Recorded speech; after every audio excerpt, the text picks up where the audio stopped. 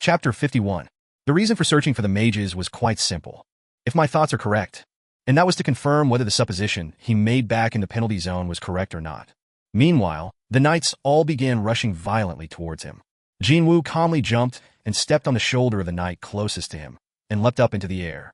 That allowed him to take in the interior of the boss room in one go. Where are the mages? Found one. Not too far from him, he spotted a lone mage. As I thought, what he witnessed back then was right. Indeed, he didn't see wrong. Back then, when he was being squeezed tight by the group of knights, and only his arm could flail about helplessly, Jin Wu spotted something through the narrow gaps he couldn't quite understand at the time. And that was a mage continuously chanting a spell. A mage busy chanting a spell, at a casual glance, that wouldn't be something out of place. However, Jin Wu still felt a strong sense of discord from that. If that's the case, then how come? How come he saw not one single spell flying at him? Every attack he received came from the knights. Mages continued to chant, yet not once did they complete their spells and display their might. No, there was that one time, back when one of them used something called Eyes of Detection and undid his stealth. And when that was happening, for some reason, all the knights nearby stopped moving. At first, he thought they only stopped because they had lost their target. However, while he was hunting down the giant centipedes in the penalty zone, he belatedly realized something quite important. Was it around the 8th centipede he killed? The level up message popped up and he clenched his fist tightly. Level up. His spent HP and MP were restored to full. After the short period of elation, a weird incongruency rushed in right afterwards. My level can rise this easily, yet why didn't I level up once in that place? The system said that his health wouldn't recover through level up, but crucially, it said nothing about him being unable to level up. Indeed, his level rose up by 5 on his way towards the boss room too. However, only during the class change quest, he didn't level up once, even though he endured for over 6 minutes and killed 100+ knights. Mages busy chanting, but not casting any spells. Knights that apparently didn't give out any experience points. When he took these actions of the two separate groups that puzzled him so much and combined them into one singular puzzle, a new possibility formed in Jin Wu's head. It was possible that all of the knights there were fake. The reason why all those knights stopped moving when the mage used Eyes of Detection could be that it wasn't because he had vanished, but because the mage had stopped casting. If my guess is correct, he needed to confirm it right now. Jin Wu ignored the knights, reaching out to grab him, and ran towards the mage while using their shoulders and heads as his footholds. He sensed the mage panicking after spotting his approach, and its casting speed had increased. Suddenly, the knights no longer attacked him without a plan and tried to gather around the mage to protect it. With that, Jin Wu was convinced now. Tap! He landed in front of the mage. Without a moment of hesitation, the dagger held in his right hand accurately pierced the mage's heart. Vital points targeting. Stab! The mage soundlessly turned into a wisp of black smoke and disappeared from the view. You defeated a mage. And, at the same time, dash. Tumble. Hundreds of knights rushing in to attack Jin Wu all collapsed at the same time. It was as if they were puppets with their strings cut. The knights collapsed on the floor were now, more or less, empty suits of armor. This was my answer. Jin Wu cried out inwardly in elation. He had to go through several near-death situations just to get to this conclusion. Knights were nothing to worry about. No, it was the mages that controlled these knights. The real goal was to kill them instead. The first target my knight killer killed was a mage. Jin Wu couldn't help but chuckle as he looked down at the empty robe discarded on the floor. He had that much leeway now. Of course, he couldn't continue to stand around doing nothing forever. After all, his quest hadn't ended yet. Rumble. The ground shook again. Jin Wu turned around and saw that the knights had him surrounded from almost all sides with no gaps to speak of. Meaning, there were other mages controlling these batches of knights hidden somewhere. Knights pounced on him. Jin Wu's right hand moved so fast that naked eyes couldn't even see its shape. Slice. The knights standing in front of him all got cut in half. Jin Wu's eyes opened real wide after witnessing that. Wow! It was worth investing 2.8 million gold on this dagger. The blade of his knight killer pierced and sliced open the knight's armor as if they were made of paper. It didn't seem that the saw-like blade was the only reason for this. Just as the item description, dagger designed for use against knights said, he could sense a strong magic-like power emanating from this knight killer. A weapon from the store is actually pretty good, isn't it? There was a slight deviation from the accepted norm here. Normally, most people would think of weapons sold in stores as something one would use in a pinch when there was no better alternative. I shouldn't be dismissing gold from now, huh? At a bare minimum, this dagger seemed a lot more useful than weapons designed for a hunter. He even thought that, if he sold weapons from the store to other hunters, he would become rich in no time at all. Well, He didn't see any restrictions on the weapon descriptions that he couldn't give one to someone else, which was different from consumable-type items. Concentrate, man. Concentrate. Now wasn't the time to get distracted. Knights were still tirelessly rushing at him. Swish. Slice. Jin Wu dodged this way, and that while cutting them down. However, this will go on forever. When he shifted his gaze away just for a brief moment, far more knights than he had cut down appeared out of seemingly nowhere to fill the gap. Slice. One more knight lost its head. I gotta find the mages. Jin Wu utilized the shoulders of the headless knight and leapt up before the creature collapsed to the floor. Stealth. Jin Wu's form blurred in an instant. Of course, he wasn't trying to hide via stealth. What he was aiming for was... The mage has used skill. Eyes of detection. The mage has used skill. Eyes of detection. The mage has used skill. Eyes of detection. The ear-piercing mechanical beeps rang out from several directions. Jin Wu ran on top of the knights and quickly confirmed the positions of the eye-like symbols. There are a total of 5 mages. Jin Wu targeted the closest mage to him. The mage hurriedly gathered knights around it the moment Jin Wu turned to stare at it. But, swish dash! The poison fang of Kasaka flew out of his left hand in a straight line and stabbed accurately in the middle of the mage's forehead. Stab. You've acquired skill. Dagger throw. You defeated the mage. Tumble. Once more, hundreds of knights tumbled to the ground. For more left. Jin Wu stepped on the knights' heads and moved towards his next target. Meanwhile, he sneaked a glance towards the poison fang of Kasaka he hadn't recovered yet. It was time to use his new skill. Ruler's Reach. Jin Wu extended his left hand towards the dagger, and as if a magnet was pulling it in, the weapon flew back in. Yes! Jin Wu snatched the dagger off the air. Now that he didn't have to personally retrieve his dagger, he could take the most efficient route to his target. In the next second, he arrived before the next mage, and even before the knights could try anything, he cut the B** startup in half. You defeated the mage. More knights collapsed again. With that, not even half of the original number of knights remained. The initiative was clearly with him now. Jin Wu's glare became harsher. There are 3 left. Perhaps sensing the threat, the remaining mages all gathered in one spot. It wasn't only them either. The knights they controlled also gathered around them. And then, the mages all chanted a certain spell together. Their ominous and creepy voices reverberated throughout the boss room, and soon, they finished their spell. Crack, creak. The knights guarding the mages were suddenly pulled into one lump and got compressed, as if they were thrown into an industrial crusher. And then, they were reborn as one huge metal golem, which began glaring at Jin Wu right away. Wadash! Wow, this is no joke, huh? Jin Wu leaked out a gasp of pure admiration after sensing the overwhelming pressure emitted from this giant monster. However, he wasn't scared by its appearance at all. Perhaps because he had encountered several life-or-death situations already. He was feeling expectant rather than nervous. Thud, thud, thud. Whenever the large golem took steps, the ground shook.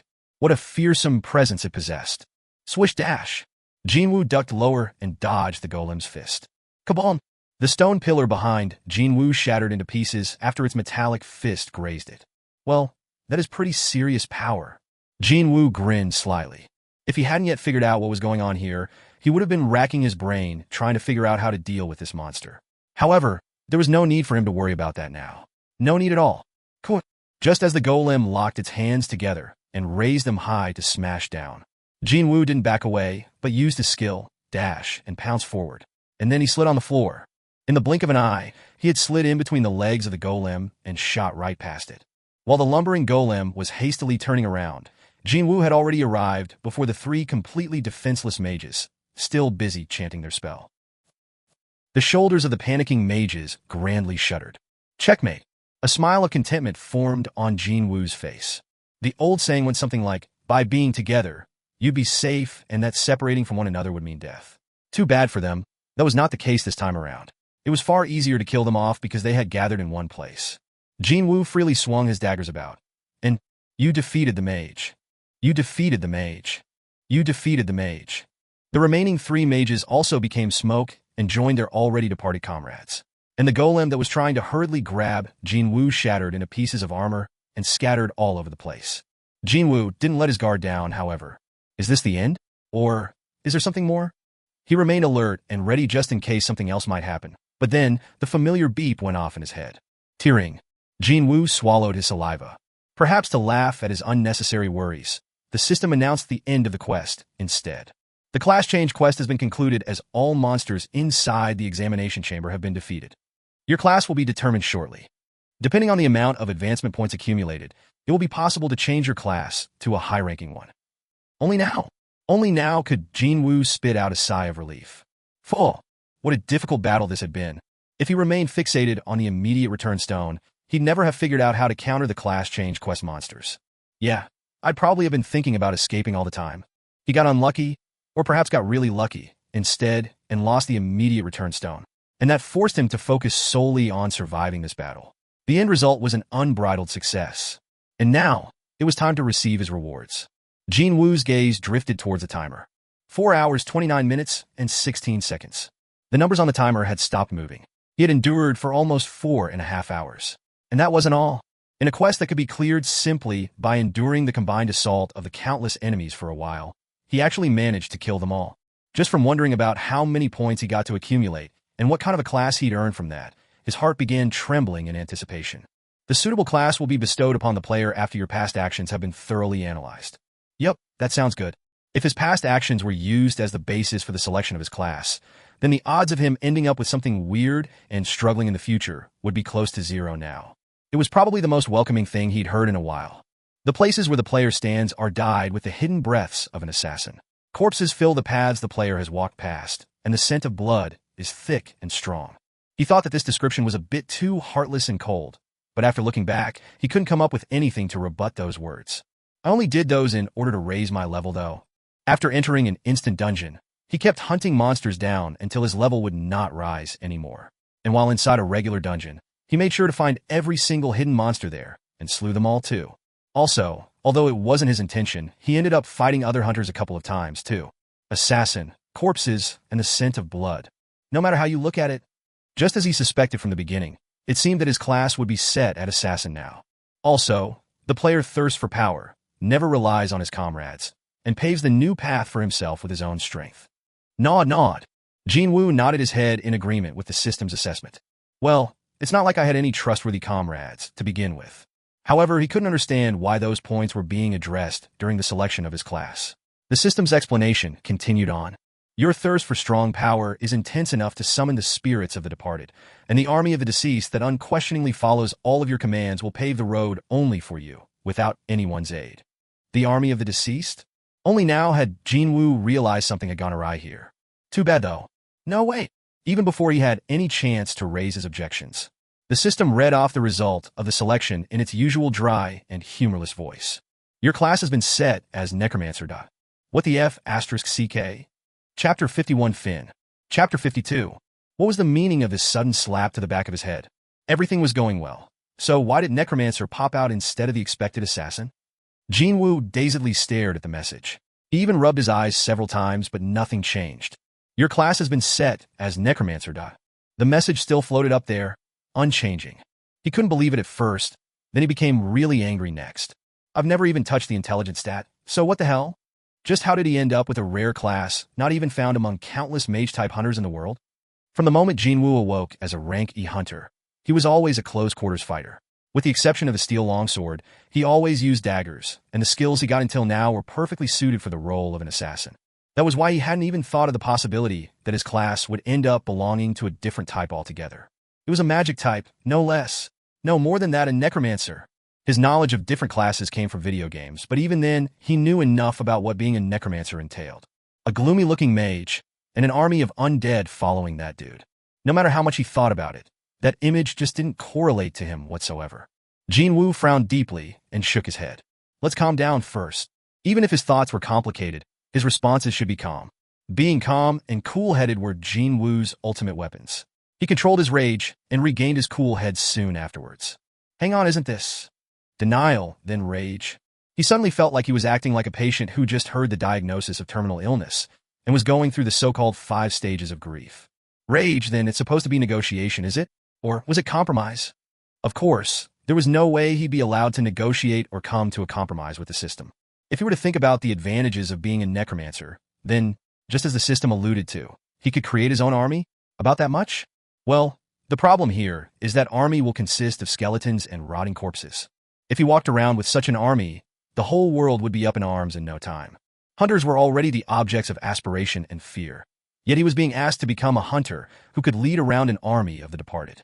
Never mind the question of this class being suitable to him or not. He wasn't even confident of handling the fallout from that. Tearing. Will you accept this class? The system demanded his answer. What a relief that was. I can still say yes or no. Jin Wu spat out a sigh.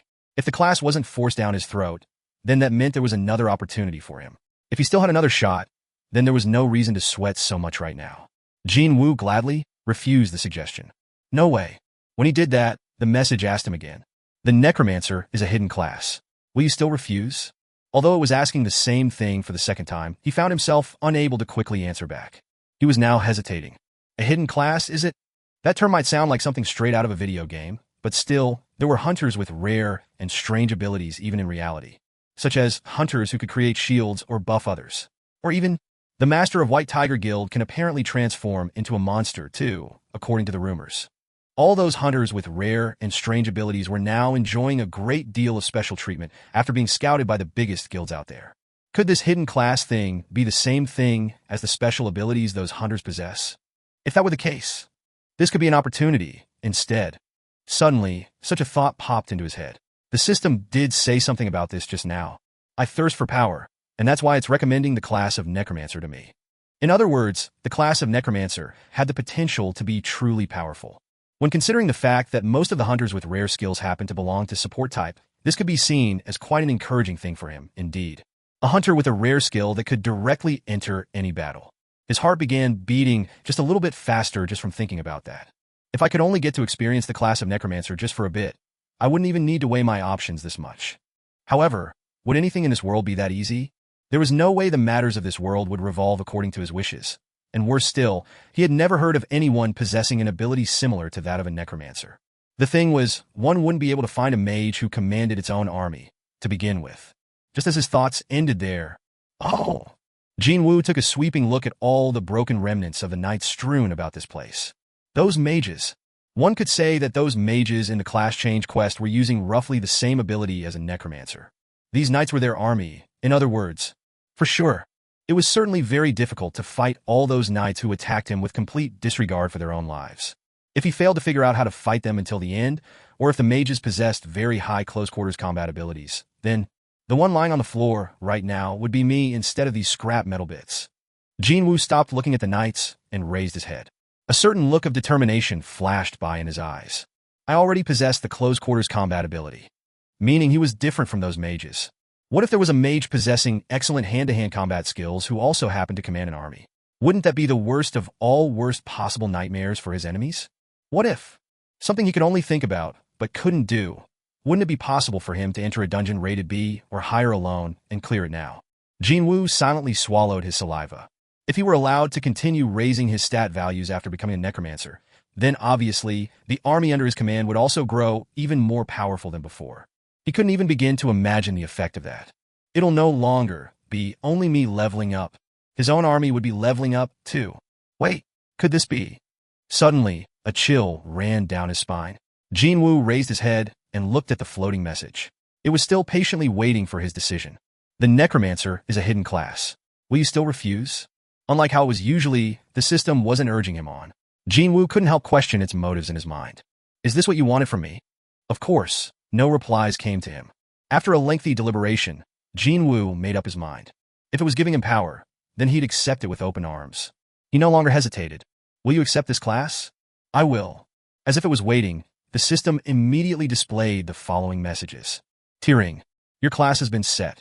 You will now be given the opportunity to change to a higher rank version of this class through the amount of advancement points accumulated. Calculations have begun. Tallying up your advancement points. While that was going on, Jin Wu unwrapped the bandages from his right hand. He'd been holding the dagger so tightly that his palm had swollen up rather painfully. Well, I'm going to get blisters now. He lightly clicked his tongue. Such a wound would have been taken care of with a drop from the healing potion, but not being able to use one was proving to be rather inconvenient in various ways.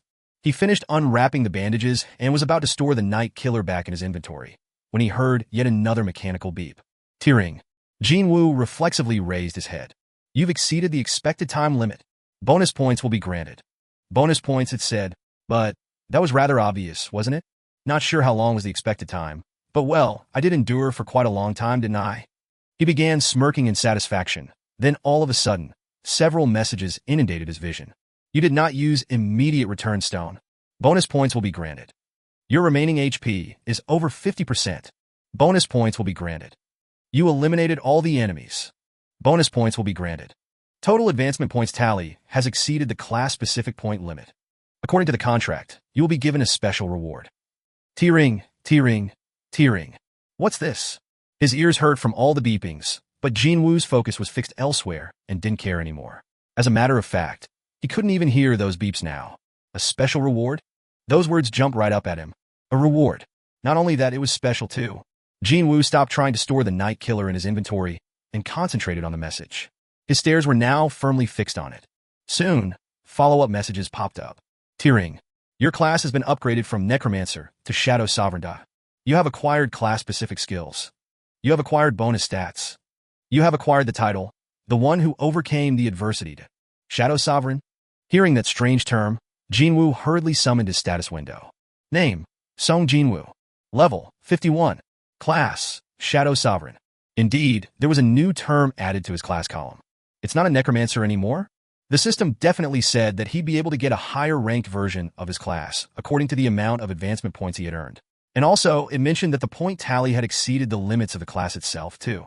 The end result from all that was this Shadow Sovereign. So, is this the special reward the system was talking about? The thing was, though, Jin Wu couldn't continue on with what he wanted to say. Right in front of his disbelieving eyes, a truly bizarre and hard-to-explain phenomenon began unfolding. Behind the hologram-like messages, unknown black smoke was slowly and eerily leaking out from the night strewn about on the floor like scrap metal. No such thing happened prior to him getting his class. These bits of scrap metal were nothing more than ownerless junk, only until a minute ago. However, Jin Wu closed the status window and swept his gaze around the interior of the boss room once. It wasn't just one or two now. That black smoke was rising up from every single night on the ground. It is possible to perform shadow extraction on the selected target. It is possible to perform shadow extraction on the selected target. It is possible to perform shadow extraction on the selected target. Whenever his eyes landed on targets with black smoke oozing out from them, the words with hard-to-fathom meanings, possible to perform extraction, popped up into his view. Shadow extraction? He couldn't understand why, but to Jin Wu, those rising smokes looked like they were writhing in pain. As a matter of fact, it felt like they were reaching out to him, begging him to save them. Would it be strange if he said that? He could hear their screams? But he was sure of one thing. He was sure of him being able to free them from their pain. Shadow extraction. Please set the command phrase to activate the shadow extraction skill. I gotta set a separate activation phrase for this skill? Jin Wu pondered for a bit, before muttering out almost instinctively. Rise up. When he did, wah, thick, heavy moans resounded out from somewhere, and at the same time, the shadows of the fallen knights began wiggling as if they were still alive. Jin Wu scanned his surroundings once more. All the shadows found near him were beginning to move. Soon enough, a black hand rose up from one of the shadows. It pressed down on the ground hard, and slowly, the arm attached to it rose up. Oh my God! Jin Wu's eyes opened wider and wider. Those things were people. No, soldiers possessing the outer appearance of a person. Soldiers kitted out head to toe in jet black armor climbed out of the shadows one by one. This is my new skill? By the time Jin Wu recovered his wits, there were a couple dozen soldiers standing by his side, waiting. Shadow extraction was a success. Tens of soldiers were now surrounding him. What the hell is this? Jin Wu approached the nearest soldier. The first thing he did was to touch it. When he placed his hand on it, he felt something metallic. As it turned out, the metal-looking armors weren't just for show. Indeed, these guys were all outfitted in real black armor and real weapons. At first glance, they look like people, don't they? However, they weren't people. He couldn't sense any signs of life from them. They didn't breathe, and there were no heartbeats he could hear. On top of this, Jin Wu swallowed down his shocked gasp.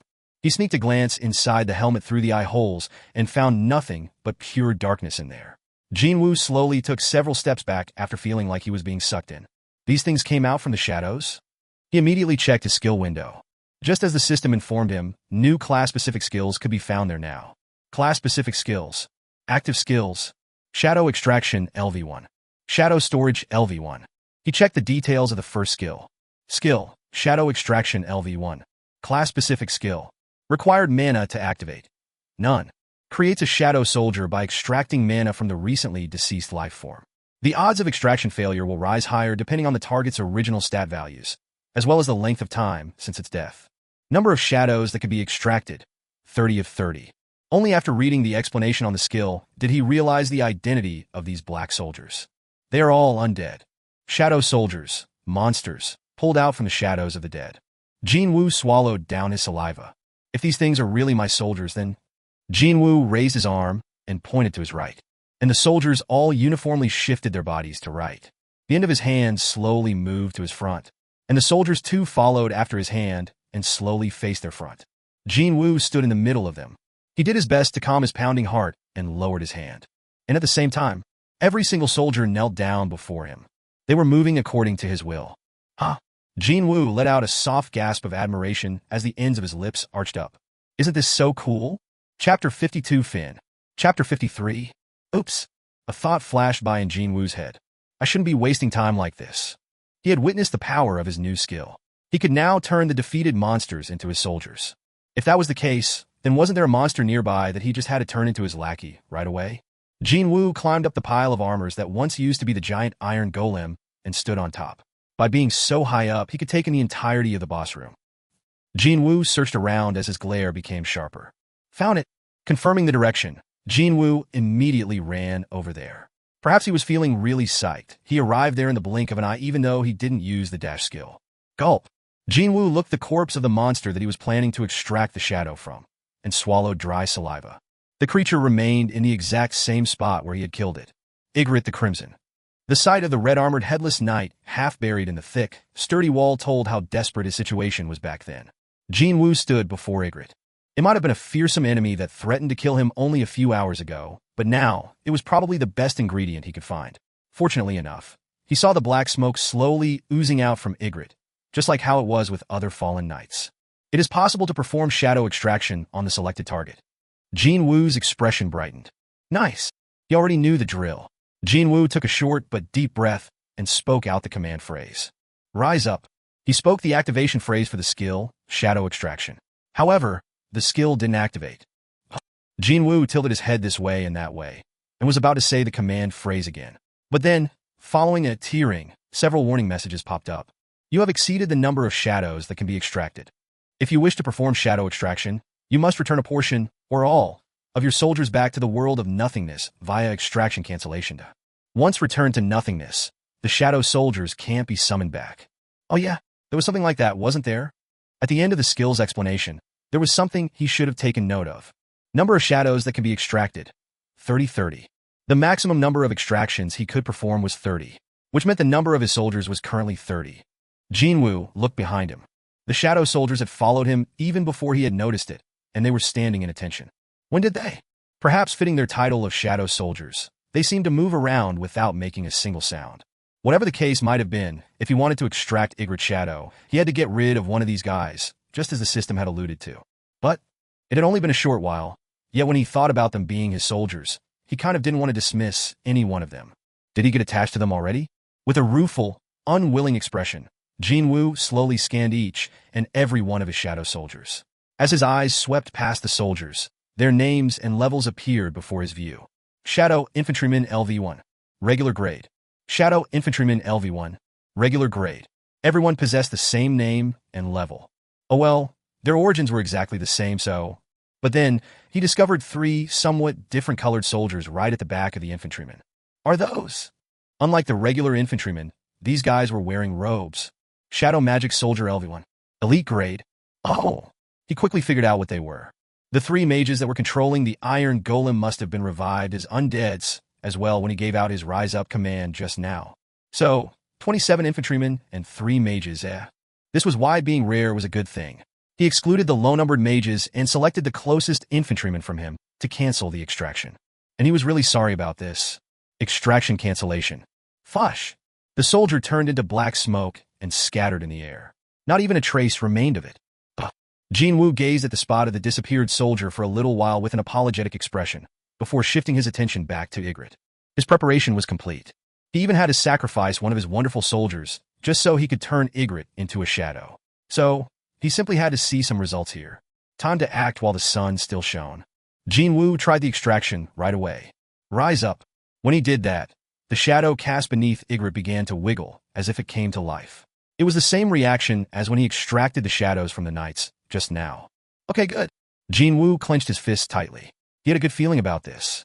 Shadow extraction has commenced. Attempting to extract. What would Ygritte look like after its extraction? Jin Wu's hands became slick with the sweat of anticipation. Unfortunately, ting! A mechanical beep akin to a metal plate breaking in half rang inside his head. Shadow extraction has failed. What? 2 more attempts remaining. Phew. Hearing that he still had more chances remaining, Jin Wu spat out a long sigh of relief. Hang on, now that I think about it. The skill's explanation definitely said that the odds of extraction failure would rise up depending on the target's stat values. But having experienced it personally, he couldn't help but be dumbfounded. It felt like he got slapped in the back of his head, this taste of his first failure. Not only that, there was a restriction on the number of attempts he could try to. So, I have 2 more attempts remaining. If he failed in both attempts, then did that mean Ygritte's shadow would disappear into that nothingness, just as the sacrificed infantryman did? Imagining the worst possible scenario, he felt dizzy for a second. Jin Wu quickly shook his head to clear his mind. Let's stop thinking negatively about this. Indeed, only positive thoughts. Didn't someone say that if you believed earnestly enough, the universe would find a way to help you out? While stewing inside anxiety and anticipation, Jin Wu attempted the extraction for the second time. Rise up. Too bad, his expectation was shot down grandly once more. Ting! Shadow extraction has failed. 1 more attempt remaining. This guy gave him so much trouble while he was still alive, and even in death, it was managing to give him some serious headaches. And here he was hoping against hope. Now that he had failed twice in a row, his vision seemed to have blurred, everything looking a bit bleak. Full. Jin Wu deeply inhaled and exhaled his breath. There were no more attempts remaining after this. He had only 1 more shot left. Jin Wu closed his eyes and reorganized his thoughts. Well, it could be nothing more than percentages and odds, but it was possible that his desire to possess Ygritte's shadow wasn't earnest or strong enough. Jin Wu slowly reopened his eyes. He sensed the black smoke rising up from Ygritte reaching out to him, pleading with him to save it. Jin Wu became a lot more serious than before, and he reached out with his right hand as if to grab that pleading hand of the smoke. Rise up. He didn't do it deliberately. He himself didn't quite realize it then, but Jin Wu's voice sounded much heavier and graver than ever before, and it reverberated throughout the boss room. It was then. Yuwa dash. A deep scream could be heard coming from somewhere, and chilling, eerie wind swept by the boss room. Isn't this it? Jin Wu's expression brightened. He remembered encountering a similar situation like this one before, back when his infantryman first popped out from the shadows. Just as he hoped for. As the lengthy scream came to an end, a long black hand emerged out from the shadow. And when that hand pressed down on the ground, a new message popped up in his view. Shadow extraction was a success. Jin Wu let out a cry of happiness. Yes. He tightly clenched his fists. The taste of success was so much sweeter since he had to go through 2 failures to get here. However, the good news didn't end there. The sovereign's voice had awakened the departed's fighting spirit. You have succeeded in strengthening your shadow soldier. The shadow's level will now start at 7. I succeeded in strengthening? What? A shadow's starting level could be higher than 1? Jin Wu's eyes widened once more. Just as the message said, the Black Knight emerging from the shadow carried level 7 in its status. Jin Wu spat out a short gasp. The newly emerged shadow looked exactly as it was in his memories. The mane attached to the helm, the highly fashionable armor wrapped around its entire body, that noble, dignified cape. The only difference being that the blood-like armor now sported a pitch-black color instead. Everything else was exactly the same. He'd have probably believed it if someone told him that Ygritte had returned to life just now. However, the newly born Ygritte didn't display a single hint of animosity towards him. No, it just stood there quietly, waiting for Jin Wu to give it a new order. Thump, thump. Jin Wu's heart began pounding in excitement as he stared at Ygritte, and there was a big grin etched on his face. Even though his heart was palpitating, there was something he was curious about. Jin Wu's gaze shifted just above Ygritte's head. Why doesn't this guy have a name? LV-7. Night grade. For some strange reason, there was a couple of question marks instead of its name, and its grade is also different. He understood that its level was high because of that strengthening thing, but still, this guy exhibited quite a few differences from the regular infantryman. Perhaps it read Jin Wu's mind, because the system sent him a new message with excellent timing. Tiering. You can bestow a name to a night grade soldier. The bestowed name will be maintained until the shadow soldier is dismissed. Please set the soldier's name. A name, is it? At first, he was at a loss with this unexpected demand, but soon enough, he recalled that this guy already had a name and a smile crept up on his face. There should be no problem calling it by its original name, no? Please set the soldier's name. The message blinked, as if to urge him on with the naming already. Jin Wu opened his mouth. Igrit the CRI. No, hang on a minute. When the system asked him to set the name, it meant that he'd have to use that name to call this guy from here onwards.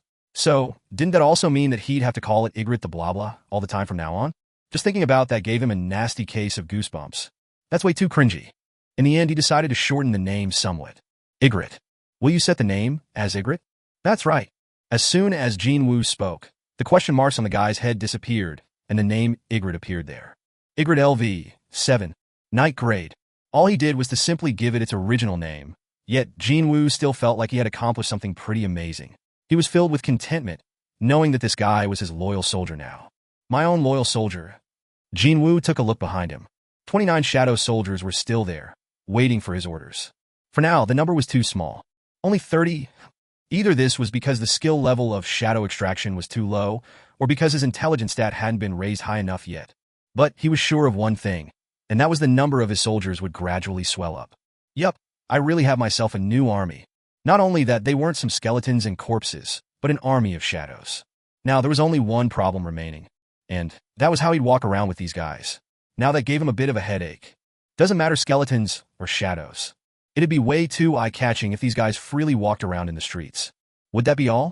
This skill was already way past regular people accepting it as one of the many awakened abilities a hunter could possess. Either he'd be under the constant surveillance, or worse, someone might even demand him to dismiss the summoning too. Wu Jin-Cheol, the section chief of the Monitoring Division, the Korean Hunters Association. Thinking about how stuffy-looking guys like that man would come around every day and annoy him to no end in the future, Jin Wu felt like he'd die from frustration already. That was precisely why the next skill existed, probably. Skills. Jin Wu summoned his skill window. Class-specific skills. Active skills. Shadow Extraction LV. 1 Shadow Storage LV. The skill he only checked its name and nothing else until now. This Shadow Storage. That name alone made him think that this skill would help him out in these sorts of situations. Chapter 53 Fin. Chapter 54. Skill. Shadow Storage LV1. Class-specific skill. Mana required to activate. None. Stores the shadow soldiers inside the summoner shadow. The stored soldiers can be summoned back into the open or absorbed back at any time the summoner chooses to. Number of stored shadow soldiers. 0/20. I knew it. Jin Wu nodded his head.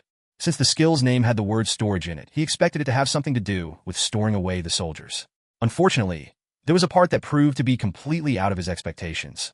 How come the number of soldiers he could store was noticeably lower than those he could create. Indeed, he could create 30, yet he could only store 20, meaning he had to unsummon 10 more. Now this sucks. Just which finger out of the 10 in your hands wouldn't hurt when you bite them. Just discarding one made his heart bleed, but now he had to discard 10? Jin Wu stared at the soldiers with a rather lonely expression on his face. Obviously, the night grade Igrit was excluded. 3 magic soldiers were also excluded, since they would be harder to replace and also fewer in numbers. At the end of the day, the most disposable remained the infantryman. Last time, he chose the one closest to him, so this time, he chose the 10 that were furthest away from him and canceled their summoning. Sorry, he prayed for their happiness in the afterlife. And then, poof! In the blink, those 10 soldiers turned into dust and disappeared from this world. Thankfully, his heart didn't ache as badly as the first time. Did the wise old then mean this by saying that the first time was always the hardest?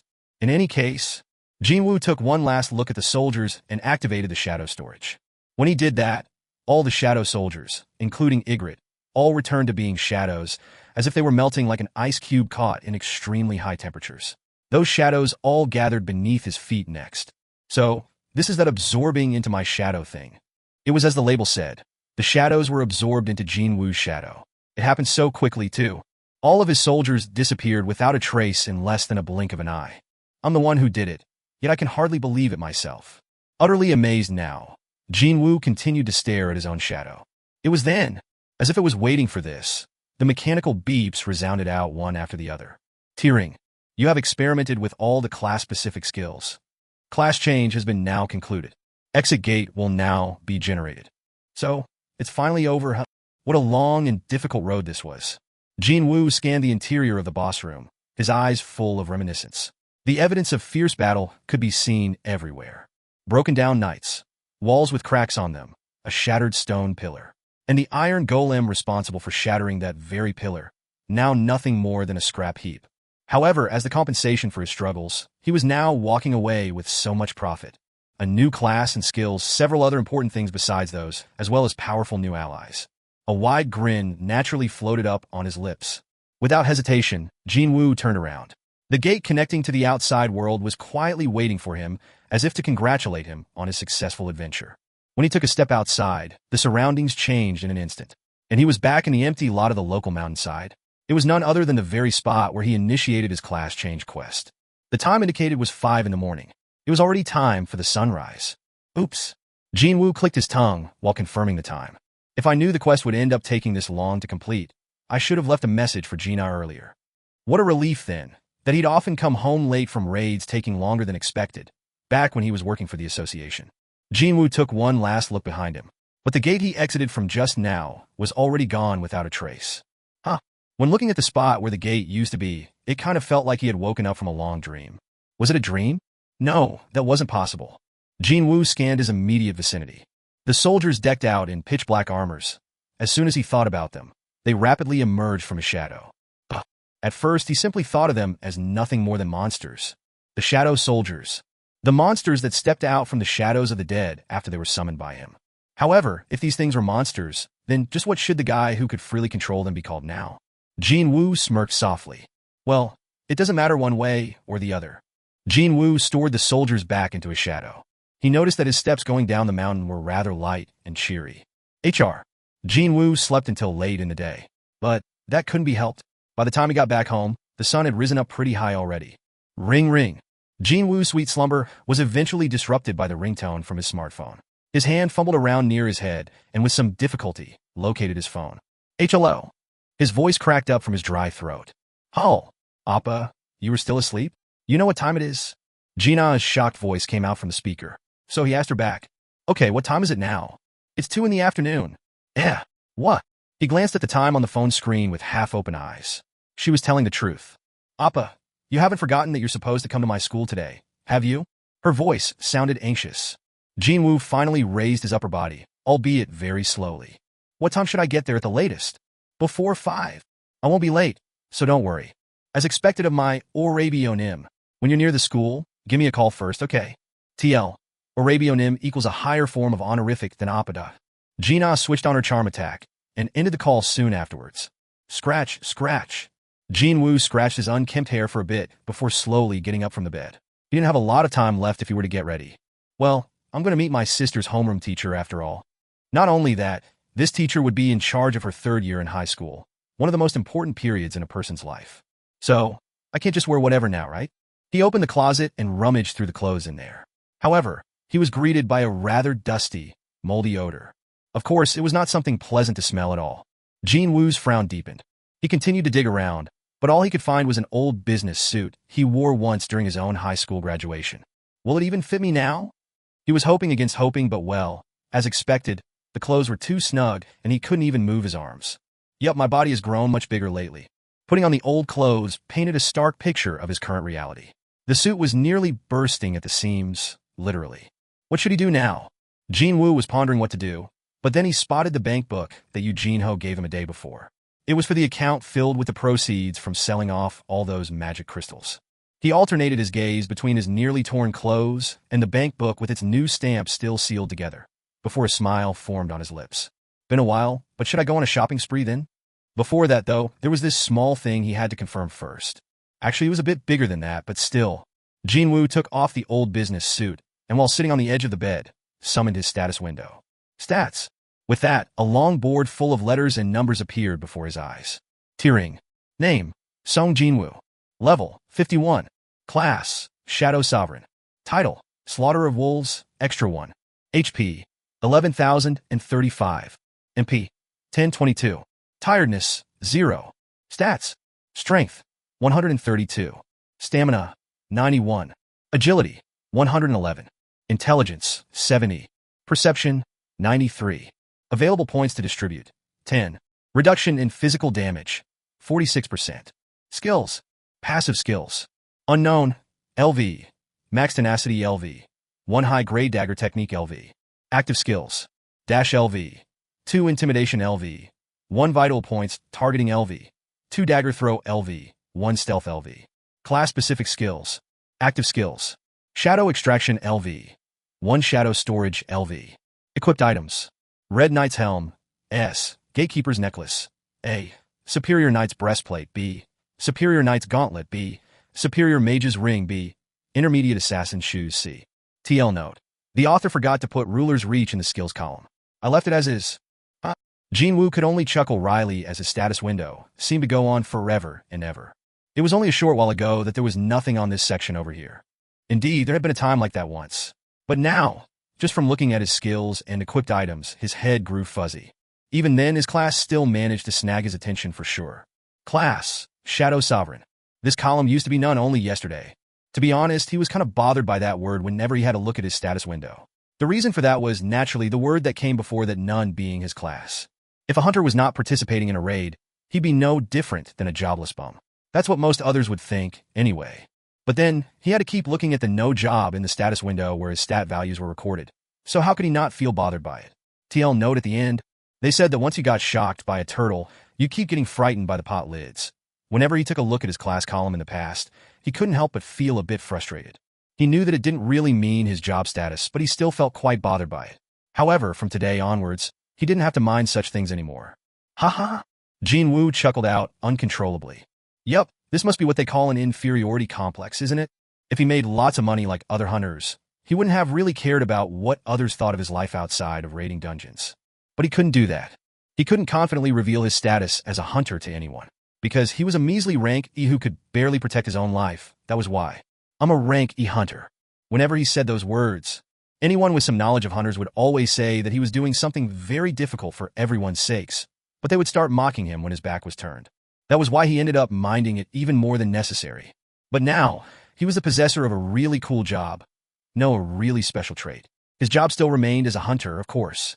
If he were to describe it, then, well, it'd be more correct to say that he now possessed a special trait of Shadow Sovereign. Although this wasn't the career path I was looking for. But he had no regrets. No, rather than regrets, he was completely and utterly satisfied by how things had turned out. If this wasn't his room, he'd have summoned Ygritte and the other soldiers right away. He really wanted to confirm the combat capabilities of his summons with his own eyes. What if these guys were able to display 100% of their combat prowess while they were still alive? I'm sure that won't be the case, though. Still, just imagining it made his heart race. Thump thump. Jin Wu felt his heart beating roughly as he ran several simulations of future raids in his head. Suddenly, he became really curious about how Eugene Ho would react. Smirk. When Jin Wu imagined seeing Eugene Ho's round, stunned eyes and his slack jaw falling to the floor, a chuckle automatically leaked out of his mouth. Wait, now that I think about it, if he could transform any dead life forms into his soldiers, and if the targets weren't restricted to only monsters, then does that mean I can extract shadows from the dead hunters, too? It was quite obvious, but he didn't want to picture such a situation since he was talking about another human being here. An undead soldier, emerging from the shadow of a dead person after hearing his call. Just thinking about it gave him chills. Even then, even still, what if I extract the shadow of an A or an S rank hunter? The combat potential of the resulting shadow soldier would simply be out of this world. Even if a shadow soldier could only exhibit 50% of its original strength, it'd be eminently possible to solo high-rank dungeons, as long as he had his shadows to back him up. His beating heart picked up its pace really quick. Thump, thump, thump. Still, Jin Wu shook his head. Even if that's the case, turning a person into an undead is a bit. Now that was something only a villain would do. His combat potential might improve that way, but he didn't want to go that far. Unless a really evil B** star showed up that was worthy of such a treatment, he'd definitely not go down that route. However, it's not like opportunities to fight other dirty hunters would come around every day, right? And even if he did find that elusive opportunity, there would be many hurdles to overcome first. Well, a human wasn't a monster to begin with after all. Indeed, for the time being, he had to be satisfied with the current soldiers. Besides, I have Ygritte and he used to be a boss, so that's something. The level 7 Knight Grade Shadow Soldier. Just how good would its abilities be? Jin Wu couldn't wait for the next raid. Chapter 54 Fin. Chapter 55. Jin Wu lowered his gaze slightly while feeling rather pleased with himself. Then he spotted something else in the status window. Title: Slaughter of Wolves, Extra 1. There was another one? Oh, now that he thought about it, he did earn a new title as well during the class change quest, didn't he? Jin Wu checked out the hidden title's description. Title: The One Who Overcame the Adversity. A title only given to those who have splendidly overcome their adversity. Your stat values will rise as your HP decreases. 1% of lost HP equals 1% gain in stats. Hell yeah! It was a truly wonderful buff where his stats would rise up as his HP was decreased. The title Slaughterer of Wolves was a wonderful title as well that would give him a 40% stats increase against any and all beast-type monsters. However, because there was a strict activation condition attached to it, he often had to do without receiving the stat buff. It's the same thing as not having a title if I'm not fighting against beast-type monsters. But now, he had gotten a new title with a wonderful effect. After reading the description, he thought that this title's effect would match up quite nicely with his passive, Tenacity. Without wasting any more time, Jin Wu changed his title. Title: The One Who Overcame the Adversity, Extra 1. The title he didn't set would be hidden, and if he needed it, he could swap them at any time too. Next up, it's my stats. The rewards he got for exceeding the point limits of his class yesterday were 3. 1. His class changed to a higher grade version. 2. A new title. Finally, bonus stat points. Stats: Strength, 132. Stamina, 91. Agility, 111. Intelligence, 70. Perception, 93. Available points to distribute, 10. Reduction in physical damage, 46%. He still had 10 points yet to be allocated. If it was in the past, he'd have spent them all in agility or perception, but things were different now. Jin Wu dumped all 10 points in intelligence instead. Even then, his intelligence value only reached 80. Tiering. Stats: Strength, 132. Stamina, 91. Agility, 111. Intelligence, 80. Perception, 93. Available points to distribute, 0. Reduction in physical damage, 46%. Compared to strength or agility, it simply fell way behind. As a matter of fact, it even fell behind stamina, the stat he decided to put on the back burner while raising his agility first. It was clear proof that he had been looking down on the intelligence stat until now. Well, I never guessed that I'd somehow end up using magic, so it's understandable.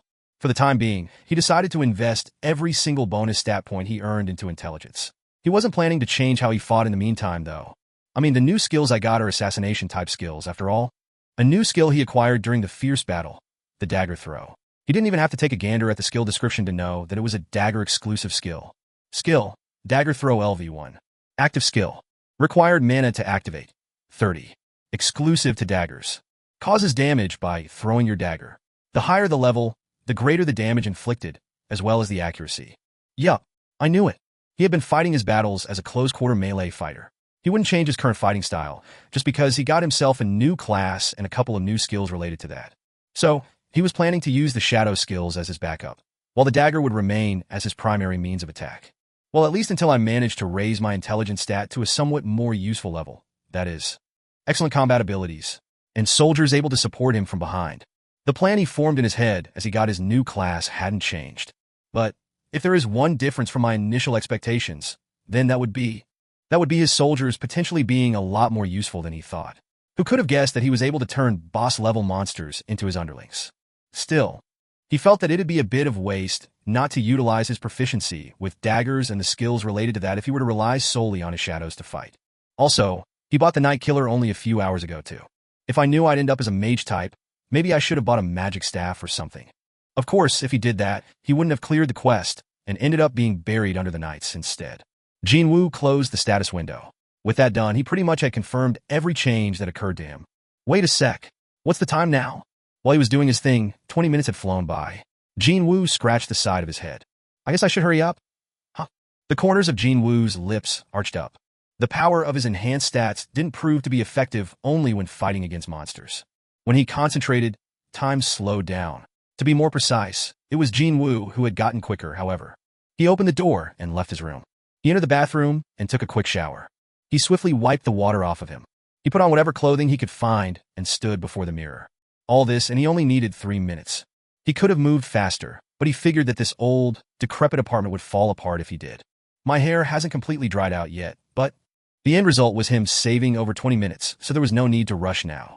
Time to leave, and Jin Wu was about to step out of his room, but discovered something and stopped in his tracks.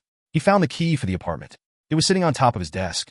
In the past, he'd have felt a bit lazy and unwilling, but still turned back to grab the key. However, he simply extended his hand instead of walking over there. I mean, if I don't use it in times like this, just when will I ever get to use this skill? The ruler's reach. The key crept forward bit by bit, before flying into his open palm as if a strong magnet was reeling it in. Grab! Jin Wu snatched the key and grinned refreshingly. Having gotten ready to leave in the proverbial blink of an eye, Jin Wu closed the door to his room, a whistle escaping from his lips. HR. Jin Wu's first stop was at the bank. He was wondering just how much cash from the sales of the magic crystals had accumulated in his new bank account. I couldn't come earlier because I've been so busy until now. As the raid team leader, Eugene Ho was in charge of managing the magic crystals. From what he told Jin Wu, that kid had been selling all the magic crystals at the end of each day and deposited every single cent into this account. He didn't mention in detail how much the money would be, though. That Jin Ho. He reports to me every little thing that happens, but he doesn't really mention much about money issues. Was it because he wasn't really interested all that much? Perhaps because he grew up lacking nothing. Eugene Ho's interests were quite far removed from the matters involving money. No, they tended to be along the lines of celebrity gossip, stories of raids, songs, or movies he liked, those kinds of things. Even if it was nominally a conversation, it'd be Eugene Ho who yapped on, and on all by himself, though. And Jin Wu would simply listen quietly on the side and provide appropriate responses every now and then. Now that I think about it, a chatterbox guy like him also didn't say anything about his family situation until now. Now, that was pretty strange. Jin Wu combed through his memories starting from when they met for the first time, but he couldn't remember a single instance of him mentioning his family. While thinking that it was pretty bizarre, he had arrived at the bank. Well, now, that's some crappy timing, isn't it? All of the ATMs were currently under maintenance. He was left with little choice, so Jin Wu walked inside the bank branch. He got his number in the queue, waited for his turn, before eventually sitting down in front of a bank teller. Hello there. A female teller with a bob-cut hair reaching just below her ears and a refreshing smile asked him politely. How may I be of service today? I'd like to see the amount currently in the bank account, please. I understand. With a smile, the female teller took the bank book Jin Wu presented to her. While waiting for her to do her thing, Jin Wu scanned the inside of the bank. It was a normal Thursday afternoon, yet there were quite a large number of people inside. As he continued to look at the crowd, the female teller got to confirm the amount resting in Jin Wu's account, and her eyes shot open super wide. Heek! Remaining amount. 1,482,920,000 Korean wons, TL, just over $1.315 mil. She checked the number of digits again, but without a doubt, it started from a billion. Not only that, he hadn't even accumulated this amount over a long period of time. For the past week or so, the record showed that over 100 million won had been deposited every single day. He looked so young. So how could he? The female teller initially took Jin Wu as a university student who came to the local bank to get the bank book newly printed on because his mother asked him to. But her expression had changed quite a bit now. The female teller asked him, her voice containing just a sliver of ulterior motive. Oh my goodness. May I ask what you do for a living? Perhaps she herself was embarrassed by her own ulterior motive. The female bank teller's cheeks blushed softly as she cautiously studied Jin Wu's reactions. He replied as if it was nothing. I'm a hunter. The female teller slowly nodded her head almost instinctively. The popular rumor she heard was indeed true. I heard that hunters made lots of money, but to think it'd be on this level. All of a sudden, her life as a normal working-class employee came across as rather pathetic. Only until a minute ago, this man was a regular customer, just like everyone else. But now, Jin Wu looked like a person from another galaxy altogether. He must be a pretty high-rank hunter, right? This amount wasn't something an average hunter with average skills could ever hope to touch. This would be her first time meeting a truly high-rank hunter then. The unexpectedness of this situation caused her heart to palpitate just a bit faster. Thump, thump. Her heart was indeed beating a bit quicker now. A young customer possessing well over $1 billion in cash would certainly be a VIP in the eyes of the bank. And well, that customer was a hunter, so he should be treated as a VVP instead. And so, in order to ensure that this VVP wouldn't slip through the bank's fingers, the female employee began advertising several of the bank's financial products. Our bank has launched brand new products and services especially catered for VIP customers such as yourself. Her smile was no longer the business one, but a real one too. The female bank teller's gaze was now firmly fixed on Jin Wu. Oh my, he's... Seeing his current appearance, the one where he must have thrown on some clothes lying around, and that slightly disheveled hair, her heart began beating faster than ever before. She realized that he must have been a very busy man who managed to find some free time to stop by the bank today. This product has proven really popular with our customers lately. So how about taking a closer look at the benefits it offers, sir? Too bad for her. Jin Wu refused right away. No, thank you. I'm fine. Is that so? The female bank teller's voice was thickly laden with regrets over missed chances. Sensing that this chat might get drawn out if he said something wrong here, Jin Wu quickly took the bank book and stood up from the seat. Thank you for your help. Have a nice day. He made his quick getaway from the bank as the hot stares from the female bank teller continued to bear down on his back. As soon as the bank's door closed behind him, full, Jin Wu spat out a sigh of relief. He picked up on the change in the bank teller's expression the moment he revealed his job as a hunter. Attentions of strangers and their interests. It would probably be something normal for other hunters, but it was still something new to Jin Wu. Well, I better get used to it now. The attention on him would get even worse than this once he's gone through with the reassignment test and gets a super high rank. He heard that there were quite a few reporters and fans following around particular hunters as well.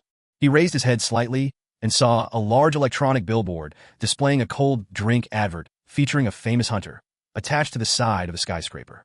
Before Gates appeared in the world, one would have found top sports stars or popular idols occupying that position. That's right. This was the age where a hunter would be at the receiving end of more attention and adulation than a celebrity. Even Jin Wu wouldn't be an exception now.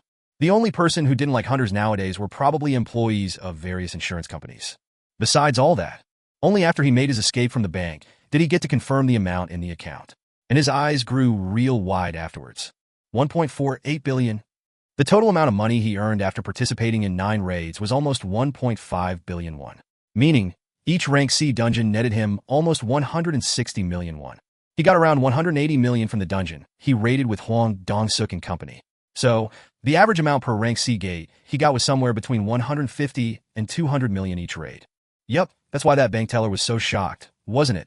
Chapter 55 Fin. Chapter 56. Now that he was done confirming his financial status, Jin Wu splurged on a nice-looking business suit at a department store. He still found himself with more than enough free time, so he stopped by a hair salon nearby and got a much-needed haircut as well. He had transformed into someone completely different compared to when leaving the apartment. This is why having money is way better than not having any. And they said that good clothes would become one's wings, too. Jin Wu stopped by the front of a shop's window on the street and checked out his reflection for a bit before shrugging his shoulders. His preparation was as perfect as it could get. I'm sure I won't leave behind a bad first impression. He adjusted his clothes for a bit before confirming the time through his phone. It said 16:20. I'm supposed to get there before 5, right? If he got going now, he should arrive on time. Taxi. Jin Wu grabbed a taxi and arrived in front of Jina's school with enough time to spare. And as luck would have it, he spotted Jina standing by the school's front gate. Sung Jin-Woo dash. Discovering her older brother belatedly, she gasped out in pure shock. Appa? Jina's eyes became extra round like a rabbit's as she asked cautiously. Are you really Mr. Sung Jin-Woo? Can't you recognize your own brother?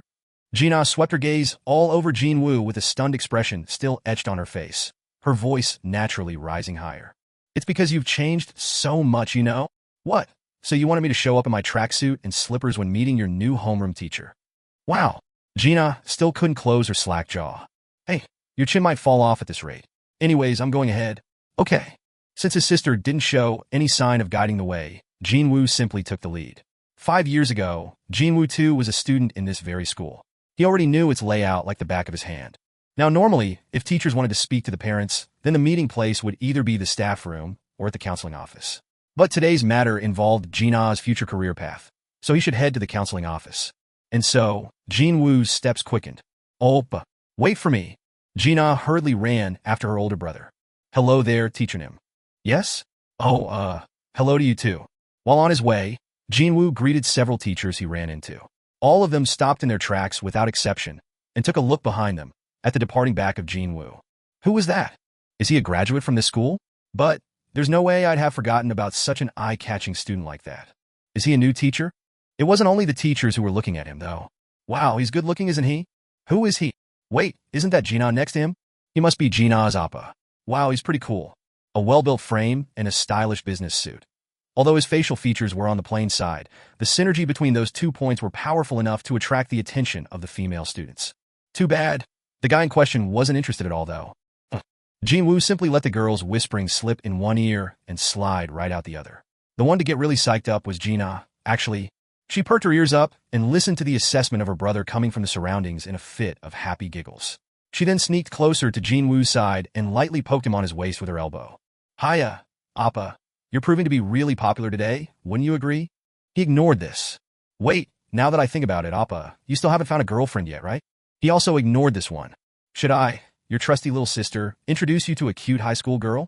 And with that, Jin Wu began pinching her cheeks with an emotionless face. Stop being cute, okay? I'm sorry. Jin Wu eventually released her cheeks. Gina rubbed her reddened cheeks and pouted unhappily. Keh, I know you also like the attention, though. Walking while lightly bickering amongst each other, they had arrived at the destination already. Gina ran past Jin Wu and spun around in front of the counseling office. Appa, we're here. Just before entering the office, Jin Wu looked at his sister. She wasn't budging from her spot. What about you? Today's the teacher and parents only. I'm going back to my class as soon as you go inside. Oh. Listening to Gina, he remembered something similar happening back when he was still a high school senior. Back then, no one came, though. It was around the time when it got harder and harder for Mom to move around, right? His mother began to frequent the hospital right around then. He feared that she might push herself too hard, so he didn't tell her about the teacher-parent meeting. And he got to suffer from his homeroom teacher's lectures for quite a while because of that. When recalling those moments, he could understand the reason for Gina being so anxious today. Jin Wu smiled gently and asked her, "You having a night class today as well?" Appa, don't wait for me and go home first. Okay. Jin Wu sneak attacked her and rubbed her hair all out of shape. Study hard, okay? I'll see you later. Stop it. See you later at home. Jin Wu grinned and disappeared into the counseling office. Gina's cheeks puffed up as she smoothed her hair. Still treating me like a little kid. Of course, she didn't display any hint of disliking that. Maybe someone saw the whole thing? Gina quickly scanned her surroundings and confirmed that there was no one around her. She sighed in relief and trotted away to her class. If he were to put into words the first impression he got from Gina's homeroom teacher, she kind of looked generous. You must be Gina's Appa. She was a middle-aged teacher with a wizened look about her. The overall impression she gave off was someone who could make other people feel better with a gentle and warm smile on her face. She perhaps knew his story, because she wasn't surprised in the slightest to see Jin Wu being here as Gina's guardian. How do you do? I'm Gina's homeroom teacher. I didn't quite expect Gina to be hiding someone this cool as her brother, to be honest. Having received her outgoing and welcoming words, Jin Wu bowed his head politely as well. I haven't seen her before. She must have started teaching after he graduated from this school. Didn't someone say that a person's impression would be decided upon the first meeting? After sharing their greetings, he did feel a bit more relaxed. Well, she's using polite speech to someone who's many years her junior, too. It seemed that his little sister's third year in high school wouldn't be that traumatic after all, since she was lucky enough to run into a pretty nice homeroom teacher. Please, take a seat over here. She showed him to a chair. Jin Wu settled down on the opposite side, to Gina's homeroom teacher, across a large desk. We can rest easy about Gina now. They conversed for a while with typical topics that a homeroom teacher and parents would normally share, the atmosphere remaining cordial and rather cheery throughout the chat. Since Gina was a model student, there was no reason for either Jin Wu or the teacher to raise their voices at each other. Are you aware that Gina has set her sights on entering a medical school? Yes, I am. The lady teacher began reading the prepared information. Her scores in the mock test are excellent, and her regular grades are very good as well, so she should get in without too much problem. Still, please make sure that you don't pressure her too much at home. Jin Wu silently nodded his head. From the teacher's excited face, one could easily spy her high expectations of Gina's future. The thing was, the homeroom teachers tasked with looking after high school seniors were also under a tremendous level of stress as well. Since it involved the rest of these third-year students' lives, how could they not get stressed out? That's why I heard that most try to avoid being a senior class's homeroom teacher, though. Jin Wu also heard that there were plenty of cases where male teachers simply dumped the responsibilities to their female counterparts. When considering that, then he could say that Gina's homeroom teacher was full of drive and passion for her students. As Gina's guardian, Jin Wu could only be grateful for that, because drive and passion would mean she'd hold great interest in the future of her students. Maybe 15 minutes had passed by. The meeting was coming to a smooth end. Well then, if that's all. Jin Wu studied the mood and was getting ready to leave, but then, the teacher cautiously spoke to him. I heard that you are a hunter. Suddenly, the teacher became quite serious. There was something going on here. Jin Wu immediately sensed it. Yes, I am. If Gina is adjudged to be an awakened, will you let her do hunter's work as well? Never. He'd never allow her. Jin Wu decisively stated his position. There was no need to even reconsider this. Exactly as he had suspected, there was something here, and as proof, the teacher's expression became heavier still. As I thought. When Jin Wu looked at her with a puzzled expression, the teacher spoke in a determined tone of voice. If it's not too much trouble, may I ask you for a favor? Jin Wu nodded his head. As long as it's within my powers. He decided to hear her out first. Well, she was his little sister's homeroom teacher, so if he refused her outright, without even listening to her once, he might leave behind a bad impression here. Worried that Jin Wu might change his mind, the teacher quickly opened her mouth. One of my students is thinking of quitting school to become a hunter full-time after she went through the awakening process. She's not even coming to school anymore, as a matter of fact. Such things were fairly common. There would be cases where a few newly awakened, having never experienced what real hunters did, thought of themselves as someone special, a chosen, a cut above the rest, etc., without having the faintest idea how cruel reality could be. Even though there weren't that many awakened who went on to become famous hunters and made lots of money in the world, though. The teacher let off a long sigh. If she continues to miss school this way, then the management won't have any choice but to act, you see? Even if she wishes to become a hunter, wouldn't it be better if she at least graduated from a high school first? Jin Wu nodded his head in agreement. At his positive response, the teacher's complexion brightened just a bit. Can you help me persuade that child so she gets to graduate safe and sound? The teacher did her best to smile. Jin Wu was curious about one thing here.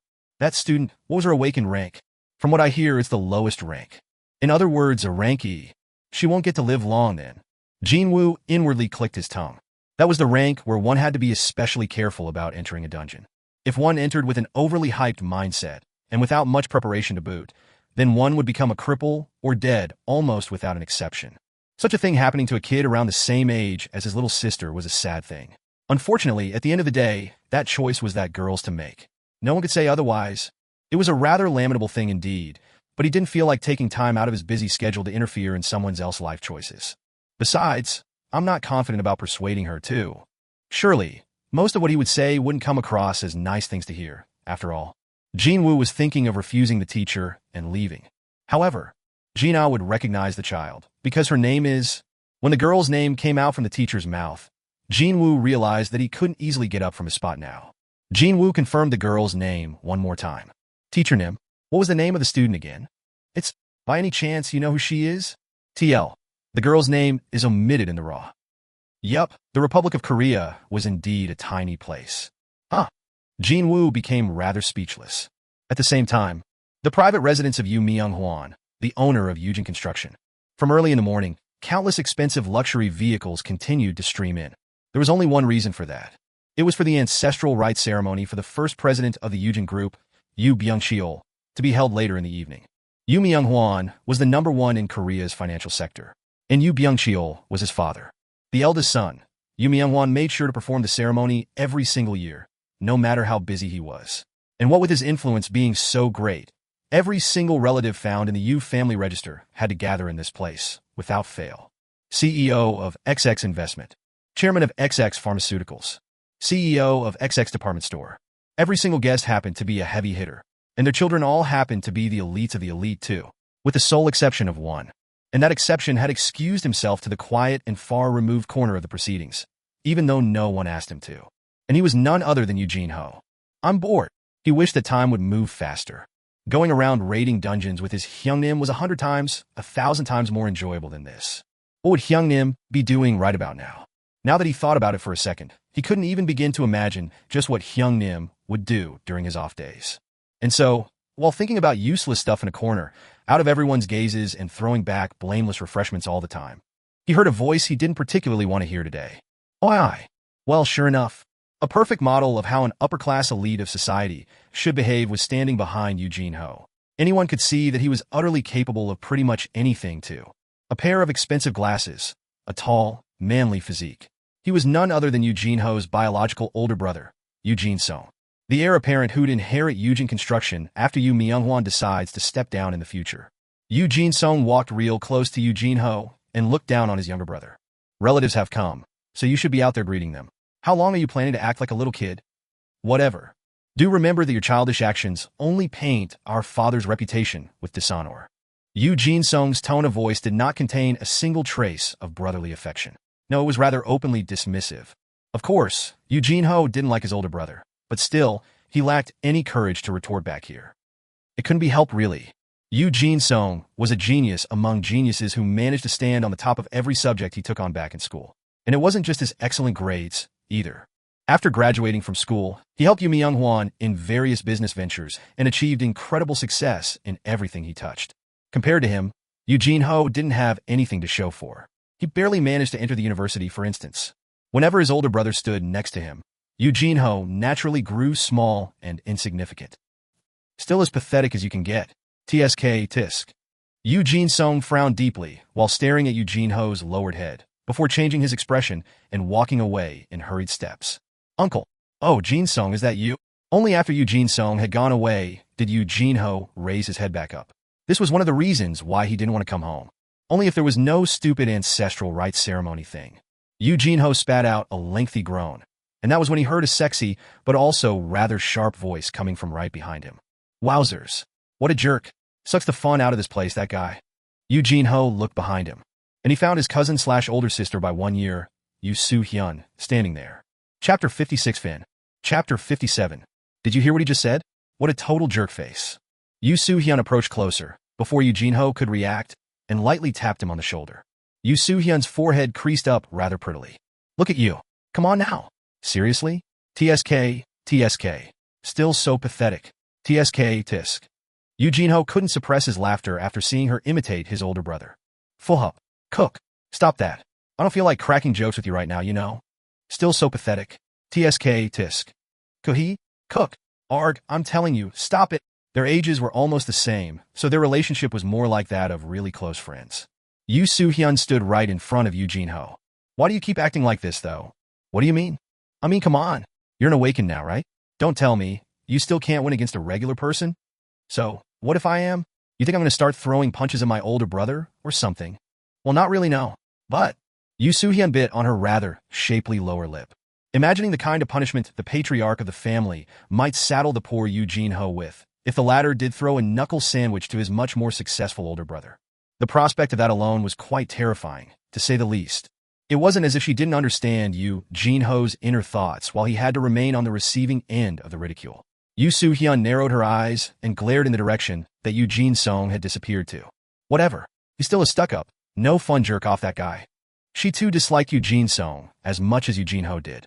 She just so happened to be one of the few people who knew what Yu Jin-sung's real personality was like, hidden beneath that fakey, smiley facade.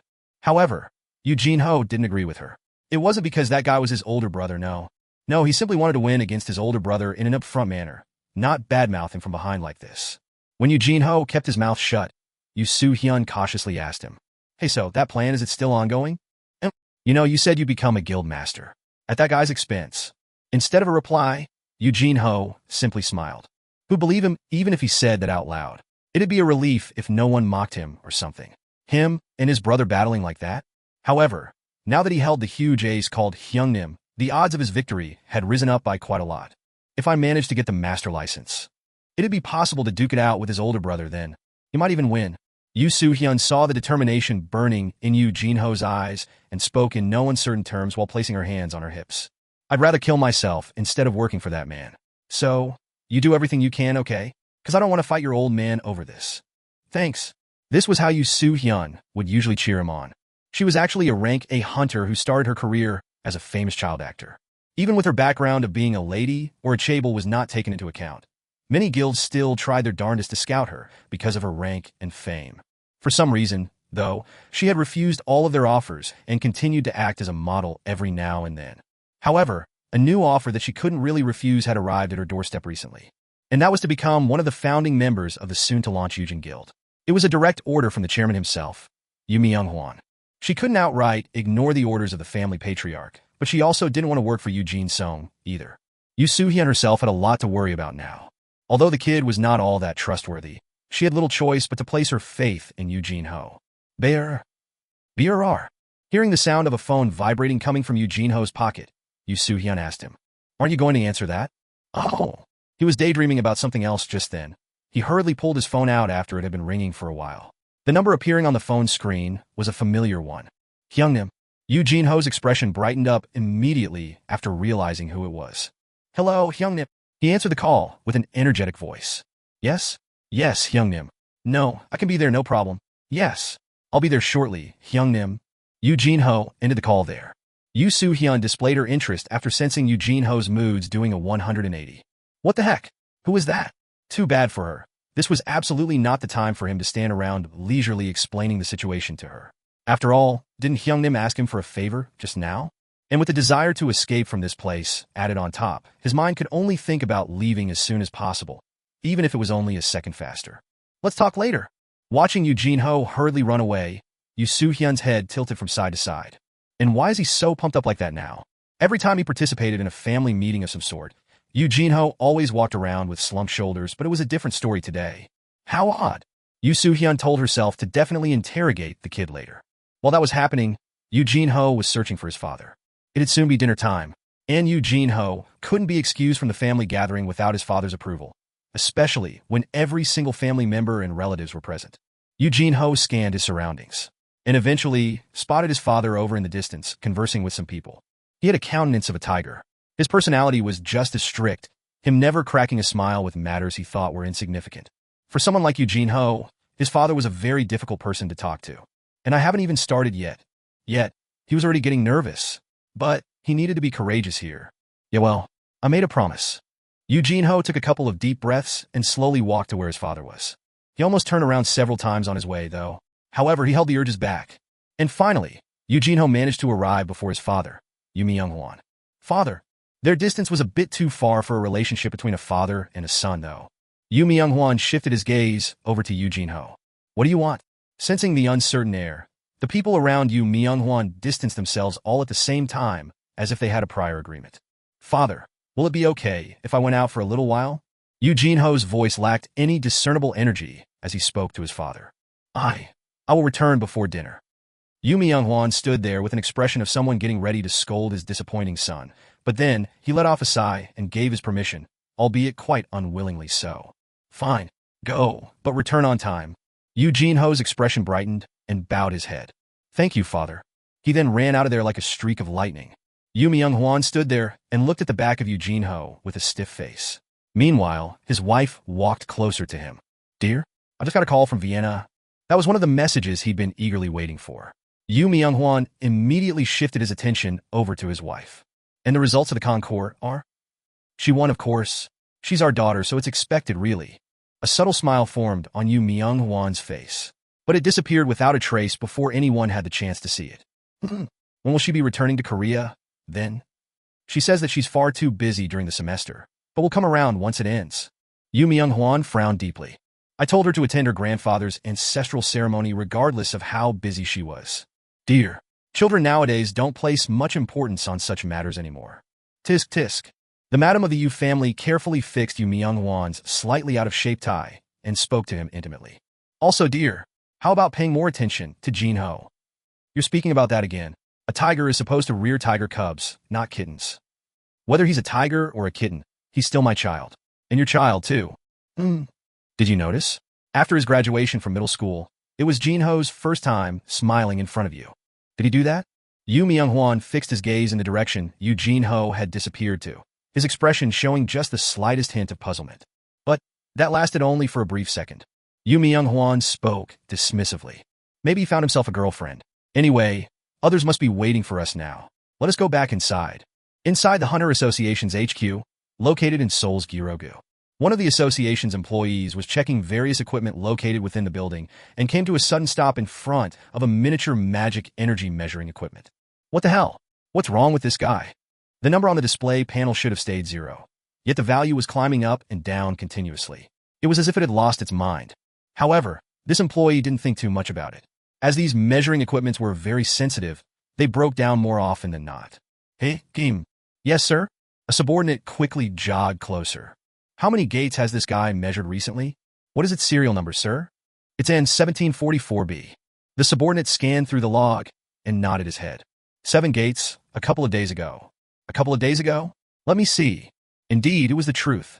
2 days ago, this equipment measured the ranks of 7 gates, and out of them, 4 had been closed by the hunters already. Were there any problems with the gates this guy measured? No, sir. I didn't hear anything. Oh, really?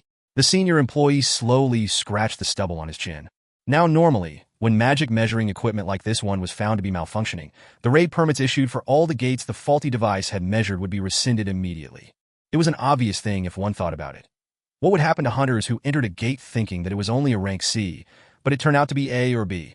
None of them would return alive and in one piece. High-ranked dungeons were such places. Just as the boundary between lower-ranked hunters and higher-ranked ones were crystal clear and impossible to bridge, the differences between the higher-ranked dungeons and lower-ranked ones were also quite humongous.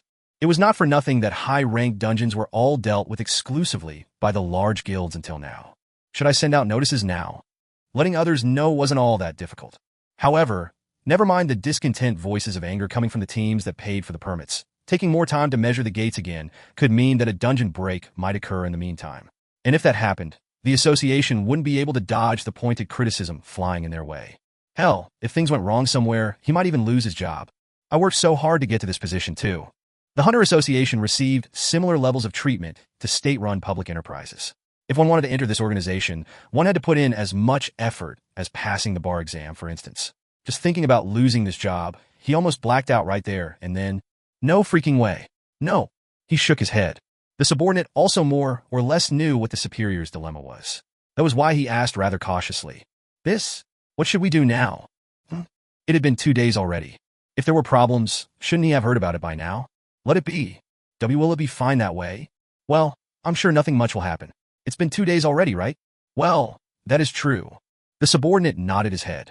On the report, write that in 1744B was working fine until yesterday, but developed a fault earlier today. Okay, sir. The private residence of the chief of the White Tiger Guild's 2nd Division on Songmin. He stopped cutting the spring onion and straightened his back, and his bones issued a loud complaint. Crackle. Ego. Today dinner. Dunjang stew. As befitting a bachelor going on 8 years strong, he had mastered the art of cooking a fair number of dishes already. It all happened 5 years ago. Back then, he filled himself up all the time with instant foods, until he realized that his health was rapidly deteriorating, and reflected on his stupidity. He made up his mind to learn cooking, and now, he was at the level of almost replicating a dish that appeared on the TV in passing. However, didn't they say that end of tuning is pure love? TL.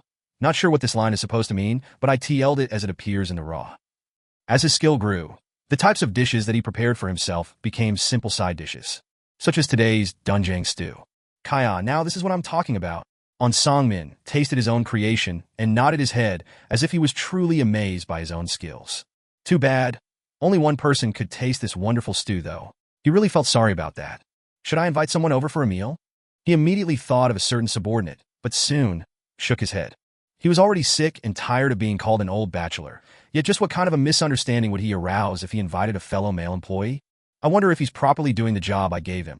That guy was quite attentive and smart most of the time, yet there was this part of him that was undeniably sloppy too. Why am I worried about work even though I'm at home relaxing? Time to eat his dinner, then. On Songmin placed the Dunjang stew on the coffee table by the living room while humming to himself. It was now a normal thing for him to watch TV in the living room while eating dinner alone. The dining table in the kitchen was far too big and lonesome for a bachelor to have a meal alone there. Click. He switched the TV on with the remote and settled down on the couch. A news broadcast came on. Today's breaking news. One of the main advantages of being a bachelor was that he'd never have to fight someone else for the TV remote. When he turned that boob tube on, it'd always be on the channel he preferred. On Songmin watched the large flat screen TV mounted on the wall with the corner of his eyes while he scooped up a spoonful of rice. The entirety of the United States of America is in deep shock after an unexplainable explosion took place in the American Hunters Association headquarters in Washington, D.C. A rumor is rising among some experts that the explosion was due to a new rising talent causing irreparable friction among S-ranked hunters. What is this world coming to, Really now? On Songmin clicked his tongue with a rueful expression, but still didn't forget to carefully choose the side dish that would signal the beginning of his dinner. Well, there weren't that many side dishes to choose from, anyway. Well, it just has to be kimchi, no? This is the CCTV footage recorded near the American Monitoring Division's building. Cracks suddenly formed on the walls of the building, and, not really caring what the news bulletin was saying, the steamy rice resting on top of his spoon now acted as a home for a cold piece of kimchi he took out from the separate kimchi refrigerator. And just as On Songmin was bringing the pear to his mouth, his phone suddenly issued a loud ring. Art, who the heck is it this time? On Songmin inwardly complained and picked up the smartphone, but he hurriedly answered the phone after discovering who was calling him. Hello, this is On Songmin speaking. The one calling him was, of course, Sung Jin-Woo. On Songmin's expression was bright as he answered the call. However, while listening to Jin Woo's story, On Songmin's expression progressively became puzzled. Pardon me? You were wondering if you could tag along during the training of our new recruits. Chapter 57 Fin. Chapter 58. It's done. Jin Wu ended the call. Initially, Chief Han Song-min was confused by the sudden request, but once he heard Jin Wu's reasons, he gave his okay rather easily. And now, Jin Wu would be able to check out White Tiger's method of training their new recruits. And I also managed to borrow the van too. Even though the kid was busy, Yu Jin-ho still showed up. Jin Wu couldn't help but think that the kid should be praised wholeheartedly. Yu Jin-ho came running even though he was tied up with something, and didn't even forget to greet him properly too. And so, the preparations were complete. Right now, Jin Wu was standing in front of the apartment building that the problematic female student lived in. It's really close to my own place, isn't it? It only took 2 minutes of walking to get here. It was a proverbial stone's throw away. He took a look around his vicinity, and he was still in the familiar district, too tiny and cramped, with lots of old apartment buildings standing close to one another. Meaning, this girl's family circumstances weren't that good. Just how his used to be not too long ago. He could understand where she was coming from, now that she was nominally a hunter. Well, Jin Wu was also like that once upon a time. Too bad those people die the quickest. Didn't he get injured every single time? Just how many times did he come close to getting killed? If it weren't for his mom suffering from the D*MN rare illness, he'd have quit this crap a long time ago. For a ranky hunter, a dungeon was a horrible place to be in. If left alone, this girl would definitely grow to regret ever being a hunter. No, it'd be more likely that she'd die long before she had the chance to regret making that decision. Of course, that happens all the time, unfortunately. The incidents of hunters dying or getting gravely injured happen dozens of times in a single day. After all, it was impossible to talk all these people out of going on a raid, nor was there any reason to do so. Well, they made their choices, so they had to bear the responsibilities of their decisions accordingly. However, if he didn't know the girl in question, he wouldn't have cared. But now that he knew who she was, he couldn't just ignore this one. Indeed, Jin Wu was rather familiar with this girl. He sensed the presence of a person and raised his head, and spotted the problem child walking towards him. Her hair rolled up into a bun above her head, slightly rough and tired eyes. She was definitely someone he knew. The female student discovered Jin Wu there, and tilted her head. What are you doing here, Ajusi? Just as Jin Wu did, the female student also recognized him right away. Yup, this world is indeed too dang small. Jin Wu scratched the side of his head. The female student who declared that she'd become a hunter. She was none other than the underage kid, the lone female in the raiding team Yu Jin-ho had assembled. The one that briefly caused Jin Wu to worry slightly, since she was still so young and all. Is it okay to bring a child here? I asked for professional advice, and apparently, there is no problem according to the law, Hyung-nim. Actually, the only reason why people don't hire underage hunters is that there would be hell to pay if something went sideways. Han Song-yi. When he heard that name from Jin-ah's homeroom teacher, a flood of emotions briefly inundated him. So, he just had to confirm it for himself. And sure enough, the date Han Song-yi began missing school coincided with the day Yu Jin-ho's team began its raiding missions. With that, it kind of became a bit harder to think of this matter as someone else's mess. In a way, he felt responsible for it. As a matter of fact, he couldn't help but wonder if he was the cause of this mess. To begin with, after letting a kid who didn't know how the world really operated taste some easy cash, and give her false impressions that she was capable of doing anything now. At least one thing's for sure. No matter when it might be, he'd feel really bad if he heard of Han Song-yi perishing inside a dungeon. He had done nothing wrong, so he shouldn't suffer through a couple of nights' sleep, lost through guilty consciousness, no? And so, he decided to make time for this evening and sort this mess out. It wasn't that difficult to begin with anyway. What's going on? Han Song-yi's eyes opened wider as she stared up at Jin Wu. And then, her expression became rather unimpressed. Wait, could it be that the hunter my teacher wanted to introduce me to was you, Ajusi? Her continuously calling him Ajusi got on his nerves a bit, but Jin Wu maintained his smile and nodded his head. But then, I don't know what my teacher told you, but I'm not interested in going back to school anymore. And I'm definitely not going to give up being a hunter. Han Song-yi curtly stated her position. She seemed to be a quiet kid when she was with the raid team, but her attitude definitely changed when the story involved her. She was definitely one of those headstrong modern kids who thought they knew how to draw the line on where their opinions and viewpoints lied. Well, the thing is, there's a girl back in my house who's exactly like you, you know? Jin Wu grinned slightly. Han Song-yi thought that she had managed to come across tough and intimidating, but seeing that Jin Wu's response was completely out of her expectations, she began to get flustered somewhat. Jin Wu spoke to her in an even tone of voice. I wasn't planning to tell you to quit being a hunter. Han Song-yi's eyes widened further. I'm sorry. Kids like her would always act completely opposite to what you tell them to do. So, he wasn't even planning to talk her out of it. No, all he had was to show her what the reality was like just once. That's what happened to me, anyway. He realized the truth after participating in his first raid. And that reality was far crueler and heartless than his imagination had been. Han Sang-yi did her very best to hide her fluster and asked him, "What brings you here?" Jin Wu took a step closer. Han Sang-yi flinched noticeably and was about to retreat a step back, but upon realizing that such an action would make her look weak, she forcibly stopped her body from moving. Jin Wu now stood before Han Sang-yi. Although he didn't mean to, and no one would understand the meaning behind it, an ominous smile still found its way to Jin Wu's lips. "I'm here to mold you into a better hunter." There was no need to persuade her to accompany him to a dungeon. She said, "Okay, I'm coming," as soon as he told her that she now had an indelible opportunity to witness how the White Tiger Guild conducted its new recruit training exercise. She didn't even suspect that Jin Wu had any ulterior motives. As they walked to the van, Han Sang-yi asked him how he knew her teacher, and he simply showed her the photo of him and Gina stored on the phone. "Juicy, you were Gina's appa?" For a while now, a certain word was really getting on his nerves, but since everything was going according to his plan, he endured it and let it slide. "Get in." "Thanks." Jin Wu drove Han Sang-yi to the location where the White Tiger Guild was holding its evening training. Since he was told that the training exercise would only commence at 9 p.m., there was still plenty of time left. Vroom! The van that was clearly too big for only two people glided across the road. Was this because both his agility and perception had been enhanced a great deal? He had never driven a car after getting his driver's license some time ago, yet the actual driving proved to be rather easy. When he concentrated a bit harder, all the other cars on the road looked as slow as worms to him. Yup, stats really come in handy in all sorts of things, don't they? Meanwhile, Han Sang-yi asked him from the passenger seat, "Does Gina really study the whole day, even back home?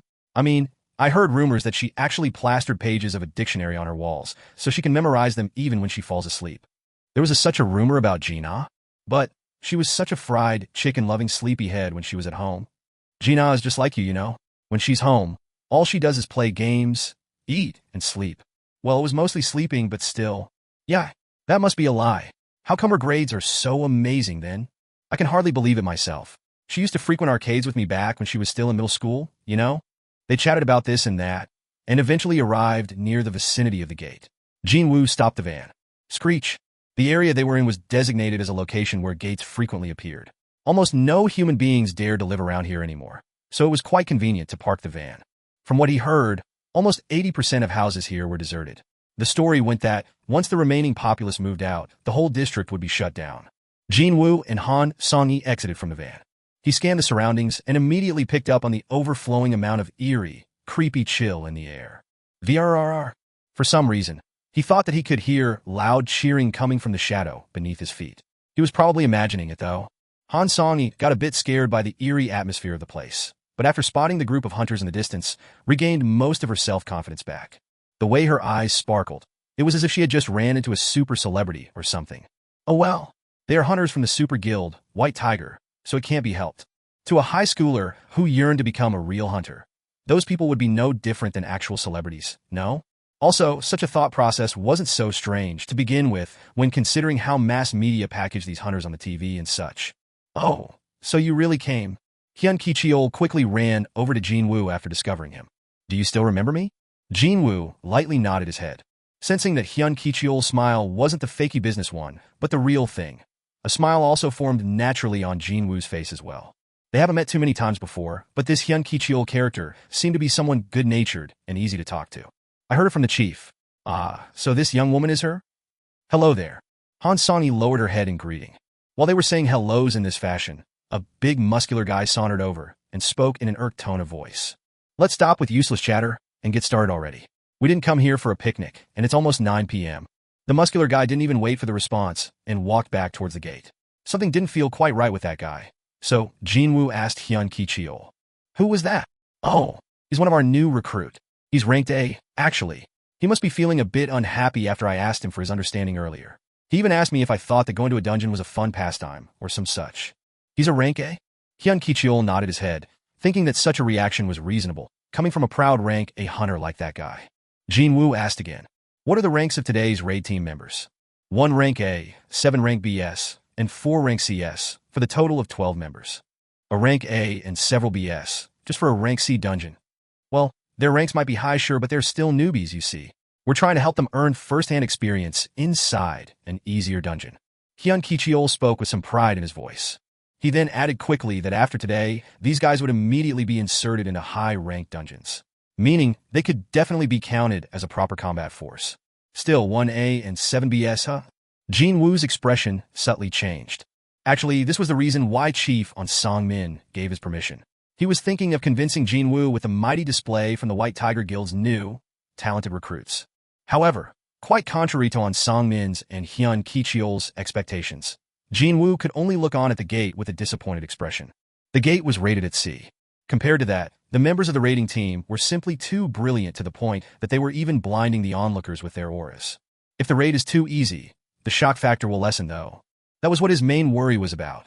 But he slowly shook his head. No, wait. If she sees it with her own eyes, she should still be able to feel it. Feel how weak and powerless a rank he would become inside a dungeon. That alone would be sufficient. When can we enter? Still utterly oblivious to Jin Woo's real intentions, Han Song-yi began whining already. When Jin Wu took a look at her, her expression showed how pumped up she was. Let's see how long you can keep that up. Jin Wu inwardly swallowed his laughter and spoke to Hyun Ki-cheol. We'll be on our way now. Ah yes. Wait. Hold up for a second, please. Hyun Ki-cheol sneaked a glance around him, and then whispered something to Jin Woo's ears. Excuse me, Sung Jin-Woo him. If you decide to step in, today's raid will become too easy, so please refrain from doing anything in there. Please. Since Jin Woo's purpose today was to simply observe, obviously he wouldn't enter the fray. I won't step in. He'd be going around other rank C dungeons with Eugene Ho from tomorrow onwards. So what point was there for him to disrupt the White Tiger's training exercise? Of course, he'd use his shadow soldiers to conquer those dungeons. For that reason alone, he had to bring Han Song-yi over here. Besides, I don't feel like revealing my shadow soldiers with a matter this simple, either. If he showed how easy it was to clear a dungeon with the shadows busy beating monsters to bloody messes, there was a real danger that Han Song-yi's delusions of grandeur might get inflated instead. And so, Jin Wu and Han Song-yi approached the gate. Unlike that rank A hunter, there were some people who welcomed the duo rather happily. Hello. Nice to meet you. Since they weren't here to make money, the higher the head count, the better it would be for everyone. As it was customary, they introduced each other. But when it was the turn of the rank A hunter, I don't care. He simply walked inside the gate. Well, let us get going as well. The new recruits of the White Tiger also began entering the gate one by one. Before Han Song-yi entered, she turned her head to look at Jin Wu. What about you, Ajusi? Jin Wu crossed his arms and replied to her. After I see you enter first. Han Song-yi's face was stiff with nervousness, but she still resolutely nodded her head and jumped into the gate. Jin Wu took a quick breath and stood before the gate. He sensed someone looking at him, so turned around to confirm, only to spot Hyun Ki-cheol over yonder, waving at him and cheering him on. He reverted his gaze back to the gate. However, the surface of the gate continued to ripple softly nonstop. But shouldn't the surface return to being a solid black barrier once a person goes through it? Right now, it was continuously rippling about like the surface of water. Something was off here. Jin Wu placed the tip of his hand against the surface, and it reacted like a sticky liquid, clinging to his fingers and following him as he lifted his hand away. Could this be? Jin Wu quickly spun his head around and met Hyun Ki-cheol's gaze. At this point, even Hyun Ki-cheol had sensed something was very wrong. Jin Wu loudly shouted at him. Call your main raid team. Hurry. As soon as he finished shouting, Jin Wu was automatically sucked into the gate. Double what the hell was that? Vice Chief Hyun Ki-cheol hurriedly ran towards the gate. The three remaining employees of White Tiger Guild also hurriedly followed after him. Once he got to the gate, though, Hyun Ki-cheol began freaking out. This can't be. Hunters weren't the only newbies today. The new employees were also brought along in order to train them as well. So, none of the newbies had experienced anything remotely like this. The trio of new employees looked at Hyun Ki-cheol with completely stunned expressions. Vice Chief, the gate's surface. It's changing to a red color, as if a drop of blood had fallen in it. The surface of the once black gate was now slowly changing to the crimson red color. Hyun Ki-cheol ignored the confused employees and hurriedly called someone. Click. Chief, it's the red gate. The gate our people just walked in a change to a red gate. What? On Songmin's voice became urgent, shocked. What are you talking about? How can a rank C change to a F** King red gate? Hyun Ki-cheol raised his head and stared at the gate, now dyed completely in the color of blood. The ripples on the surface had stopped now, too. Hyun Ki-cheol nervously swallowed his dried saliva. I don't know how, but it's definitely a red gate, Chief. What? Chapter 58 Fin. Chapter 59. A red gate. Just what on earth is going on here? The CEO of the White Tiger Guild, Baek Yun-ho ran straight to the gate's location as soon as he received the urgent call. The complexion of Hyun Ki-cheol could only be described as ashen. Well, sir, I'm going to see for myself first. Baek Yun-ho walked past the guild employees who looked like they were in the middle of a funeral. It really is a red gate. Baek Yun-ho's own complexion hardened instantly after checking out the gate's color. What was a red gate? It was a terrifying phenomenon where the dungeon beyond it would actually connect to a whole new world, not some underground cavern. And in order to escape from it, either you had to kill the boss of the area or wait for the dungeon break to occur. In other words, once you stepped inside, it'd be the end. Once the gate changed its color to red, all external influences would be completely cut off. Escaping from it and trying to enter it, both of these activities were now impossible. Baek Yun-ho pressed his hand against the gate's surface, as he thought it was impossible to enter. God *M in it. From here onwards, there was no way to lend aid to those trapped inside. Baek Hyun. I thought this was supposed to be a rank C gate? Sir, it was a rank C. Did you call the association to confirm it? Yes, sir. However, the association is insisting that it's still a rank C gate. Those God *MN sons of B cheese. Baek Yun-ho angrily cussed out. A red gate would only occur when the dungeon itself was ranked very high. To begin with, there was a whole new world on the other side of the gate. Yet the leaking magical energy only equaled that of a rank C dungeon? That crap wouldn't fly anywhere. Even from a casual glance, he could tell this thing should have been ranked B at the bare minimum. If unlucky, rank A. Or worse, something even higher than that. However, the only reason why the association still had the audacity to insist they were not wrong? Sir, should we use our own equipment to measure the magic energy? When Hyun Ki-cheol asked him, Baek Yun-ho shook his head. No magic energy leaks out from a red gate, so it's impossible to measure it now. Because it would be almost impossible to take another measurement. That was why. There was no concrete way to find out what the problematic gate's actual rank was at this point in time. And besides, the rank of this *MN gate wasn't important anymore. How many of our people went in there? Total of 12, sir. How many are high-ranked hunters? As the leader, rank A Kim Cheol hunted him, and there are also 7 rank B hunters as well. 1 rank A and 7 rank BS. The new recruits. Will they be all right?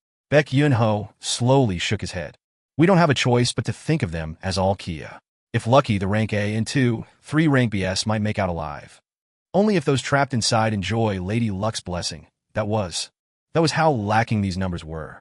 With the current composition of the raid team, they should only be enough to barely conquer the weakest of rank B dungeons. Anything tougher than that, and you'd be asking for way too much. Without some kind of a miracle, the odds of their new recruits returning alive was as good as none. Baek Yun-ho's complexion darkened even further. Hyun Ki-cheol studied the mood of his boss and cautiously opened his mouth. Sir, actually there was someone else who also entered the gate along with our recruits. Baek Yun-ho shifted his gaze to his subordinate, his expression changing slightly. Could it be that a high-ranking hunter was in the vicinity and entered along with the team after getting curious about the training process? What else could qualify as a miracle? This would certainly be it. Baek Yun-ho's voice rose up. Who was that person? He's the hunter I've been trying to scout for the last few days, sir. The reply came from behind. Instead, when Baek Yun-ho and Hyun Ki-cheol looked over to confirm who it was, they spotted on Song-min, soaked in his own sweat and breathing roughly. Apologies for being late, sir. The traffic was unexpectedly heavy. On Song-min's home was furthest from everyone here, so he ended up arriving last. On Song-min shifted his gaze over to the gate. The red gate reminded him of the entrance to an impregnable fortress. Just looking at it made it harder to breathe. However, if it's Hunter Sung Jin-Woo, then a man who overcame several incidents already unscathed could potentially create a new miracle all by himself. That's what he thought. Baek Yun-ho hurriedly approached on Song-min. Are you saying that the hunter you've been keeping an eye on is in there too? Is that it? Yes, sir. Baek Yun-ho suddenly recalled something. Now that I think about it, Chief-on had been rather busy lately. And as it so happened, there was a hunter he had been trying to scout to the guild. Chief-on's instincts were almost always never wrong. What if? A spark of hope was lit in Baek Yun-ho's heart. What is his rank? Is it A? Or maybe a B? If this hunter was ranked S, then Baek Yun-ho would have known the identity of this mystery hunter. There were less than 10 rank S hunters in the whole of South Korea, after all. However, On Song-min was shaking his head. Oh my god! Baek Yun-ho's hardened face finally brightened up considerably. Are you saying that a rank S hunter also went in there? On Song-min calmly replied. No, sir. He's a rank E. Almost right away, Baek Yun-ho's expression crumpled to a man who accidentally chewed on bugs. Jin Wu couldn't help but get flustered here. Could this be the gate that supposedly takes you to another world? It'd be his first time experiencing one, but he had read all about it online from the testimonies of those who managed to survive it. And they all said the same thing, that it felt like they were being sucked in. Jin Wu had to agree with that assessment too. As soon as the gate sucked him in, a deep darkness swallowed him, and a little while later, he felt like he was being slid across something slick and smooth. Heek! When he opened his eyes, he was standing in the middle of a wintry forest, completely covered in white snow. What is this place? This doesn't look like the interior of a dungeon, does it? Hey look, the gates disappeared too. Other hunters were looking around in confusion, unable to hide their panic as well. While they were getting more and more flustered, Jin Wu calmed himself down, narrowed his eyes, and scanned the surrounding area. I don't sense anything suspicious. Thanks to the system repeatedly sending him to weird places, Jin Wu had gotten used to being in an unexpected foreign environment, which also meant that he could gain his calmness quickly. The first thing that entered his view was a huge tree. Not just one, but countless coniferous trees, the kind never seen before on Korean soil, were shooting up straight to the sky with nary a visible gap in between them. As he scanned his surroundings, his eyes ran into someone else's. And it was the rank A hunter Kim Cheol, who was also cautiously scanning the vicinity like him. The two of them glared at each other for a little while, before looking away.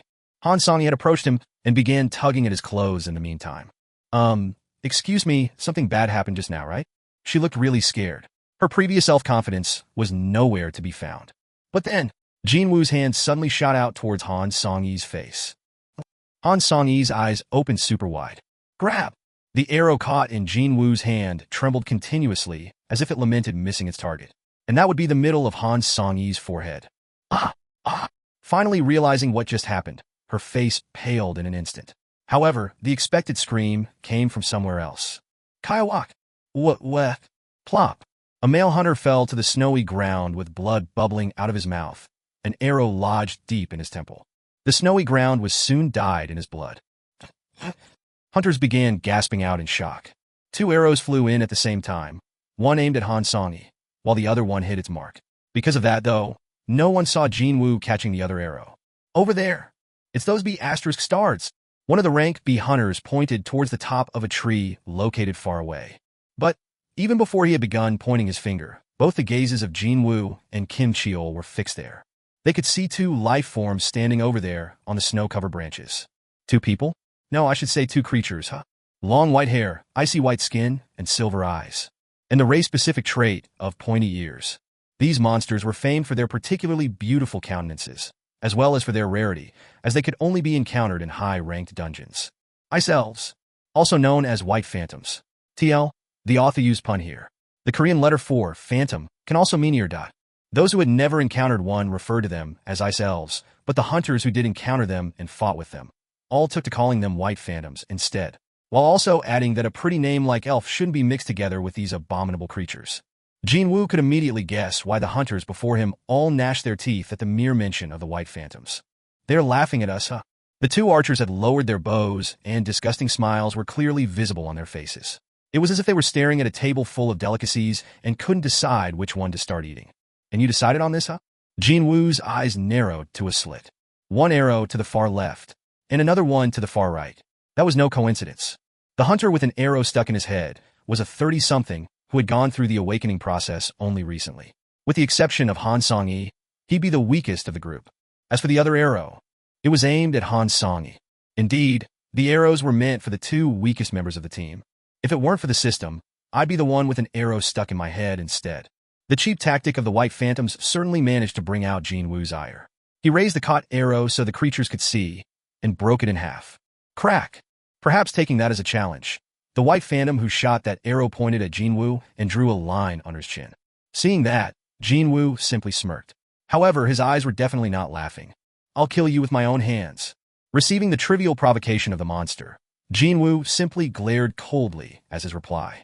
Soon, the pair of white phantoms disappeared below the tree. Looks like this is their way of welcoming us. Finally, Kim Cheol opened his mouth. The lone rank A of the group opened his mouth, prompting everyone to focus their gazes on him, as if they had made an agreement prior to coming here. Actually, he was the leader of this raid team, so that might have been it though. I'm sure some of you have realized it by now. This is inside the Red Gate. Kim Cheol spoke as if it was the most obvious thing in the whole world. Of course, no one complained about that. Which means, no one will be able to enter here after us. until either we all die, or there is a dungeon break. The group all gasped out softly. MMM. The fact that they could no longer hope for a rescue came across as a big mental shock. Meanwhile, Kim Cheol continued on. If we remain here, we'll all die from this freezing cold, or from those **stards ambushing us. However, I'm going to clear this place and get out of here by myself if necessary. Are there any of you who wish to join me? Kim Cheol's powerful, confident stare and his broad shoulders imparted a certain sense of trust. Hunters glanced at each other for a bit, before unanimously voicing their desire to travel together with him. Let us move together. I'd like to join you. Let's go back together alive. I want to help too. However, Kim Cheol shoved away the chest of the male hunter who said he wanted to help. Even though he controlled his physical strength, at the end of the day, he was still a rank A.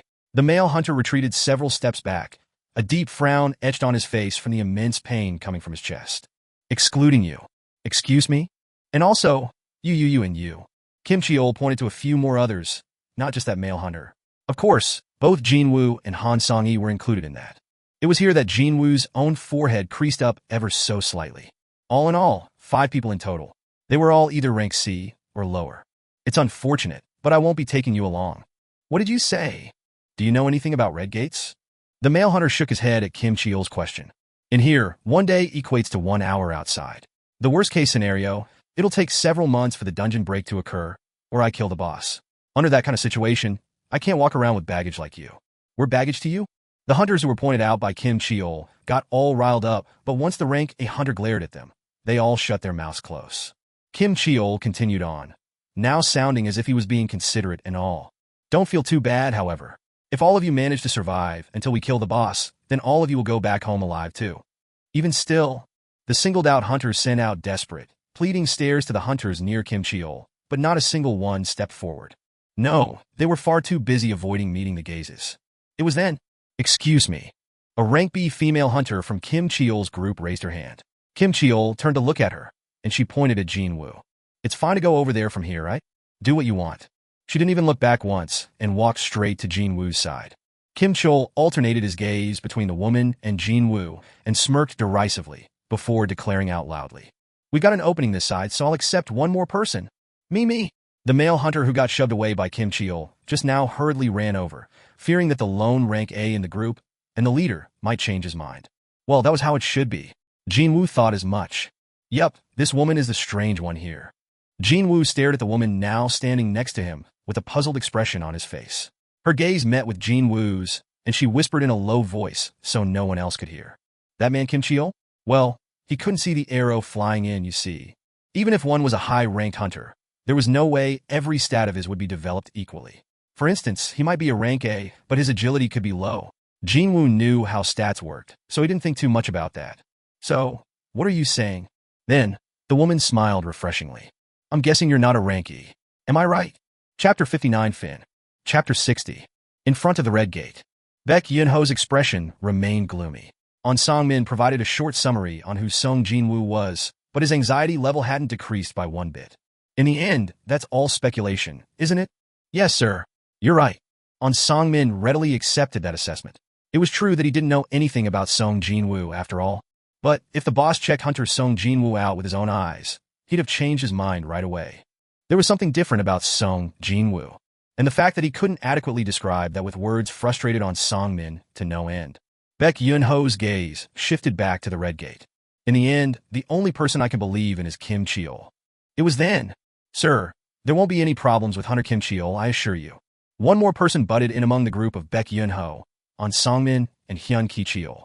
The gazes of 3 men automatically shifted in that direction simultaneously. It was Ju Sung-chan, chief of the 1st Division of the White Tiger Guild. He scanned the 3 people in front and spoke in a proud voice. I've been training hunter Kim Cheol quite strictly, so he could be ready for all contingencies. Originally, the initial training of new recruits was left to the 2nd Division, but the 1st Division would be in charge of the awakened ranked A or higher. Those promising individuals who were scheduled to enter the ranks of the main combat force soon got to enjoy a different starting point from everyone else.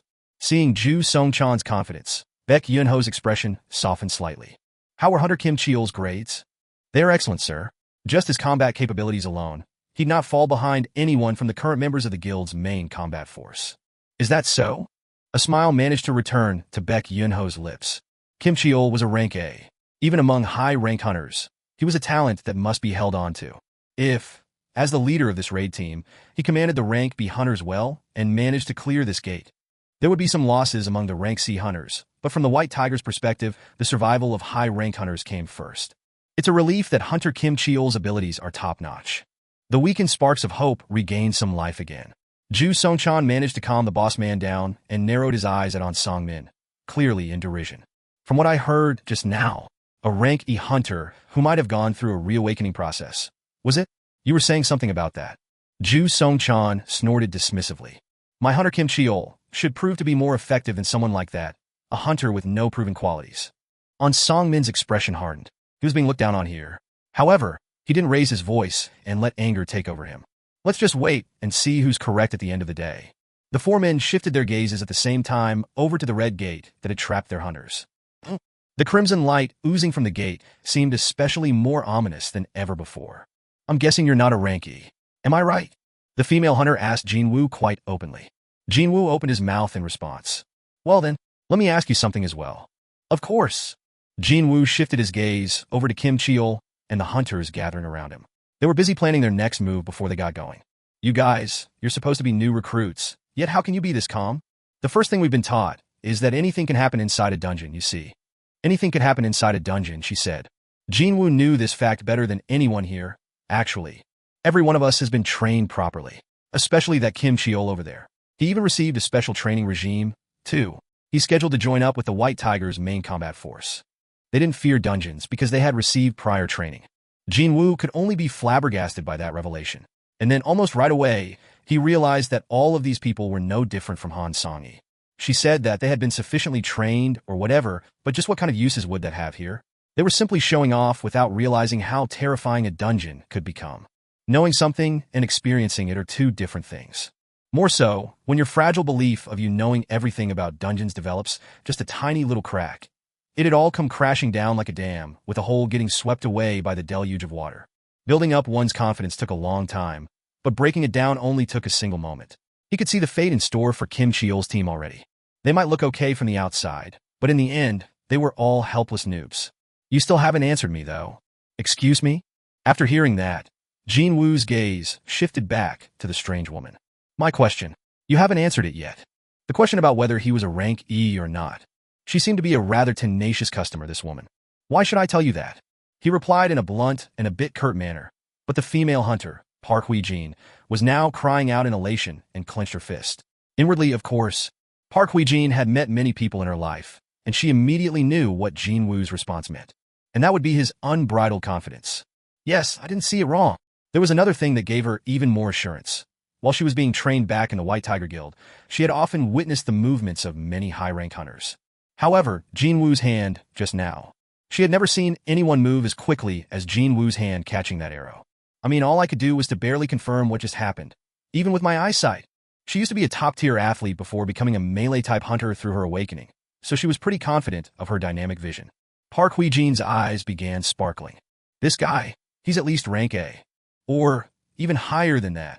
In order to ascertain a more definite answer, Park Hui-jin asked him again. Don't be like that now. Can't you tell me, please? Don't feel like it. That was the end of their conversation. Jin Wu turned his head away. He definitely didn't feel like being in the receiving end of endless stream of questions, and also, Kim Cheol was walking closer to them as well. Jin Wu's eyes and Kim Cheol's met. We will. Kim Cheol's voice was harsh low. Didn't matter what he was trying to convey here. He sounded threatening and menacing. Be using the road. He didn't saunter over here just to declare which path they would be using, though. No. Kim Cheol's eyes were asking what Jin Wu's group would do, along with the hidden threat of don't you dare follow us. Jin Wu scanned his surroundings once more, before reverting his gaze back to Kim Cheol. And we will be going through the forest. I'll wish you luck. Well, you guys will be the ones needing that luck later on, though. Jin Wu didn't mouth his inner thoughts, however. Sure thing. You too. With that, Jin Wu's group headed towards the forest. After ensuring that the group had completely disappeared into the forest, Kim Cheol began guffawing out uncontrollably. What a bunch of idiots. Excuse me? Look over there. Kim Cheol uncrossed his arms and pointed towards some trees. Not just one or two, either. Everywhere he pointed at, trees bore the scars that suspiciously looked like claw marks of potentially gigantic creatures. Isn't that? It's a bear.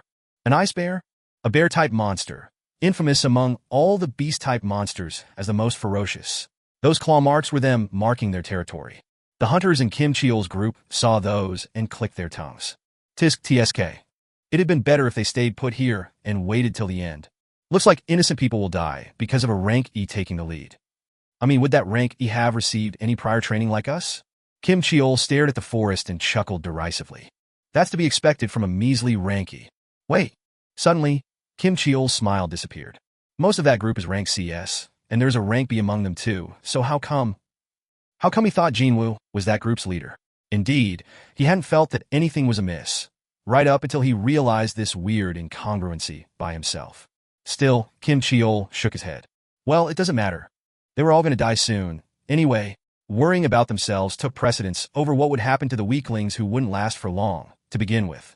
There was nothing he could do about the dead, but well, shouldn't the ones that were supposed to live on? Kim Cheol turned towards the road and spoke up. Let's depart. Jin Wu took the lead and walked up ahead. But before long, Park Hui-jin stood in front of him. What is it? Have you lost your mind? Jin Wu crossed his arms and displayed how unhappy he was to hear that.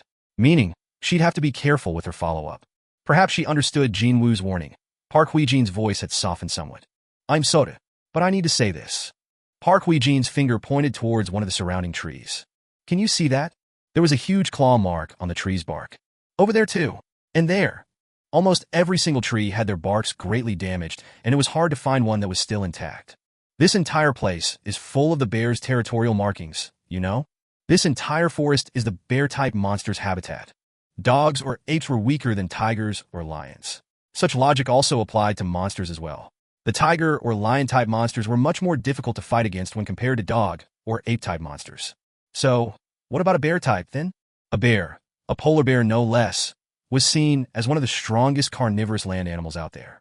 And right now, Jin Wu's group had entered a forest where monsters based on such animals were residing. Of course, Park Hui-jin would get angry. We need to go back right now, before the monsters show up. Tisk tisk. Jin Wu clicked his tongue. What's this? Park Hui-jin thought that Jin Wu would show one of the three responses: get angry, get stunned, or accept what she told him. Unfortunately for her, her expectation was wide off the mark. She was the one advising him against the irrational and hasty decision here, yet it was Jin Wu looking at her as if she was the idiot. Why is he looking at me like that? Park Hui-jin's face reddened up from anger. What is it? Her voice rose up again. Jin Wu spat out a long sigh and opened his mouth. It's difficult to find a tree without the territorial markings, which means that there are more than 1 or 2 ice bears here, yes? That is why we must go BA. That is precisely why we're moving through the forest. Park Hui-jin's eyes went round in confusion. She still doesn't get it even with that massive hint? Jin Wu had little choice but to tell it straight to her. When we're moving through the forest, we only have to worry about ice bears. Only then did Park Hui-jin understood Jin Wu's intention. The meaning behind lots of ice bears was simple, that there were no other monsters strong enough to hunt ice bears in this forest. To be more precise, the group didn't have to worry about fighting monsters stronger than ice bears here. Why haven't I thought about that? Park Hui-jin became ashamed about shouting at Jin Wu just now. Her head dropped low, even the skin of her neck reddening up from embarrassment. Jin Wu continued to click his tongue. The whole reason why a dungeon was a scary place was that no one knew what might pop out when you were inside.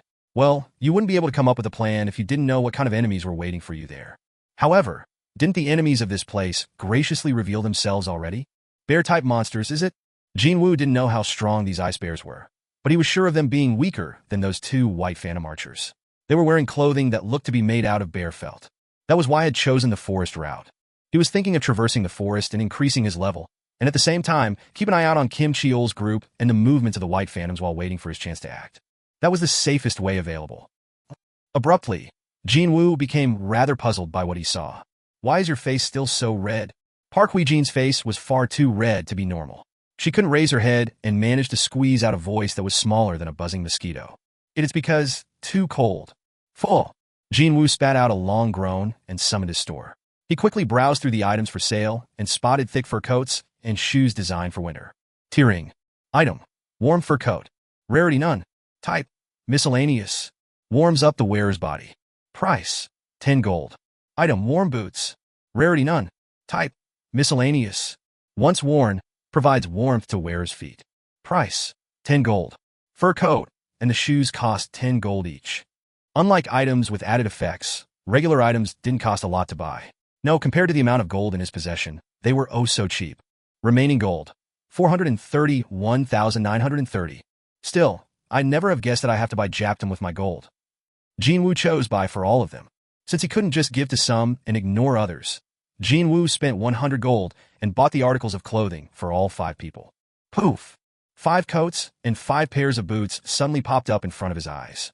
And of course, the eyes of all 4 people, excluding Jin Wu, all grew super wide. Heek! What the heck? Was that separate space magic? Park Hui-jin was taken aback, too, and she hurriedly raised her head to look at Jin Wu. Not caring whether they were shocked or not, Jin Wu spoke to them disinterestedly. Put them on. He finished speaking and reached down to grab the closest fur coat, but then, Han Song-yi suddenly grasped his sleeve. When their gazes met, Han Song-yi asked him while looking rather scared and confused. Hey, Juicy, just what's going on with you? You managed to catch that arrow, and now you use some strange magic to take these clothes out too. Frowns formed on the forehead of Jin Wu. It didn't take a genius to figure out that, at this rate, he'd be swarmed by the endless streams of questions and get irritated to no end. Right, let's use this chance to clearly draw the line. Jin Wu raised his voice and spoke in a firm voice. Han Song, I brought you here with me, so I will take full responsibility and protect you. However, Jin Wu's voice became colder next. Don't ask me about anything. Jin Wu then swept his gaze against Park Hui-jin as well as other hunters tagging along. The same goes for the rest of you. Do not ask me anything, and do not demand anything from me. He didn't stop there, though. If you don't like it, then you can just leave now. I won't stop you. The 2 male hunters originally didn't choose to follow Jin Wu, but only tagged along because of the rank B Park Hui-jin. They alternated their gazes between the fur coats and Jin Wu, before hurriedly shaking their heads. Chapter 60 Fin. Chapter 61. There was one more thing, one more reason why Jin Wu chose the forest route. Status window. Name, Sung Jin-Woo. Level, 51. Class, Shadow Sovereign. Title, The One Who Overcame the Adversity, Extra 1. Jin Wu silently summoned his status window and swapped his current title from The One Who Overcame the Adversity to that of the Slaughterer of Wolves. Title, Slaughterer of Wolves, Extra 1. A title given to a hunter skilled in hunting wolves. When facing animal-type monsters, all of your stats will increase by 40%. A chance to abuse this plainly cheating buff had fallen on his laps, so why should he go anywhere else now? Tearing. An animal-type monster has appeared. The effect of the current title will activate. A smile crept up on Jin Wu's face after he confirmed his stat value shooting up. Nice. It was then. The hunters all began screaming out, loudly. It's the bear. It's the ice bear.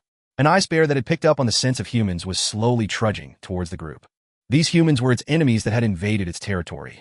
Obviously, it did not look too kindly towards the intruders. Growl. The ice bear bared its fangs, transparent like ice, and slowly raised its massive frame on its hind legs. Its huge and hulking figure completely filled up the hunter's vision. Ah! The creature did resemble a polar bear, but it was almost twice the size, and the magic crystal, the symbol of all monsters, could be seen in the middle of its chest area, as if it was some kind of a proud emblem. Roar! It roared out furiously, the ground seemingly quaking under its might. All the hunters, excluding Jin Wu, all froze stiff on the spot after hearing the ice bear's roar. Park Hui-jin's expression crumpled unsightly. Oh, so we only need to be mindful of ice bears, was it? How could anyone say that sort of nonsense after seeing that monster? She almost fell for Sung Jin-Woo's pretty convincing argument. But, upon seeing an ice bear, she was certain of one thing. We definitely shouldn't have chosen the forest route. Sensing the approaching danger to the group, Park Hui-jin stepped out in front of the group and shouted out. I'll draw its attention towards me, so everyone must. Kaya.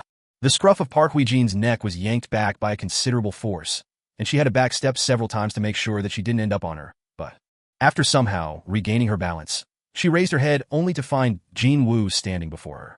Hey, what was that all about? Jin Wu pointed at Park Hui-jin. I'm telling you this right now. I'll be killing all the monsters from now on. Obviously, he couldn't let anyone steal his experience points. Now could he? For Jin Wu, these bears were perfect health tonics to buff him up for his inevitable showdown with the true enemies of this place, the White Phantoms. Huh. Park Hui-jin couldn't hide her astonishment. Did he just yank me back because he wants to monopolize the monster? The other 2 male hunters, who so happened to be mage types, also stopped casting their spells in sheer dumbfoundedness. No matter how strong you think you are, that thing is a monster of a high-ranked dungeon. Completely ignoring Park Hui-jin's furious voice coming from behind him, Jin Wu walked right towards the ice bear. Well, it's not going to be okay to use daggers for this one. The blood splatter would make a mess of things, wouldn't it? Jin Wu had already summoned his 2 daggers almost out of reflex, but stored them back in his inventory. Instead, he clenched his fist tightly. Well, I promised to just observe, but this is an emergency, so I'm sure they'll understand. Right? Jin Wu's glare collided mid-air with the ice bear's. Roar! The ice bear swung its telephone pole-thick front arm towards Jin Wu like a streak of lightning. Swish dash! However, the attack only swiped at the empty air. Why is it so fast compared to its size? Jin Wu was already above the ice bear's head. It was here that he kind of understood the reason for this monster's infamy. Even then, he also sensed that all his level-ups until now weren't in vain. Before the ice bear could lift its head up, Jin Wu punched with all his might right in the middle of the monster's forehead. Kaboom! The head of the ice bear slammed down on the snowy ground with an explosive force. Its skull was completely obliterated. With its limp tongue hanging outside the slack maw, the ice bear stopped moving completely. Level up? Hell yeah! He was thinking that his level up was just around the corner, and now he was glad to have stopped Park Hui-jin from taking any action. You, just what are you? Jin Wu heard that trembling voice and looked behind him, only to spot 4 speechless faces staring back at him. Jin Wu sheepishly scratched the side of his head. I warned them earlier because I didn't want to run into this sort of situation. It seemed that a person would become rather forgetful whenever he or she witnessed something utterly beyond their capacity to understand. Left with little choice, Jin Wu had to state his position once more. I told you, I'll not tolerate anyone asking me questions. If you're unhappy with my methods, then... Jin Wu pointed his finger in the direction of Kim Cheol's team. You can always go that way. Only then did Park Hui-jin regain her senses, and her facial expression changed. You think I'll leave your side after seeing how you one-punched that ice bear? Honestly, Park Hui-jin was now overflowing with joy. She only chose to follow this youth because her gut feeling said he'd be a better option than Kim Cheol, but holy cow, she quickly discovered that she had quite literally stumbled onto an unexpected jackpot here. She was blessed with a quick head, so it was easy to come to a conclusion. If she really wanted to get out of this place alive, then she had to follow Sung Jin-Woo. She feared that Sung Jin-Woo might suggest they go their separate ways. So she hurriedly made a suggestion first, her heart beating anxiously. Mr. Jin Wu, please take over the leader's position. We'll definitely follow every one of your commands from now on. Well, I did say I wouldn't humor their demands at all, but... Jin Wu pondered for a bit, before nodding his head. Thinking about the near future, it seemed that this arrangement would prove to be convenient for him. Park Hui-jin looked behind her. The student named Han Song-yi was someone Sung Jin-Woo brought along, so there was no need to ask her. So, that left the 2 male hunters. I'm sure you 2 also agree with my suggestion, yes? The 2 hunters, now being on the receiving end of the unexpected stare, alternated their gazes between the corpse of the ice bear and Jin Wu, before hurriedly nodding their heads. HR.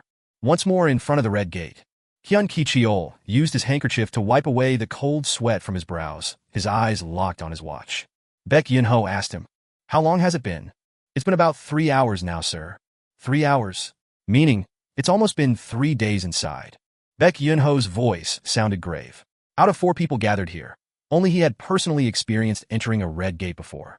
One of the S-rank hunters representing South Korea, Baek Yun-ho. Even to someone like him, a red gate was a challenging place to survive. With a complicated expression, Baek Yun-ho recalled his experiences.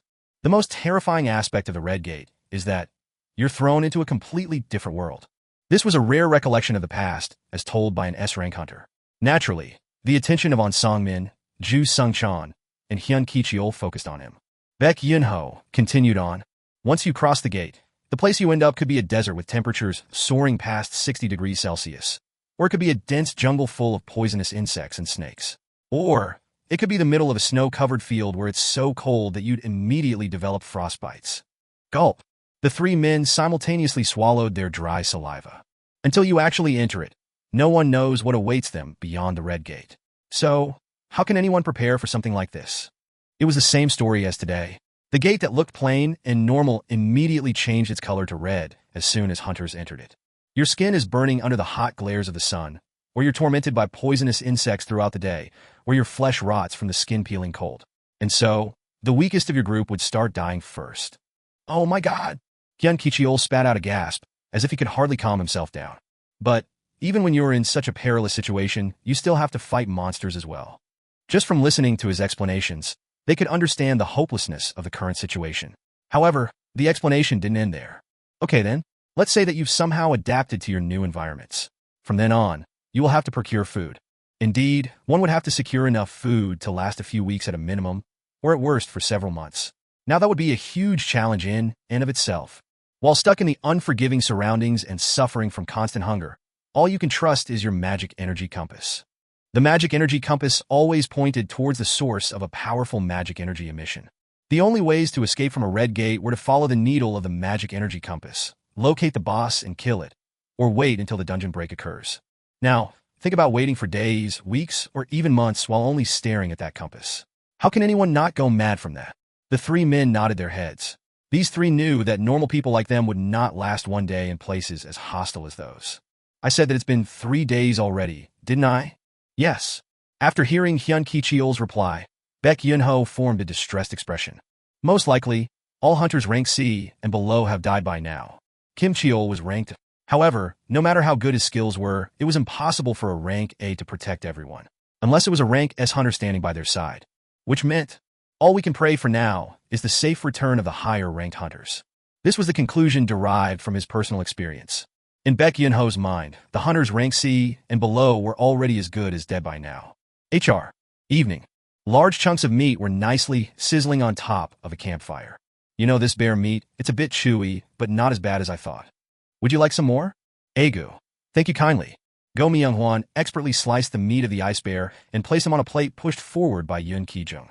These two men were the rank C hunters following Jin Wu. Both Park Hui-jin and Han Song-yi were also slowly chewing on the bear meat, although their portions weren't as large as the men's. Uni, please pass me the pepper. What about salt? The seasoning's just about fine, so it's okay. They all looked to, more or less, have adapted to the living conditions of the dungeon. From the campfire, to the blankets wrapped around them, and the tents all set up, too. They didn't seem to be in trouble at all. Heck, from a certain perspective, one could say that they looked rather comfy. Instead, Go Myung-hwan scanned the vicinity and spoke up. Don't you think the attacks of the ice bears have lessened lately? Park Hui-jin replied to that question. Well, that's because the team leader has annihilated their numbers, that's why. That man, it's like he has some sort of unresolved vendetta against these bears from his previous life or something. His eyes go all crazy when he spots an ice bear. He's so scary whenever he does that. Really, really scary. By now, Jin Woo's title had been set as the team leader. Park Hui-jin felt Jin Woo's absence and craned her neck a little to scan the surroundings herself. Now that I think about it, where did the team leader disappear to? Yoon Ki-jung had his head almost buried in the plate as he chomped down on the meat, but still raised his head to make his reply. He went out a little while ago, saying that he's going to take a look around here. Huh. Park Hui-jin formed a helpless expression, roaming inside a high-ranked dungeon all alone. Isn't he scared at all? Yoon Ki-jung formed a sly grin. If it's him, it's not going to be a problem. Oh well, he's strong enough to kill ice bears, high-ranked monsters, with his bare hands after all. Go Myung-hwan followed up to Yoon Ki-jung's words and continued on. But, by the way, since we're discussing this and all, just how high must your rank be if you can beat up a nonsensically huge monster like that? Stop. Everyone suddenly became utterly silent. They were all curious about the same thing as well. But they dared not say anything, fearful of being kicked out of this place. Let's just finish out meals first. Everyone nodded their heads at Park Hui-jin's suggestion. Jin Wu searched through the forest and made his exit as he brushed past some thickets. It must be somewhere nearby. He could sense the presences of multiple ice bears coming from somewhere. From last night, he had been carefully tracking the ice bears. This was all because he had finally realized that ice bears were coming from the same direction. Jin Wu continued to search before his eyes began glittering dangerously. Found you. He spotted dozens of caverns on a cliff-like wall, lying beyond some bushes. And he sensed presences of more than one life form coming from each of the caves. Hell, he didn't even have to expand his perception here. His eyes could clearly see many ice bears lazily moving in and out of several caves. Just a quick head count, and he found over 30 bears. In other words, this was literally a bear farm. The corners of Jin Woo's lips arched up. He deliberately came here alone to eliminate the possibility of eyewitnesses. This would be the perfect opportunity to utilize his shadow soldiers. Indeed, he had been waiting for a moment like this. Come out. When he inwardly called out, the soldiers wearing black armor soundlessly materialized and surrounded him. You all understand that this is your first sortie, right? What he meant by that was, just as one's impression was decided upon through the first encounter, these guys would have to impress him with their first battle, too. The shadow soldiers stood at attention in eerie silence, with nary a hint of disorder. Nice. Jin Wu smirked deeply, seeing them like that. Sniff, sniff. Meanwhile, more and more ice bears began emerging from the caves after detecting Jin Wu's scent. Looks like the other side is done preparing too. Jin Wu pointed at the ice bears. Go! As soon as his order was issued, the shadow soldiers rushed forward as if they were sliding on ice. Chapter 61 Fin. Chapter 62. The shadow soldiers rapidly closed in on their targets. Unfortunately, the angry swipes of the ice bears' front paws were faster than their movements. Swing! Quajik! A single hit, and one shadow soldier was obliterated. If it wasn't a shadow underneath the armors but an actual human being, that attack would surely have ripped him apart into several pieces. Jin Wu frowned deeply. As I thought, did I ask for too much? Whether it was their physical strength or their body sizes, these ice bears were difficult enemies for the shadow soldiers to fight against. However, something quite surprising happened next. Heek! Jin Wu's eyes opened wider.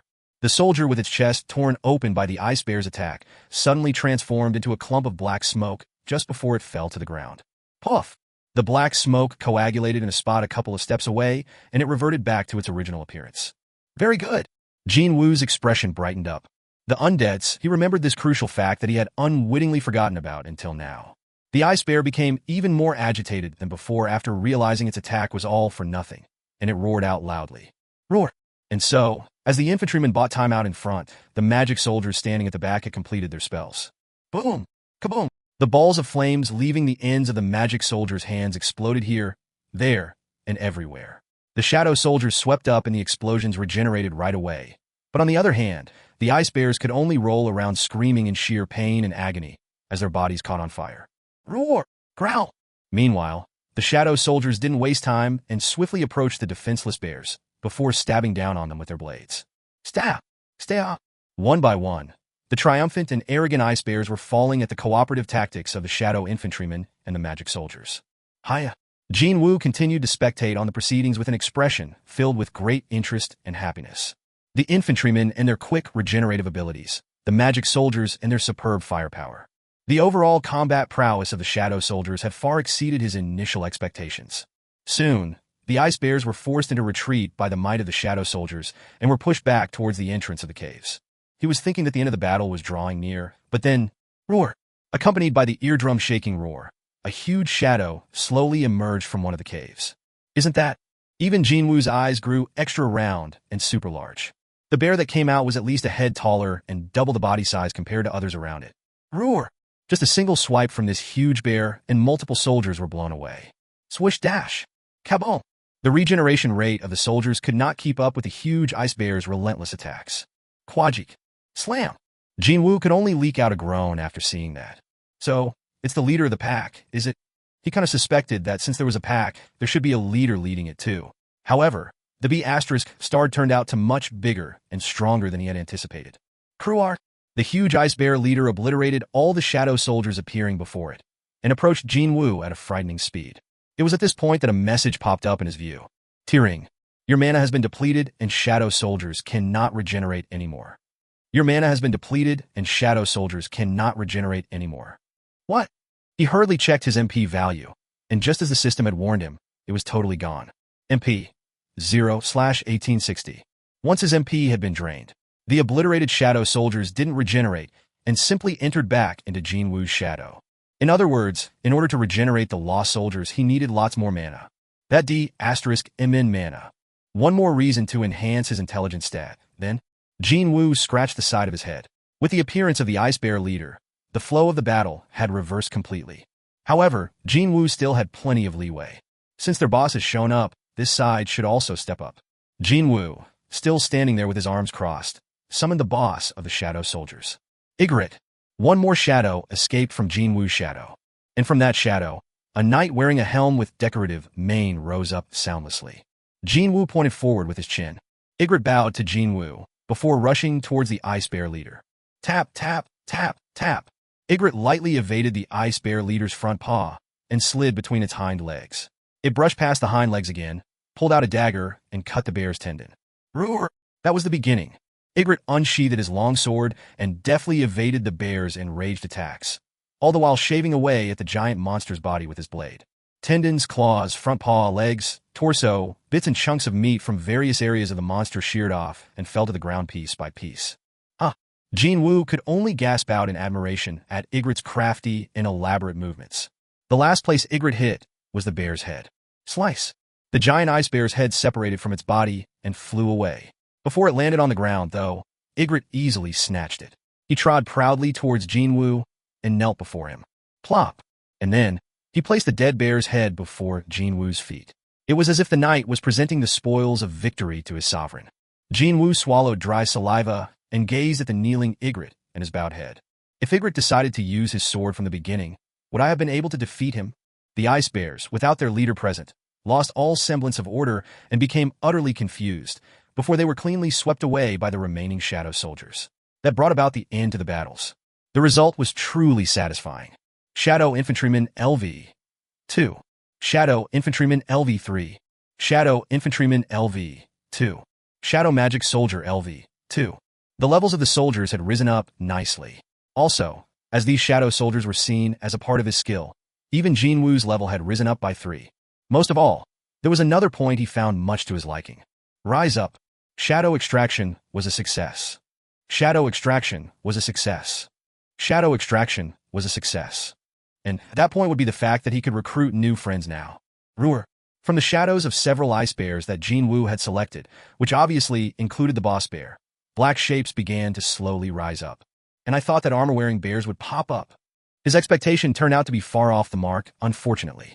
These creatures came with a name tag that said Shadow Bee Soldier. At a casual glance, they kind of resembled bears, but it was still difficult to tell whether these monsters were actually corporeal or not.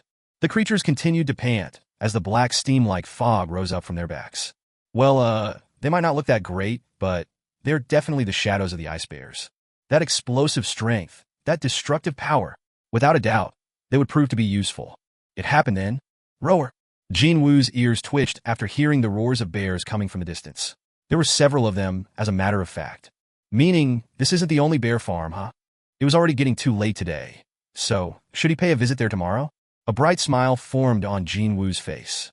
HR. Yuwak. Kyo-heek. His comrades screamed in despair. Kim Cheol's bloodshot eyes shot open wide. No, this can't be. How can this Kim Cheol fail? He was supposed to become the elite of the White Tiger Guild. They even trained him with a special program, so he'd enter the guild's main combat force right away. However, to fail like this, he could not acknowledge it. While enduring against the biting cold and starvation, they fought off against a group of snowmen. Then they encountered snow giants. They lost 2 of their numbers, but in the end, emerged victorious against the giants. He thought that the conquest of this dungeon was going according to plan. However, as soon as the desperate struggle against the snow giants ended, the White Phantoms sneak attacked from the rear, as if they were waiting for this chance. These wicked, treacherous B***stards had been in hiding, waiting for the raid team to exhaust all their stamina first. What happened next was a one-sided massacre.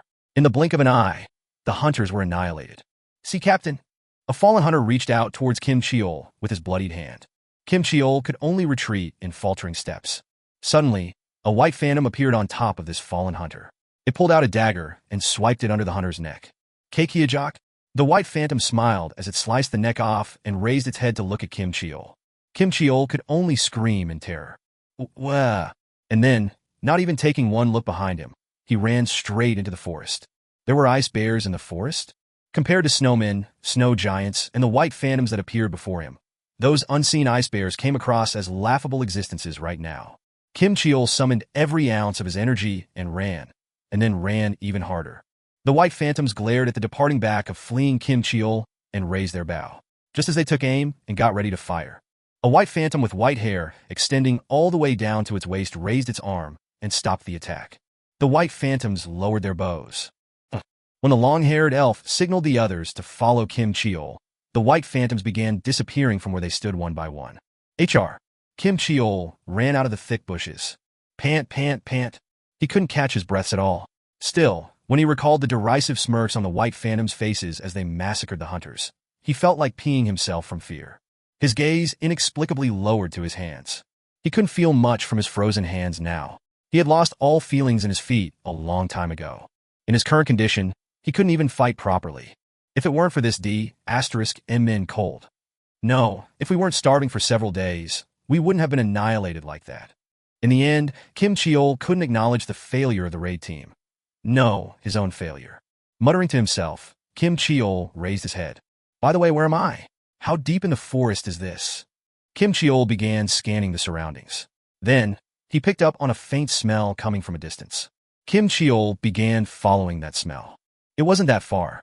Once he walked past the trees and escaped out into an open area, he was greeted by an unbelievable spectacle. But how can this be?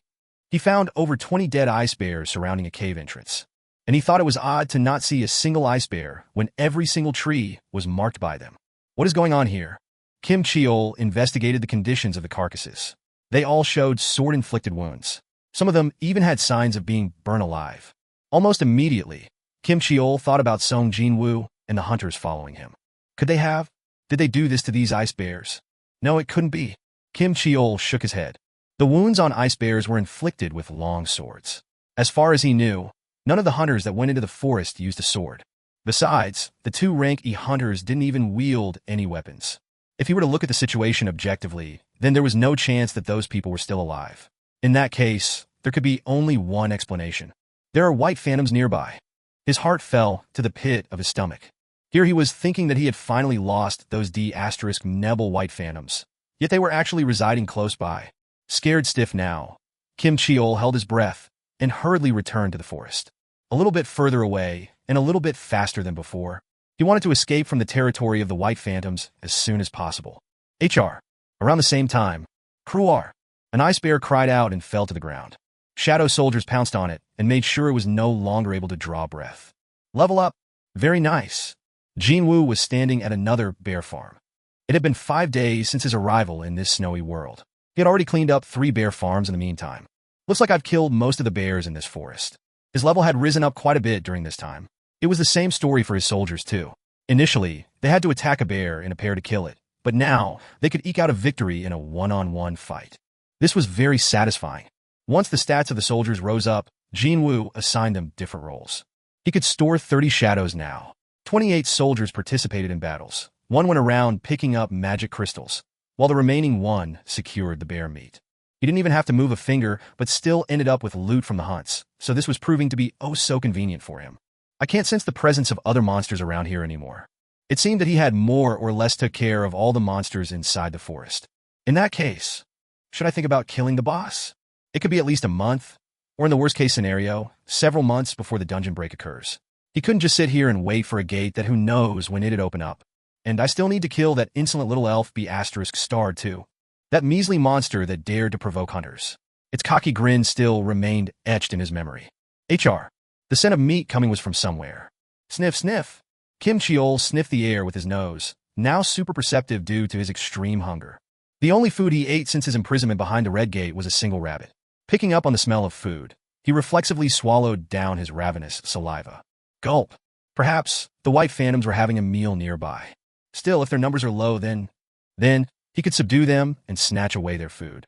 His hunger was extreme enough for him to arrive at such a conclusion. Let's go and take a look. Kim Cheol walked as silently as possible and cautiously approached the source of the smell. And eventually, he hid inside the bush and discovered the hunters who had left along with Jin Wu. Kim Cheol's eyes grew wider from the revelation. What the hell? The smell of meat was coming from the campfire they had raised. How can they still be alive? Kim Cheol began glaring. He couldn't find one rank E hunter among their midst. He must have been killed first after taking the lead like a fool. That would be an obvious thing, wasn't it? However, there was a not-so-obvious spectacle unfolding before his eyes. So, how should he go about explaining the situation then? Something didn't add up. Wait, hold up. Their attire. Clothes and blankets designed to keep warm, tents, and several pieces of equipment could be seen. They were obviously well prepared. Just how can this be? Kim Cheol was getting flustered even more, but then his gaze had stopped by at a certain place. It was a piece of bread sitting next to sizzling meat, meaning these people even had food ready. His confusion immediately morphed into a rage. These be **stards. Grit. Kim Cheol began gritting his teeth. They had enough supplies to ensure their continued survival, yet they wanted to hog them all for themselves?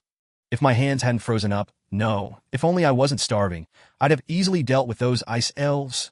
Realizing that these be **stards had snatched away the crucial supplies that should have been shared among the rest of the team, he couldn't hold back his fury anymore. Kim Cheol angrily ran out of the bush.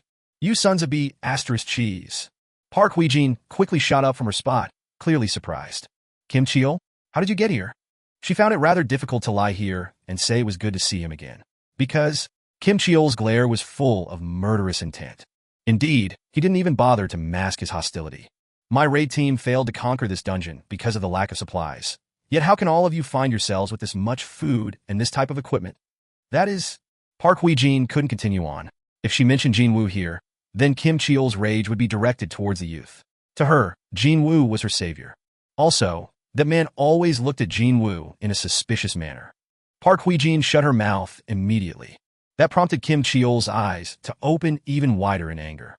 Even I don't think all of you were complicit in this crime. So, who had hidden these? Tell me the truth, and I will ignore everything else.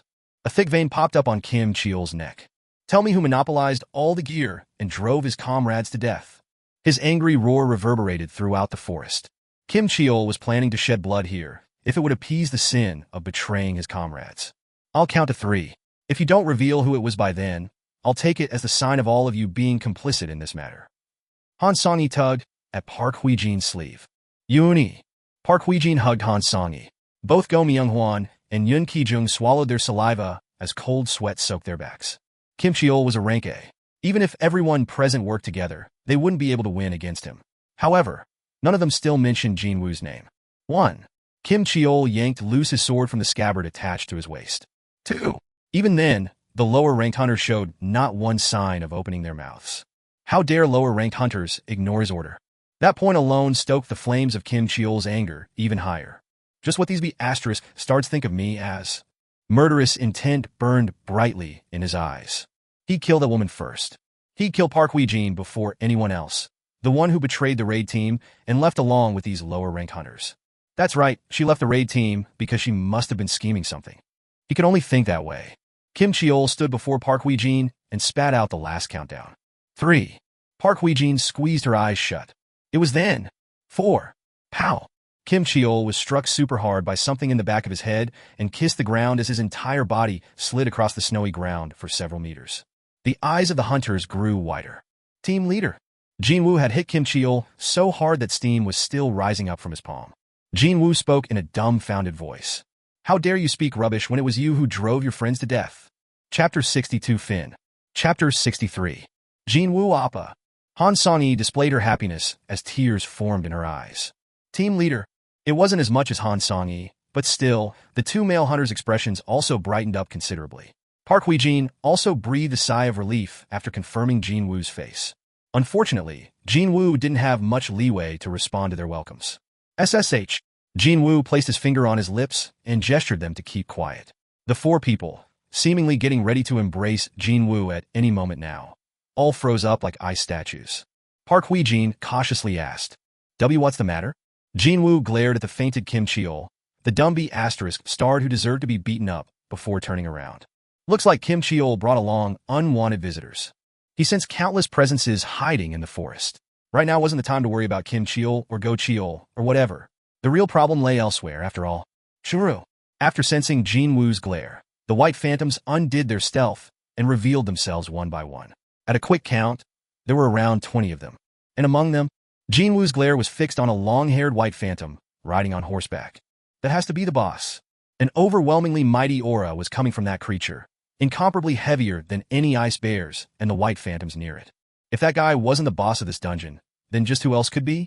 For the first time in a long while, Jin Wu's skin broke out in goosebumps.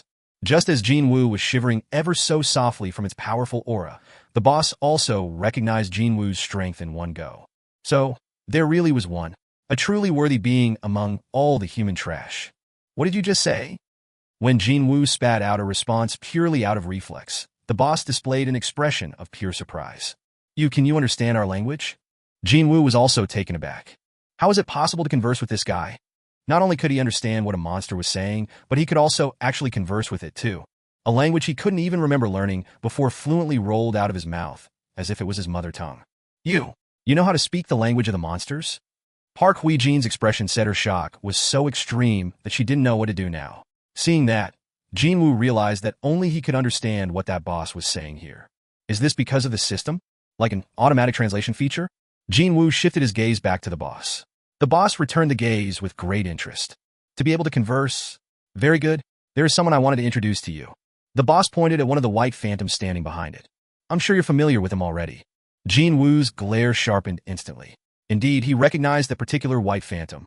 That guy was none other than the B** star that fired an arrow at Han Songi before breaking out in a mocking grin. How could he forget that arrogant B** star's face? That exact same smile was still etched on the monster's face. This friend informed me of a truly strong being among the humans. And this friend wishes to challenge you to a duel. So how Even before the boss finished his words, the Night Killer Jin Wu flew in a straight line. Stab! And the dagger landed right in the middle of the grinning white phantom's face. The shocked cry came from the hunters, though. Yin Qijung hurriedly covered his mouth to stifle the cry he let loose inadvertently just now. Plop! The white phantom collapsed on the ground. Jin Wu extended his hand out, and the Night Killer buried in the dead elf's face shook around a little before it got pulled out and flew back to him. Jin Wu grasped the returned Night Killer in reverse grip and lowered his posture. Anything else you want to say? The boss spoke up in admiration. You are indeed very strong. Then it climbed off the horse. However, as if it wasn't planning to fight yet, it didn't draw its weapons nor showed any willingness to engage in battles. However, you know this already, don't you? The boss maintained a leisurely expression and continued to engage him. That you can't fight this number all by yourself. There were over 20 ice elves here. However, their number wasn't important. No, the real danger came from the fact that there was the boss monster among them. The rest of the white phantoms were no match for Jin Wu, who had raised his level as much as he could by hunting every single ice bear in this forest. Exactly like the fool who got killed with a dagger to its face. So, how should I go about killing the boss? While Jin Wu began kicking his brain into gear, the boss continued on. So, I shall make a simple suggestion. A suggestion? That's right. It won't be such a bad suggestion for yourself. Jin Wu was inwardly surprised. It was a well-known fact that humanoid-type monsters possessed intelligence. But he never expected to see a monster trying to negotiate with a human.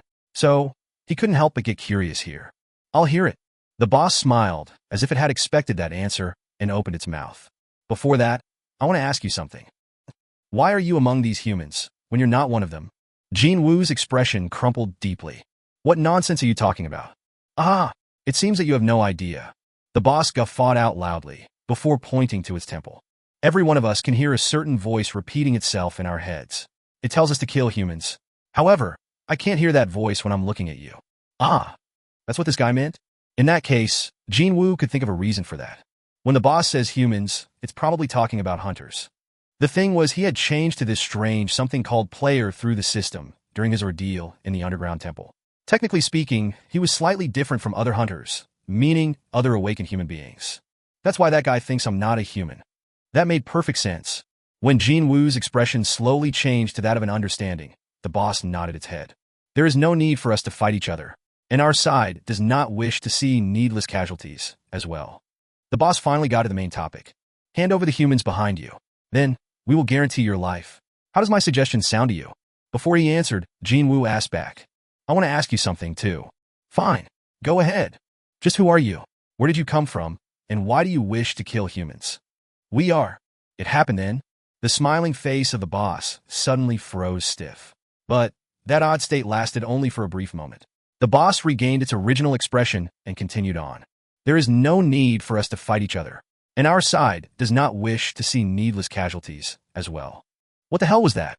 Jin Wu frowned deeply. The boss repeated itself like an NPC from a game that was asked a question that was not in the script or one that it was not permitted to answer to begin with. Hand over the humans behind you. Then, we will guarantee your life. How does my suggestion sound to you? Its expression showed how relaxed it was. In other words, it had not recognized how odd its own actions were. The white phantom standing behind didn't display any reaction towards the boss's strange behavior, either. Jin Wu continued to wordlessly observe then, prompting the boss to begin urging him. Will you accept my suggestion, or not? Jin Wu wanted to find out more about the monster's origins and their true intentions, but as it turned out, it was all a waste of time. In that case, the only thing remaining was to choose. But then again, he had made up his mind already a long time ago. I refuse. The corners of Jin Wu's lips arched up. You see, you possess a far too tempting shadow for me to let go. He was planning to kill the boss and take away its shadow. And there was no way he'd change his mind now, when he was constantly thinking about how to carry the plan out ever since the boss made its entrance. Are you planning to fight my soldiers all by yourself? Do you truly believe that you can overcome the disadvantages in numbers all alone? Jin Wu smirked derisively. Soldiers, was it? You think you're the only one? I've got them too. He summoned his shadows. According to his wishes, the soldiers hiding in Jin Wu's shadow all revealed themselves in the blink of an eye right behind him. Yua! Yua! Again, the cry came from the hunters this time as well. Yun Kijun cried out in fright as the shadow of the ice bear, the shadow beast soldier, suddenly materialized right next to him, and he fell hard on his *S. Ah! When Jin Wu took a glance at the pale faces of the surviving raid team, he felt that it was a bit regretful, but this was an emergency situation. There was no time to explain things to them here. Well, I wouldn't explain things to them even if this wasn't an emergency, though. After summoning 29 shadow soldiers, Jin Wu stood before them and glared at the boss. So, who's disadvantaged now? Finally, the boss displayed its hostility. You seem to know some petty tricks, don't you? Fine. If it's your wish, I shall grant your death. The boss unsheathed 2 daggers from his sides. This was what Jin Wu wanted, as well. He grasped the Night Killer in his right hand, while the left grasped the poisoned Fong of Kasaka as he got ready for battle. Petty tricks, is it? The boss had a point there. Jin Wu might hold an advantage in numbers, but his army was slightly lacking if he wanted to hunt the boss down. Jin Wu knew this very well. The boss's self-confidence could have come from this fact. Indeed, he now needed more comrades. Powerful comrades. If it's a powerful comrade, then there was one candidate here. Jin Wu sneaked a glance to his side. The still unconscious Kim Cheol was lying there, unmoving. Attack! When the boss issued the order, the white phantoms pulled on their bowstrings. Bears! Jin Wu placed the beast soldiers at the front. Stab! Stab! Stab! Stab! Kruk-krur! The beast soldiers, with arrows sticking out of their bodies, all roared out in anger. Before the white phantoms could knock the next volley of arrows, the infantrymen rushed forward. The magic soldiers also began chanting their spells. Meanwhile, Jin Wu's eyes gleamed dangerously. You're mine! Jin Wu deliberately pushed Kim Cheol's long sword towards its owner with his heel, before pouncing forward himself as well. His sight was fixed solely on the boss of the white phantoms. The boss, too, was waiting for Jin Wu's arrival. Soon, sparks endlessly flew as the 4 daggers wielded by 2 creatures clashed in midair. Clang! Clang! Clang! At the same time, the shadow soldiers and white phantoms also slammed into each other as well. Go Myung-hwan looked at Park Hui-jin next to him. So, shouldn't we lend assistance here? Park Hui-jin shook her head. This isn't a fight where we can, but you know. This was a battle where huge black monsters were swinging their giant claws. The destroyed black soldiers were regenerating to their original state in the blink of an eye, and the gleaming blades and the arrows fired from the upper-rank monsters, white phantoms, were chaotically flying around in the snowy field. So, what can a rank B or C do in this place? Indeed, the only thing they were permitted to do here was to pray. Park Hui-jin could only stare at Jin Wu with a tight chest as he fought the long-haired white phantom. Kuhyuk! Jin Wu gasped out. As expected of a boss from the high-ranking dungeon, the fight looked to be even from the side, but Jin Wu was getting cut and sliced constantly all over his body. Would he be able to last 3 minutes at this rate? His MP was also rapidly depleting away as his soldiers constantly regenerated. Finally, the magic soldiers managed to finish their chants. A ball of flames larger than a volleyball flew in the midst of the white phantoms. Kaboom! That was the power of the leveled-up magic soldiers in full display. Awakened by the resounding, eardrum-shaking explosion, Kim Cheol regained his consciousness and opened his eyes. Kim Cheol raised his head to look. Clang! Clang! Pow dash!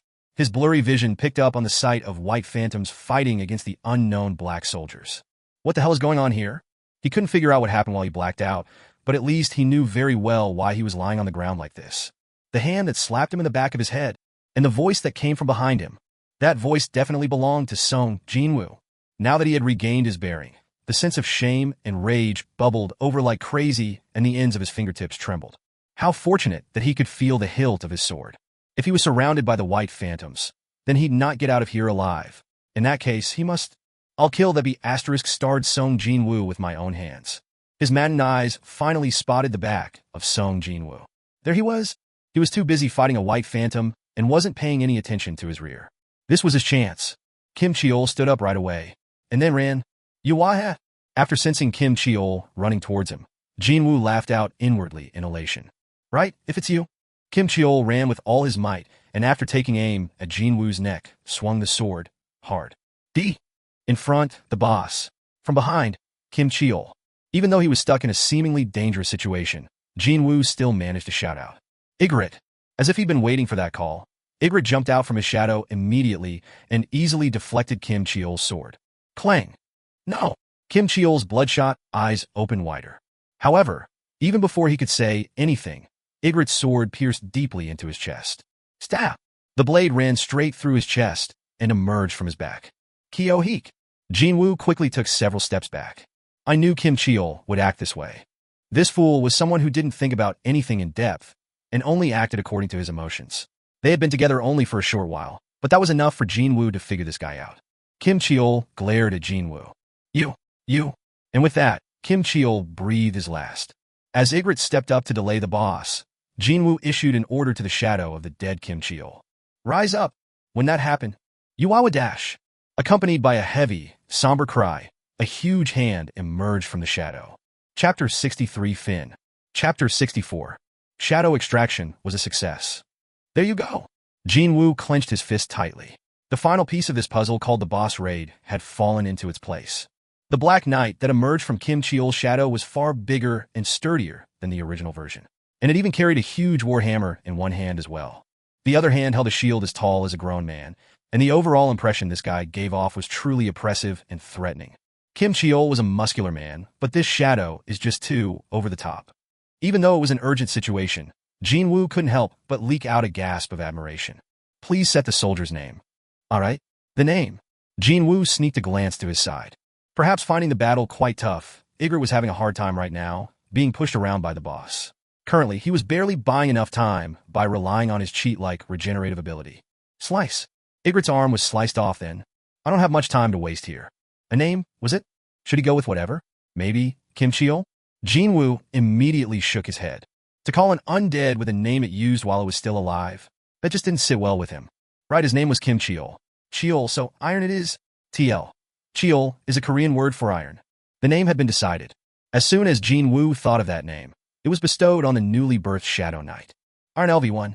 Knight grade. A knight grade. It was the same grade as Ygritte, but again, there was no time to celebrate. I can't waste any more time than this. Jin Wu pointed to the boss. Iron's large frame lumbered forward quite heavily like a mountain. Thud, thud, thud. Jin Wu really liked the new guy's huge frame, but he couldn't help but worry whether that lumbering speed could even catch up to the agile boss or not. Fortunately, such a worry was put to bed really fast. Iron leaned back and roared out loudly. Wu, what was that? Just as Jin Wu was getting flustered, several messages popped up in his view. Tearing. Iron has used skill. Shadow provocation da. The owner of the dungeon has fallen into an aggroed state. An aggro skill. Kim Cheol was actually a rank 8 tanker. So, quite obviously, he possessed a high-level aggro skill, and the Shadow Knight extracted from his shadow, Iron, had retained that skill in full and was able to use it no problem. The head of the boss swiveled towards Iron. Although it could have chosen to finish Ygritte off right in front of its eyes, the boss simply pounced on Iron as if it had been hypnotized by a ghost or some such. Iron used the skill reinforcement and endured the sharp dagger attacks of the boss digging into his body. Nice! Jin Wu nodded his head in approval. In the meantime, Ygritte's sliced arm regenerated to full. Shuru! The black smoke began oozing out from the stump and coagulated to form a new arm. Meanwhile, the boss was still preoccupied with Iron. And seizing this chance, Jin Wu and Ygritte's combined assault began on the boss. Park Hui-jin became utterly speechless as the unbelievable spectacle unfolded right before her eyes. What she was seeing right now proved to be too unrealistic, too outlandish. She didn't even want to ask for clarification. Not anymore. From her side, Han Sani asked her with a timid voice. Uni. Park Hui-jin responded belatedly to her. Aing? Do all fights of hunters look like that? She must have been frightened silly, because Han Song-yi's voice was trembling noticeably. Park Hui-jin replied to her, sounding helpless as well. If that were the case, then I'd never have earned my license, you know. Go Mia-hwan asked next, looking utterly dazed out of his mind. Could it be that we are dreaming right now? If this was indeed a dream, then it must have been a nightmare instead.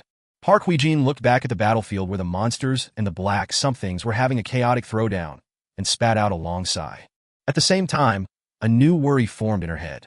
When we get out of here, without a doubt, there was no doubt that, as a survivor, she'd be asked several uncomfortable questions. How should she go about explaining what she was seeing here? Then, Park Hui-jin couldn't even begin to fathom just where she'd start her explanations on what happened inside the Red Gate, and in particular, the man named Sung Jin-Woo. After she raised that point to everyone. But still, Yun Ki-jung, sitting on the ground and shaking like a leaf, spoke with some difficulty. Isn't it an incredible thing that we can actually worry about what'll happen to us once we get out of here? The hunters all nodded their heads in unison. This was an upper-rank dungeon. Not only that, a Red Gate too. Even though they found themselves in such a dangerous area, they were now worrying about the matters that would take place outside. This was all due to the power of one man. Park Hui-jin's gaze was directed to Jin Wu. Mr. Sung Jin-Woo? Her feelings had moved way past shock and gratefulness, and she was beginning to feel a sense of awe towards him now. Stab. The poison fang of Kasaka stabbed into the boss's shoulder. Effect. Paralysis has been activated. The effect has been cancelled due to the high resistance of the target. Effect. Bleeding has been activated. The effect has been cancelled due to the high resistance of the target. With the increased levels of the enemies he'd been facing lately, the additional effects of the poison fang of Kasaka failed to activate properly more often than not. Still, inflicting injuries was a good thing in a fight. Nice. The boss's agile movements were being hampered gradually due to the increasing number of wounds being inflicted on its body. Kwahahak. The smile had disappeared from the boss's face a long time ago. The boss had been dodging the combined attacks of Jin Wu, Ygritte, and Iron rather freely until then, but now, it was quite obviously running out of breath. Just a little bit more. Iron suddenly bear-hugged the boss. Now, when Jin Wu gave the signal, Ygritte rapidly retreated. Jin Wu too quickly stepped back. The boss's eyes widened in confusion. What are you trying? Before he could finish, the magic soldiers completed the explosion spells, and they rained down on Iron's position. Quabom! Boom! Kyo-heek! For the first time ever, the boss spat out a sharp cry of pain. The B** star twisted its body around, and Iron's arms fell off. Grit! The boss's enraged, murderous eyes were now firmly fixed on Jin Wu. Kwahahak dash! Seeing this, Jin Wu could only feel admiration towards the boss once more. Even with such a heavy wound, it can still exhibit that much strength. As expected of a high-level dungeon's boss. Unfortunately for it, the scale had tilted away from it some time ago. Dagger throw? Just like what he did to that arrogant white phantom, Jin Wu threw the Night Killer at the boss, and added even more momentum by using the ruler's reach. Shuck dash! The dagger flew to its target in the blink of an eye. Cook! The boss realized that it was difficult to dodge the throw, so it used its own dagger to deflect Jin Wu's blade. Crack! The Night Killer flew at such a frightening speed that the boss's dagger actually cracked from the impact force. And at the same time, Jin Wu used stealth and dash skills to close the distance to the boss, and stabbed the poison fang of Kasaka deeply into the B** star's waist. Stab! The boss's eyes widened considerably. Kyo-heek! However, the boss still managed to grab Jin Wu's wrist, even in the midst of all this. It was not that hard to see the boss's desire to not go down without a fight from its crazed eyes. Kawa! Just as the boss raised its dagger above its head to stab at Jin Wu, Jin Wu simply smirked. At the same time, a huge war hammer slammed into the head of the boss. Slam! The boss's face crashed into the snowy ground. Behind the boss, Iron was raising his hammer up high again, both of his arms already fully regenerated. The huge hammer flew down again. Swish dash! Splat! Ygritte was getting ready to attack, but then sheathed his sword back into the scabbard attached to his waist. Jin Wu also stored his daggers back inside the inventory. And the expected messages popped up right away. Tearing. You've killed the owner of this dungeon. Level up! Level up! Phew, it's finally over. Jin Wu sighed grandly in relief. What a hard-fought victory this was. He was about to take a breather, but then saw Iron and his eyes went extra round in surprise. Hey, you can stop now. Jin Wu hurriedly stopped Iron. He was about to smash down with his hammer again, but finally stayed his hands. Perhaps it resembled the original too much because the guy turned out to be a bit simple in the head like the original. Meanwhile, the boss's corpse had been pummeled into a meat paste already. However, its shadow isn't affected, so it's fine. Jin Wu smirked deeply. Finally, the reward for this incredibly hard battle, the one he'd been salivating over, was right by his feet, waiting to be taken. Jin Wu issued his order. Rise up. It was now 3 a.m. The facial expressions of 4 men waiting around the Red Gate were, as expected, not so good. Unable to endure any longer, Hyun Kicheol finally opened his mouth. Guildmaster, we'll remain here and wait. So how about going home first, sir? My guild members are trapped in there, so how can I even think about going home to relax now? Baek Yun-ho was resolute in his decision. Indeed, that wasn't something the leader of a large guild, not to mention as a currently active rank S hunter, should entertain under this sort of situation. It was here that Sung Min's eye widened. Huh? Look, the red gate. Hyun Ki-cheol and Ju Sung-chan also discovered an oddity with the red gate. The red gate is opening up. The dungeon's been cleared. There are people coming out. Baek Yun-ho clenched his fists tightly. That Kim Cheol, did he manage to pull it off? Everyone waiting there hurriedly rushed towards the front of the gate. Baek Yun-ho, unable to hide his excitement, began searching for the leader of this team, Kim Cheol. However, even though all of the survivors came out, the big guy couldn't be seen. This can't be right. The one who had been insisting on believing in Kim Cheol, Ju Sung-chan's previously confident attitude was gone now, and his expression was getting warped as well. Park Hwi-jin Hunternim, Go Myung-hwan, Yun Ki-jung Hunternim, Sung Jin-Woo Hunternim. After spotting Jin Wu walking along with Han Song-yi right behind the others, Sung Min's face was quickly filled up with a huge smile. I thought as much. It was such a noticeable contrast from the face of Ju Sung-chan. However, his smile also faded away quickly. When 5 people, including Sung Jin-Woo, walked out from the gate, the portal to another world slowly disappeared from their view. It can't be. Is this everyone? Jin Wu nodded his head, looking rather exhausted. Hyun Ki-cheol had asked that question, and after getting that silent answer, his expression hardened instantly. How can this be? Hyun Ki-cheol's eyes teared up, and he reluctantly began crossing out the names of the deceased off the member list. This was a terrible job, but it had to be done regardless. Baek Yun-ho had been staring at this in a daze, before gasping out in sheer shock and disbelief. Only the lower rank hunters returned. Never mind the A rank, only a single rank B survived? Such a thing should not happen. Just what on earth happened inside that dungeon? Let's go. I'll take you home. Jin Wu was about to lead Han Song-yi and leave the location, but Baek Yun-ho reached out and grabbed his wrist first. Excuse me. Wait. Slap. Jin Wu fiercely shook off that hand. Baek Yun-ho's eyes sharpened immediately. We need to talk for a second here. Jin Wu turned around. I'm too tired. If you have questions, you should ask your own guild members. Baek Yun-ho couldn't hold back and revealed his identity. I'm Baek Yun-ho, the guild master of the White Tiger. Jin Wu's eyes remained cold, however. So what? Being on the receiving end of Jin Wu's cold response, Baek Yun-ho's eyes suddenly transformed to that of a monster's. No, they completely resembled a beast now instead. We lost 9 guild members through this incident. As the master, I have the right to ask you a couple of questions regarding this matter. This was no longer a request. It was an order, or even a threat. Didn't matter what anyone thought of his words. He was not planning to let Jin Wu go that easily here. But then, Jin Wu too angrily glared back. He was not being cowered by the intense hostile aura oozing out in full force from the rank S hunter, Baek Yun-ho. I rescued 3 of your people. If you're really their leader, shouldn't you be saying thanks to me first? It was Baek Yun-ho who had to withdraw his threatening aura first, as he was bombarded with this incredible pressure emanating from Jin Wu. Besides that, what he said was logical as well. Baek Yun-ho couldn't argue against the point raised. I apologize. Baek Yun-ho lowered his head. Seeing this, Jin Wu turned around once more to leave. Han Song, let's get going. Okay. Han Song-yi carefully studied the mood of this place and followed after Jin Wu. The 2 of them got on the van and not too long after, left the location. This doesn't make any sense. Baek Yun-ho's thoughts were now in complete disarray. He quickly ran towards the sole surviving upper-rank hunter, Park Hwi-jin. Excuse me, Mississippi Park Hwi-jin. She had been trying to warm herself up with the cup of hot tea Hyun Ki-cheol had handed over. She raised her head to meet Baek Yun-ho's gaze. What is the matter with that guy? Why was he so downbeat like that? Indeed, that man had probably gone through an unimaginable hell and finally managed to escape from the Red Gate. Yet why was his attitude so murderous? Park Hwi-jin shook her head, displaying her own confusion. I also don't know, sir. After killing the boss, he stood in front of the dead body and shouted something out 3 times, and after that he's been like that. He was okay until then? Park Hwi-jin looked at Go Myung-hwan and Yun Ki-jung.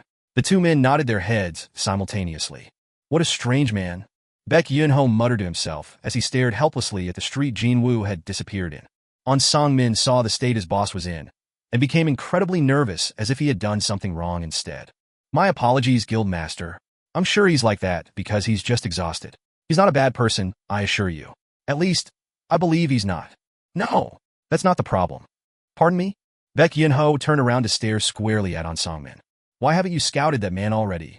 Hey! Song Min couldn't hide his fluster. But it wasn't strong enough to best the fluster Baek Yun-ho had felt just now. Against me? Baek Yun-ho recalled Jin Wu's fierce glare and could only nervously swallow his dry saliva. Gulp. Abruptly, He thought that, were he to fight that man, he'd have to resolve himself to lose an arm or two. Maybe even worse than that. Quickly figuring out what Baek Yun-ho meant, On Song-min hurriedly replied, "We're doing our very best, sir. That is clearly not enough." Baek Yun-ho's eyes began to sparkle rather dangerously. Sung Jin-Woo. Indeed, Chief On's discerning eyes were on the money again. "From today onwards, you'll receive all the resources you need. You must bring that man into our guild, no matter what." Chapter 64 Fin. Chapter 65. On the way home, Virum. Jin Wu was busy licking his lips in unhappiness as he drove the van. TSK. Was it because the gap between his stat values and the extraction targets were too great? What a disappointment it was, but his extraction attempts ended in failure. What a waste, but there's nothing I can do now. He'd still be able to kill a boss from a high-ranking dungeon in the future. What's important now was to quickly raise his skill levels high enough so that he'd not miss out on another chance. Leveling up. Now that was something Jin Wu excelled in. And also, Jin Wu's hand left the steering wheel for a little while, as a dagger with an elegant, flowing, arched blade appeared in his grip. Item: Baruka's dagger. Rarity A. Type: dagger. A dagger used by the great warrior Baruka. Weight reduction magic has been applied to it, allowing the wielder's movements to become even more agile than before. Attack: plus 110. Agility: plus 10. Well, he didn't walk away completely empty-handed. This was the dagger the boss had been using. There were two, but one of them was broken, so he threw that away and took the remaining dagger. The Baruka's dagger, not only did it feature high attacking power, but it also raised his agility too. On that front alone, there was no need to compare it to Night Killer, a dagger rank B he paid handsomely for, never mind the rank C Poison Fong of Kasaka. Its rarity alone was at A too. This was probably one of the best weapons to replace the Poison Fong of Kasaka that had been losing its effectiveness lately. I like the way it feels in my hand too. While he was mulling over the things that happened inside the Red Gate, they had arrived before Han Song-yi's home. Screech. She had been sitting in the passenger seat without saying a word, as if she wasn't even there in the first place. As soon as the van came to a stop, she climbed out of the seat and bowed her head. "Drive safely." "I will. Good night." Han Song-yi turned around to leave. Seeing her slumped shoulders and powerless gait, it seemed that the original goal of this trip had been met, one way or the other. Well, although things did get a lot complicated, I was trying to change her mind anyway. It was rather likely that she wouldn't try to become a hunter in the future. It'd be the same story for anybody if their first dungeon experience just so happened to be a Red Gate. He nodded his head in satisfaction and was about to start the van again. But then, the passenger side door was abruptly opened from the outside. Jin Wu shifted his gaze. Han Song-yi had returned to the van and was holding onto the door. What's the matter with her? His curiosity only lasted for a little while. Han Song-yi bowed her head deeply again, this time looking much calmer than before. "Thank you for everything, Appa."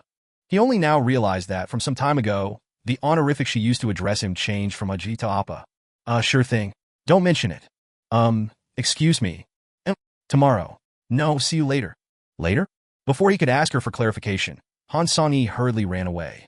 After her back disappeared from his view, did he realize what she was talking about. From today onwards, he'd be teaming up with Eugene-ho again to mop up the rest of the raids. Han Song-yi was a raid team member, so of course, they'd see each other again later on. So she meant that, huh?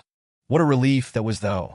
His plan would have been affected pretty badly if Han Song-yi refused to come out of her house because of the trauma from this incident.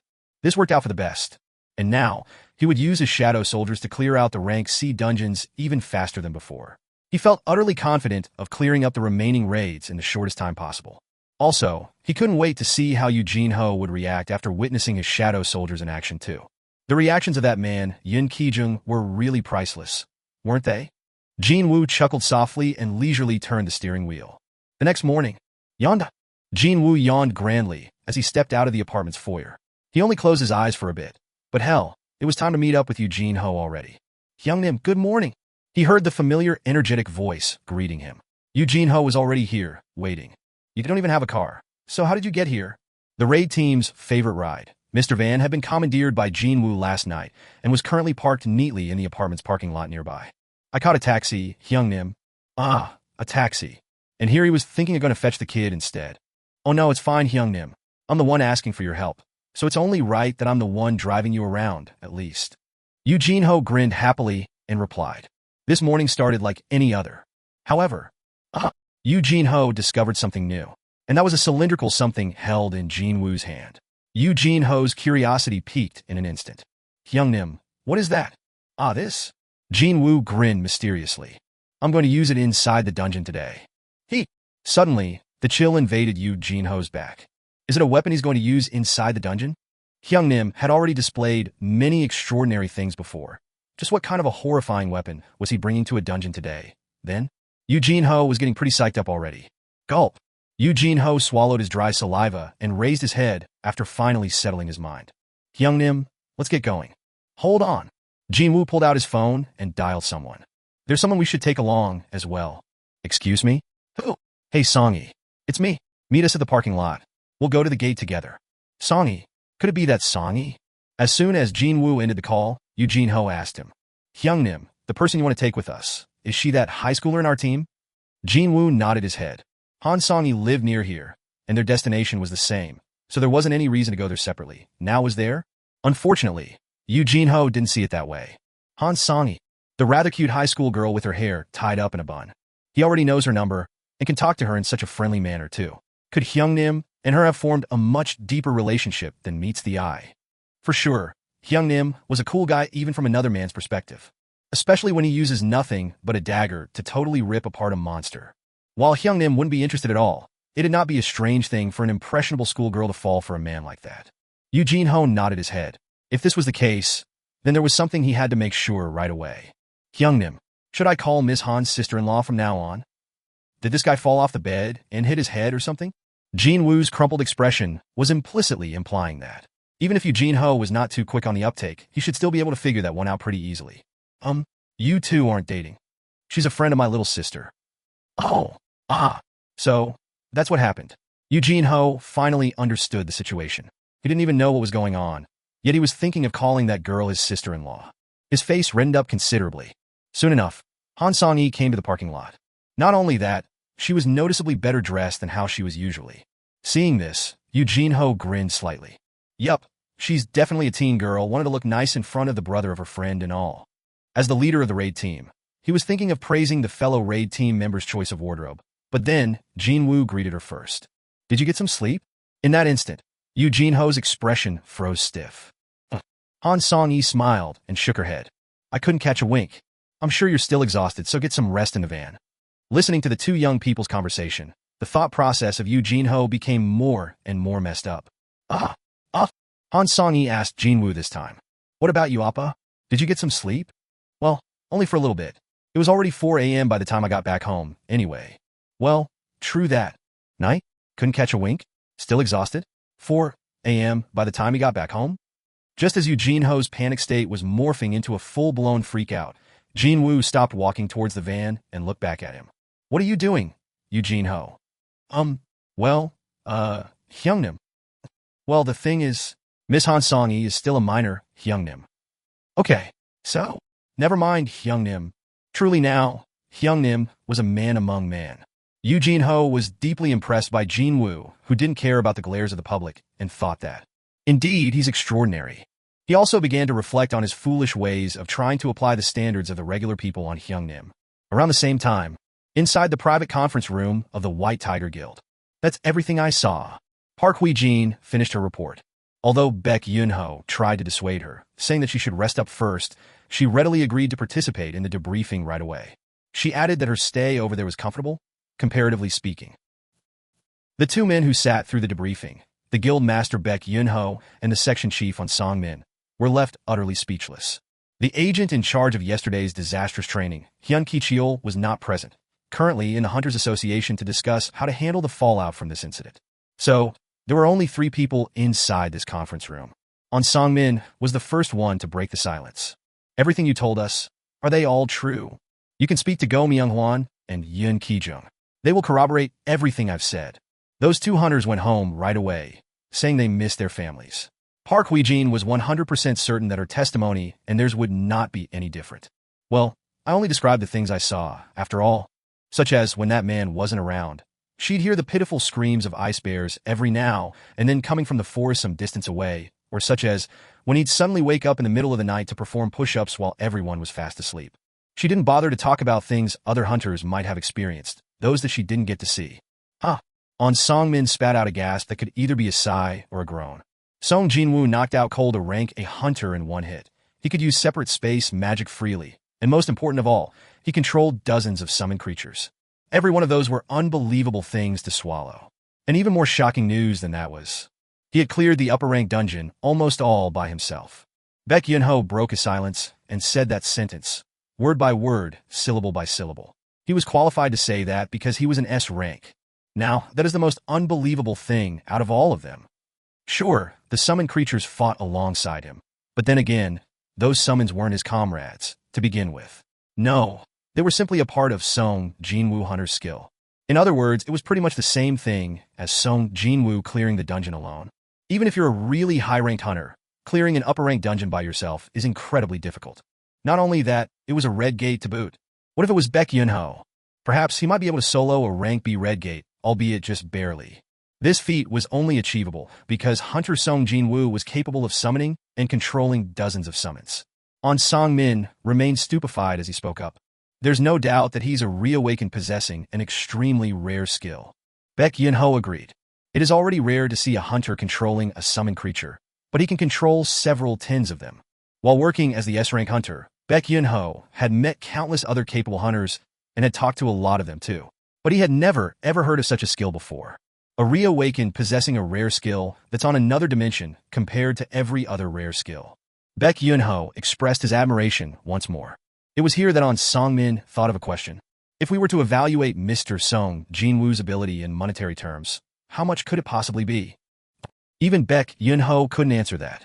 However, without a doubt, it didn't matter what Sung Jin-Woo's current value was. As soon as he went through the reassignment test, his value would shoot up several times more. They needed to sign him up before that happened. The White Tiger Guild had already lost a rank A and several rank BS through this incident. If they failed to secure the winning lottery ticket called Sung Jin-Woo at this time, then the losses incurred would be rather too severe to just write them off. I shall place my full trust in you, Chief Han. Baek Yun-ho's eyes gleamed in the light of faith. Han Sang-min formed a dignified expression. It was then. The gazes of Baek Yun-ho and Han Sang-min were directed to Park Hwi-jin. She had her hand raised slightly. Baek Yun-ho asked her, "Is there something you'd like to ask us?" Succeeding in her mission to draw the attention of the two men, she lowered her hand and spoke. "Please, allow me to participate." "In what?" "The recruiting of the raid team leader." "No, I mean Sung Jin-Woo Hunternim." Baek Yun-ho and Han Sang-min exchanged glances for a bit before looking back at her. The person in charge of scouting and recruitment, Han Sang-min, tilted his head. "But why would Park Hwi-jin Hunternim?" "I've spent the most amount of time with Sung Jin-Woo Hunternim out of everyone in the White Tiger Guild, so surely my familiarity with him would prove to be useful in reeling him in." It had been 6 hours in reality, but inside the Red Gate, it was almost a week. Park Hwi-jin's suggestion sounded logical from Baek Yun-ho's and Han Sang-min's point of view. On top of this, Park Hwi-jin was a beauty as well. One could say that the power of a beautiful face was absolute when seducing another person. Sensing that the thoughts of the guild master and the section chief had been swayed, Park Hwi-jin finally got to the main topic. "However, I have a condition." Baek Yun-ho asked her. "And what could that be?" "When Sung Jin-Woo Hunternim signs up with our guild, please place me in his raid team, no questions asked." Chapter 65 Fin. Chapter 66. Park Hwi-jin had realized something back then, and that would be the level of terror an upper-ranked dungeon could possess, and how powerless she was in front of such overwhelming odds. It's like I'm the one who ended up learning what Mr. Sung Jin-Woo wanted to teach Han Sang. It was kind of embarrassing, but what could she do? Pretending that terrifying things weren't terrifying was an exercise in foolhardiness and stupidity. The experiences she had back in the Red Gate were enough to make her skin crawl. However, just because of her fear, she couldn't give up on all the sweet treatment and the status enjoyed by a rank B hunter. The sky-high annual salary, the plentiful societal benefits, and finally, the public recognition. If one disregarded the inherent danger, then being a hunter was pretty much the perfect career. Precisely because of the high risk factor, the return on investment was equally huge. But now, Park Hwi-jin had figured out a surefire way to decrease the risk associated with her job. And that is to go on a raid together with the team leader, Sung Jin-Woo. The one person Park Hwi-jin was utterly envious of back in the Red Gate dungeon was none other than Han Sang-yi. There was only one reason for that, and that would be the promise Sung Jin-Woo made towards Han Sang-yi. "I brought you here with me, so I will take full responsibility and protect you." If you analyze those words in a different way, then he was trying to say that he had no reason whatsoever to protect other team members besides Han Sang-yi. No, they were just baggage. So, she was constantly worried that those two folks would abandon the group and sneak away unnoticed. But on the 6th day, Sung Jin-Woo really did clear the upper-rank dungeon all by himself and took Han Song-yi home, safe and sound. He had kept his promise. Seeing that, Park Hui-jin became sure of one thing, and that would be, as long as she was working for him during the raids, she'd never find herself in danger. The moment she realized this, her heart began pounding uncontrollably, and the level of her excitement hadn't cooled off even until now. His calm and cold decision-making, his excellent abilities, and not only that, his sense of responsibility too. She really wanted to go on a raid together with Sung Jin-Woo. That was why she came up with that term of hers. They must put me in the team leader Sung Jin-Woo's raid team, no questions asked. Baek Yun-ho and On Song-min chatted to each other. And a little bit later, we accept your terms. Baek Yun-ho smiled genially. In that case, Mississippi Park Hui-jin, act together with Chief On for the time being. Thank you very much, sir. However, she was well aware that scouting that man wouldn't be easy. Sung Jin-Woo was more than well aware of his own true worth, after all. Even during the Red Gate, he was always so full of confidence. Indeed, making a move would be one hell of a challenge. Still, she now had another chance to meet him again. An imperceptible smile formed on Park Hui-jin's lips. Baek Yun-ho was pondering something until then, before opening his lips in some difficulty. Chief On. Yes, sir. I'd like to know Mr. Sung Jin-Woo's contact details. Guildmaster, that is. On Song-min decided to tell everything regarding on why he had to conceal the matters regarding Jin-Woo until now. Baek Yun-ho wordlessly listened to it and gravely nodded his head. It's understandable that he wishes to remain anonymous, what with him possessing such incredible abilities. After all, there are enough people in this world who wish to stay out of the limelight too. But then, such a guy did reveal his powers in front of quite a few eyewitnesses. Sure, the situation back then might have been urgent, but it was also likely that he felt more or less okay about letting the world know of his powers. As long as the matter isn't blown out of proportion, I'm sure Mr. Sung Jin-Woo won't blame you, Chief On. On Song-min nodded his head. Of course, no one present in this room wished to leak this story beyond these walls. Never mind for Sung Jin-Woo, it would not be a good thing for both the association and the White Tiger as well. That's that, but On Song-min was worried about something else, though. And that would be his boss rushing things, and ending up screwing everything up because he didn't know of Hunter Sung Jin-Woo's rather decisive character. He dearly wanted to prevent that at least. Sir, I think you directly contacting him is a bit. Baek Yun-ho quickly figured out what On Song-min was trying to say here. Don't worry. I'm not trying to contact him in regards to the recruitment. Pardon me? But then why? It's as Mr. Sung Jin-Woo said last night. Baek Yun-ho realized something after listening to Park Hui-jin's debriefing. Sung Jin-Woo was the White Tiger Guild's benefactor. He had saved 3 new recruits of the guild. Not only that, but he also took care of the Red Gate, thereby ensuring that the honor of the White Tiger wasn't tarnished. Even though the association's people made the blunder, just how bad would the impact on the guild's public image have been if this news got out, and everyone learned of them losing almost all of their new recruits? Just imagining it gave Baek Yun-ho nightmares, enough to have a total freak out, almost, right here. And there I was trying to stop that person no matter what just to get to the bottom of the incident. He could now understand the reason why the youth was feeling quite grumpy at that time. If he didn't know the circumstances, fine, but now that he knew, he simply had to do a certain thing as a living, breathing human being. As the representative of the White Tiger Guild, I'd like to officially express my gratitude to Mr. Sung Jin-Woo, and to properly apologize for yesterday's incident, as well. If that's what he means then, On Song-min could understand now. With Baek Yun-ho's straightforward, no-nonsense personality, he wouldn't bother Sung Jin-Woo with the matters of recruitment under the pretext of thanking the youth. And well, he also wanted to convey his gratitude as well. I understand. On Song-min pulled his phone out and found Sung Jin-Woo's numbers rather quickly. What is his number? Baek Yun-ho also pulled his own phone out to save the contact number. It was then. His number is... Just as On Song-min was about to read the phone number, he felt something was off and turned his head to his side. Excuse me. What are you doing? Park Hui-jin hunted him.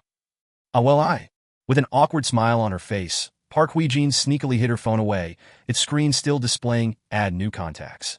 Inside the #1 guild in Korea, the Hunters. A rather interesting piece of news found its way to the owner of the Hunters and the currently active rank S Hunter, Choi Jong-in. Has this been confirmed? Would anyone knock on their boss's doors with unconfirmed information? Chief of the recruitment department, Jo Myung-ki, nodded his head. Yes, sir. We received this info earlier today from the association. Every major guild had 1 or 2 informants inside the association. It might not be a kosher thing to do, but this was the only way to stay one step ahead of the competition, contacting an exciting new talent first if one were to emerge out of nowhere. However, earlier today, the Hunter's informant had leaked a pretty strange story. And after lengthy deliberation, Jo Myung-ki decided to come to his boss's office with this news. Why? Because the White Tiger Guild is on a roll nowadays, and they're large enough to threaten us, the hunters. So, he figured that this information was worth reporting to the boss man. Exactly as Jo Myung-ki had suspected, Choi Jong-in displayed great interest in the matter right away. From a red gate that killed 1 rank A and 6 rank BS, 2 rank CS returned alive? Not only that, they managed to clear the dungeon too? That is pure nonsense. Even if there was 1 rank B among them, there was no way that this was true. Choi Jong-in shook his head as he continued to read the memo. Without a doubt, there was someone else helping them out. Someone not mentioned in here. Choi Jong-in was certain of this. His extensive experiences in raiding dungeons told him as so. Jo Myung-ki replied, "Looks like the association also suspects that, sir. However, it seems that the White Tiger isn't saying anything. So, is the association planning to overlook it then? I heard that they don't want to conflate the matters any further, since their fault in this incident is already too significant, sir." Ashmem? Choi Jong-in rested his hand against his chin. It was a habit of his whenever he fell into deep thought. It was understandable from the association's point of view. But why was the White Tiger keeping quiet on this matter? There could be only one reason. The White Tiger must have received help from someone they don't want others to know about. I also thought the same thing, sir. The opinions of the two people present matched. Choi Jong-in's brain rapidly kicked into gear. A nameless helper who can rescue lower-rank hunters from a dungeon that's difficult enough to kill most of the higher-rank hunters. He could barely hold himself back from the curiosity now. A newbie who hasn't gone through the rank assignment test? Or maybe a convict whose identity can't be revealed. Either case was okay with him. If it was a newbie, then the hunters must bring that person to their fold. If it was a convict, on the other hand, then he'd be able to throw some mud in the White Tiger's direction. Choi Jong-in's eyes began sparkling. Looks like we need to find out who was there. Have you thought of a good way, sir? If you want to catch a hidden raccoon, you have to set the raccoon's hole on fire first. Jo Myung-ki's eyes grew extra round. Are you planning to set the White Tiger Guild on fire? You think I'm crazy? Why should I set someone else's perfectly fine organization on fire? My apologies, sir. Since you were such an excellent magic-type hunter and all, His nickname wouldn't be the ultimate weapon for no reason. Now would it? If Choi Jong-in got serious and used his powers in full, then blowing up a building would be as easy as pie. In any case, Choi Jong-in continued on. Not that. We just have to create a hot mess. So, it was fire. When Choi Jong-in began glaring at his underling, Jo Myung-ki hurriedly shut his mouth. We leaked this to the media. That is... Jo Myung-ki's eyes widened. The big mistake of the Hunters Association, a massacre of the large guild's members, and finally, the ensuing mystery that got buried underfoot. The media just loves that kind of stuff. Wouldn't you agree? Jo Myung-ki's head automatically went up and down in a nod. Choi Jong-in chuckled slyly.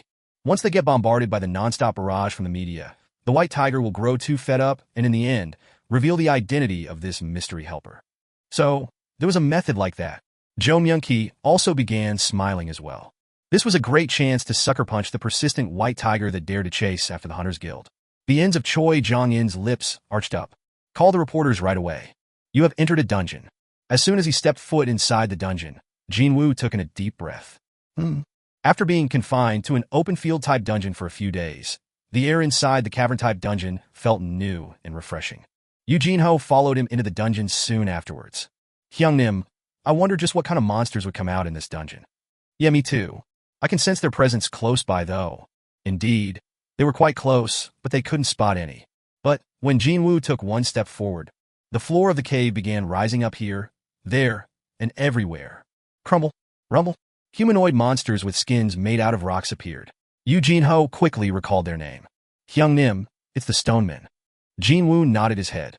These stards were known to possess the toughest exterior out of all the monsters that appeared within lower-ranked dungeons. Common sense was to use magic when one was to hunt down a Stoneman, but hold this for me, will ya? Jin Wu entrusted the cylindrical vinyl package to Yu Jin-ho and walked towards the monsters. Heek! Yu Jin-ho flinched grandly, thinking that the content was a weapon, but nothing particularly noteworthy happened. It wasn't a weapon?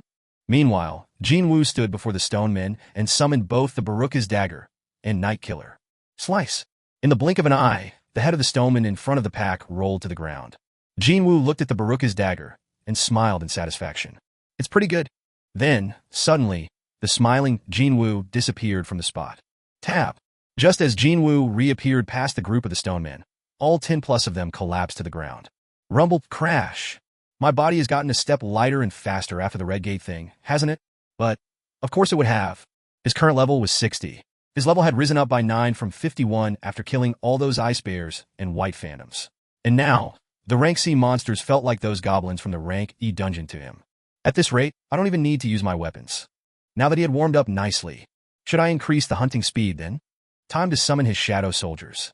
With an excellent timing, another group of stone men was slowly lumbering towards his position from the deeper part of the cave. Summon.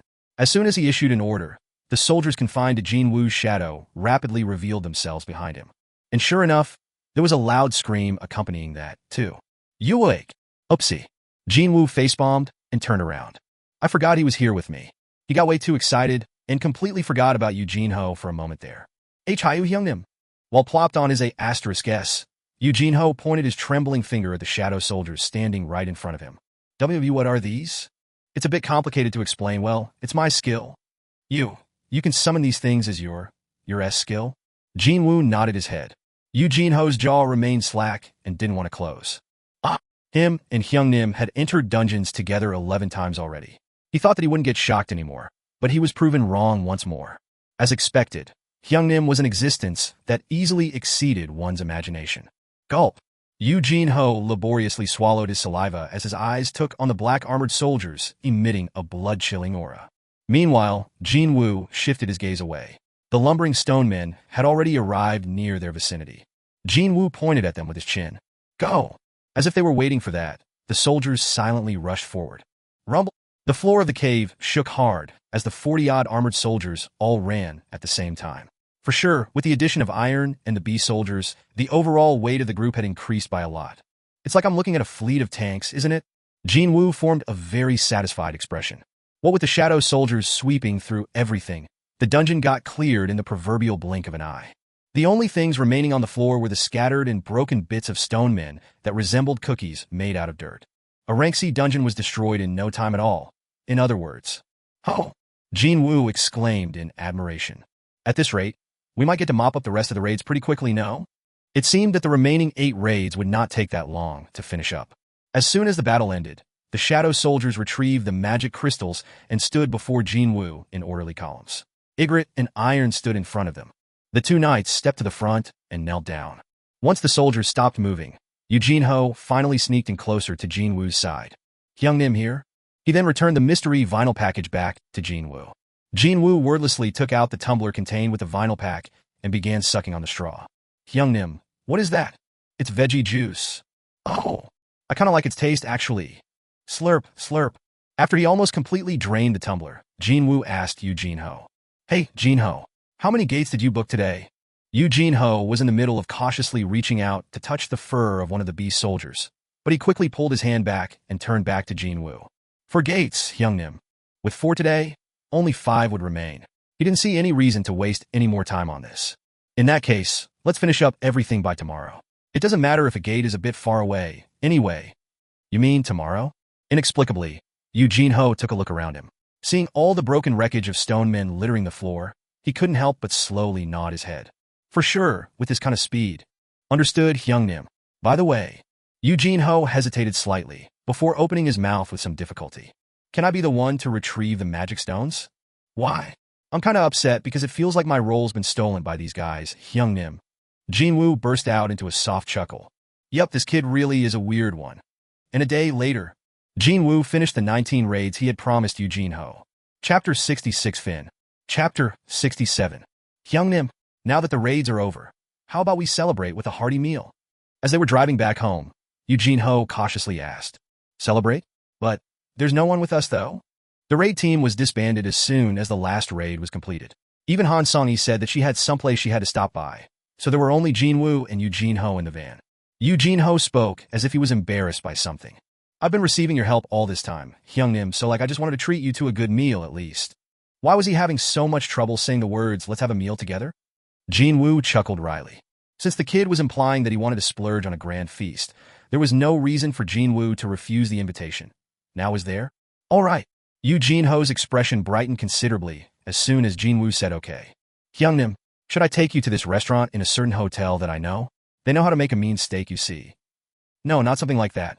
Unless such dishes came out in public engagements he simply had to attend, Jin Wu would rather prefer to eat a simpler meal in peace with Eugene Ho in an easygoing, relaxed atmosphere. What a good timing it was since he spotted one such place that fit the criteria. The tip of Jin Woo's pointing finger pressed on the van's window. How about that place over there? Ah, you wanted to enjoy Hanwoo, Hyungnim? TL. Hanwoo, Korean beef. Much more expensive than imported beef. No, the place next to that one. Eugene Ho's eyes narrowed to a slit. A restaurant next to that one. He could only see a common diner there. Day of flour blooming on pork belly. Thinly sliced pork belly specialists. By any chance, are you talking about that pork belly place, Hyungnim?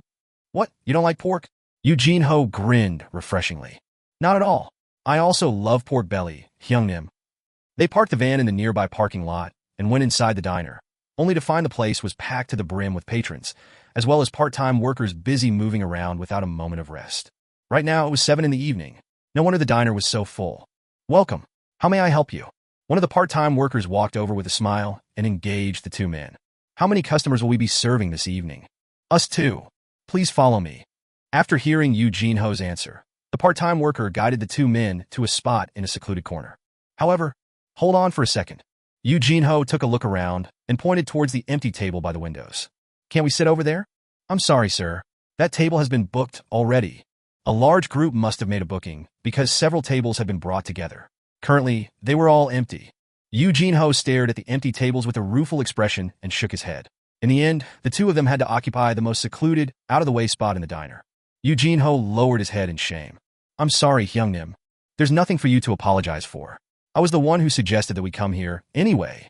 Even still, I should have taken you to a bit better spot than this one. Jin Wu smirked and lightly patted Eugene Ho on the shoulder. Don't sweat over such things and enjoy the food, okay? Actually, Jin Wu was inwardly worried about a scion of a chaebol finding the taste of such cheap meat to his liking or not. Also, even though I didn't say anything but well, Jin Wu scanned his surroundings. He could see people, and then more people. He spent quite a lot of his time in a silent apartment with no one in it, so he kind of enjoyed this hustle and bustle. Here are your orders of 3 portions of pork belly and 2 bottles of soju. TL, soju Korean distilled spirit. Soon, the part-time worker brought out their orders. Sizzle. The thinly sliced portions of pork sizzled enticingly on the heating plate. And sure enough, pieces of meat began disappearing real fast. Fortunately enough, Eugene Ho seemed to like it. Well, the thing is, me and my friends frequent pork belly diners whenever we have the chance, Hyungnim.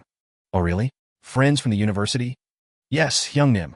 It's just that I seem to mix better with friends from my university rather than the classmates from the expensive private schools I went to. Jin Wu smirked slightly and nodded his head. If it was Eugene Ho, then that sounded about right. Here, let me pour you a glass, Hyungnim. Yeah, you too. Gulp, gulp, gulp. They filled their glasses with soju, clinked them a little, and one-shot them. Kya. Unlike Eugene Ho, who was immensely enjoying the bitter taste of soju, Jin Wu could only frown deeply in unhappiness. Hyungnim, is something wrong? No, it's nothing. Jin Wu could only stare at the empty glass with a bitter expression on his face. He had forgotten one crucial fact about his body, what with him being so busy lately and all. Tearing. Harmful substances have been detected. Effects of buff, detox will now commence. 3, 2, 1. Detoxification has been completed. I forgot that I can't get drunk anymore. It was the same story regardless of how many glasses he knocked back. Tearing, tearing, tearing. As long as the buff, good health, and long life was in effect, soju would remain as only slightly bitter-tasting water and nothing more. Jin Wu angrily spat out a cuss in his mind. God D***** in it. Rather than drinking bitter water like an idiot, he decided that it'd be infinitely better to order a soda instead. Excuse me. A part-time worker hurriedly came over to their table. I want to order 2 more portions of pork belly, as well as a bottle of Sprite, please. TL note at the end. Okay, please wait for a moment. After the waiter left, Eugene Ho began tilting his head. Hyungnim, why didn't you order more alcohol? I'm not that good with alcohol, you see. Jin Wu replied, his expression not even changing slightly, but as usual, Eugene Ho didn't quite catch that. Instead, a loose smile crept up on his alcohol-tinged reddened face. Hyungnim still has a humane side like this one. Eugene Ho kept on giving him a strange but meaningful look, but Jin Wu simply ignored him outright. It's not as if he started acting strange all of a sudden just today, or anything. Actually, he was getting curious about something else here. What are you planning to do from now on? When Jin Wu asked in a serious voice, Eugene Ho sat upright like a job seeker waiting for his job interview to start.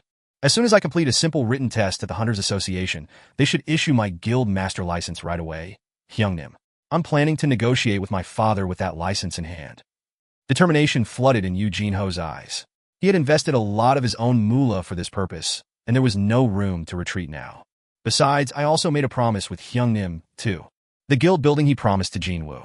That part of the bargain could be upheld only after Yu Jin-Ho successfully persuades his father, Yu Myung-hwan, to install him as the new guild master. On the other hand, Jin Wu was feeling rather liberated. Sure, it'd be nice to get my hands on that 30 billion won building.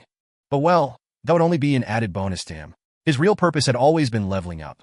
While entering all those rank C gates, he had reached a far higher level than he initially bargained for. In other words, he had achieved his goal, and the results of his frantic leveling up spree?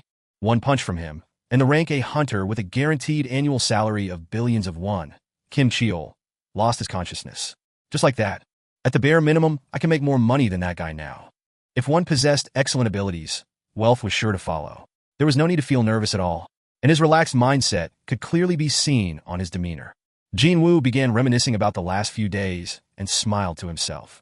It was at this moment that Yu Jin-Ho asked him a question. What are your own plans now, Hyungnim? Oh, me? Did I ask something that I shouldn't? Yu Jin-Ho thought like this and flinched slightly, but he breathed a sigh of relief after spotting Jin Wu's relaxed expression. I'll be out of reach for a while, actually. There's this place I have to go to, you see. That one sentence caused Yu Jin-Ho's face to harden visibly. After forming an expression of an abandoned puppy, Yu Jin-Ho emptied the soja glass in one go. Tap! He then placed the empty glass on the table, filling it up back to the brim. After knocking back another glass, he began to open his mouth with some difficulty. Hyungnim, please tell me straight if I've been bothering you. If that's been the case, I shall make sure never to bother you again in the future.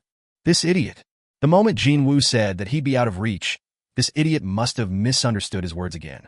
Jin Wu scratched the side of his head and asked a question instead of a proper reply. Hey, Jin-Ho. Yes, Hyungnim. What do you think of me as? Well, Yu Jin-Ho's eyes rolled around this way, and that as if he couldn't come up with a good enough answer before he raised his head. Hyungnim, I have a brother who's over 10 years older than me. Jin Wu remembered hearing that from somewhere. The firstborn son of Yu Myung-hwan, Yu Jin-Sung. My brother doesn't really like me, so I think the time I spent with him is far shorter than what I've spent with you, Hyungnim. Compared to him, you have saved my life, helped me out with my dream, and Yu Jin-Ho stared straight at Jin Wu. To me, you're more like my real brother than him, Hyungnim. He was still a bit scared of Jin Wu, though. Still, he'd never, ever forget these past few days following around Jin Wu for the rest of his life. Indeed, his respect was far greater than fear of Jin Wu at this point.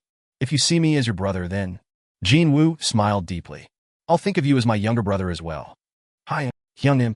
The tip of Yu Jin-Ho's nose reddened, and he began to get teary-eyed all of a sudden.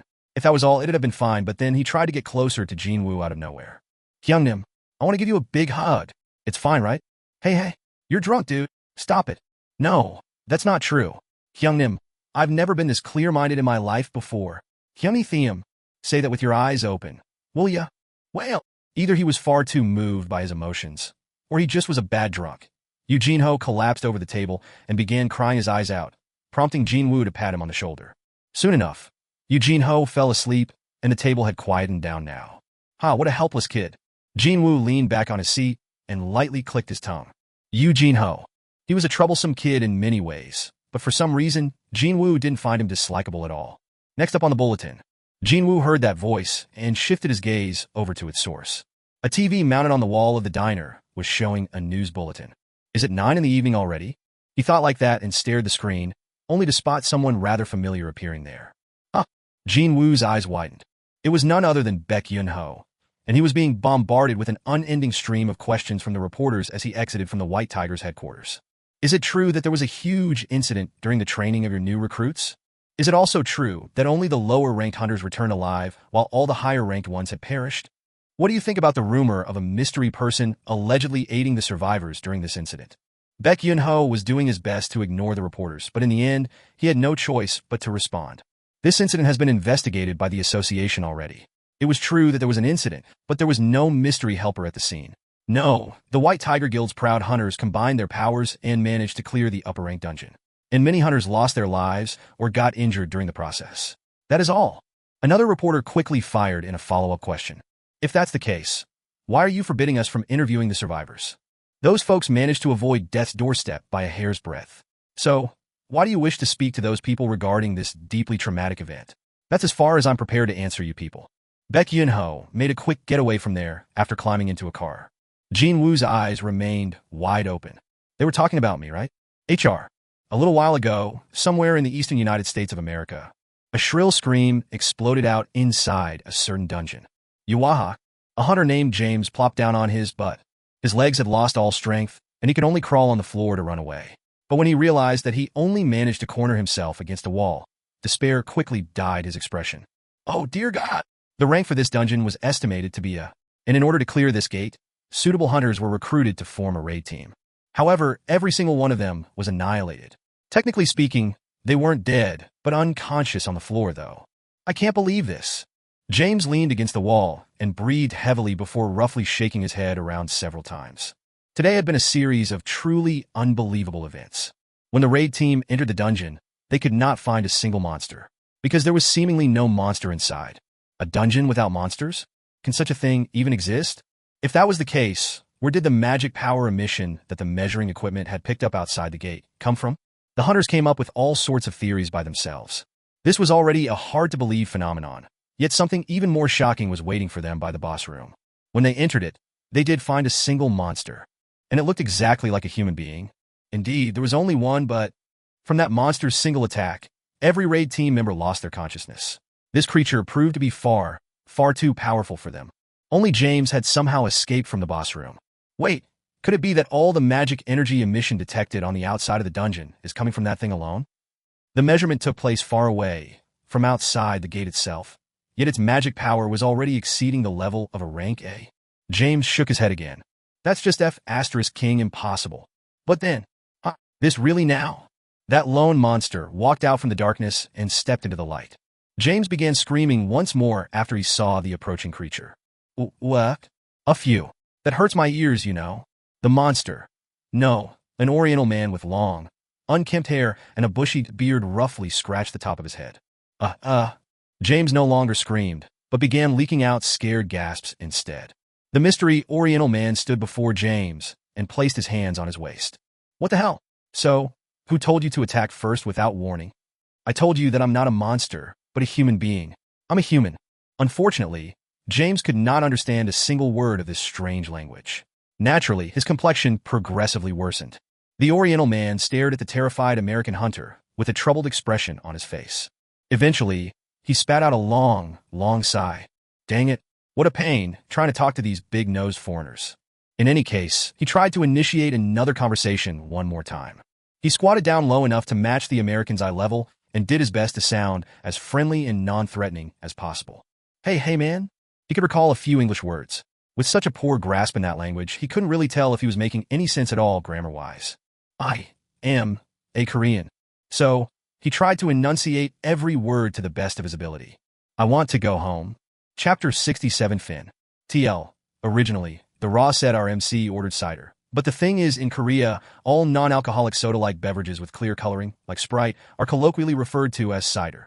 Not sure how that came about, though. So, if you hear/read about someone ordering cider in other forms of Korean media, such as dramas or other KR novels, don't be surprised, as there is no alcohol involved. TL. In case you haven't noticed it yet, the mystery Korean man had been speaking in Korean, while James was speaking/thinking in English. Chapter 68. An event of an unprecedented scale. A trapped person walked out of a dungeon alive. The U.S. Hunter Bureau went into overdrive right away. The deputy director of the Bureau personally came down to the interview room after hearing this news. Beyond the one-way mirror, he could see an oriental man quietly sitting on a chair with a pair of handcuffs on his wrists. Is he that man? That's correct, sir. He looks like a regular civilian, doesn't he? Yes, sir. It was as he said. Once that man's unkempt hair and the messy beard were taken care of, his facial features would be that of an average middle-aged oriental male commonly found everywhere. Have you found out his identity yet? He has repeatedly stated that he's a Korean hunter. South Korea? Yes, sir. How can a South Korean hunter come out of a dungeon on the other side of the world? He says that he was trapped inside the dungeon for the past 10 years after the gate closed on him. And when he reopened his eyes, he's in America? Is that it? That's what he'd been saying until now, sir. The deputy director massaged his forehead. How was he to explain this to the director? He felt a migraine beginning its vicious assault on his head. If that's the case, then what are you guys waiting for? Why aren't you in there, trying to get more information out of him? Never mind his director. The deputy was worried about having to report directly to someone even higher than that. Or worse, someone much, much higher up the food chain. In other words, there was no time to wait around sucking on thumbs like this. Too bad. The section chief in charge of information did not share his sentiment. Sir, we're currently focusing on the possibility of this man being a monster who possesses a human's memories instead. Okay, so? If it suddenly reveals its true intentions during the interview process, the entirety of Washington could be in danger. That made sense. A raid team consisting of several rank A hunters proved to be utterly helpless against that man. After all, they could not afford to be careless here. Looks like we'll have to get a powerful hunter to continue on with the investigation then. Preferably a rank S too. The section chief nodded his head in agreement. There is a rank S hunter who can converse in Korean residing nearby. The deputy director's expression brightened. He was none other than the deputy director of the Hunter Bureau. He had memorized back to front the list of all rank S hunters living in the States already. Mr. Huang, is he coming here? Yes, sir. One of the main hunters of the Scavenger Guild, Huang Dong-Soo. Just how much effort did the Hunter Bureau have to put in order to bring that man here and naturalize him as an American citizen? If it's him, even if something bad did happen, it'd not be too much of a big problem. The deputy director smiled deeply. All right, I almost forgot. A question belatedly formed in his head. If he were to make a report to the higher-ups, he at least needed to know the subject's name. What was the name of that man? It was a difficult-to-pronounce name, that's for sure. The section chief confirmed it on the report submitted to him by one of his underlings and spoke up. His name is Sung Il-hwan, a hunter from South Korea. Huang Dong-soo had no time for such things as mercy, especially if it was against monsters. He lost his parents to a dungeon break many years ago and grew up with only his older brother as the sole surviving family member. That was why when he awakened as a rank S, he knew this was his heaven-sent opportunity. The opportunity to rip apart and kill as many monsters as I can. Perhaps that was the reason why the glare of Huang Dong-soo as he entered the interview room was icier than usual. A man who came out from a dungeon. Even the magic energy wavelength this man emitted apparently had a similar pattern to that of a monster. If a monster is pretending to be a human, then he'd kill this abominable creature right here, right now. His glare met the man's gaze. They silently exchanged their gazes. Huang Dong-soo put the file with this man's information down on the table, pulled the chair out to sit, and opened his mouth. It'll be better for you to cooperate with me. One word from me will determine how others will see you, a human or a monster. Got that? Understood. Before he got started, though, a deeply personal question floated up in Huang Dong-soo's head. His older brother who died inside the dungeon. Was there any possibility that Huang Dong-soo could return alive? I want to know about that first. Is there any chance of other hunters returning from a dungeon, just as you have? The man shook his head. Huang Dong-soo's brows quivered just then. How can you be so sure? Because I'm well aware of the reason why I came back. The reason? What is it? Let me ask you something before I answer that. I'll be the one asking questions here. Huang Dong-soo's eyes narrowed to a slit. However, the man continued on with what he wanted to say regardless. The gates, monsters, and dungeon breaks. How much do you know about them? If this man had asked a stupid question, Huang Dong-soo might have used force to shut this man up right away. But he couldn't do that right now, because that question was something that countless tried to answer ever since the first gate opened and awakened people began appearing 10 years ago. This very moment could be when the answer finally revealed itself. Deputy Director. Shush. The agents of the Hunter Bureau all nervously swallowed their saliva as they stared into the one-way mirror. Huang Dong-soo asked, Are you saying that you know? Dungeons, gates, monsters, all these are merely preludes to a true war about to happen soon. And recently, a being that will become the greatest calamity ever seen has opened its eyes. So, the reason why you returned here is? In order to stop that calamity. And what is or who is this greatest calamity ever seen? That, I can't tell you. Huang Dong-soo smirked derisively. A man who came here to stop a calamity can't talk about what it is? I don't know what that thing could be, but surely, rather than trying to stop it all by yourself, wouldn't it be better to work together with others? The man shook his head. The number of people means nothing when facing this being. Doesn't matter whether lots of amateurs decide to work together or not. They will only become its prey and become its pawns instead. So, you are saying that only you can stop it? The man nodded his head. Huang Dong-soo inwardly clicked his tongue. This guy's gone off the deep end. It wasn't that hard to understand, though, if this man had been truly trapped inside a dungeon for 10 years. Or alternatively, there had been some kind of an error or a mistake during the process of the monster trying to copy a human's memories, and consequently, its brain had melted somewhat. In any case, Huang Dongsu decided to humor the other party for the time being and see where this thing would go. You must be awfully confident of your skills then. Let's just say that besides my skills, I have other factors in my favor. Well, if you say so. Just what kind of information could he even extract from a madman? Huang Dongsu decided to stop the questioning here. Instead, he opened the man's case file, thinking of finishing up the Bureau's request, which was to investigate the man's background. Your name is Sung Jin-Woo. The photo supplied certainly matched the man's face. Rather than 10 years, though, it's like only a couple of weeks, maybe months have passed by instead. However, Huang Dongsu decided not to mind it. He heard that high-rank hunters could even skirt past the aging process. Your records as a hunter look pretty good. You could have earned quite a lot of money these days. Sung Jin-Woo didn't respond to that. Back then, there was no proper system of hunters in place. Hell, there wasn't a ranking system for hunters, even. Huang Dongsu began reading the file. Your spouse, Park Jianghai. 2 children. The son's name is... As he read down the names of the children with no emotion on his face, Huang Dongsu's eyes opened up slightly wider for a moment. Sung Jin-Woo. But it only lasted for a truly brief second. Huang Dongsu did his best to remain calm and continued on. Sung Jin-Woo. And the name of your daughter is? Sung Jin-Ah. Okay, next. It happened then. Wait. Before Huang Dongsu could flip to the next page, Sung Jin-Woo stopped him. Huang Dongsu raised his head, and he found Sung Jin-Woo's glare had become as cold as his own. Why did you emit a murderous intent when mentioning the name of my son? Huang Dongsu placed a file on the desk between them, and then killed the mic feed to the outside of this room. I told you that I'll be the one asking questions. I'll have to hear your answer first. What if I'm not interested in answering you? I'll use force, if necessary. Sung Jin-Woo's eyes began gleaming coldly. He didn't even show any hints of backing down, which prompted Huang Dongsu to smirk deeply. I got it. So, you were a monster then? How dare a measly little monster threaten a hunter? An intense hostility directed to him. Now that was enough of an evidence to label this man as a monster. No, wait. This could be my second heaven-sent opportunity. Huang Dongsu decided as such and switched the mic on again. Click beep. Deputy Director? This guy is a monster. Evacuate immediately because he might start attacking very soon. What? Hold on. Beep. People panicking beyond the one-way mirror quickly ran out of the room. And soon, a loud wail of a siren resounded within the building. Meanwhile, a silver light began emanating from Huang Dongsu's hands. I'm planning to visit South Korea soon.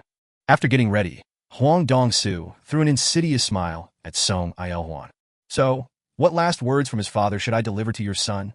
The TV was still talking about the Red Gate incident. Jin Wu scratched the back of his head. This thing is getting out of hand. Still, he didn't feel all that troubled. It was like he felt a bit weird. Instead, he found it rather odd that some people who didn't even know anything him were trying their darndest to find more about him, especially when he wasn't even there. But what if they find out about him? Didn't matter really. Well, I've already leveled up to the point I was aiming for anyway. The reason why he decided to keep his abilities hidden in the beginning was that he had a lingering fear that he might end up being used by some unscrupulous starts. But now, the story was different.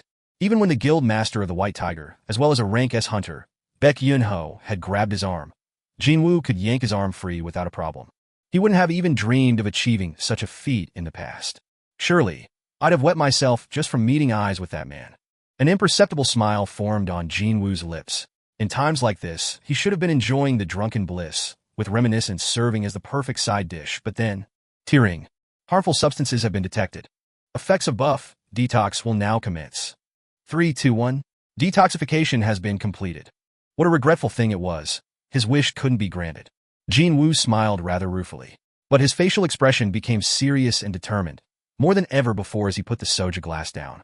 I don't have any plans to stop here, though. Jin Wu summoned his status window. Tiering. Name, Sung Jin-Woo. Level, 61. Class, Shadow Sovereign. Title, The One Who Overcame the Adversity, Extra 1. HP, 13,001. MP, 1,677. Tiredness, 0. Stats, Strength, 142. Endurance, 101. Agility, 121. Intelligence, 89. Perception, 103. Available stat points to distribute, 0. Reduction in physical damage, 46%. His level was 61. Thanks to investing all of the points he earned via daily quests and intelligence, that stat was getting ever closer to the 100 mark. I've got a long road ahead of me, though. But he knew he could climb even higher. To an even higher place. To a place that possibly no one else could get to. That possibility made his heart palpitate. And the beginning of this climb would be at the demon's castle. The system definitely said that's the one item I wanted more than anything else. He recalled the time he got the Blessed Random Box. Blessed Random Box presents the player with the item he wants. And he got the key to the instant dungeon, Demon's Castle, from it. The monster he ran into had a high level, and the rewards were top-notch too. He had confirmed these two facts before exiting from there. He had no idea what might come out on the higher floors, but it did not deviate too much. And so, it was now the time to go and reap his rewards. He was planning to enter there and spend a good few days inside. Jin Woo's only worry was, once I'm inside, I won't be able to contact the outside. What should he tell his little sister, then? Deciding to come up with a suitable excuse on his way back home, Jin Wu got up from his seat. Tap, tap. Hey, Jin Ho. Tap, tap. Jin Ho. Slurpta. Jin Wu shook and lightly tapped Jin Ho, but the kid had completely blacked out. What should he do now? And he's supposed to go to the association tomorrow to take the written test, too. Well, taking a test was one thing, but the most urgent thing to worry about right now was sending him home safely from here. Jin Wu pulled out Jin Ho's phone. Obviously, I can't call either the chairman Yu Myung-hwan or Jin Song. Just who should he call here that would inflict the least amount of harm on Jin Ho? Jin Wu pondered his choices before spotting a name on the contact list. Yu Soo-hyun. Unlike with his father or his older brother, Jin Ho had exchanged quite a few messages with this person. It had to be a woman, judging from the name. Jin Wu deliberated for a while on whether to call this woman or not before putting the phone down. Wait a minute. He quickly confirmed his store just in case. And sure enough, there was a certain item he was thinking of. He found it. Item. Status recovery potion. Rarity, E. Type. Consumable. A liquid potion that can recover one's status. Once consumed, undesirable status ailments will be cured. Can be stored in your inventory, but it can't be handed over to someone else. As soon as he confirmed the purchase, a yellow potion vial suddenly materialized on the top of the diner's table. It was of a noticeably brighter color than the healing potion's deep red color or the blue of the MP recovery potion. Jin Wu took a look around him to make sure no one was looking before he quickly tipped Jin Ho's head over and poured the status recovery potion down the kid's throat. It was then Jin Ho's eyes snapped open. Hyungnim, are you awake now? Jin Ho's head was tipped backwards, and Hyungnim was staring down at him from above. Hyungnim, what are you doing there? Jin Wu couldn't come up with a good enough explanation right away. In times like these, pretending that nothing had happened was for the best. Let's go.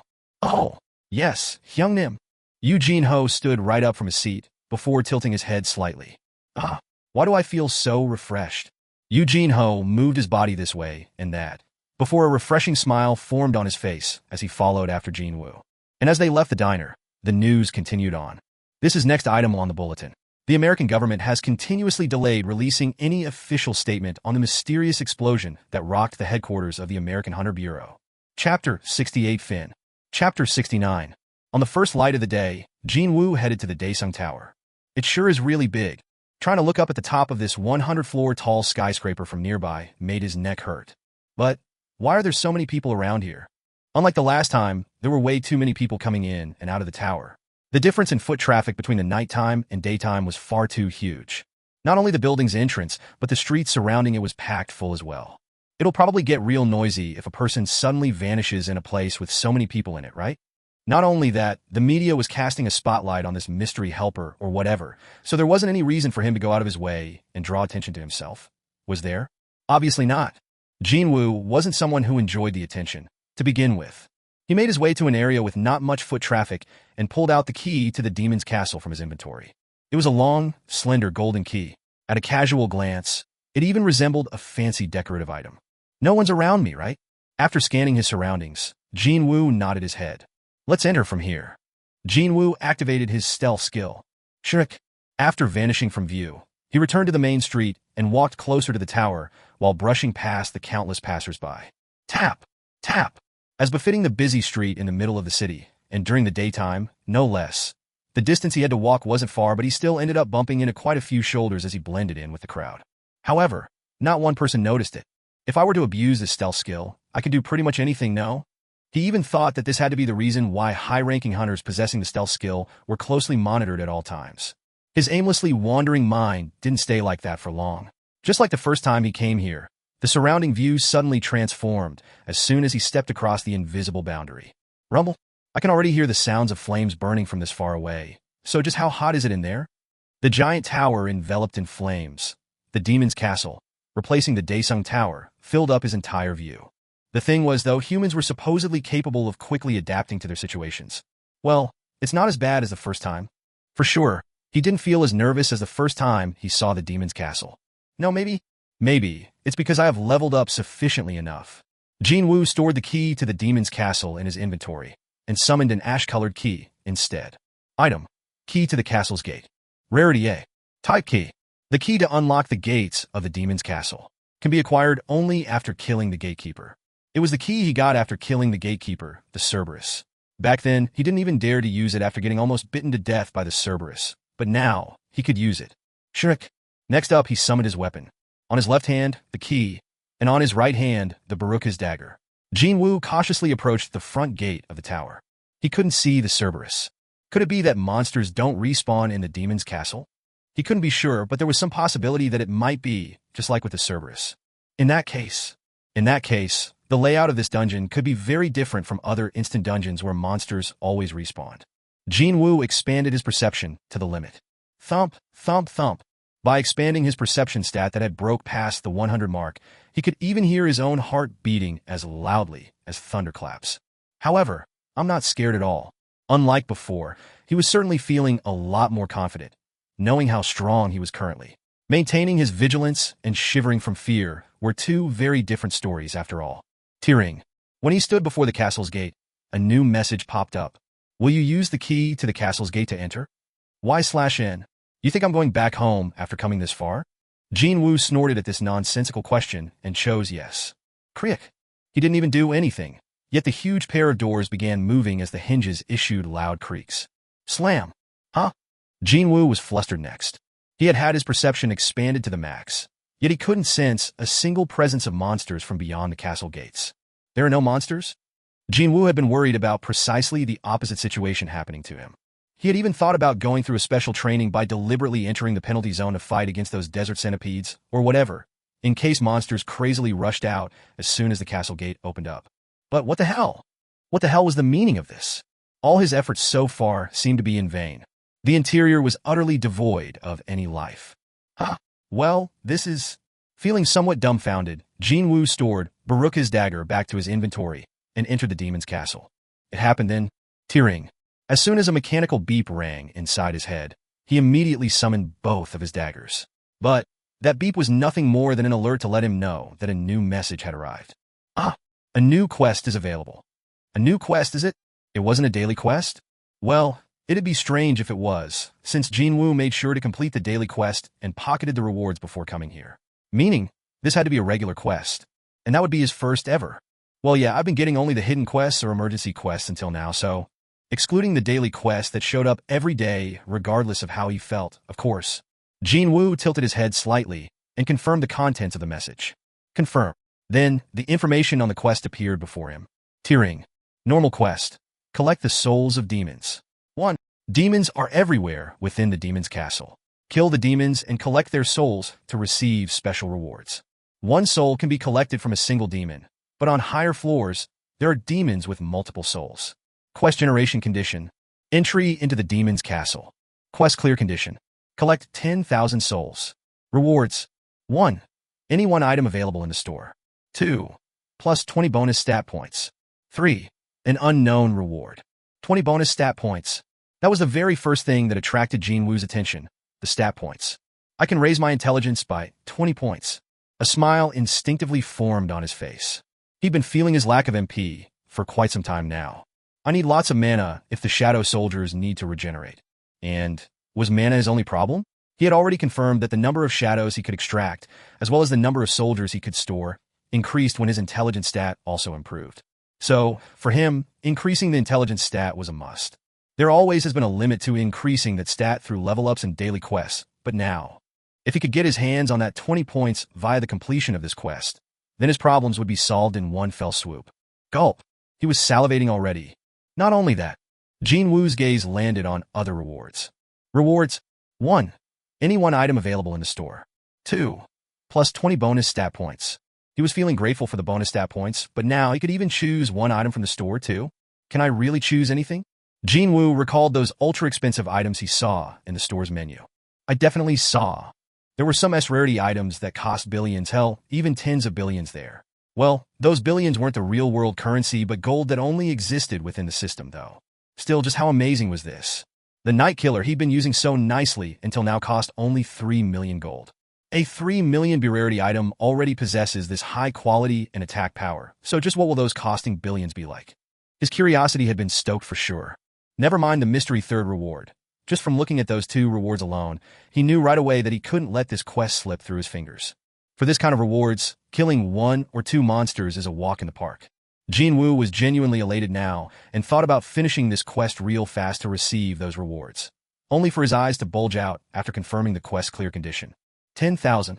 He gasped out in sheer shock. This was already far beyond the notion of killing 1 or 2 monsters. What the hell? What kind of slave labor is this? He had no idea what kind of a monster these demons could be, but hell, 10,000 was a scary high number indeed. Still, a smile crept up on Jin Wu's face. Well, that would have been if I was alone. Currently, the number of shadow soldiers he possessed was 50. If each one killed 200, this quest would be cleared. If he pushed his soldiers to work hard, surely this sort of quest would prove to be nothing but a cakewalk. Will you accept the normal quest? Collect the souls of demons. 1. Of course. He had no reason to refuse. You have accepted the quest. The penalty for failing this quest would be him wasting a bit of time. That'd be all. Compared to other quests, a few. Without a doubt, this was truly a wonderful quest when compared to the class change quest or emergency quest where his life was on the line. Jin Wu raised his head. I wonder, is that thing supposed to display my progress from now on? As soon as he accepted the quest, a counter he hadn't seen before appeared in the air, just above his line of sight. Collected souls of demons. 0/10, 000. 10,000 so far away. A bitter chuckle leaked out of his mouth once he got to physically confirm the number that had been floating inside his head as nothing but a vague notion until now. It was then that he discovered a different counter to the left of that one. EXP needed for the next level up? 60,000. There it was, 60,000 clearly displayed via the holographic display. As soon as he met that, he'd level up, or at least that's what was written there. Even my experience points are being displayed now. However, he had never seen anything like that prior to his entry into the demon's castle.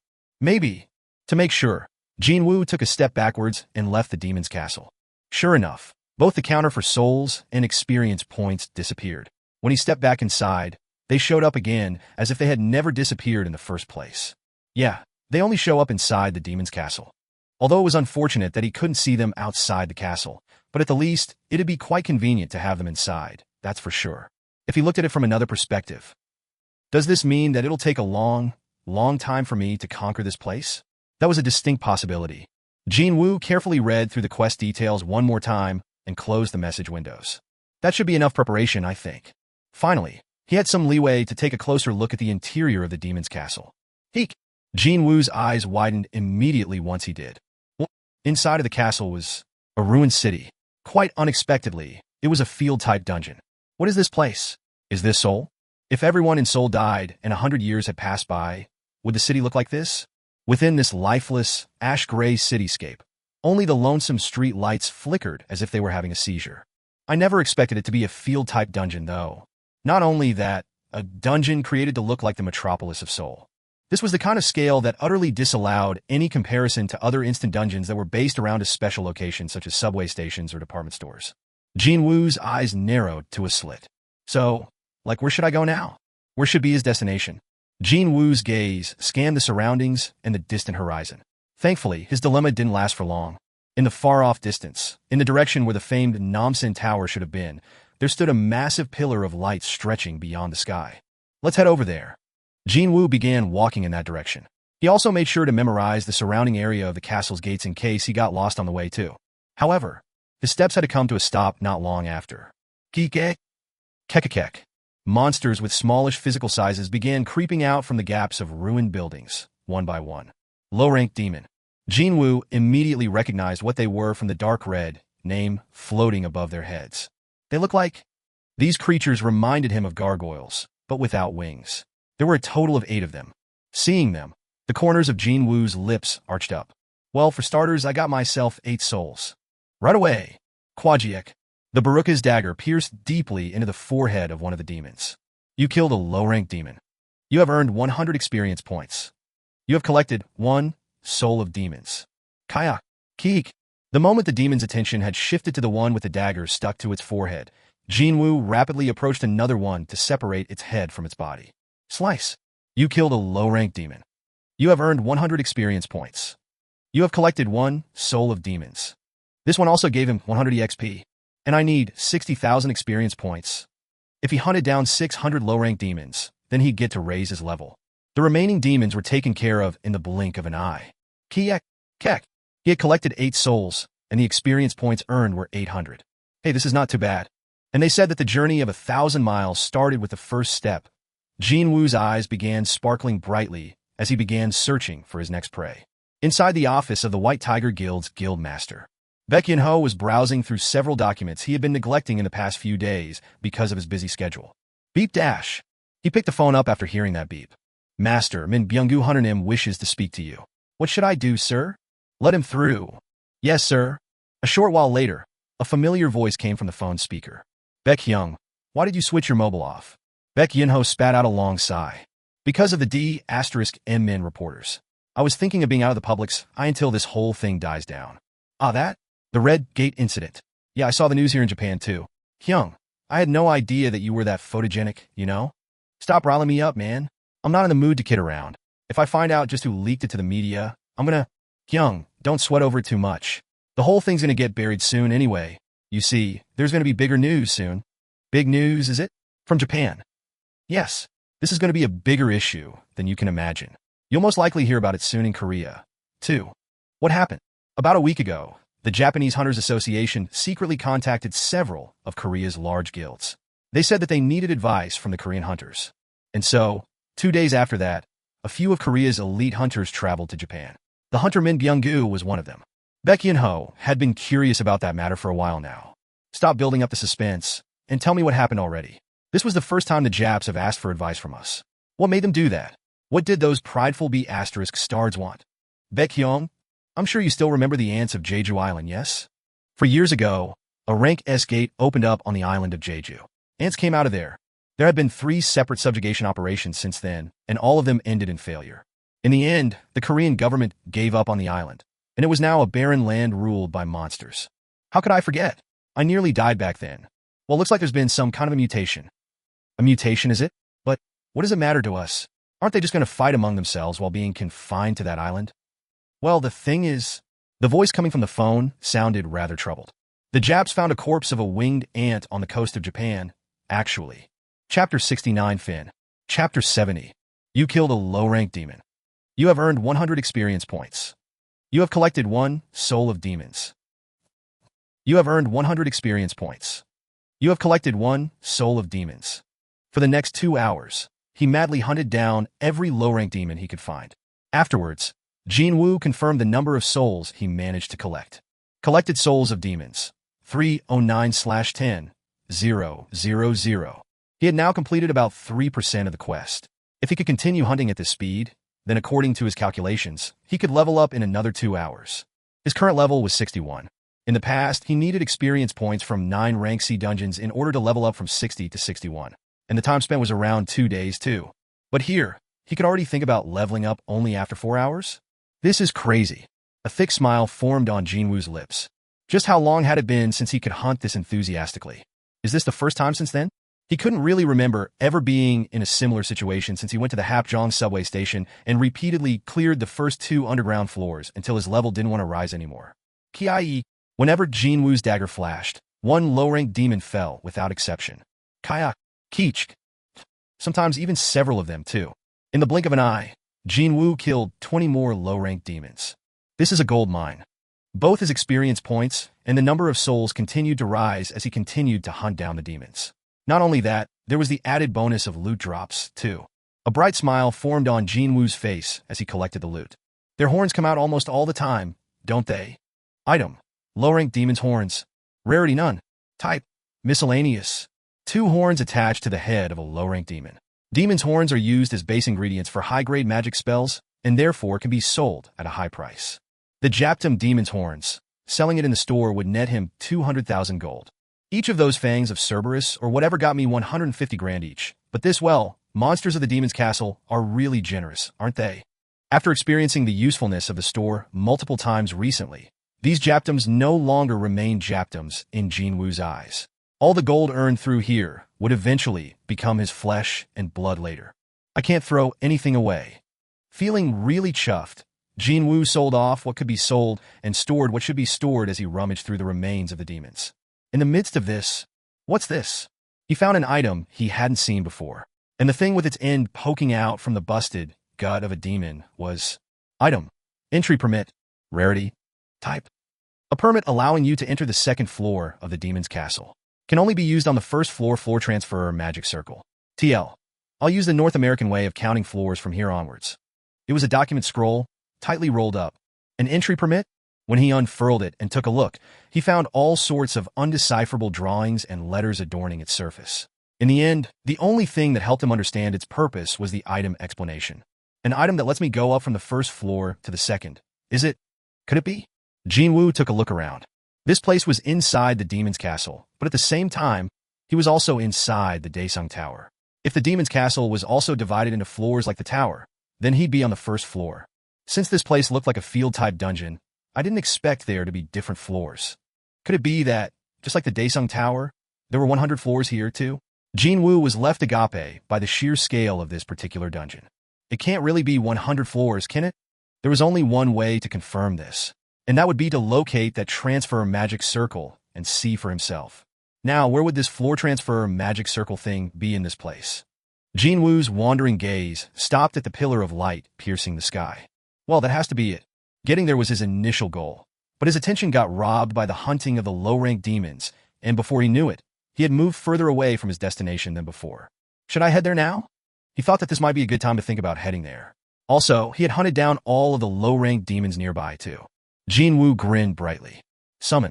The shadow soldiers stored inside his shadows via the shadow storage skill didn't require any chanting or whatever to summon them, unlike when he was trying to extract shadows. Shirk. In front of Jin Wu, the giant beast soldier extracted from the leader of the ice bear pack appeared silently. Growl. And it was a giant monsterish bear standing on its hind legs. It was as large as a house. But to Jin Wu, it was not much different from a mild-mannered, lovable puppy. Get down. Growl. When the shadow beast soldier laid down on the ground, Jin Wu lightly jumped on top of its back. Giddy up.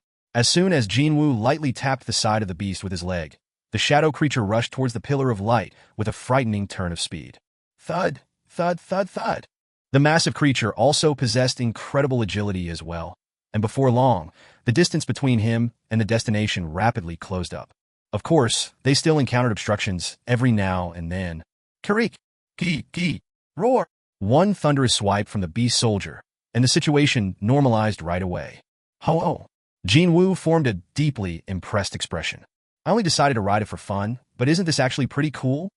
Thinking that he should utilize this means of transportation often from now on, he even named his new ride right there, and then, from now on, your name shall be Tank. Roar! The beast soldier, no, Tank roared out while raising its head high up. Was it trying to say it liked it, or hated it? What with its incredibly powerful vocal cord, Jin Wu couldn't really tell which was which. In the meantime, the light pillar got closer and closer. Tank gradually slowed down and eventually stopped before the light pillar. Nice work.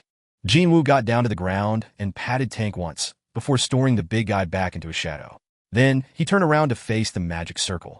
The familiar mechanical beep rang inside his head as soon as he did. Tearing. You have discovered floor transfer magic circle. There was a magic circle carved on the ground. The light shooting out from it was reaching into the sky. Without hesitation, Jin Wu stepped inside. Nothing happened. Jin Wu tilted his head this way and that, before taking a few more steps to stand in the middle of the circle. Only then another message popped up in his view. No floors have been opened. Which floor would you like to transfer to? How many floors are there? Of course, there was no reply. Is there no other way to find out how many floors are there, except for finding out for myself? Jin Wu pondered for a moment. There wasn't that much left for the experience points, so should he stay and raise his level before going up, or should he just go up and level up there? Unlike other instant dungeons, there is no monster respawn in this place, so staying on one floor will be inefficient in the long run. Besides, the system said that demons with more souls existed on upper floors as well. He concluded that for both his experience points and to clear the quest, it could be more advantageous to get to higher floors as quickly as possible. Fine. Let's go up then. Jin Wu spoke up. Second floor. You need the entry permit. Jin Wu summoned the scroll as per the instruction. As soon as it appeared, it dissolved into the light. The second floor of the demon's castle has been unlocked. You are transferring to the second floor. Buzz. An even stronger ray of light began rising up from the magic circle. At the same time, Jin Wu realized something. Ah, so that's how it works. As it turned out, this whole thing was just an elevator. The moment he realized what this pillar of light actually was, Jin Wu was immediately transferred to the second floor, along with the blinding explosion of light. HR. Second floor, third, fourth, and eventually the 27th floor. That was the result of grinding for 2 days straight. He told Gina, his little sister, that he'd be on a week-long trip. I have 5 more days. Considering his gradually increasing clearing speed, he began to think that it might be doable to get to what he assumed to be the last floor, the 100th floor, within the next 5 days. Maybe even sooner than that. Jin Wu took a look at his surroundings. It was still a ruined city. I can't tell which city this floor is based on anymore. Every floor was modeled off on a different city. However, the higher he climbed, the state of destruction the city was in got worse and worse. And on this 27th floor, he found it hard to tell whether this place used to be a city or not. Would a city look like this after having experienced a concentrated carpet bombing? Jin Wu quickly threw away useless thoughts and shook his head. I shouldn't be wasting time like this. He checked the time with his wristwatch, and it was already 11 in the evening. There was no daytime or night inside this dungeon, so he needed to rely on his watch to keep time. 11 would be a good time to get some shut-eye if he wanted to continue clearing this dungeon tomorrow with a refreshed body and mind. But before that, should I check the result of my hard work first? Jin Wu shifted his gaze over to the quest progress window. Collected souls of demons. 2. 116/10,000. Over 2,100. Is it? Meaning, he had hunted down over 1,000 demons in a day. He had killed quite a lot during the last 2 days, that's for sure. It was still a long way off from the goal of 10,000 souls, but he was betting on the demons of the upper floors that allegedly possessed multiple souls. Right, getting to higher floors should remain as my priority. Next up is level. Heek! Jin Wu's eyes opened wider. Level 67. His level had climbed to 67 even before he had noticed it. He'd been hunting low-ranked demons worth 100 EXP for a while, but then his leveling up speed exploded upwards after he began hunting mid-ranked demons that gave out 300 EXP each. My level is climbing up real nicely too. Lots of monsters, rich experience points, and the perfect level of difficulty. The Demon's Castle was the best level-up zone one could ever hope for. His level wasn't the only thing experiencing a rise either. Jin Wu's proficiency with his various skills was also rising up as well. Currently, the Night Killer was floating above Jin Wu's palm. He was using the skill Ruler's Reach, the power that allowed him to physically manipulate objects without actually touching them. Even when he was doing nothing, like right now, he devoted himself to increasing his proficiency with the skill. Well, this Ruler's Reach skill doesn't require any mana to begin with. It was a bit tiring mentally because he had to constantly focus on the skill, but compared to the potential uses this skill had, a small little headache was a cheap price to pay. With a nice timing, a good piece of news arrived before his eyes. The level of the skill, Ruler's Reach, has increased. Nice. Jin Wu grinned brightly and leaned against a wall. He felt safer and more content as he became stronger bit by bit. His eyelids slowly closed. Now that I think about it, the Guild Master license must have been issued by now. Was Yu Jinho doing well? Perhaps because it had been a while since he acted alone, he couldn't help but recall the mug of Yu Jinho who used to follow him around. The successful firstborn who had become an excellent entrepreneur, and the secondborn with the qualification to become a master, but who was still a university student. The fight between them would not be easy. Do your best, Yu Jinho. After cheering Yu Jinho on in his mind, Jin Wu slowly drifted off to a deep slumber. HR.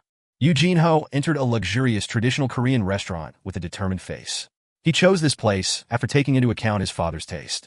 Has the chairman arrived yet? Yes, he's waiting for you. Yu Jinho swallowed his saliva after hearing the maitre d' hotel. Please, this way. He was guided to the private room where his father, Yu Myung-han, was waiting for him. The traditional sliding paper door was opened, and immediately, Yu Jinho's nervousness increased by several folds after seeing his father's face. He wondered if he was getting weak-kneed again, but Yu Jinho hardened his resolve and settled down on the opposite side of his father. What's the occasion? You even called me first for this meeting. Father, before I begin, I'd like you to take a look at this first. And this is my Guild Master license, as well as the records of the raids I've been in so far. Your master license? Yours?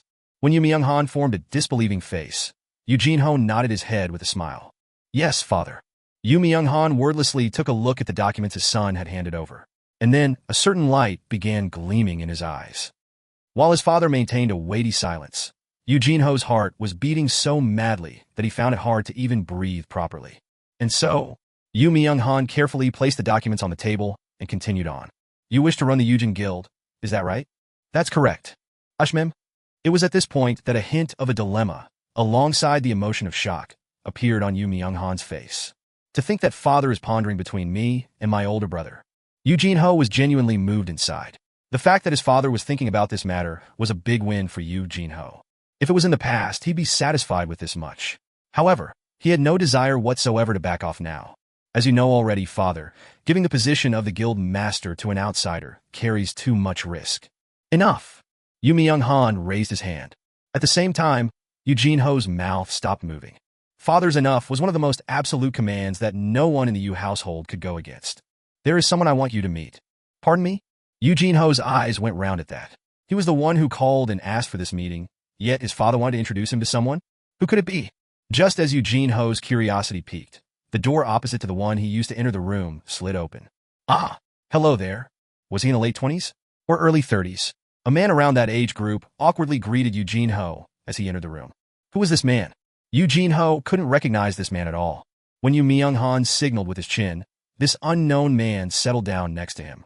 This here is Hunter Go Myung-hwan. Go Myung-hwan? Yu Jin-ho tilted his head. He had never heard of this name before. Father nodded his head as if he had expected this already, and continued on. He is one of the survivors from the White Tiger Guild's Red Gate incident, the one that's been making so much noise lately. Chapter 70 Fin. Chapter 71. Yu Jin-ho was taken by surprise. The Red Gate? Why was the story of the Red Gate brought up here? Out of the blue. Since the incident had been talked about nonstop in mass media, even Yu Jin-ho knew what had happened. But this timing was suspiciously coincidental, and so he found it difficult to figure out where his father was going with this. And this man here, a man who was supposed to be a survivor of that incident. Why did the survivor that the media was madly scrambling over to find appear here? Yu Jin-ho's curiosity continued to balloon greatly. After staring at his son for a little while, Yu Myung-han slowly opened his mouth. Looks like you haven't heard of it yet. Pardon me? Yu Myung-han disregarded the still confused Yu Jin-ho for the time being and shifted his gaze over to Go Myung-hwan, sitting there in nervousness. Mr. Hunter. Yes, Chairman. Please inform my son who was there besides the White Tiger Guild's new recruits on that day. Understood. Go Myung-hwan's stare now was directed to Yu Jin-ho. Unintentionally, Yu Jin-ho met Go Myung-hwan's gaze, and a question mark floated up on his face. Go Myung-hwan opened his mouth. There was a young female hunter who looked to be a high schooler, and a young female hunter? Even then, Yu Jin-ho couldn't imagine just whose name would pop out from Go Myung-hwan's lips. And Mr. Sung Jin-Woo. Tumble. Yu Jin-ho thought that he could hear his own heart fall to the pit of his stomach. Hyung-nim was there at the Red Gate incident. What was going on here? He was already feeling quite confused, but now his thought process devolved into an even more complicated mess. In the middle of his confusion, he suddenly remembered something. Wait, now that I think about it, a few days ago, Hyung-nim was conversing with such familiarity with Han Song-yi, someone whom he didn't even share a casual greeting before that day. Do you still remember the name of that female hunter by any chance? It was Miss Han Song-yi. How can this be? Yu Jin-ho's jaw dropped to the floor. To think there was such a secret to the mysterious relationship between those two people. Wait, if that's the case then the identity of the potential helper the news outlets were talking about was. As if he knew what Yu Jin-ho was about to ask, Go Myung-hwan quickly confirmed the truth. We, the members of the White Tiger Guild and Miss Han Song-yi, could escape from the Red Gate all safe and sound thanks to Mr. Sung Jin-Woo. Haha, Hyung-nim, just what did you do in there? Yu Jin-ho formed an expression comprised of half surprise and half joy. He even forgot that he was in front of his father and asked out loud. What happened inside the Red Gate? Go Myung-hwan glanced to his side, to the head of the dining table. Yu Myung-han nodded his head. Go Myung-hwan carried a face of a man dying to open his mouth until then, and as soon as the permission was given, he began to tell his story with great relish. So, what happened was, Yu Jin-ho's eyes twinkled as he listened. At first, everyone was taken back somewhat, after learning that a pair of rank E hunters were coming to observe the new recruit training process. But then, Go Myung-hwan began describing what happened that day with a hyped-up voice reminiscent of a little kid proudly showing off to a friend the brand new toy he got as a gift. However, He did what to a rank A hunter? Go Myung-hwan wasn't the only overexcited person in the room. Exactly. With his palm, he went like pa. He smacked the back of Kim Cheol's head, and as he listened to the exploits of Hyung-nim, Yoo Jin-ho's heart beat faster, as if he was there, experiencing everything personally. As expected of Hyung-nim. To him, hunting down high-rank monsters was nothing. Well, he could knock out a rank A hunter with a single slap, after all. Yoo Jin-ho felt so moved and proud at the same time after realizing that such an incredible person had been standing by his side until now. Meanwhile, Go Myung-hwan continued on with his story. I really thought that we'd die for sure when dozens of ice elves showed up. But then again, was he paying too close an attention to the story? Time flew by really quickly. The definitely not short story of that day's events was finally coming to its end. The excited Go Myung-hwan's voice became louder. So what I'm saying is this whole thing is just too unfair. Mr. Sung Jin-Woo saved our A*SES back there. He's my life's savior. Yoo Jin-ho unconsciously nodded his head in agreement. He could understand where Go Myung-hwan was coming from. He also had received similar help before, too. But then, I'm not supposed to reveal the existence of Mr. Sung Jin-Woo? I find it difficult to accept the decision of the White Tiger Guild. However, Chairman Yu has given me a call out of the blue, and so, here I am. It was at this point that Yoo Myung-hwan stopped Go Myung-hwan in a dignified manner. Go Myung-hwan hunted him. Yes, I believe that should be sufficient. My apologies, sir. I got carried away. Go Myung-hwan embarrassedly lowered his head. Yoo Myung-hwan's stare then shifted over to his son, Yoo Jin-ho. In the process of investigating more about Hunter Sung Jin-Woo, a name that I never expected to hear popped up. At the ends of Yoo Myung-hwan's pointing finger. His index finger pointed to a piece of paper with Yoo Jin-ho's name written on it. And it was none other than the raid records Yoo Jin-ho handed over to his father. His index finger pointed lower and stopped at the 3 words Sung Jin-Woo next. The raid leader, Yoo Jin-ho. The raid member, Sung Jin-Woo. This was irrefutable evidence. I'm busted. The truth about Hyung-nim helping him out during the process of acquiring his guild master license was now out in the open. Yoo Jin-ho's expression hardened. Hunter Sung Jin-Woo aided you greatly during your attempt to earn the guild master license. Do you acknowledge this fact? Yes, father. Is there anything else you want to add? Yoo Jin-ho's vision darkened. Now that the matter of Hyung-nim lending aid was out in the open, it was impossible to convince his father that he was the right person to take on the position of the Yujin Guild's new master. He sensed his father's strict eyes bearing down on him. In the past, being subjected to that withering glare, Yoo Jin-ho would lose all strength in his legs. However, he couldn't give up like this. For the first time ever, Yoo Jin-ho summoned his courage in front of his father.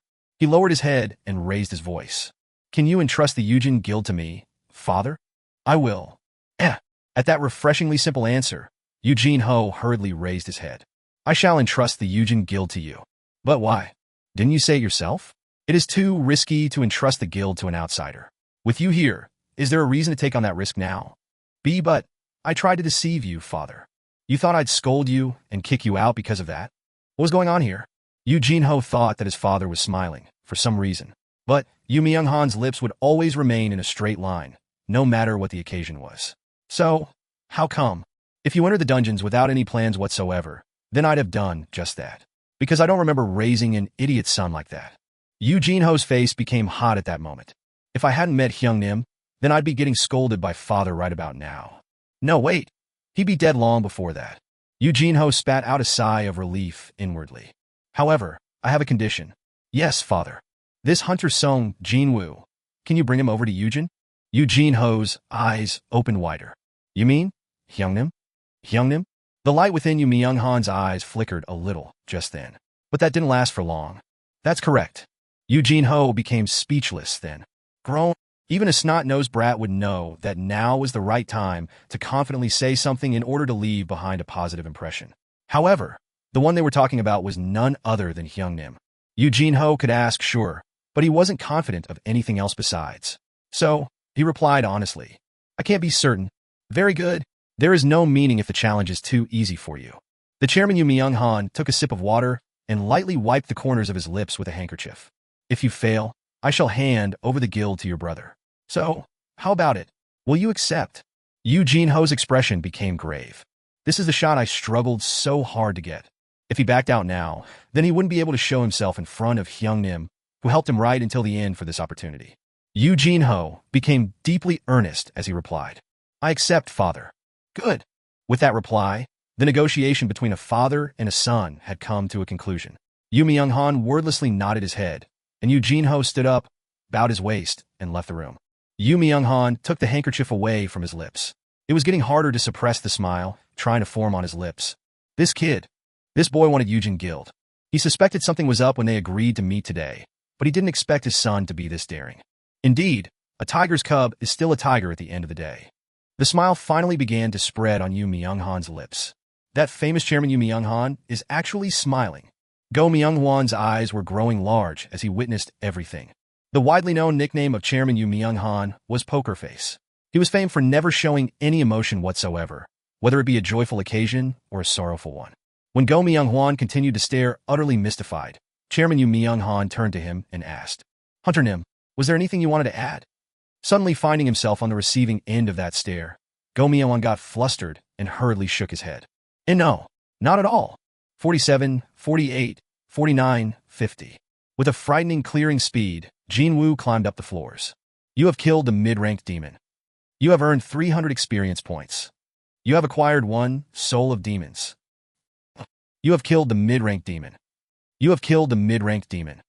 He didn't feel tired at all when looking at the total experience points and the accumulated number of souls climbing up higher every time he hunted a monster down.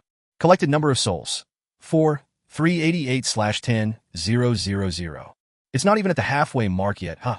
He had been endlessly hunting demons down ever since entering this place. But as expected, the wall of 10,000 souls was indeed high and difficult to overcome. However, what about his level? Level 69. In the space of one day, it had risen by another 2. The leveling up speed had slowed down compared to the beginning, but it could still be considered as blistering when looking at the rate of collecting the required souls. Even now, the experience points were quietly piling up. He killed the mid-ranked demon. You have earned 300 experience points. You have collected 1 Soul of Phew. After finishing off the last demon still standing before his eyes, Jin Wu stretched his back and scanned his surroundings. Beneath the confidence-inspiring shadow soldiers standing around him, the countless corpses of mid-ranked demons could be seen littering the ground. Clap. Jin Wu smiled deeply and clapped his hands. Nice work. The soldiers who fought hard for him all returned to his shadow in an instant. The magic crystal could be collected by them, sure, but loot had to be manually collected by Jin Wu. Will you take? Well, he had to manually click yes on every system message that popped into his view. That was why. This is a bit cumbersome, isn't it? So, that was why when there weren't that many demons, he took care of them himself real fast. And when they were in a big group like this time, he fought together with his soldiers. As soon as the battle was over, he'd start collecting the loot right away.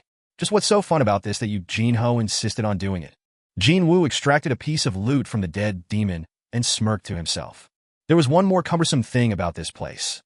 It was impossible to extract shadows inside the demon's castle. Didn't matter whether it was a mid-ranked or low-ranked. The black fog-like thing that denoted if he could perform the shadow extraction or not didn't rise up from the demon's corpses. Even when I'm staring at the remains, too. This mana is tainted. It's impossible to perform shadow extraction. Nope, he only got some messages saying that he couldn't extract shadows because mana was supposedly tainted. Is there anything I can do about this? Just as Jin Wu scanned the remains of the demons with a helpless expression on his face, a new message popped into his view. Tearing. You have discovered 29 item.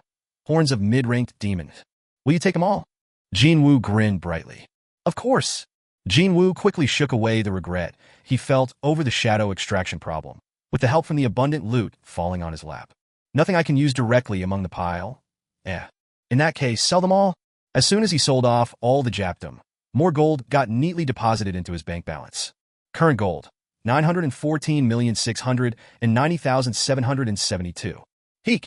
Jin Wu checked his inventory without thinking too much, only for his eyes to shot open real wide. The amount of gold sitting pretty in there had shot past 900 million already. Well, each pair of demon's horns are worth about 200,000, and I hunted down well over 4,000, so. Not to forget, he also sold off other unnecessary Japdom on his way here as well, so it was understandable that gold would accumulate at a frightening pace. Should I buy a rarity-S weapon or armor? Before long, though, Jin Wu shook his head. He wasn't in a need for one, so no real need to force himself to spend money just because he had some. Right, there will come a time when I need to splurge on something. Jin Wu closed the inventory window and lightly dusted his hands. He was done with cleaning up his surroundings. He had procured the important entry permit for the 51st floor a long time ago. So, the only thing remaining was to get to the floor transfer magic circle and go upstairs, but Jin Wu's sight shifted towards the pillar of light, more specifically a short distance in front of that pillar. And a massive demon, plus scores of high-ranked demons, were standing there, waiting. Jin Wu raised his sight up higher, and he could see the giant demon's name, floating in the air in a deep crimson hue. The sovereign of the lower floors, the avaricious Vulcan. That thing consisted of a huge mess of fatty flesh that must have weighed dozens of tons. No, maybe even several hundred, instead. And then, the massive club this thing was holding in hand looked rather horrifying as well. However, a smile was etched on Jin Wu's face. So, that's the mid-boss of this place, huh? He held only the nicest memories of the bosses found inside the instant dungeons. They all gave him plenty of experience points as well as wonderful items. Compared to the boss-level monsters found in regular dungeons that required lots of hard work to kill but little reward to show for it, these boss monsters of instant dungeons were more like boxes of gifts, all nicely wrapped up. So then, what items would that guy cough up? Gulp. Jin Wu smiled brightly and began drooling. Chapter 71 Fin. Chapter 72. Should I get started then? Shadow soldiers were summoned behind Jin Wu. Not just the regular foot soldiers, but also the magic soldiers, the beast soldiers, as well as the two knights, too. And in front of them stood Jin Wu. The two knights strode forward and stood on either side of him. Jin Wu took a glance at Ygritte to his right, and Iron to his left, and a grin formed on his lips. Feels so reassuring. Even though this was his own skill, the fact that he had comrades watching his back helped greatly to calm his mind. However, still, it's a bit too much to go with a frontal assault, isn't it? The whole thing looked kind of dangerous, and that was all thanks to that wooden-looking club held tight in Vulcan's grip. It's just unbelievable that a tree that big actually existed, right? He guessed from the size of Vulcan and the wooden club that one swing from the demon would be enough to wipe away his entire platoon. It's fine if they get swept away, but the real problem would be the MP required to regenerate the fallen soldiers. Without a doubt, continuously regenerating his soldiers that got repeatedly obliterated by that thick blunt weapon would bottom out his MP in no time at all. In that case, there was only one way to do this. I'll have to take care of the boss. In other words, he'd let his boys deal with Vulcan's underlings, while he himself would fight the boss. This was the best plan he could think of. Well, all I have to do is hunt it without getting hit. Unlike with his soldiers, Jin Wu was confident of dodging Vulcan's attacks. In order for his plan to work, though, he had to separate Vulcan from his underlings first. Jin Wu ordered his magic soldiers to initiate the assault first. Use the ranged attacks to summon Vulcan's lackeys over here first, and I'll fight that big guy lumbering along at the rear. It was a simple enough plan to carry out. Now, when Jin Wu gave his signal, flames flew out from the hands of the magic soldiers. Swish, swish, kaboom! The flames exploded near the subordinates of Vulcan, signaling the beginning of the operation. Tearing, the sovereign of the lower floors, the avaricious Vulcan, has discovered the intruder. Vulcan's loyal guard has discovered. Vulcan's loyal guard has discovered. Tearing, tearing, tearing. The warning beeps resounded out in his head at a frightening pace. And at the same time, Vulcan and its lackeys all turned their heads towards Jin Wu and his army. All right, he succeeded in drawing their attention. In order to hit Vulcan coming up from the lackey's rear without getting discovered, Jin Wu activated stealth and hid himself. Shuru. Everything seemed to be unfolding according to plan. That's what he thought, but then, thud, thud, thud, thud, thud, thud. Vulcan broke his expectation and bolted forward like a streak of lightning. What the hell? What is up with that movement? It's like I'm looking at video footage sped up several times. Quite literally in the blink of an eye. Vulcan had ran past its lackeys and arrived before the shadow soldiers. Oh crap! Jin Wu's eyes widened considerably. This demon with a huge, mountain-sized body mass managed to exceed his imaginations. Vulcan lifted the club up high. Just before the club pointing to the sky fell down on the defenseless magic soldiers, Iron jumped out of nowhere and raised his black shield. Whoosh dash! Quajiek. The attack was defended against somehow, but both arms of Iron were shattered into pieces. The sturdiest, toughest among the shadow soldiers couldn't withstand a single attack and was rendered unable to fight any further. Scatter. The shattered pieces of Iron's arms fell to the ground and scattered away. Perhaps finding its previous attack not to its liking, Vulcan tilted its head this way and that, while staring deeply at its club. But that was only for a brief period. The B** starred slammed down with the club once more. Quajiek. Iron, who had lost all means to defend himself, as well as the magic soldiers behind him, were crushed to oblivion next. Crack. Witnessing that event unfold, something inside Jin Wu loudly snapped into two. This son of a B** dares to. Jin Wu bit his lower lip. What he did next wasn't because his head told him to do it. Pa! When he regained his senses, he was already in midair, leaping towards Vulcan. His target was already set, and that would be that surprisingly beady little head attached atop the mountainous body. Jin Wu twisted his body in midair. The muscles of his shoulder and the arm cocked rearward ballooned up. When he focused all his might on his clenched right fist, stealth came undone automatically. Belatedly, Vulcan discovered Jin Wu. Too bad. Jin Wu's fist was not slow enough for the giant monster to dodge when it was already near its nose. Swike! His fist punched out like a bullet and slammed into the side of Vulcan's face. Quabum! Vulcan was flung away. The giant demon rolled away on the ground for a long, long time, before crashing into the skeletal remains of a building and came to a stop. Rumble crash! Then the barely standing remains all tumbled on top of Vulcan, burying the demon underneath. Tap! Jin Wu lightly landed back on the ground, his eyes quite wide open. Why did it fly away that easily? Unable to comprehend what just happened, he stared at his own fist in disbelief. He couldn't even spot a single nick or a scratch on his fist that managed to blow away such a huge creature. Then he suddenly recalled something. Now that I think about it, Jin Wu raised his head. He summoned the stat window, and it quickly floated up there. Stats: Strength, 150. Endurance, 109. Agility, 139. Intelligence, 109. Perception, 111. That's how it was. He may have learned several assassin-related skills, and his class was set as a magic type, so he had been forgetting about a crucial part until now. Strength, 150. He had been using up all the spare bonus stat points on intelligence, yet strength was still ahead by 1.5 times. Well, I really did invest in strength blindly, didn't I? On top of this, his level had increased explosively as well. Just from checking out each of his stats, he could definitely feel the results of all that grinding. One of those results was this. Jin Wu stared at Vulcan, still buried underneath the rubble with a dumbfounded face, before a wry chuckle left his lips. It was hard to feel it when he was busy massacring the regular monsters, the low-ranked and mid-ranked demons. But after punching the boss-level creature, he was certain of it now. I've definitely become stronger. Clench. He felt strength flowing into his clenched fists.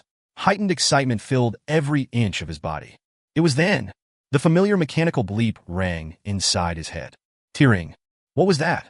Jin Wu raised his head. The fallen Vulcan used the club to prop itself and stood up from the rubble. Did the warning chime go off because the monster is getting up? Was his system that friendly to begin with? As Jin Wu tilted his head, the culprit for that beat popped up in front of his eyes. The sovereign of the lower floors, the avaricious Vulcan, has activated skill. Raged. Tearing. The warning chime went in his head one after the other. The rage state will be continuously maintained. All of Vulcan's stats will be increased by 50%. Vulcan will feel less pain. Isn't that skill from? Even before Jin Wu managed to recall the memories of Cerberus, Vulcan, with its two reddened eyes, rushed towards him like an unstoppable tidal wave. Thud, thud, thud, thud, thud, thud. The ground rumbled, accompanied with the loud, rumbling footsteps. Jin Wu sneaked a glance behind him. Vulcan's lackeys were currently engaged in a bitter battle with the shadow soldiers there. Kruer! Kihiak! In the midst of this confusing melee, Jin Wu still could locate Iron. The impact force must have been too great because Iron was still in the middle of regeneration. Iron! Jin Wu called out. Iron quickly threw his shield to Jin Wu. After catching the shield, Jin Wu shifted his glance away to find Vulcan standing right before him. If I back off here, my soldiers will get wiped away. Without his soldiers, it had become far too difficult to hunt down Vulcan and its subordinates. So, Jin Wu chose the method that could ensure the safety of his soldiers. He raised the shield, and his arm muscles tensed up. Shortly thereafter, Vulcan slammed down with its club. Slam! Quang! Boom!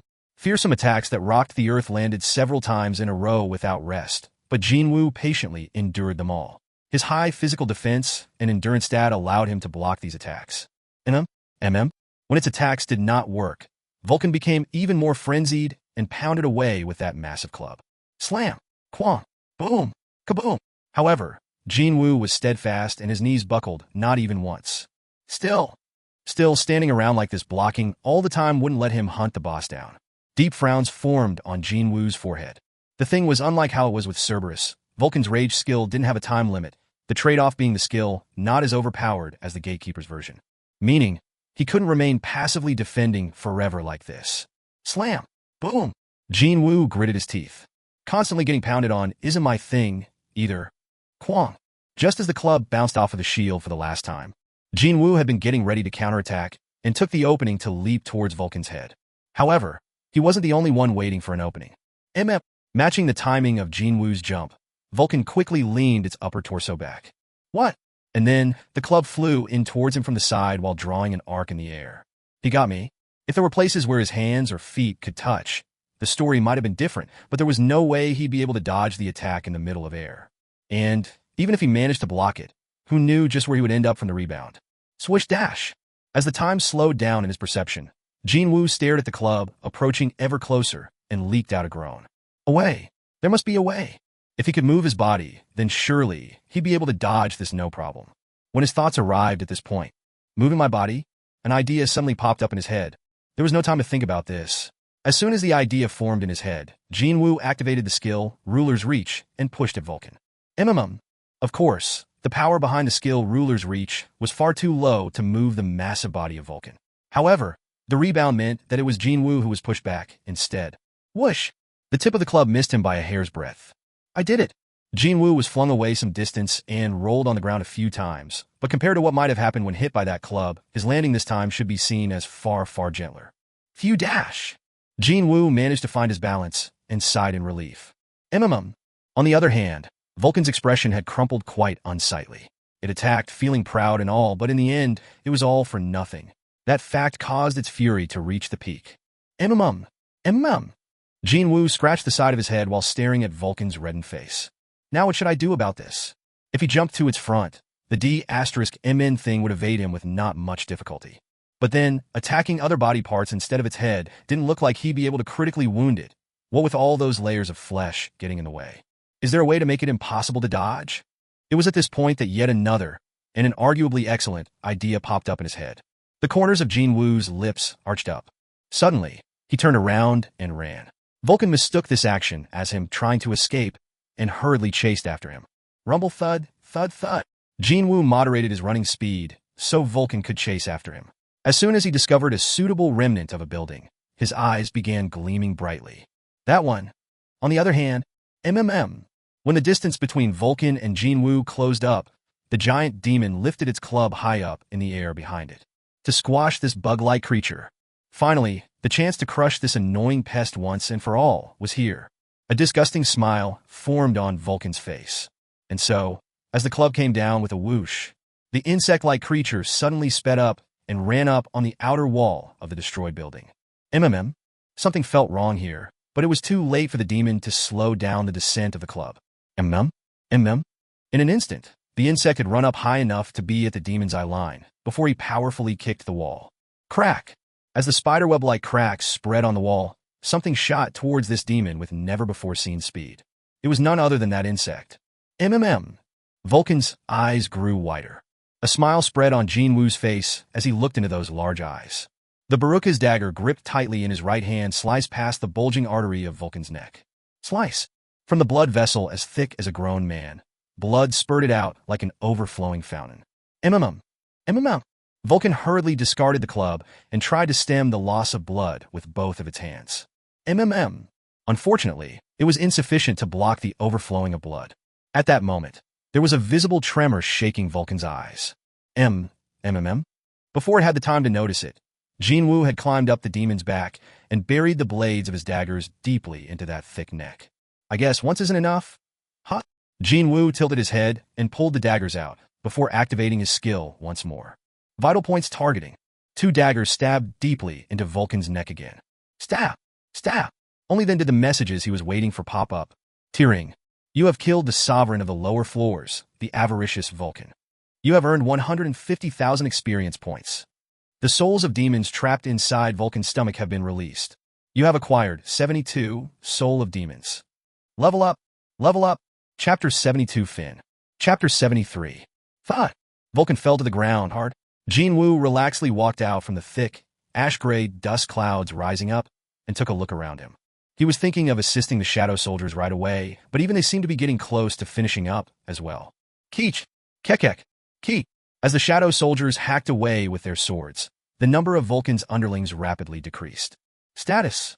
Jin Wu studied his status window.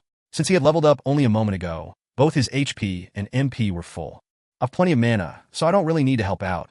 Huh. As long as there was sufficient mana, shadow soldiers would be exactly like immortals. Now that was the true power of an undead army. Leaving the mop-up of the remnants to his trusty soldiers, Jin Wu turned around in order to collect the loot. Was this feeling similar to unwrapping a gift? Seeing that dead body of Vulcan, a smile automatically formed on his lips. I wonder what'll come out this time? He could spy several lights sparkling on the body. Just like before, Jin Wu extended his hand towards the lights. Then, item acquisition messages popped up in his view. Tearing. You have discovered item, Demon Sovereign's earrings. Will you take it? You have discovered item, Bead of Avarice. Will you take it? You have discovered item, Vulcan's Horns X2. Will you take it?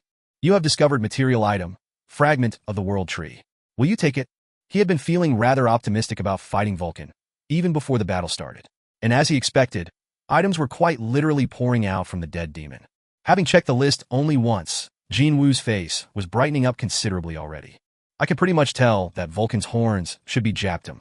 From its name to the total number he found, it wasn't that hard to guess that Vulcan's horns were Japtum only good for additional gold, just like the demon's horns he got after killing various demons. Which meant the remaining 3 were the real items. And there was this one item that attracted his attention more than the others. You have discovered material item, Fragment of the World Tree. Will you take it? What is this material item thing? What could he possibly make with something like that? Or was the system trying to imply that it might be something related to a quest? Jin Wu's curiosity roused from its slumber after reading about a type of item he hadn't heard of before. If he wanted to read the explanations on the items, he had to acquire them first. So, he chose yes on all the item acquisition messages. Take them all. The lights glittering from different parts of Vulcan all morphed into items and appeared near his feet as soon as he said that. A pair of earrings, a red marble-like object, and timber as big as a grown woman. He could immediately tell which one was the fragment of the world tree among them. Jin Wu looked at the timber. When he did, the information on the item popped up. Material item, fragment of the world tree. Rarity, type material. Remaining part of Vulcan's club, originally fashioned out of a branch of the world tree, after the contaminated portion had been removed. Timber from the world tree possess extraordinary magical energy, and is seen as top material for the crafting of the very best magic tools available. Top material for the very best magic tool. Is it? He was curious about just what could be made from this piece of wood, but too bad that wasn't disclosed. Still, there was no doubt this thing was no ordinary item. Simply by standing near it, he could sense a powerful aura coming off of it. This timber, I think it'll come in handy later. Instead of selling off this fragment of world tree to the store, he decided to store it in his inventory. After he finished doing that, Jin Wu confirmed the details on the other loot as well. Item, Demon Sovereign's earrings. Rarity S. Type, accessory. Endurance plus 20, stamina plus 20. When worn together with Demon Sovereign's necklace and Demon Sovereign's ring, set bonuses will be unlocked. Set bonus, effect 1. Locked. Set bonus, effect 2. Locked. This one has hidden set bonuses? If only its additional stat boosts were concerned, then it was not that different from the Gatekeeper's necklace in terms of usefulness, but this Demon Sovereign's earrings had hidden set bonus effects as well. Even if those set bonuses were ignored, the item itself was still quite brilliant. Both his endurance and stamina got a boost of 20 points, which was considerable. Every level up gives me 5 stat points, so he'd need to level up 8 times to get that many stat points, in other words. Feeling genuinely pleased now, Jin Wu picked the earrings up. Will you equip item, Demon Sovereign's earrings? A keep. Just like with other items, earrings disappeared from the view, but their options still activated with no problem. A satisfied smile formed on Jin Wu's face after confirming the rise in his stats. So, the accessory set of a Demon Sovereign, then. Other accessories should be around here somewhere, right? Well, with the word demon in their names, he could easily guess that those items must be somewhere inside the demon's castle. Just what kind of set bonuses would be unlocked if he managed to find the other 2? He had found only one part of the set, but there was nothing he could do about his anticipation soaring higher. However, Jin Wu's smile didn't last for long. What is this now? Item, Bead of Avarice. Rarity A. Type, magic tool. Bead created by solidifying superior demon Vulcan's blood. Will strengthen all magical effects and cause greater damage. Effect appetite for destruction. X2 magic damage. It was a spherical red object the size of a billiard ball. Jin Wu tightly grasped the Bead of Avarice. But there was no change to his stats. He then summoned and checked the class-related skill windows, since those were the only things that could be called magic in his repertoire, but he saw no change to the number of shadows he could extract nor the number that could be stored. Maybe it's not something I can use? Jin Woo's head tilted this way and that. An increase of 100% in magic damage. That kind of performance was quite incredible, indeed. Now originally, tools that boosted magic cost an arm and a leg, so only a few mage-type hunters could afford to use them. Even then, Jin Wu had never heard of an item that could double the power of magic among all those uber-expensive artifacts. If there were, then it had been utter chaos, with headlines and special reports and whatnot. So, there was no way he'd be unaware of one until now. However, this bead of avarice, or whatever, could supposedly double the amount of magic damage. But so what? It doesn't really help me anyway. Jin Wu licked his lips. An item that doubled magic damage but did nothing else would not have any effect on him. Both his shadow extraction and shadow storage had nothing to do with damaging something, to begin with, and the rest of his skills weren't magic-related, either. At this point, he'd rather prefer to have an item that raised his intelligence stat instead. TSK. Jin Wu formed a wistful expression and lightly tossed the bead of avarice up and down in the air. Meanwhile, his soldiers arrived near him one by one after taking down Vulcan's remaining underlings. The first one to arrive was Ygritte. In the right hand, 3, and another 3 in the left.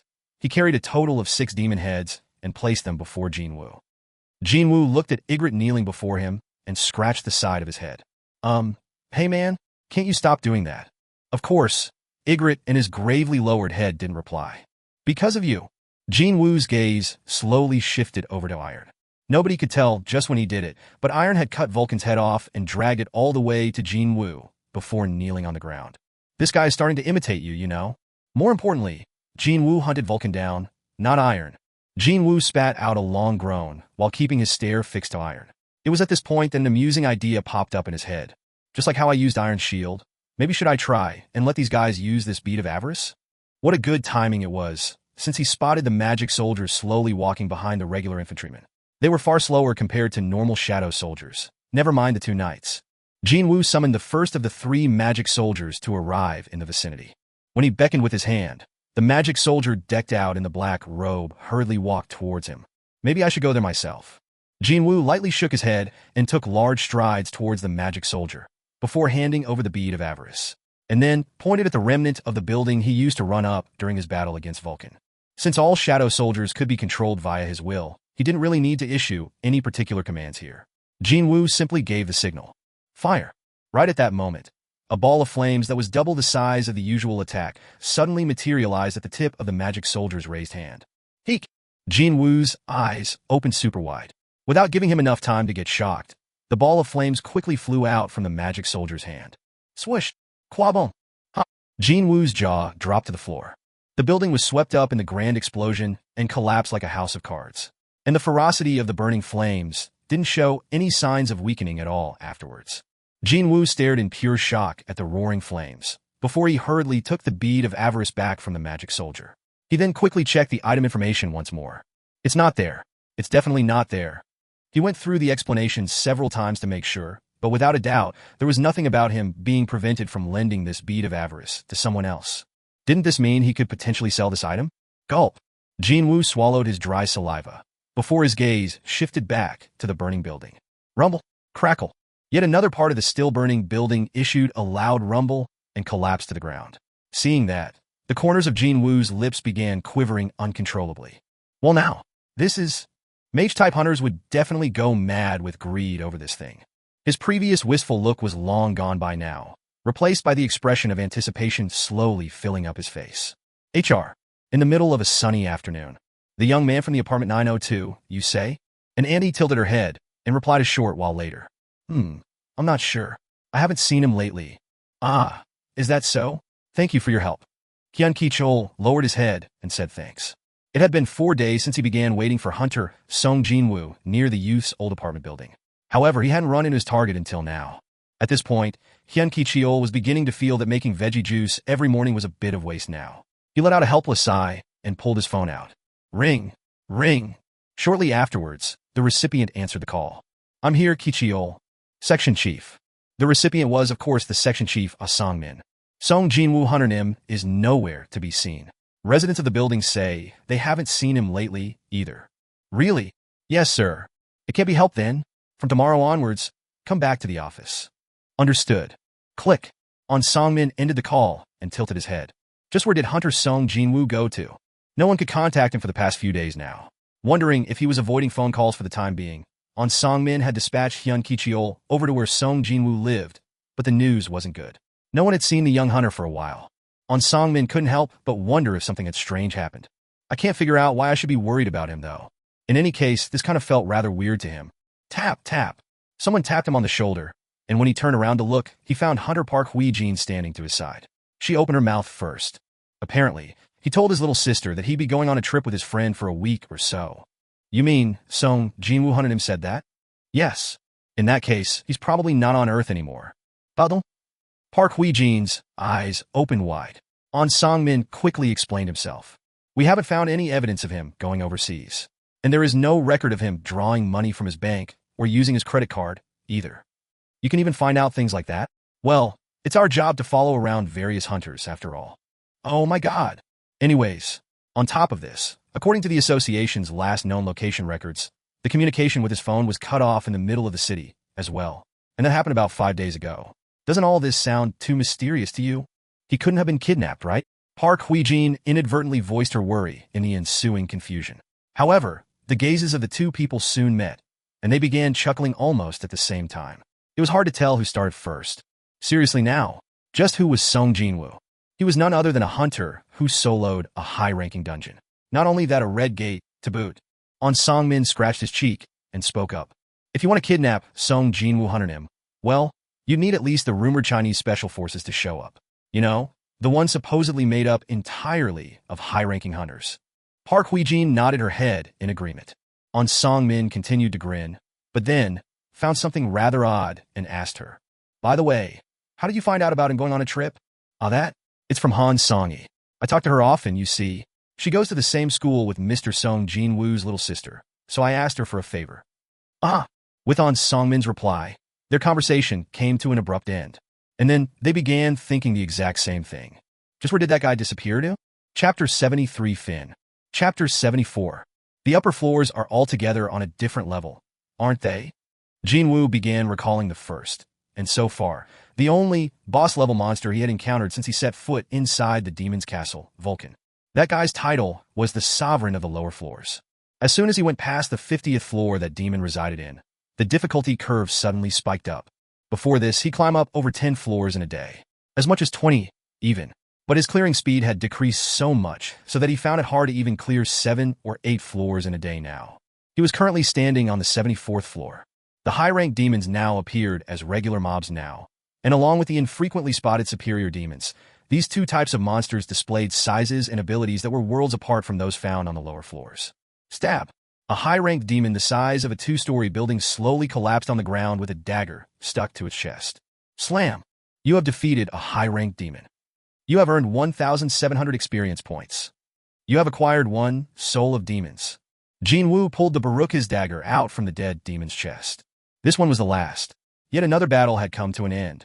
The victorious shadow soldiers crowded around Jin Wu as well. Jin Wu surveyed their conditions. There was no way that this was true for an undead army, but for some reason, he thought they all kind of looked exhausted.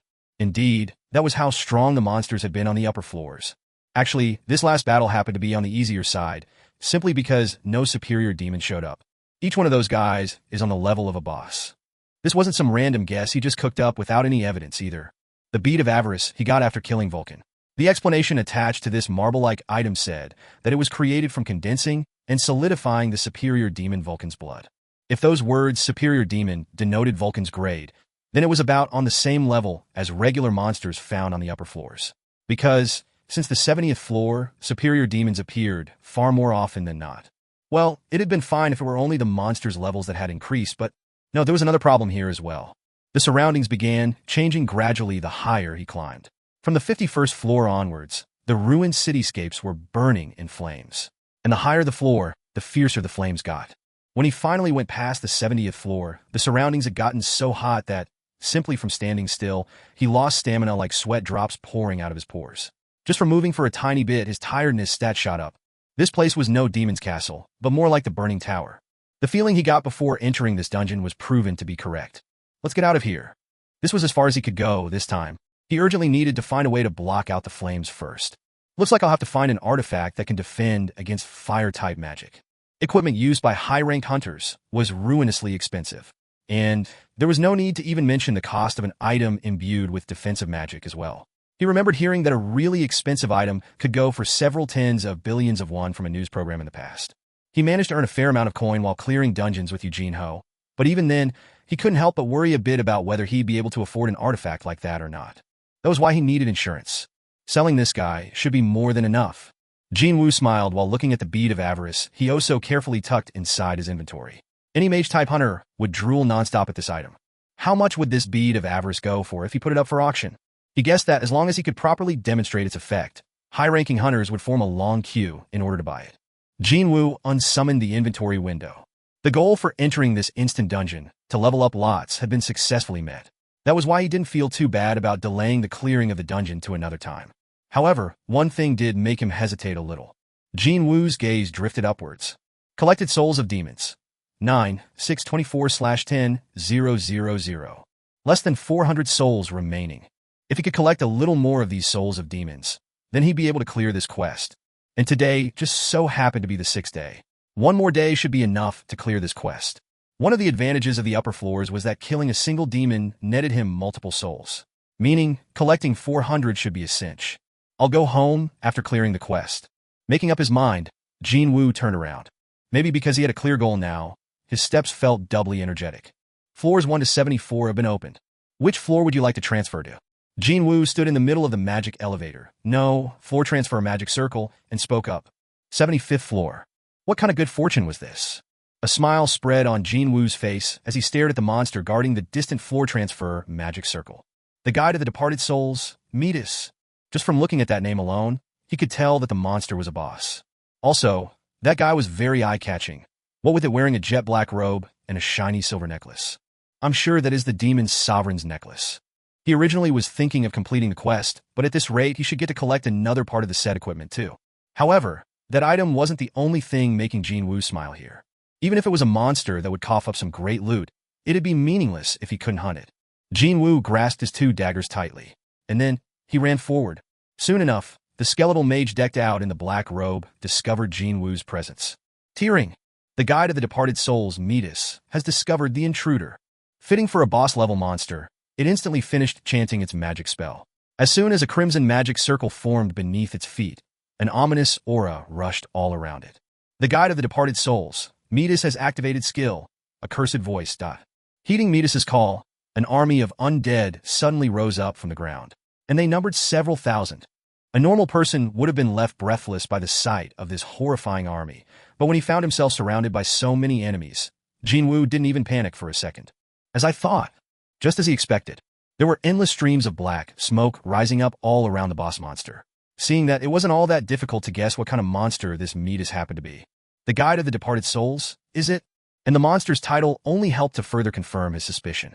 Sure enough, Midas summoned a powerful undead army. Too bad, Jin Wu just so happened to possess the best type of class within this field. Rise up! Yuewa dash! Accompanied by painful screams, soldiers began rising up from the shadows of the undead. Their numbers were in the several hundreds. Compared to Midas's army, this number seemed completely ill-matched, but it was actually more than enough for him. Because the real deal was somewhere else, that was why. Create a path for me. Soldiers emerged from Jin Wu's shadow. These guys were the real deal. While the hundreds of soldiers created from the skill Shadow Extraction bought them time, Jin Wu's direct subordinates, the ones he paid careful attention to leveling up ever since his entrance into the demon's castle, carved out a path for him. His destination was obvious. Ygritte and Iron took the lead, and with frightening speed, and destroyed the opposing undead creatures. The distance to the boss, Midas had closed up in an instant. This should be enough. Jin Wu quickly shoved past, and rushed out into the front. Dash! Skill level of Dash has increased. Thanks to him running around all over the huge demon's castle, the Dash skill had risen up a level. Nice! A grin formed on Jin Wu's face. Jin Wu escaped from the undead army's siege, and stood before Midas in an instant. Their gazes collided midair. You didn't expect this to happen, did you? Jin Wu's gaze was filled with victor's leisure, and Midas could only flinch from that. No, he thought that the monster flinched. Do monsters feel fear? Such a thought only lingered for a second, before Jin Wu's daggers left behind dozens of afterimages. Plop! The boss-level monster weakly fell to the ground. He already knew, through experience, that mage-type monsters relying on controlling others to fight were very weak when the battle became one-on-one. The moment he saw Metis in the distance, he had envisioned this end. Jin Wu returned the daggers to his inventory. Soon, the expected message popped up. Tearing. You have defeated the guide of the departed souls, Metis. You have earned 200,000 experience points. You have discovered souls of demons sealed within Metis's pendant. You have acquired 220 souls of demons. Level up. Level up. Jin Wu clenched his fists tightly. 220 souls in one go. Now, that was an unexpected windfall. Collected souls of demons. 971/10,000. A thick smile floated up on Jin Wu's lips. Not much remaining now. He only needed to collect less than 30 now.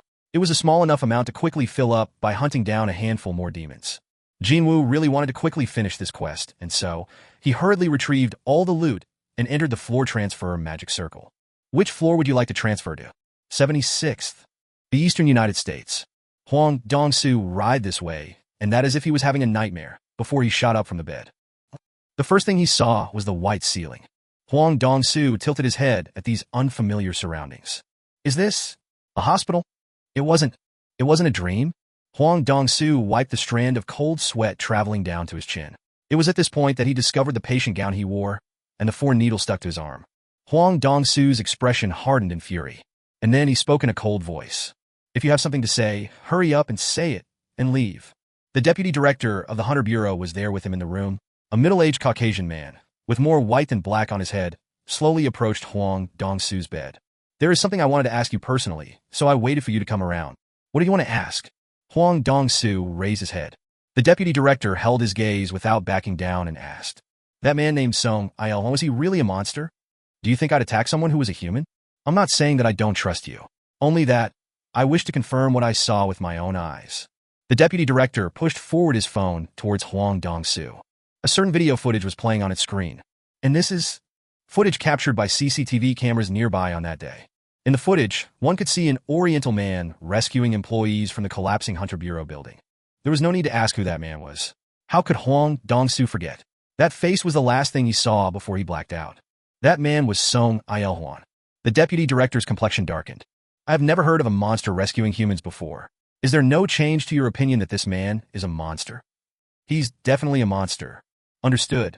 The deputy director pocketed the phone. Once you're discharged from here, stop by the bureau. There are a couple of documents you need to sign. Huang Dongsu asked the deputy director as the latter was about to turn around and leave. What happened to that man? He disappeared after fighting you. We're in the midst of tracking him down, but he's powerful enough to knock you down easily, so whether he could be caught or not as well. Just before he stepped out of the hospital room, the deputy director opened his mouth again, sounding more troubled than before. By any chance, do you have any idea where that man might head off to? Seeing Huang Dongsu resolutely keep his mouth shut, as if he had nothing more to say, the deputy director quietly left the room. But once he was gone, Huang Dongsu furiously yanked the 4 needle out of his arm. F***CK. What a humiliating defeat that was. Even before he could figure out what happened, he found his neck trampled on by Sung Jin-Woo. Not only that, shamefully cowering on the floor too. Just as he began gasping for air, Sung Jin-Woo spoke to him. Don't come to Korea. This isn't for my son, but for your sake. You won't be able to close your eyes, even in death. And that's where his memory ended. Once he regained his consciousness, he found himself here. Can't close my eyes even in death. What did he mean by that? Was that a threat to kill Huang Dongsu in such a brutal way that he'd be unable to close his eyes? How dare he? Threaten me? Huang Dongsu's clenched fists began shuddering in rage. Not only did he lose to a monster, but that man also managed to inflict an unforgettable disgrace on Huang Dongsu as well. I know where he will go to. Huang Dongsu would do anything to catch that man. But how? Didn't matter whether that be *****'*s identity was a monster or not. There was no denying the fact that he was strong. I need better equipment if I want to kill him. Thankfully, it wouldn't be hard getting his hands on that equipment. I should call my guild. The guild Huang Dongsu was a part of, Scavenger, was one of the very best in the world. Hell, there was even a joke doing the rounds that if one were to tally up the value of all the artifacts in possession of the Scavenger Guild, it'd easily exceed the annual budget of a small nation. If I get my hands on some artifacts, there shouldn't be a problem. Madness burned bright within Huang Dongsu's eyes. To South Korea. That was Huang Dongsu's next destination. You have defeated a superior demon. You have earned 2,200 experience points. You have acquired 1, Souls of Demons. You have acquired 3, Souls of Slave Demons. I did it! Jin Wu couldn't hide his elation. His luck was good, and he acquired 4 souls from the very last demon he killed. With that, he was able to meet the quest's clear goal. Collected Souls of Demons. 10,001. Tiering. You have completed normal quest. Collect the Souls of Demons. 1. Your rewards are now available. Will you confirm the rewards? Y/N. Obviously. Once he made his reply, the list of rewards popped up in his view. Tiering. The following rewards are now available. 1. Any 1 item available in the system. 2. Plus 20 bonus stat points. 3. An unknown reward. Will you accept them all? Other rewards did catch his eye, but right now, the first one on the list demanded the most of his attention. It wouldn't be much of an exaggeration to say that he completed this quest solely for the first reward too. Accept the first reward. Tiering. You can choose from any of the items available from the system. Is there an item you want? An item he wanted? Was it? Of course, there was one. From the moment he saw the details of this quest, Jin Wu was thinking of a certain item. What kind of a result would be facing him now if he chose differently back then? He was curious about this ever since that fateful day. However, he didn't know whether that thing was treated as an item or not. Still, it didn't hurt to try at least. You could choose from any of the items available from the system. Is there an item you want? The system asked him again, as if to urge him on. After a short deliberation, Jin Wu made his reply. The Cursed Random Box. Chapter 74 Fin. Chapter 75. Back when he found himself standing on a crossroad, Jin Wu chose the Blessed Random Box instead of the Cursed Random Box. And the result of that decision was the key to the demon's castle. Thanks to that, he gained entry to this instant dungeon and earned a lot.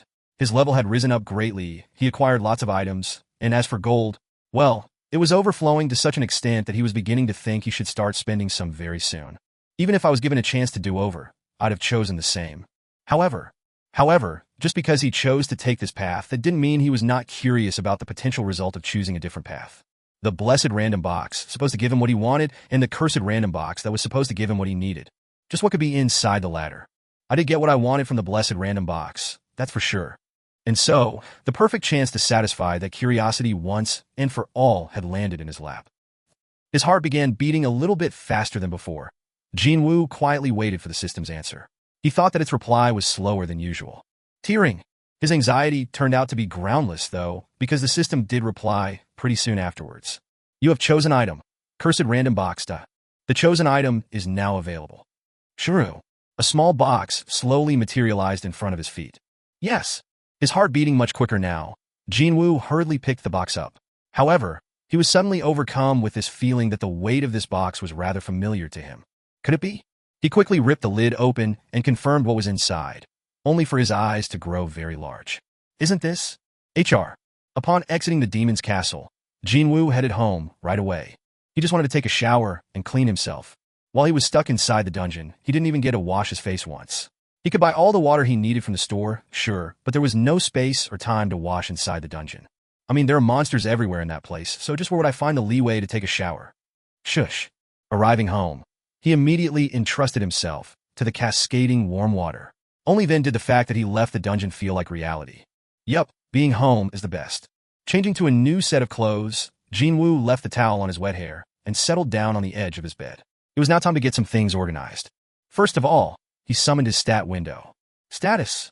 Tiering. A long wall of text that managed to almost disorient him popped up in front of his view. Jin Wu's gaze stopped at the status column. Stat points available to distribute. 20. The additional stat points he earned as the quest completion reward were still waiting for him. And of course, he put them all in intelligence. Tiering. Stats. Strength, 178. Endurance, 137. Agility, 147. Intelligence, 149.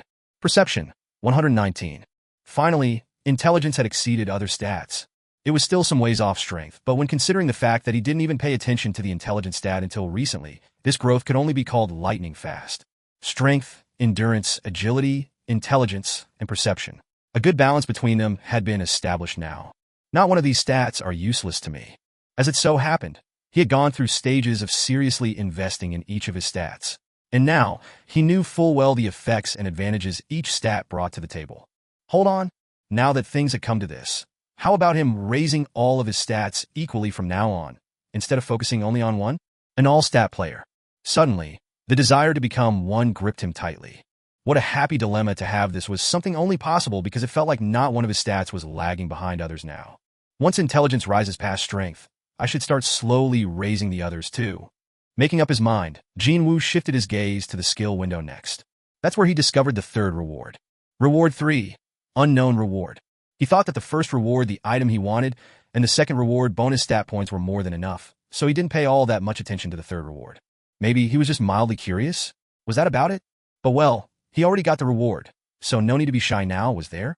Reward 3 has been made available. Along with that message, a scroll similar in size to the entry permit appeared in his hands. What's this? Jin Woo's eyes opened wider at this unexpected type of reward, and he unfurled the scroll right away. Recipe: Divine Water of Life. You can learn the crafting methods of Divine Water of Life. Jin Woo's eyes widened even further. I can craft an item with this? And here he was, thinking that only those who had awakened as mage types could craft weapons containing magical energy. Now that he thought about it, though, he was also a mage type, wasn't he? Still, to think there was a way to craft something with just a recipe like this. Jin Woo's heart began palpitating. But a question formed in his head at the same time. Just what could he make here anyway? What is this Divine Water of Life? Jin Wu read the information on this Divine Water of Life written inside the recipe. Item: Divine Water of Life. Rarity S. Type: Consumable. A mysterious liquid medicine that cures any and all illnesses through the powerful magic contained within. The effect will only manifest after one whole bottle has been consumed. Cures any and all illnesses? The moment he read that information, he thought about his mother, still confined to the hospital. He had already confirmed through Yu Jinho multiple times that effects of various potions still worked on other people. If he could truly make this Divine Water of Life, then it meant that he'd be able to save his mother. His hands holding the scroll trembled from excitement. The ingredients were also on the simpler side, so to speak. Fragment of the World Tree. He earned that after killing Vulcan on the 50th floor. Spring water from the Forest of Echoes. He got that after killing Metis the Necromancer on the 75th floor. And finally, purified blood of the Demon King. This item hadn't shown up yet. However, thinking back to the two ingredients that had come out so far, he could easily guess where he might find some of this purified blood of the Demon King from. The upper floors. I'm sure it's with the final boss of the Demon's Castle, probably on the top floor. In other words, simply by clearing the Demon's Castle dungeon, the ingredients to craft the Divine Water of Life would fall into his lap one by one. It happened then. Ah! A gasp of epiphany leaked out of his mouth, completely unbeknownst to him. That's how surprised Jin Wu was. Could it be that the item he wanted as per description on the Blessed Random Box said, could that be this Divine Water of Life? Mom! Thinking about the possibility that he'd get to see his mother again, all healthy, his eyes began welling up with emotions. Then, a new message popped up. Tearing. You can learn crafting skill via recipe. Divine Water of Life. Will you learn this crafting skill? The mechanical beat brought him back to his senses fast. In order to craft this Divine Water of Life, he needed to clear the Demon's Castle first. Meaning, he had quickly get himself prepared and returned to that place. He had no time to waste on sentimentality like this. I'm learning it. You have acquired crafting skill for item, Divine Water of Life. I'm not dreaming, right? As if to imply that his memories were functioning fine, a new column called Crafting Skill appeared on the skills window. Crafting Skill. Consumable. Divine Water of Life. 2/3. The numbers behind the name probably indicated the two ingredients he already possessed, the Fragment of the World Tree and the spring water from the Forest of Echoes. Alright, next up, Jin Wu summoned his inventory and retrieved an item stored right next to the spring water. It was a necklace, seemingly carved out from skulls of various small creatures. Item: Demon Sovereign's Necklace. Rarity S. Type: Accessory. Agility +20, Intelligence +20. When worn together with Demon Sovereign's earrings and Demon Sovereign's ring, set bonus effects will be unlocked. Set effect 1. Locked. Set effect 2. Locked. The spring water from the Forest of Echoes wasn't the only loot he got from killing the guide of the departed souls, Metis. Indeed, this rather vile-looking necklace also came out too. Why are the designs of all the necklaces I found so crappy? Jin Wu frowned deeply while recalling the appearance of the dog collar he was currently wearing. He slowly brought the Demon Sovereign's necklace closer to his neck. Tearing. Will you replace Gatekeeper's necklace with Demon Sovereign's necklace? Both necklaces boasted rather similar additional effects. Both raised 2 of his stats by 20 points each. However, the Demon Sovereigns also had the set effect to consider as well. Replace. Shriek. You have equipped item, Demon Sovereign's necklace. The skull necklace disappeared from his hands. only to be replaced by a dog collar. He quickly shoved that dog collar inside his inventory and checked the newly unlocked set effect of the Demon Sovereign's accessory set. Item: Demon Sovereign's necklace. Set effect 1. All stats plus 5. Set effect 2. Locked. All of my stats rose up by 5 points. He only managed to unlock one set effect, yet he received a boost similar to leveling up 5 times. And then, he still had one more unknown effect to go, the one he'd receive after gathering all the accessories. The Demon Sovereign's ring. When considering the possibility that the last unlocked set effect from all 3 accessories being in one place should be even greater than the individual parts on their own, this really was already an amazing performance. However, acquiring accessories rated at S was only a part of the harvest he enjoyed after entering the demon's castle. The real profit was his level jumping up so high. Jin Wu stared at his level that had climbed up to 77 and smiled in content. I leveled up 16 times inside a week. Such a leveling up speed was unthinkable when entering rank C dungeons. He had definitely extracted suitable compensation for going through hell for 7 days. He still had some unfinished matters there, but well, this week's conquest of the demon's castle should be called a roaring success, regardless of what. Just that. Except for one, there was one thing he couldn't really figure out yet. Jin Wu let the light from the lamp fall on the object that came out of the cursed random box. Just what the hell is this thing? It was a pitch-black key that seemed to absorb all light. No information popped up in his view, either. This is the first time seeing an item with absolutely no information. The keys to instant dungeons could be seen as pretty common, since he got them from random boxes every now and then. But this guy here, he had never seen anything quite like it. Where am I supposed to use this? Perhaps because it came out of a box named Cursed Random this and that he couldn't help but think that there was this ominous aura circling around the key. He acquired this key through so much hard work, so he couldn't even throw it away. Well, I'm sure I'll get to use it sooner or later. The Cursed Random box was supposed to give him something that he needed. After all, Jin Wu stored the mystery key back inside his inventory and got up from the bed. He needed to purchase a few artifacts if he wanted to completely conquer the demon's castle. And I've got something to sell too. However, there was a problem, and that was things would become quite complicated if a ranky hunter wanted to buy and sell high-ranked artifacts. Who wouldn't suspect something was off when a low-ranked hunter, no, someone right at the bottom, tried to sell an item that even the top hunters found hard to acquire? It was the same story if he wanted to buy something. As long as the title of rank E followed him around, there would always be questions regarding the sources of his income. And it'll be hard to answer when someone asks me about what I'm planning to do with expensive artifacts, too. Several troublesome situations would unfold at this rate, which means time to stop pretending to be a rank E, then time to get the rank reassignment test. It was now time to get the rank that matched his current set of abilities. Jin Wu's expression became serious. With my current level, surely I won't get jerked around by someone else. That was his original aim to begin with. In order to avoid situations where he was being under the thumb of someone stronger, he continued to act as a rank E, while taking on all the inconvenience that came along with it. However, what about now? He didn't even falter slightly when Baek Yun-ho, the guild master of the White Tiger, stood in front of him. Hell, he was pretty confident of not cowering no matter who stood in front of him now, be that Baek Yun-ho or anyone else. He saw no reason to hide his powers anymore. Thump, thump, thump. When he made up his mind to finally get rid of that irksome rank E tag for good, his heart began beating faster and faster. But before that, there was something he had to confirm first. Jin Wu switched on his hunter-only smartphone. It was his first time powering the device on in a week, so naturally, there were quite a lot of missed calls and messages waiting for him. The majority of those numbers he failed to recognize. It was an unfortunate thing for those callers, but well, he didn't have the time to manually check each and every one out. If they are in a hurry, I'm sure they'll contact me again.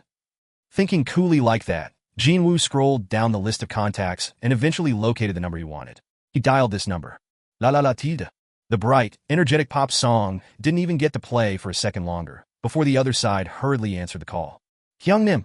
Maybe Jin Wu stayed inside the dungeon for far too long? Because he was surprised by how nice it felt to hear the kid's voice again. A smile spread on Jin Wu's lips as he spoke. Did the talk with your father go well? Yes, Hyungnim. It went very well. Oh, now that was a good piece of news to hear. Jin Wu made this call to confirm, because he couldn't go ahead and do the rank reassignment test if Eugene-ho hadn't made a deal with his father yet. However, if the matters of that side were taken care of, then there really was nothing holding him back at this point. He guessed the good news just from hearing the kid's excited tone of voice. But now that he got the confirmation from the horse's mouth, Jin Wu was feeling really happy as well. Hyungnim, actually, I wanted to come and speak to why. Click. What was that? The phone call abruptly came to an end, and when he checked, the battery in his phone was flat. All right, even before entering the demon's castle, it didn't have much charge left, didn't it? Well, at least he got to confirm what he wanted to confirm, so that was a relief. Jin Wu fixed his clothes and prepared to leave. The main building of the Hunters Association wasn't too far from here. He should be able to go through the reassignment test pretty quickly. Oh, hang on a second. Jin Wu was just about to leave the apartment, but he hurriedly came back inside. He had forgotten all about his little sister. Since she might get worried if her appa left home again without saying anything, he scribbled a simple memo and placed it on the dining table. Well, he only came back home after a whole week of absence, after all. I came home, but need to go out again. Sorry. With a satisfied smile on his face, Jin Wu turned around to leave. HR. It really had been a while since Jin Wu last came to the Awaken Rank Evaluation Application Kiosk. Has it been 4 years already? Or maybe it was close to 5 now? Jin Wu's expression was full of reminiscence as he stood in front of the employee manning the reception kiosk. The employee didn't even bother to look at him and spoke. Please jot down your identification and contact details and give them to me. Jin Wu still remembered most of the process, so he had prepared them before coming here. He readily presented both his identification and the contact details. The employee's head tilted this way, and that after taking one look at Jin Wu's choice of identification. Isn't this a hunter license? It is. Employee formed a confused expression. If you are unhappy with your assigned rank, you should head over to another depot. No, it's not that. I wish to take the reassignment test. Hey! The employee continued to alternate his gaze between the hunter license and Jin Wu's face, before raising a trembling finger in the air. Please wait for me here. The employee then quickly ran over to a middle-aged man with a scowl on his face, sitting somewhere behind him. Manager? A hunter Nim wishes to take a reassignment test. A reassignment test? What's that person's rank? It's an E. The manager craned his neck out and took a look at the waiting Jin Wu's face over by the reception desk. He then reverted back to his previous posture. There are guys like that every now and then, hunters who are not satisfied by the reality of their situation and swim inside daydreams, before coming back here hoping against hope. So, is that guy also? The manager nodded his head. Reawaken my foot. Others are busy raking in the dough as hunters, getting famous and all that, but well, he drew the short straw and he ended up as a nobody. So, he's just trying to escape from reality. Dealing with guys like that will only tire you out. So, just tell him that he'll be paying the fee for the test and send him on his way to the measurement room. Roger that. The employee no longer looked like he was suffering from abdominal pain and returned to his seat.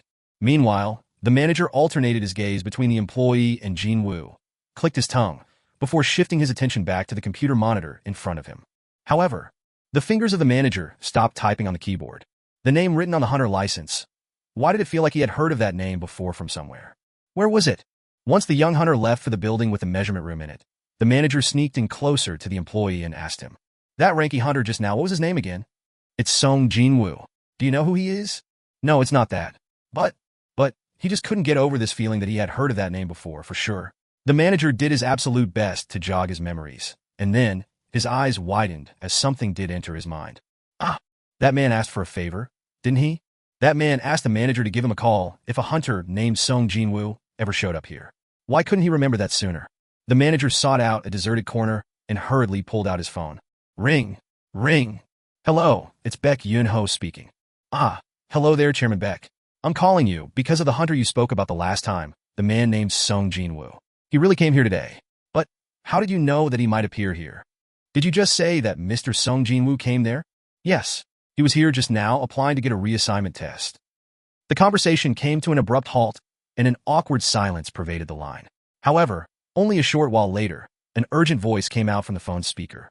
Even if it's only for a short while, can you somehow delay the measurement process? I'm on my way over there right now. The manager began, tilting his head. Did he just mishear that? The master of the one and only White Tiger Guild was speaking with an anxious voice. Well, I'll be. Besides all that, though, the evaluation process was out of his hands already. The manager could only sheepishly reply while scratching the side of his head. That man must have entered the measurement building by now. Chapter 75 Fin. Chapter 76. Wait a minute. Just what on earth is... What happened just now? Manager Jong Ki-soo ended the call with Baek Yun-ho and tilted his head. It was already a pretty surprising thing that a rank E hunter stepped forward to get re-evaluated, yet the master of the White Tiger Guild wanted to find out about the result of that test right away as well. Maybe there's something going on for real here.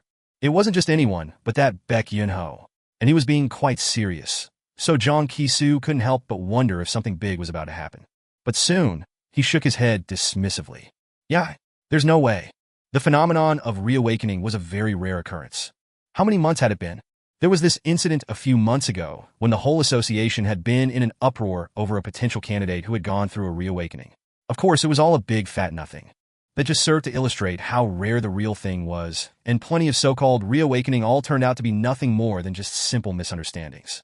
I mean, it's not just one or two kids who come here mistakenly believing that they had gone through a reawakening, only to walk out of here after paying the cost for the test out of their pocket. Perhaps the White Tiger Guild was seriously mistaken about something here.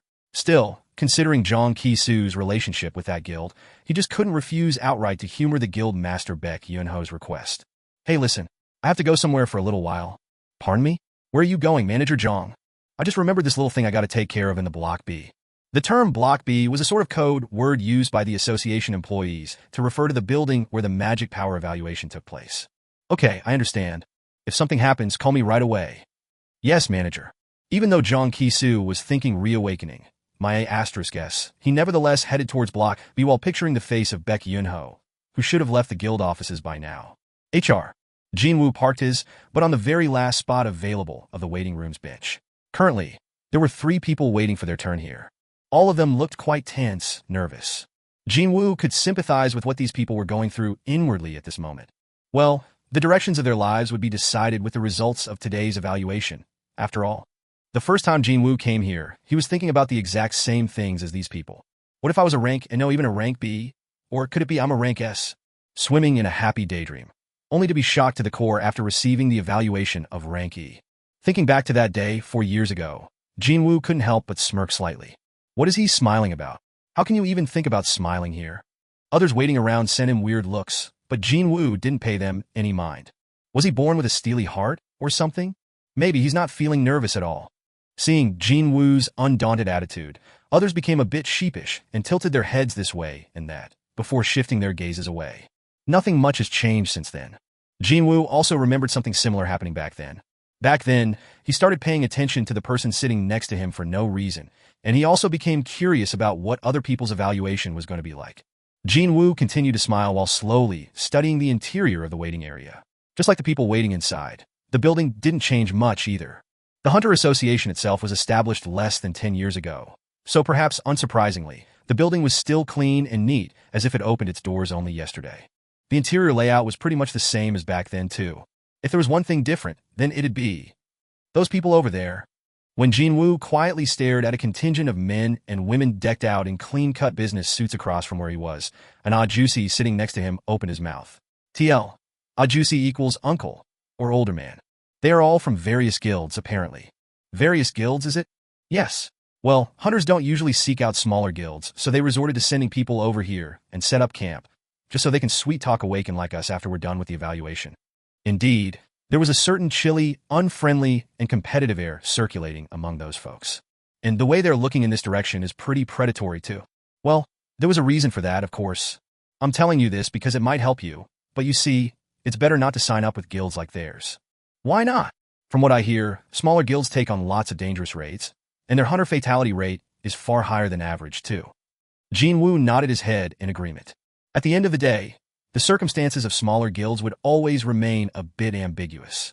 Unlike privately organized freelancer-led raid parties, clearing low-ranked dungeons wouldn't satisfy them financially, but then again, the skills of the hunter signed up with them wasn't quite good enough to clear higher-ranked dungeons. So, accidents happen frequently during their raids, which means recruiting new hunters becomes doubly important for them. And so, they arrive at a point where they had to follow the potential newbies right into the association building and prey on them. All right? Juicy dabbed the sweat drops away from his wide-open forehead with a handkerchief and cautiously extended his hand towards Jin Wu. Well, it's fate that we meet like this. So how about we introduce each other? My name is Yun Jong-hoon. I'm Sung Jin-Woo. Their introduction was kept to a minimum, and they quietly waited for their turns. Next, please. Since the location for the evaluation itself was wide open, one could easily read the expressions on those who finished the test, as well as the employees performing the said test. And the expression of the guy who had taken his test just now didn't look so good. I guess it's either a D or an E. Those folks from the smaller guilds must have thought about the same thing as Jin Wu, because they showed no interest whatsoever even when an Awakened walked right past them. Wasn't that too honest a reaction from them? Jin Wu even began wondering if there was another, more discreet way to find out one's evaluation result or not. Next up, please. Yet another result came out. This one also must not have been so good. The steps of the awakened walking out of the building seemed heavy. But that was par for the course, really. Well, if high-ranked hunters appeared frequently, they wouldn't be paid big bucks anyway. For regular citizens, even being a rank C would be a huge jackpot. One could still earn a fair bit of money by entering freelancer raid parties, or if one's luck was good, then entering large guilds was a viable option too. Indeed, there were 4 rank CS among the White Tiger Guild's new recruits, weren't there? If one successfully managed to enter a large guild, then it was pretty much guaranteed that you'd earn an annual salary similar to what doctors or lawyers made. Ajusi next to Jin Wu spoke again. I heard that you get a ton of money up front when signing with a large guild. Ajusi's hand, still holding the handkerchief, trembled softly. Actually, I owe some money, you see. Because of that, I had to separate from my little girl and must live alone for the time being. Maybe it's because of that, but I'm feeling really nervous. Ajusi mumbled to himself, before flinching grandly and bowed his head to Jin Wu in a hurry. Ego, saying something unnecessary to a stranger I've just met. I'm a bit of disgrace, isn't it? I end up talking a lot when I'm nervous, you see. No, it's fine. Jin Wu smiled gently and lowered his head as well. Ajusi continued to take deep breaths, as if to reinforce the notion that his earlier declaration of feeling nervous wasn't an exaggeration. Meanwhile, another awakened walked out and, next up, please come this way. And it was the turn of Ajusi. However, Ajusi cautiously shook Jin Wu's sleeve, his face full of cold sweat. Could he be feeling ill somewhere? Thought Jin Wu. Are you feeling okay? Jin Wu asked, his voice sounding worried. Ajusi shook his head. No, it's not that, but, do you mind going ahead first? I'm too tense right now, you see. Ajusi looked really desperate. Was there a reason to refuse when someone wished to give up his spot in the queue? Jin Wu quickly accepted the proposal. Anyone would be feeling nervous if these few minutes determined the rest of their lives. Jin Wu stood up instead of Ajusi and walked over to the association employee. The employee spoke in a businesslike manner. What is your name? It's Sung Jin-Woo. Mr. Sung Jin-Woo.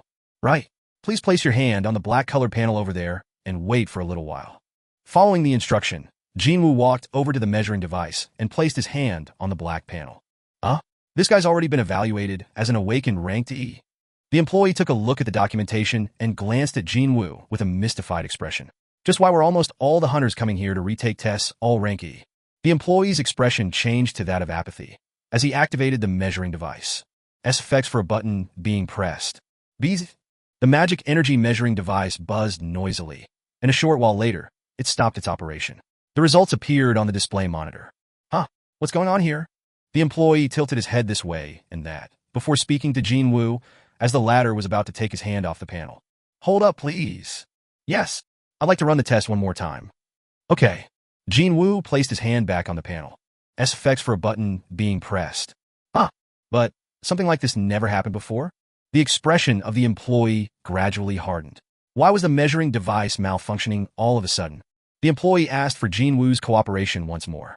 I'm truly sorry, but one more time, please. Even before he was asked to take the test again, Jin Wu had already decided to wait and thus didn't bother to lift his hand away from the panel. SFX for a button being pressed, repeated. Why is the device behaving like this?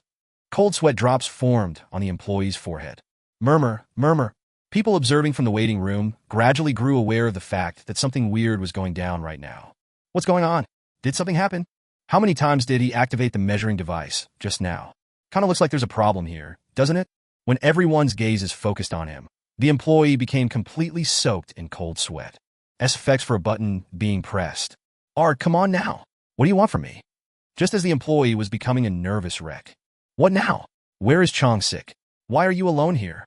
The employee quickly looked behind him, and he found Manager Jong Ki-soo from the Rank Evaluation Application Department standing there. Manager Jong.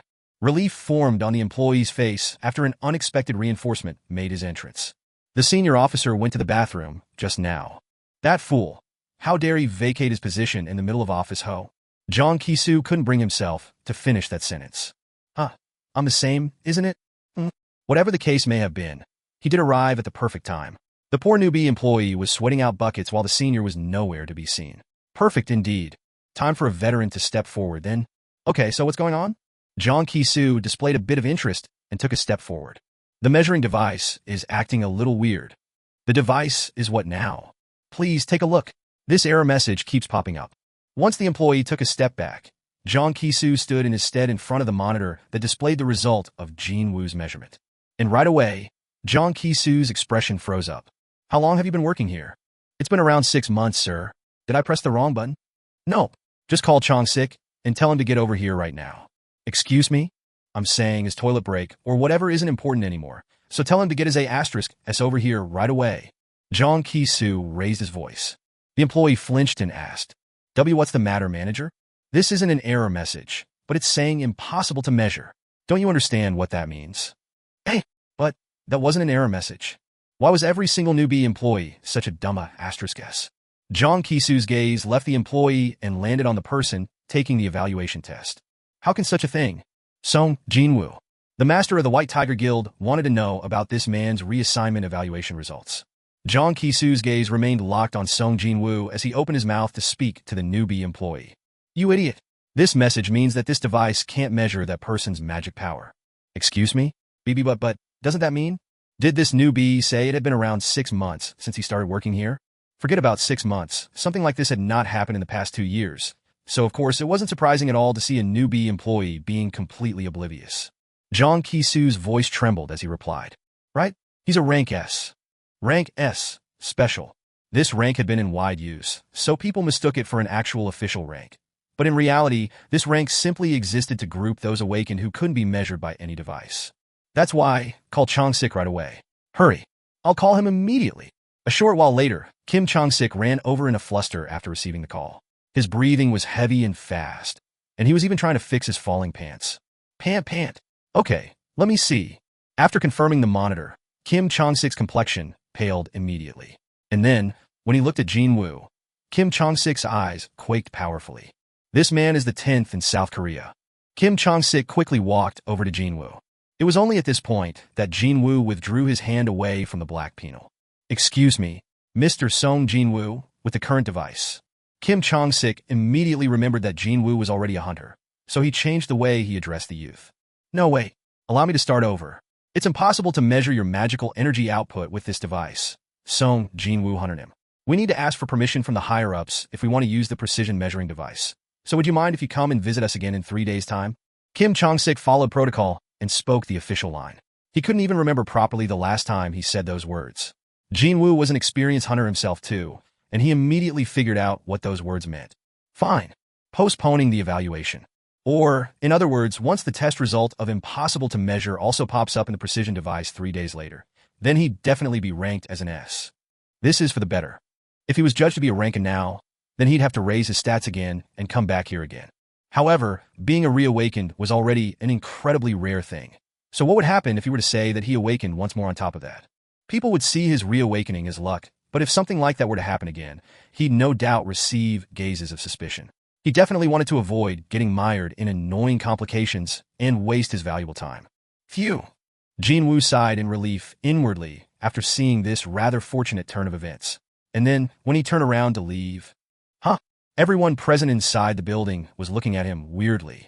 HR. Egu, I know that you're an extremely busy man, so it'd be fine even if you didn't come personally to visit me, you know? Yeah, even then, you're the one and only Chief Park of the Hunter Association. So how could I dare to use a mere phone to speak to you? It's only correct and proper that I come to see you personally.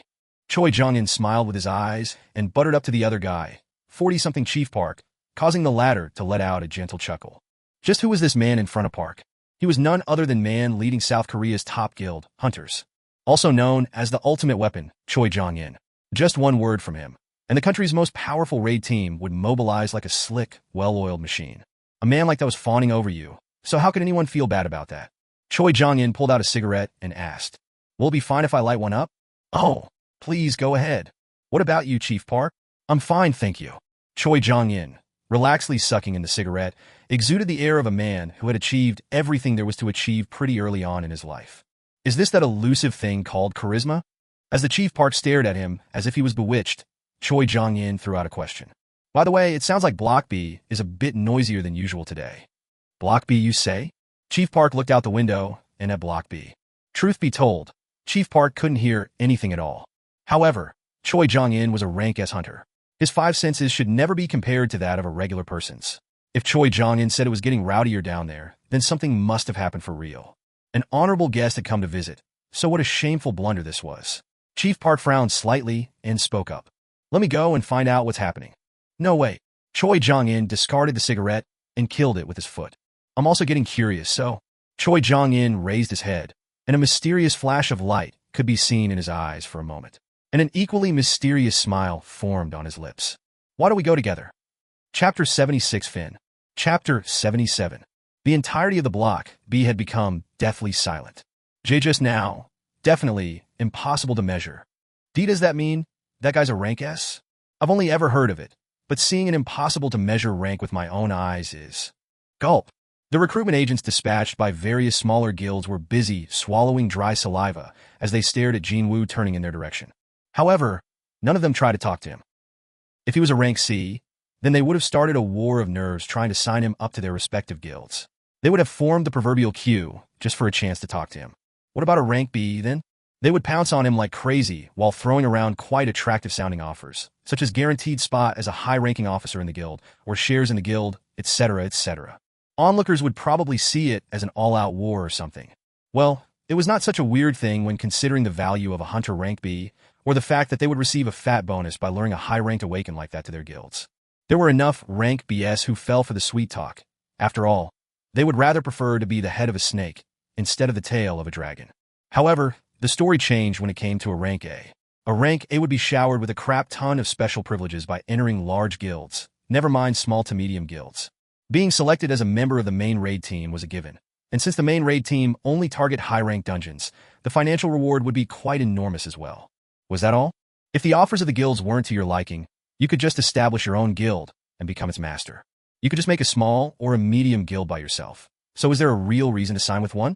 Indeed, rank is where that kind of existence. However, this man, who got his magic energy measured just now, was supposedly a rank S. Not an A, but an S. It might be an easy thing to say, but the truth was that single letter was only used to denote the very best awakened in the country, with only 9 of them existing in South Korea.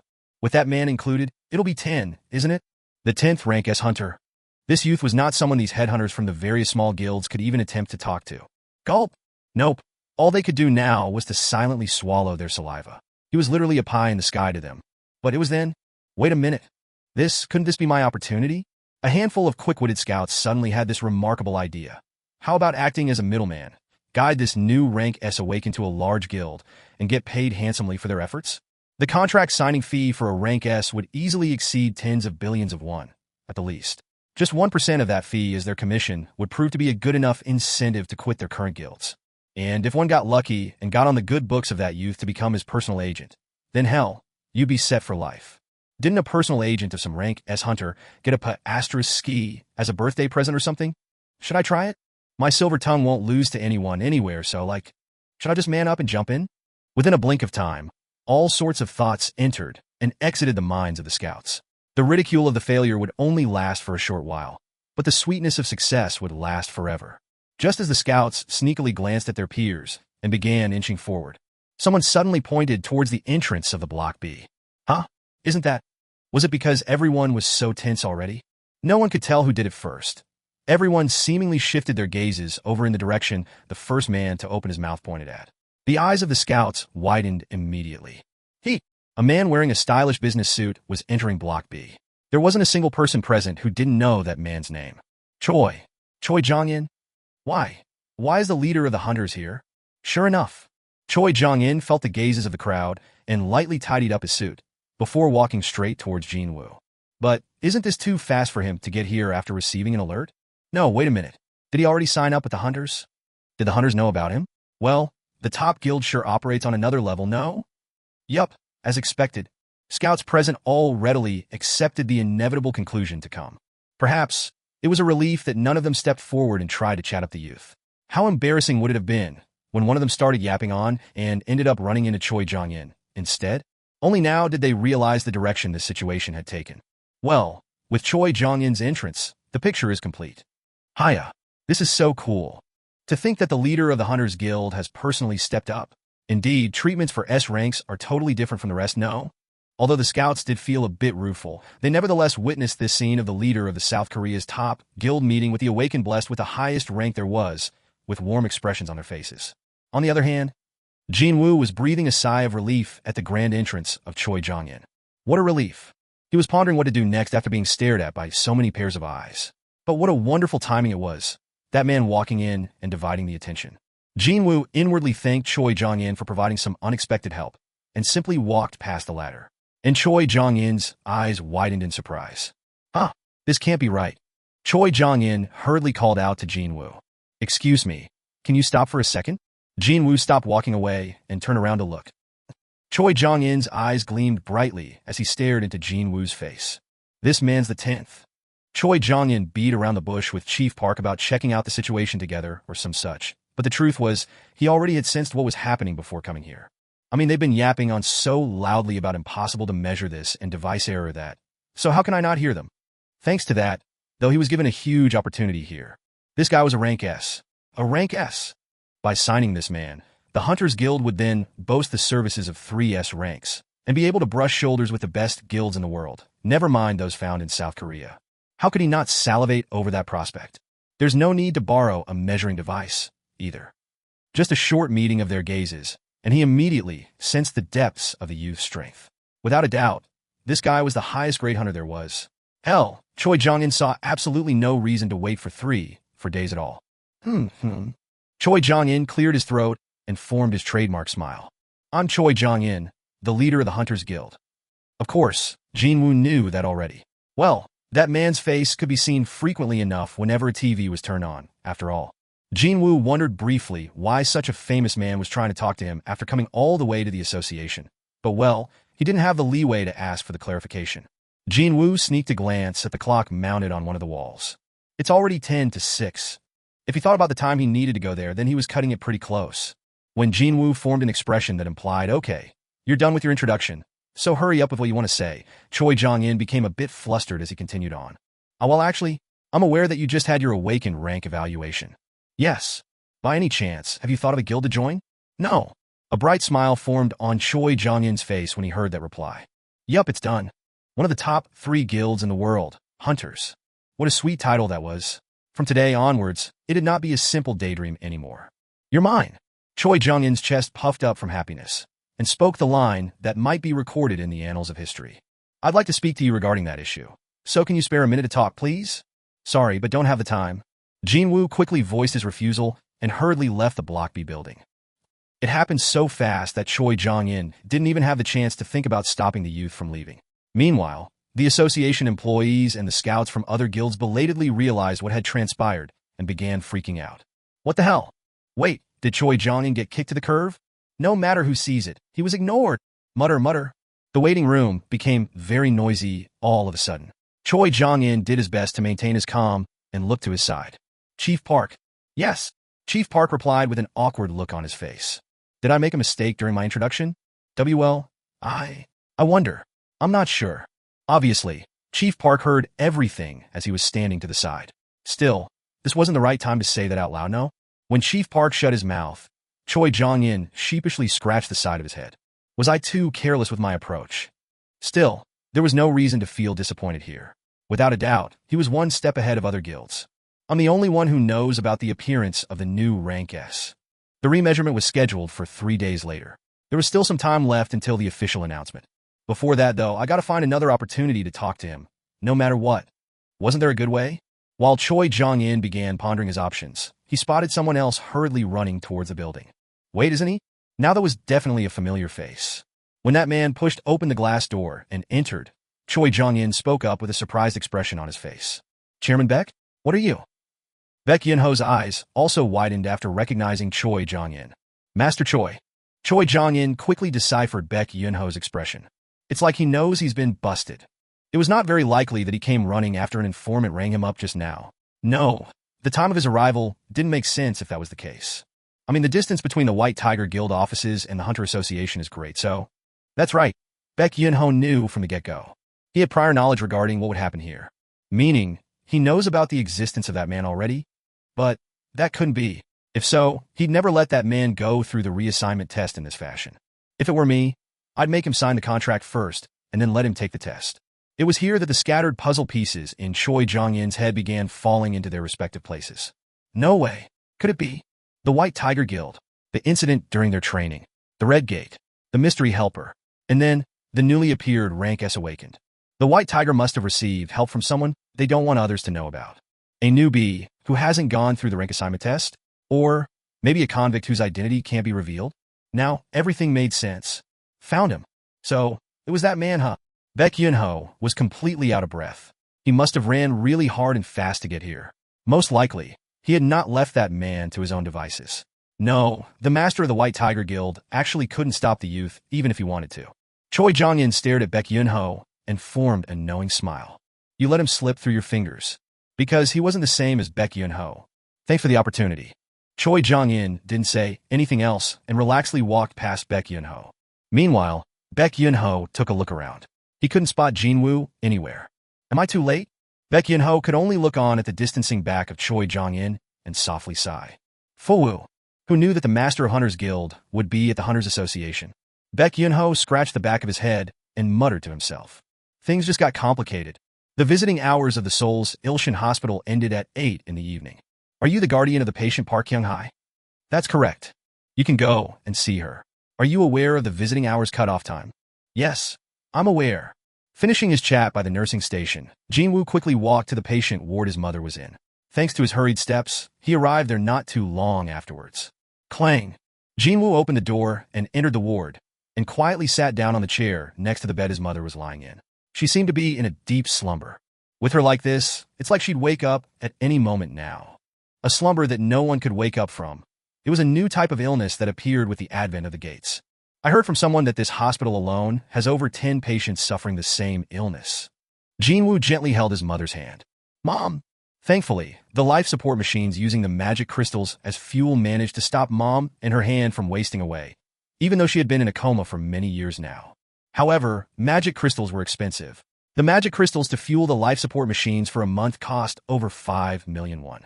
A youth in his early 20s would never have been able to afford such a fee, if it weren't for him working for the Hunters Association and was qualified to receive their medical aid scheme.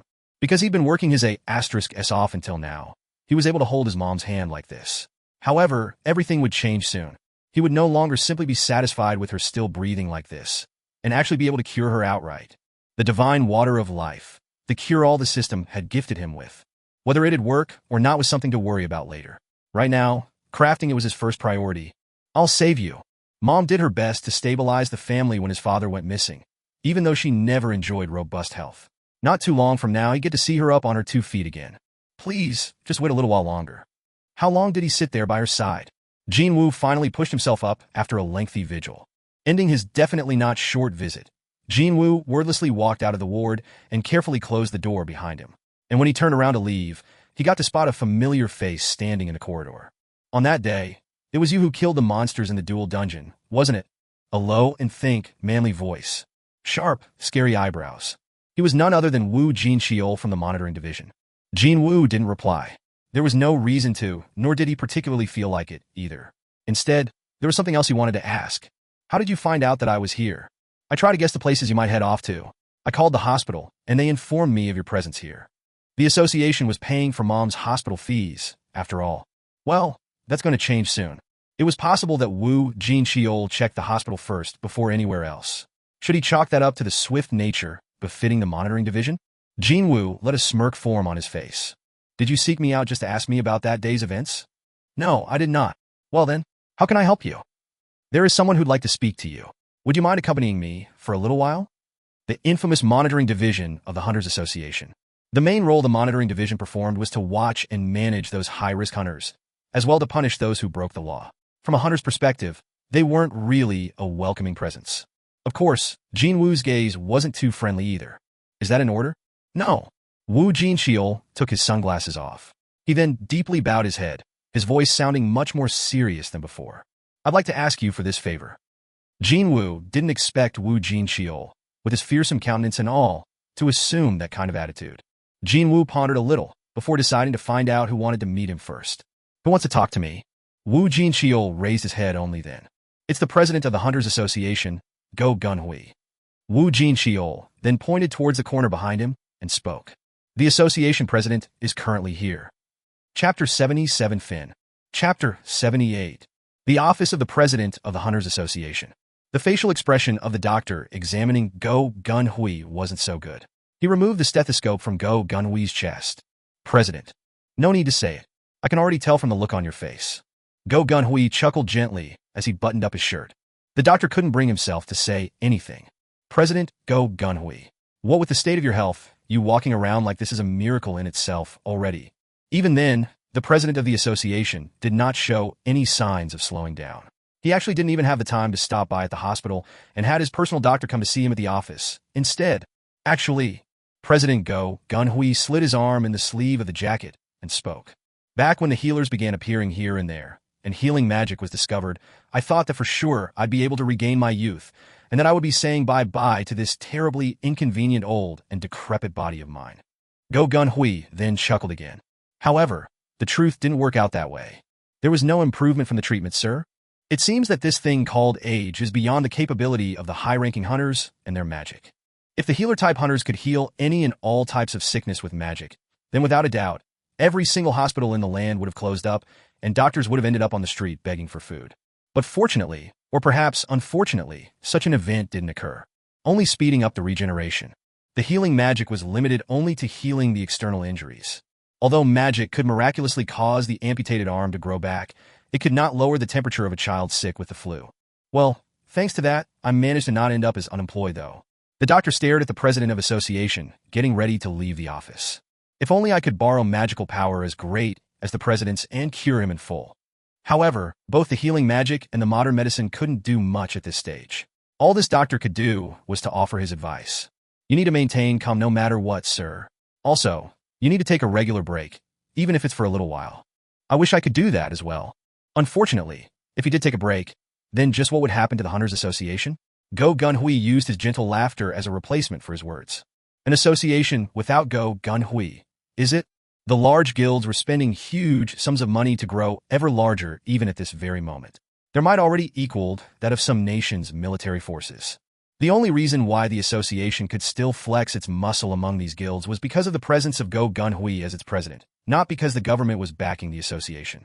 The moment the association lost its true trump card, the hunters would become reinless wild horses and run amok.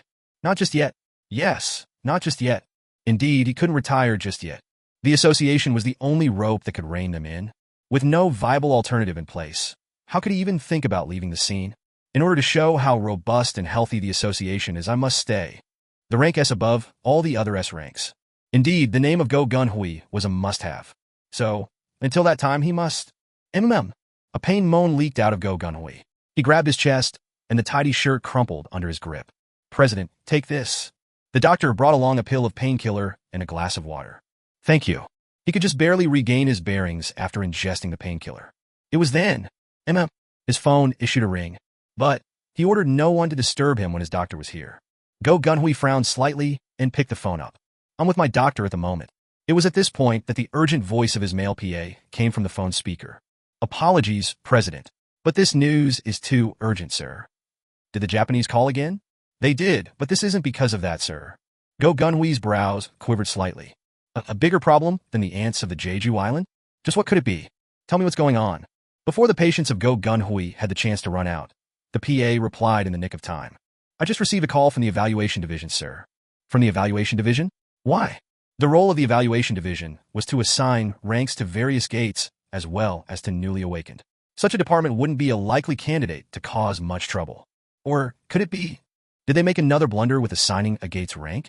Thinking back to the debt he had to owe the White Tiger Guild not too long ago, Go Gun-hui's expression crumpled a little. But his unhappiness lasted only for a short while. The news conveyed by the PA easily exceeded the scope of problem Go Gun-hui had been expecting. Just now, the Evaluation Division had an awakened who couldn't be measured appeared, sir. The president of the Hunters Association, Go Gun-hui? Did I hear that right? Jin Wu doubted his own hearing just then. A man often referred to as the most powerful hunter in South Korea wanted to talk to him and chased him all the way to this hospital? That must be some kind of joke. Just as Jin Wu stood there not wholly convinced, Wu Jin-cheol pointed behind him, further driving the point home. Yes, the association president is here. Wu Jin-cheol looked a bit anxious as he waited for Jin Wu's reply. The current atmosphere definitely didn't come off as suitable for throwing around dumb jokes at all. He must be telling the truth. Why was someone like Go Gun-hui looking for him? A powerful curiosity suddenly invaded Jin Woo's mind. The only thing he could think of was the result of the rank reassignment test he took. Is it to lure me into signing with the association? However, the association was a non-profit organization. Its president wouldn't necessarily show up with the top agent from the monitoring division in tow just to headhunt a lone hunter. Besides, Jin Wu hadn't even finished with his evaluation yet. The more he thought about it, the more curious he became regarding the president's reasons. Okay, I will. Jin Wu finally agreed. Wu Jinqiol formed such a bright expression that the anxiety of a second ago seemed like a lie long forgotten. Thank you very much. His voice sounded incredibly earnest just then. This odd juicy, with that stonewall of a face, can also form such expressions, huh? Jin Wu was inwardly surprised as he followed after Wu Jinqiol. When they walked past the corner, he could see an old man sitting in one of the waiting room's chairs. So, that must be... Jin Wu swallowed his saliva. The heaven above heaven. The S-rank hunter Go Gunhui, also known as the sky above the sky. After discovering Jin Wu, Go Gunhui stood up from the seat. You must be Sung Jin-Woo hunter him. He might be over 80 years old, but his physique was still quite amazing. Indeed, his size reminded one of either a retired pro wrestler or a traditional grappler. However, he didn't emit any of the overbearing aura one might expect from someone like that. That's surprising. Judged from his appearance or his station, Jin Wu expected him to be a bit of douche, a stuck-up of sorts. Yet the entourage accompanying that man carried scarier expressions instead. Yes, I'm Sung Jin-Woo. Jin Wu replied. Go Gunhui extended his hand for a shake with a bright face. It's a pleasure to make your acquaintance. I'm Go Gunhui. The two men shared a short handshake. Go Gunhui pointed towards the chairs in the waiting area, already rearranged in a way that those sitting there would look at each other. Why don't we have a chat after taking seats? Thank you. Jin Wu sat down first, and Go Gunhui too parked himself on the opposite chair. Jin Wu inadvertently caught the glimpse of a golden badge pinned to Go Gunhui's jacket. This man currently served as a member of the National Assembly, and at the same time, as the president of the association as well. And a rank S awakened on top of that, too. Go Gunhui wasn't someone anyone could meet just because they wanted to. One couldn't even count the number of people who wanted to speak to this man, be that the giants of the financial and political world as well as big shots from other countries. That was why Jin Wu was getting even more curious now. Why was someone like Go Gunhui seeking him out so urgently? And now that he thought about it, after Choi Jong-in, it's the turn of Go Gunhui, isn't it? Just in one day, he ran into two men who could proudly boast the title of the best in a row. Even though he wasn't officially confirmed as a rank S yet, Go Gunhui began speaking. I'd like to congratulate you on becoming the newest rank S hunter. Jin Wu tilted his head. But the result of the reassignment test hasn't come out yet. Go Gunhui shook his head immediately. Actually, the test itself does not have much of a meaning. Excuse me? While Jin Wu formed a confused expression, Go Gunhui was forming a gentle smile. The truth is the so-called precision measuring device is used to draw a finer line on the level of one's powers. It's not designed to sense something that already has exceeded the scope of other devices' measuring capability. Then, how come? Do you wish to ask me why we created another process called reevaluation? Indeed, he didn't want to ask that. If the end results were going to be the same, then why go through yet another cumbersome process? Go Gunhui answered in rather a straightforward manner. It's because we were looking for a grace period. A grace period?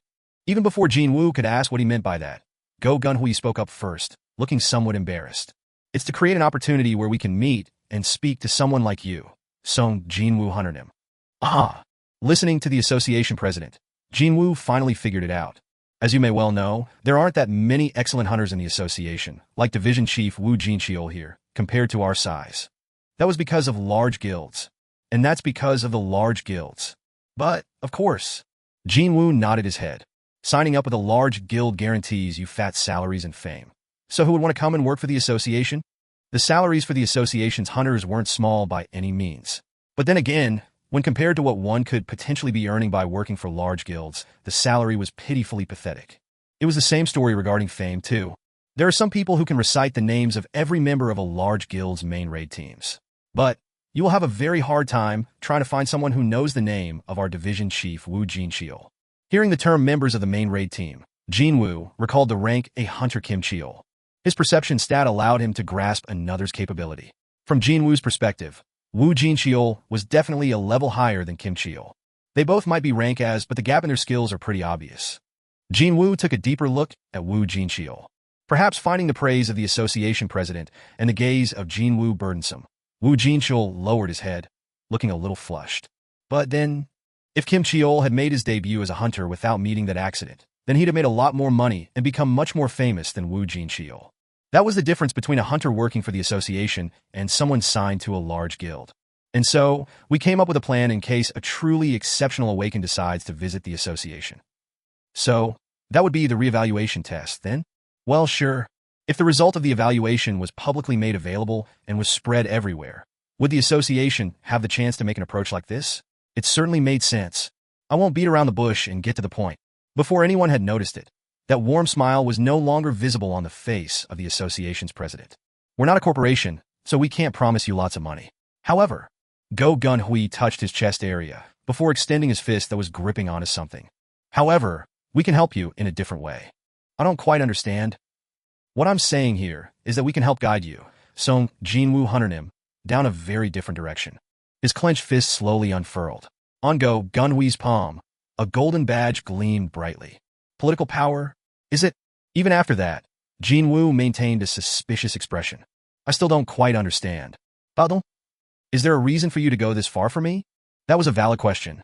A certain glint flickered in Go Gun-Hui's eyes as he continued to gaze at Jin Wu. To think this young man can still calmly ask what's on his mind, without being scared by my background, nor influenced by potential benefit right in front of his eyes. Was I in too much of a rush? Didn't someone once say this? Patience decreases with age. That concept certainly wasn't wrong. Go Gun-Hui suppressed a smile and continued on. You know about the 5 guilds, yes? How can anyone not know of them? Jin Wu silently nodded his head. Currently, you'll find that in South Korea, the heads of 5 large dragons are locked in a delicate balance. Around the capital, the Hunters, the White Tiger, and the Reapers. And in the countryside, the Shining Star and the Night Order. If you decide to enter one of the 5 guilds, doesn't matter which one, the delicate balance will shatter and everything will change. Even now, the status and authority of large guilds were soaring into high heavens. However, what if one of them managed to sign up another rank as hunter and use that as the springboard to soar even higher? Would they listen to the association anymore? The association's sole role was to remain as the center of the balance among the hunters by using power. It is simply far too inadequate to control and tie down hunters with laws and regulations and the threat of prosecution. Jin Wu too thought like that before. Monsters found in dungeons weren't the only monsters out there. Hunters were also, in a way, monsters. If one were to look only at the strength aspect, then hunters were far more dangerous monsters than regular monsters found in dungeons. That is why the association exists. Go Gun-Hui's expression became far more grave. And the association needs your help, Sung Jin-Woo Hunternim. The help from someone like you, who possess great power. Go Gun-Hui's gaze became sharper. Sure, I'll have to keep an eye on him and find out what he's like, but, as long as Sung Jin-Woo gave his okay here, the association would support him to the utmost fullest. A rank S was certainly worthy of such an investment, after all. This should be enough of an explanation. That was why. For the first time in a long while, Go Gun-Hui was feeling nervous and expectant at the same time, as he asked the next question in a soft but firm voice. What will you choose, Hunternim? Chapter 78 Fin. Chapter 79. That wasn't a bad suggestion. If Go Gun-Hui were to lend his support, then even the most average guy would be on the fast track to success. The National Assembly, the government, the Hunters Association, and even the mass media, too, it'd be very hard to find a sector that Go Gun-Hui's reach did not extend to. Not only that, if the person receiving that support just so happened to rank as hunter, I can't even imagine how far a person like that would climb up. All of a sudden, Jin Wu pictured himself sitting right next to the member of National Assembly Go Gun-Hui while kitted out in a super dope designer business suit. His heart palpitated ever so slightly. Such an opportunity wouldn't come knocking every day, right? Even if one wanted to walk down on this different path Go Gun-Hui had suggested, not everyone was qualified to step on this road after all. However, there was one important thing missing from that scenario. If I sign up with the association, I won't be able to increase my level. The higher-ranked hunters working for the association never participated in raids at all. Their main role was to deal with other hunters, not to hunt down and kill monsters. And even if he managed to get permission and participate in raids organized by the association, dungeons the association deals with are ranked DS and ES, those that the guilds aren't interested in. Could he continue on by hunting down low-level mobs that didn't even give him any experience points? No, of course not. Jin Wu strongly balked at the idea. I wish to become even stronger. To a higher place. He wanted to climb up as high as he could. Unless it was impossible, or there was no certainty, why should he give up on something he was fully capable of achieving? What a nonsensical notion that was. As long as I keep leveling up, I will get stronger and stronger. Thump, thump. Imagining that caused his heart to thump way harder and faster than imagining himself being next to the association president, Go Gun-hui. Go Gun-hui, too, sensed the change in Jin Wu. His breathing has suddenly picked up. Did he finally make up his mind? He could only hope that the decision was a good one. No, it simply has to be a good one. If he thought about his remaining time, his own anticipation no less than that of Jin Wu's, Go Gun-hui waited for the answer. Each passing second felt like a minute. Jin Wu eventually opened his mouth. I'm sorry. Go Gun-hui's expression hardened immediately. I thought I saw determination fill up his face just now. Was I mistaken? He couldn't hide the disappointment in his face. In the end, the ambition of the man named Sung Jin-Woo was only about this much. Go Gun-hui wasn't lying about lending support for the other path. Actually, he was thinking of something even greater. A new rank has to appear in 2 years. Go Gun-hui was thinking of keeping this youth close and teaching him the ropes. And if the kid showed promise, groom him to become the next successor. Because a powerful figure was needed to support the association when he was gone. Meaning, Go Gun-hui was planning to hand over everything he had. However, for the result to be like this, how laughable I am. Go Gun-hui took away the golden badge and asked in a dejected voice. Is it because of money? Jin Wu replied right away. No, it is not. Go Gun-hui snorted inwardly.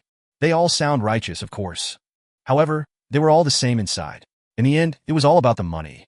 And the accompanying fame would be like icing on cake. Then again, chasing after material wealth was an innate instinct found in all human beings. So Go Gun-hui didn't have any thoughts of faulting the youth for that. Only that he found it utterly laughable that people couldn't be honest with themselves. In that case, why did you say no? Go Gun-hui asked, even though he already knew the answer. He just wanted to see the youth's response. However, I want to fight. Jin Wu's unhesitating reply smacked the back of Go Gun-hui's head. What did he say? It definitely felt like he got sucker punched just now. Did you mean that you want to fight against the monsters? That's correct. Jin Wu didn't bother with unnecessary explanations and spoke frankly. I want to enter gates and hunt down monsters. I believe the place I belong is inside dungeons. How can this be? Go Gun-hui's eyes widened. A man like him, standing on top of many others, knew whether someone was telling the truth or lying through their teeth simply from the light emitting from their eyes. The position he occupied could only be reached by possessing such a skill, after all. That was why Go Gun-hui knew it. Those eyes, he's being dead serious. Go Gun-hui's own eyes staring at Jin Wu did a 180. How long has it been since I felt this? By the time Go Gun-hui had awakened, his body was already too old. That was why, instead of fighting against monsters, he looked for other things he could do instead. By using the money he got from selling his company, he established the Korean Hunters Association, gathered hunters, and with his fame serving as the foundation, he marched straight into the National Assembly and even had a hand in creating laws that govern hunters. However, there was this lingering regret in his heart that would never go away, even though he worked tirelessly all this time. If only I was younger by 10 years I'd been with these young people. Thump, thump, thump. Go Gun-hui pressed his hand on his chest. His heart that threatened to quit at any time was pounding quickly, rather noticeably now. My heart can still make a noise like this? The rhythmic beating of the heart felt good. On the other hand, Jin Wu was tilting his head. Isn't this strange? He refused the suggestion of Go Gun-hui, fully preparing himself to be at odds with the association in the process. Yet the president seemed to be happy about something instead. Well, it doesn't matter one way or the other. He had said what he wanted to, so Jin Wu got up from his seat. My younger sister is watching the house alone, so I should get going now. Thank you for your time. Go Gun-hui got up along with Jin Wu and pulled something out from his inner pocket. And please take this. It was a business card. If you require my assistance, don't hesitate and give me a call. Go Gun-hui was smiling brightly. What Jin Wu said was right. Powerful hunters belonged in dungeons. Although he had failed in recruiting Jin Wu as the president of the association, or perhaps as a fellow hunter, Go Gun-hui wished to help Jin Wu out however he could. If he were to be more honest, then this young man, I like him. That was why he needed to offer advice as well. Nagging would only come from someone holding interest towards you, after all. It's impossible to enter high-ranked dungeons by yourself. Please, give it a careful consideration when choosing a guild to join. Your choice would change the status quo by a great deal. After hearing Go Gun-hui's earnest advice, Jin Wu briefly formed a mysterious smile. Thank you. Jin Wu pocketed the business card in his wallet, lightly bowed towards Go Gun-hui and Wu Jin-cheol, and left the waiting area. Full. While letting out a sigh, Go Gun-hui plopped down on the chair. Are you all right, sir? Wu Jin-cheol guessed that Go Gun-hui wasn't feeling good and quickly approached his boss. However, Go Gun-hui smiled and waved his hand away. No, I'm fine. Actually, he was beyond fine. What an enjoyable meeting this had been, a first in such a long while. Go Gun-hui sat there smiling for a long time, before turning to his PA and handed out an order. Clear the schedule for the rest of the day. But sir, the meeting with the ministers. Cancel them all? Go Gun-hui chuckled to himself. I do not wish to waste this good feeling on those small-minded idiots. He wished to retain this lingering feel-good attitude for today, at least. Suddenly, Go Gun-hui shifted his gaze over to Wu Jinxiol. Seeing that rarely seen smile on the president's face, even Wu Jinxiol began feeling a bit hyped up as well. Is there something you need, sir?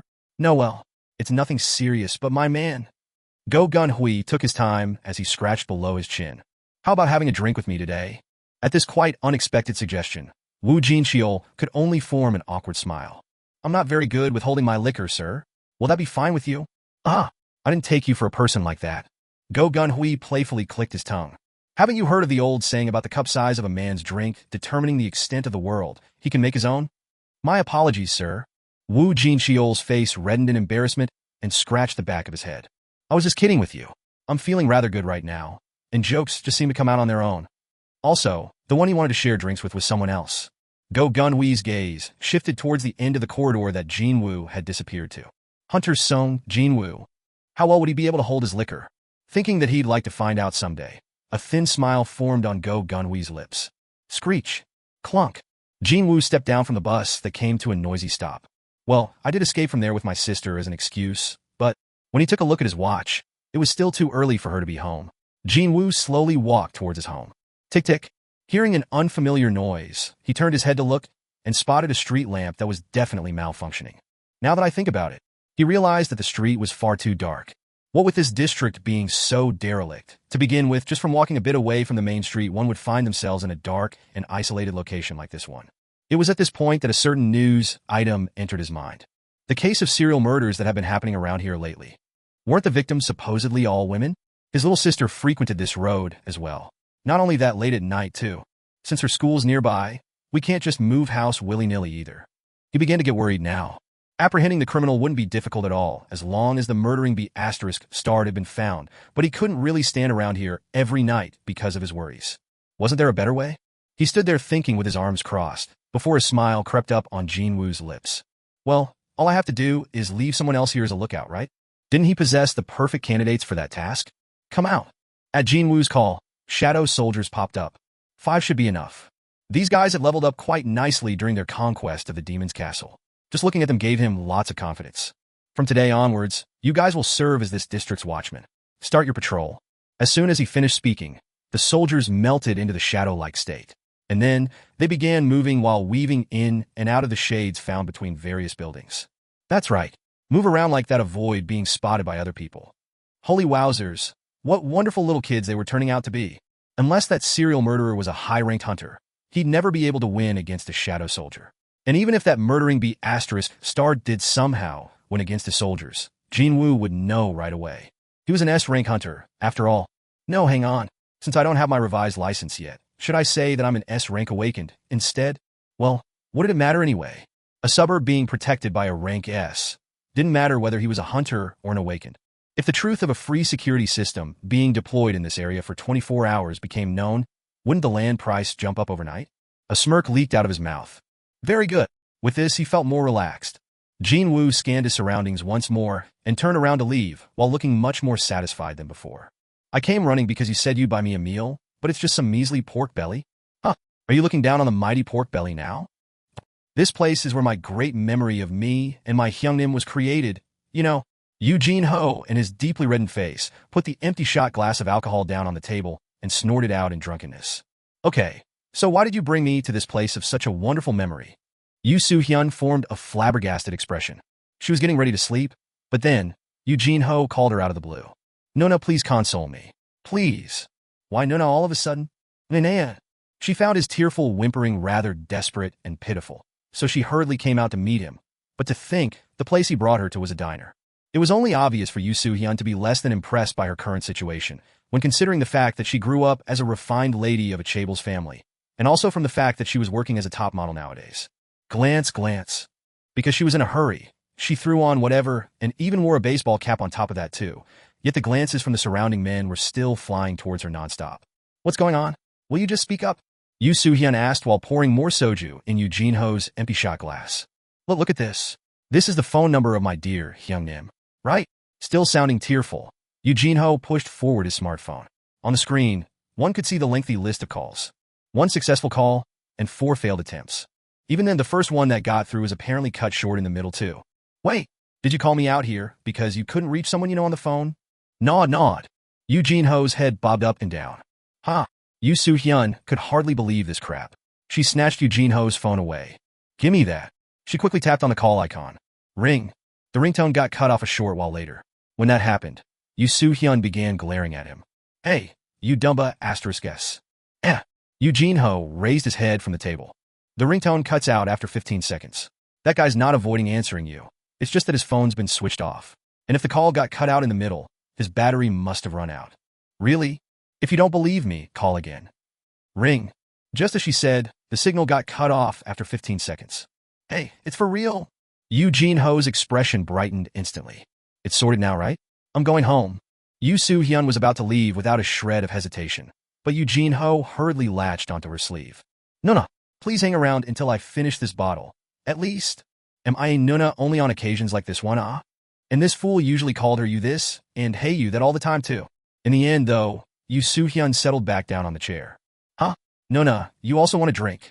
You wanted me to wait until you finish the bottle, right? It's going to take a long time before you solo that bottle, and I can't wait around until you manage that. As expected, there can only be one nuna. Stop it, please? Even though she replied like that, they began emptying the shot glasses in a fun, relaxed atmosphere. By the way, just who is this Hyung-nim guy? You'll find out soon enough. After signing up with the Eugene Guild, that is, Yu Jin-ho was about to say those words out loud, but then his eyes widened slightly after seeing the footage being shown on the TV mounted high up on the diner's wall. Ah, isn't that guy? Yu Soo-hyun also turned her gaze towards the TV. The screen showed a news broadcast, and it carried the news regarding a top celebrity named Ri Min-sung, who had gone through the awakening process recently. Standing in front of the huge throngs of reporters, Ri Min-sung spoke as if he was abashed by the attention. Well, my filming schedule hasn't been cleared yet. We'll only know after my evaluation result comes out. The ticker tape on the bottom of the screen said that Ri Min-sung was planning to stop by the Hunters Association soon and take his rank assignment test. Wowzers. As expected of the star of the Korean wave, Ri Min-sung. Look at the number of reporters there. Aren't those guys from the Chinese media? Yu Jin-ho sighed in admiration. However, Yu Soo-hyun simply frowned. How can that guy lie so boldly in front of so many people? Everyone who's in the know all know it already. That's all just a show. He already has been ranked A, you know? He's just playing it up for the cameras because he wants to be the talk of the town. He's putting on an act?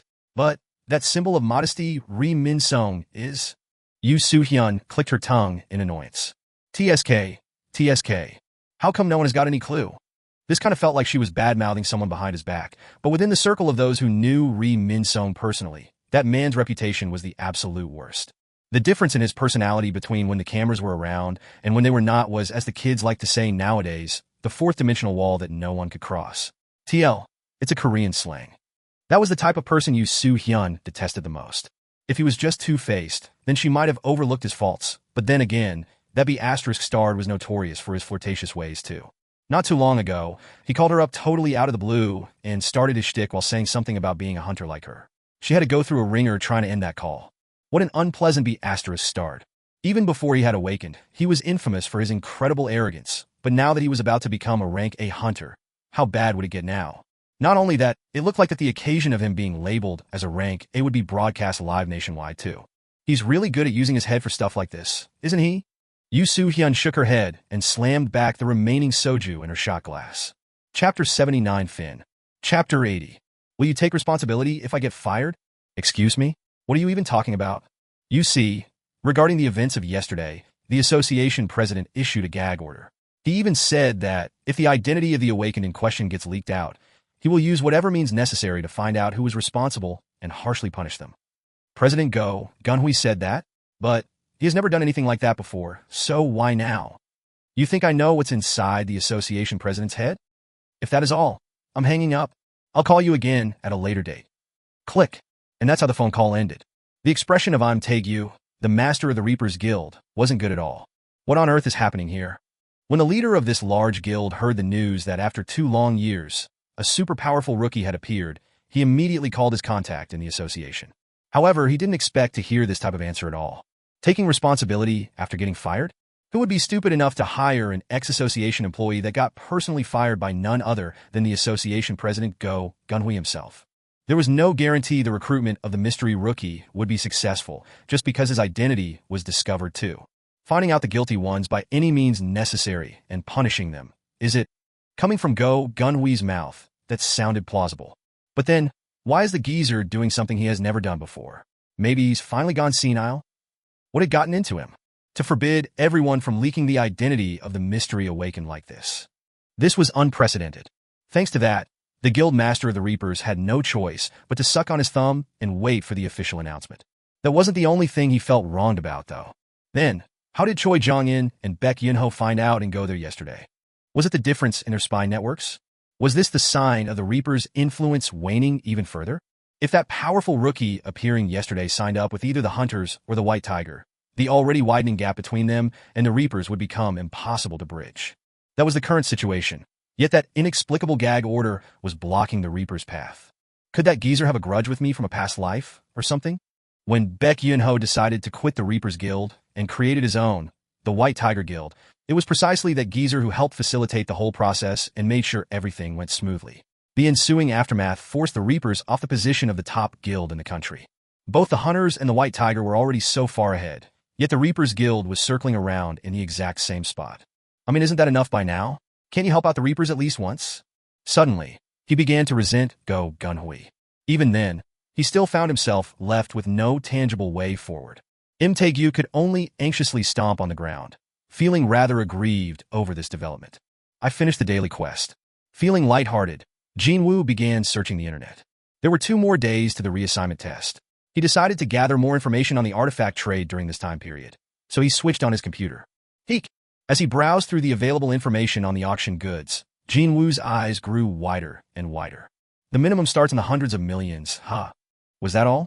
Items that looked okay to his eyes commanded an average of several dozen billion. Then again, to hunters, good equipment was like their lifeline. There was no need to even mention the obvious fact that using better, more expensive equipment made you safer. Most hunters made quite a bit of coin, and when given the chance to buy tools that would allow them to hunt faster and safer, was there a reason for them to hold back with their money? Jin Wu could understand it. Indeed, he could, but that didn't change the fact that he was taken greatly by surprise. Seeing the pricing of various artifacts, he was getting more nervous by the minute. I don't think it'll be enough with what I have in the bank. He didn't find a defensive artifact designed to defend against flame-type damage, but it looked increasingly likely that the amount he had would not be enough to buy high-grade defensive equipment at all. And I thought that I had enough money now. That opinion was from the perspective of a normal person. As a hunter, it fell far too short. Had around 1.7 billion won saved up in the bank. If he were to purchase artifacts he wanted, he definitely had to sell the bead of avarice. Now that he was the seller, Jin Wu's expression rapidly changed. Needing a lot of money to buy an artifact means that I can sell my own artifact at a sky-high price. Click. He moved the mouse and continued to search until the list of the magical tools currently on sale appeared on the monitor. No matter how hard he searched, he could not find a single artifact that doubled the magic damage. The best ones he found had the enhancement of around 20–30%. And those artifacts boasted scarcely believable asking prices. Man, these prices for the magic tools are no laughing matter, aren't they? When he thought about it, though, the boost of 20% was not small at all. Only the upper tier, no, the very best hunters out there, would be able to afford such an expensive artifact. However, with their already excellent strengths being enhanced by 20%, the difference would be quite incredible to behold. The high-rank hunters knew this point as well, so no wonder they were prepared to shell out big bucks for them. Actually, he could frequently spot the goods being on sale only a moment ago, suddenly sporting a sold tag. The 20% artifacts were selling out fast like this, so, just how much should I sell this guy for? Gulp. Jin Wu swallowed his saliva. Not too long ago, he didn't even dare to dream about touching an artifact. Not too surprisingly, he couldn't even begin to imagine how much money others were willing to pay for his artifact at the moment. That's why there's the thing called auction, right? He prayed that, when he put the bead of avarice up for auction, a suitable bid would be called out in the end. With a satisfied smile on his face, Jin Wu exited the auction information page. According to his research, there was 2 obvious ways to sell an artifact. 1, selling it via the official route, or sell it in the black market. However, he had no way of approaching this elusive black market at all. Well, there was a limit to the information one could find on the internet, after all. I mean, if you can access it via a couple of mouse clicks, it shouldn't even be called the black market anymore. Besides, the beat of avarice didn't have any disreputable background anyway, so there was no need to go through the black market in the first place. The best available option was to let the artifact specialist handle the bead and sell it via auction. Sure, there was the issue of taxes and commission fee, but this was still the best and quickest method that wouldn't produce any unnecessary baggage in the long run. So, the only remaining issue would be with me providing the information on where I found this thing. A ranky hunter showing up with a crazy artifact that shouldn't even exist in the first place. Would anyone quietly accept that? The Korean Hunter Auction House was a huge corporation that oversaw all transactions between hunters. They would surely try to confirm and investigate every single suspicious detail they find. That is why I need my new license. The new hunter license with rank S nicely printed on it. He took the reassignment test solely for that license. And the result was a resounding success. If he went by what the association president Go Gun-Hui had said, he'd be able to get his hands on that license in 2 days' time without an issue. He did worry slightly there for a sec, thinking that he had complicated the matters by refusing to sign up with the association. But what a relief it is, since the association president doesn't look like that type of person. Even until they said their goodbyes, that deep smile never left the president's mouth. When one spent a long time always minding other people's moods, one would become a master at reading the flow. Jin Wu was one such example.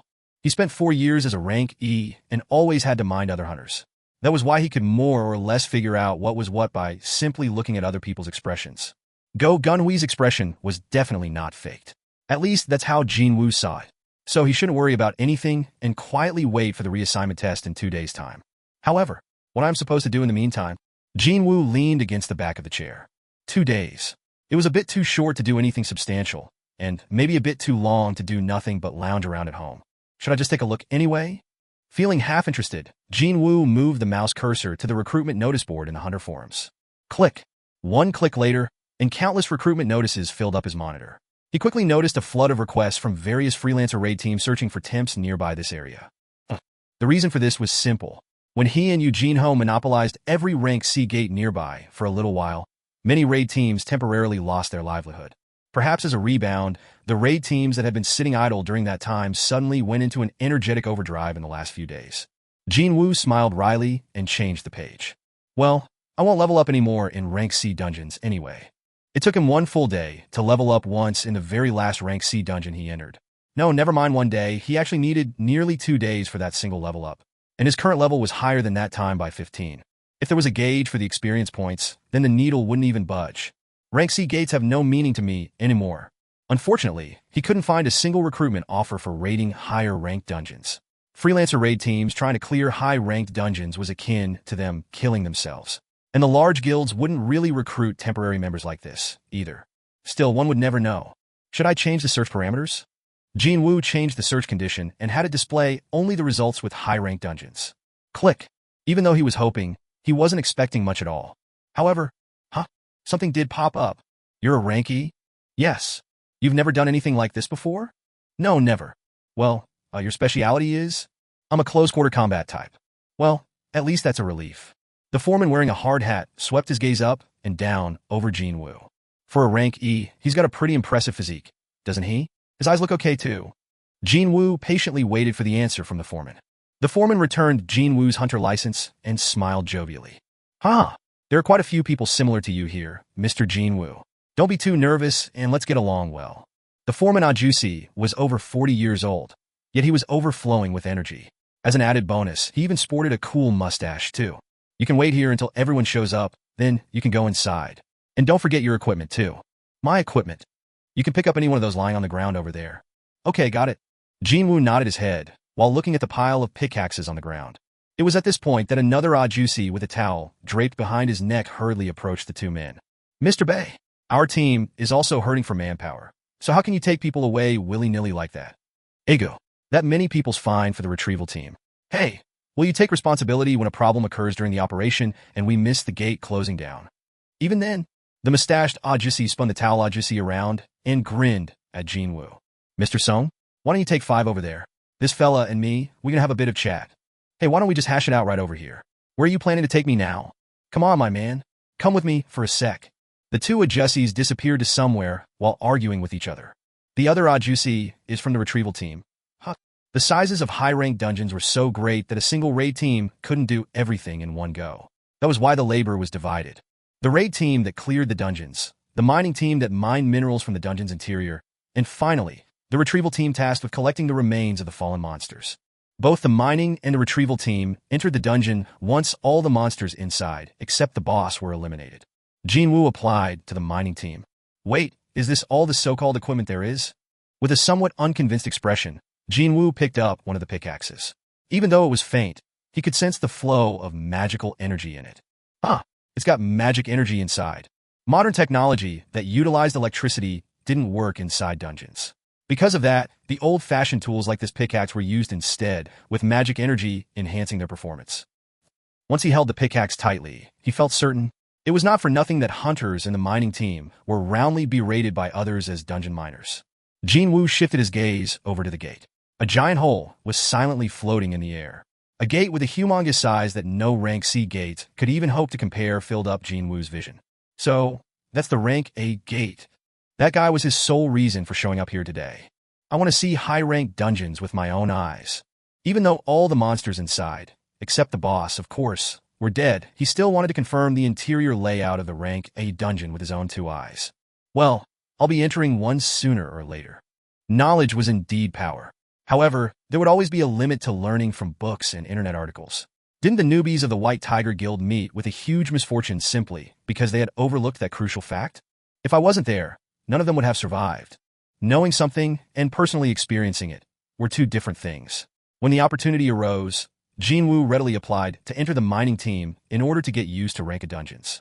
He did feel a slight pang of regret when holding that deeply uncool pickaxe, but when staring at that massive, fearsome gate, such misgivings flew out of his mind.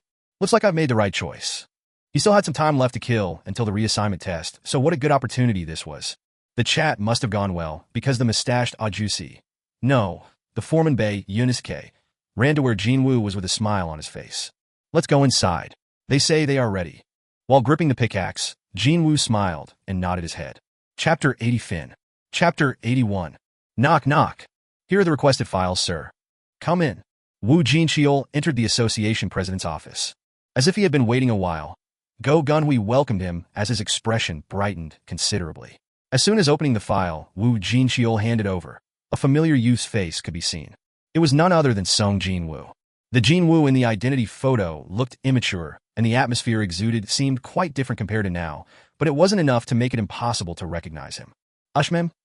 Reading the youth's prior records, Go Gunhui gradually became serious. 4 years of hunter activity as a rank E? Not only that, the lowest grade there is. This was no different than him trying to kill himself. Even if the gates under the association's jurisdiction were of lower grades compared to what large guilds or freelancers were in charge of, they should still be breathlessly difficult for a rank E. And as expected, Jin Wu had spent as much time in the hospital as he was active as a hunter. Even with all these frequent injuries, he still managed to tough it out. Apparently, he couldn't quit the association because of his mother's hospital fees. A rare type of youth in this age, indeed.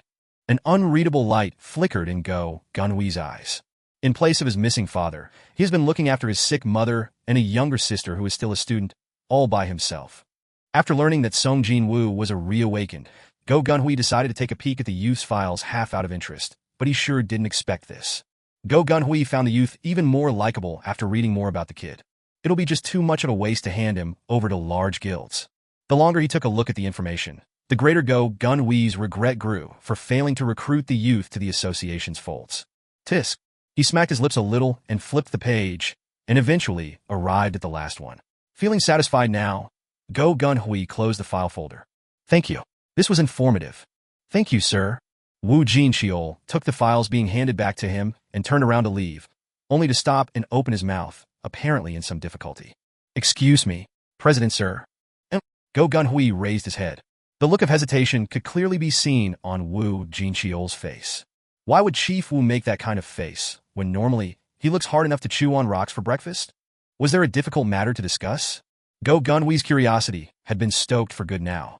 What's the matter? Wu Jinqiol hesitated for a while before he finally replied. There is something you should know, sir. The truth is, I received word not too long ago that Hunter Sung Jin-Woo has entered a raid team earlier today. Already? Okay, so whose team are we talking about here? It's the raid team from the Hunters Guild. Hunters, is it?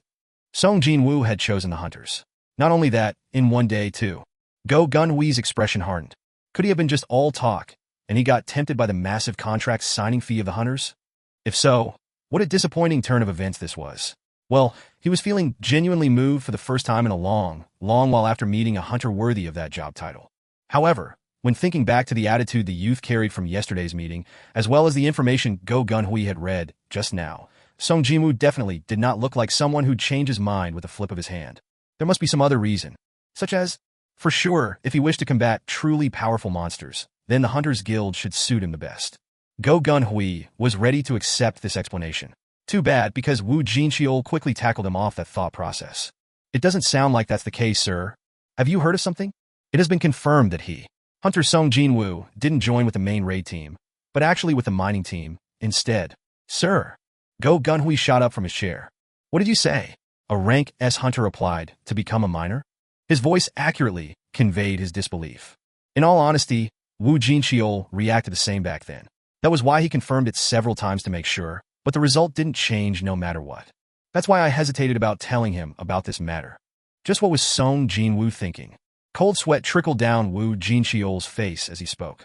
Yes, sir. He has indeed done so. Go Gun-Hui plopped down on the chair and began chuckling in helplessness. What a hard-to-understand young man he is.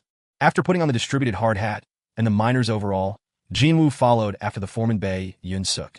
He found a fairly large group of hunters wearing hard hats like him near the gate itself.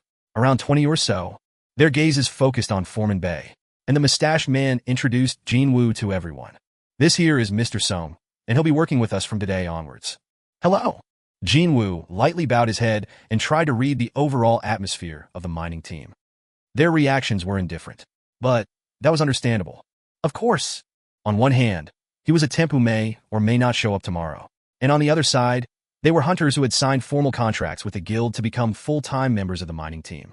From their perspective, there was no reason to get particularly friendly with Jin Wu. Gee whiz. These guys. He's a colleague who's going to work together with you, you know? Foreman Bei smiled awkwardly and pointed at a guy with pretty scary facial features standing far back. Mr. Sung, please stick with Mr. Mok over there. And if you're curious about something, learn from him. Mr. Mok might be a silent type, but he's the most experienced out of everyone here. Understood. Jin Wu didn't say anything else and stood next to this Mr. Mok. When their gazes briefly met, Mr. Mok spoke in a voice small enough to miss it. It's Mok Jin-Soo. I'm Sung Jin-Woo. The introduction ended with that. Before long, Mok Jin-Soo's gaze had shifted to the foreman. What a friendly guy. Jin Wu also shifted his gaze. The foreman was conversing with a regular person who must have been the guild employee in a location a bit of a distance away, looking rather serious.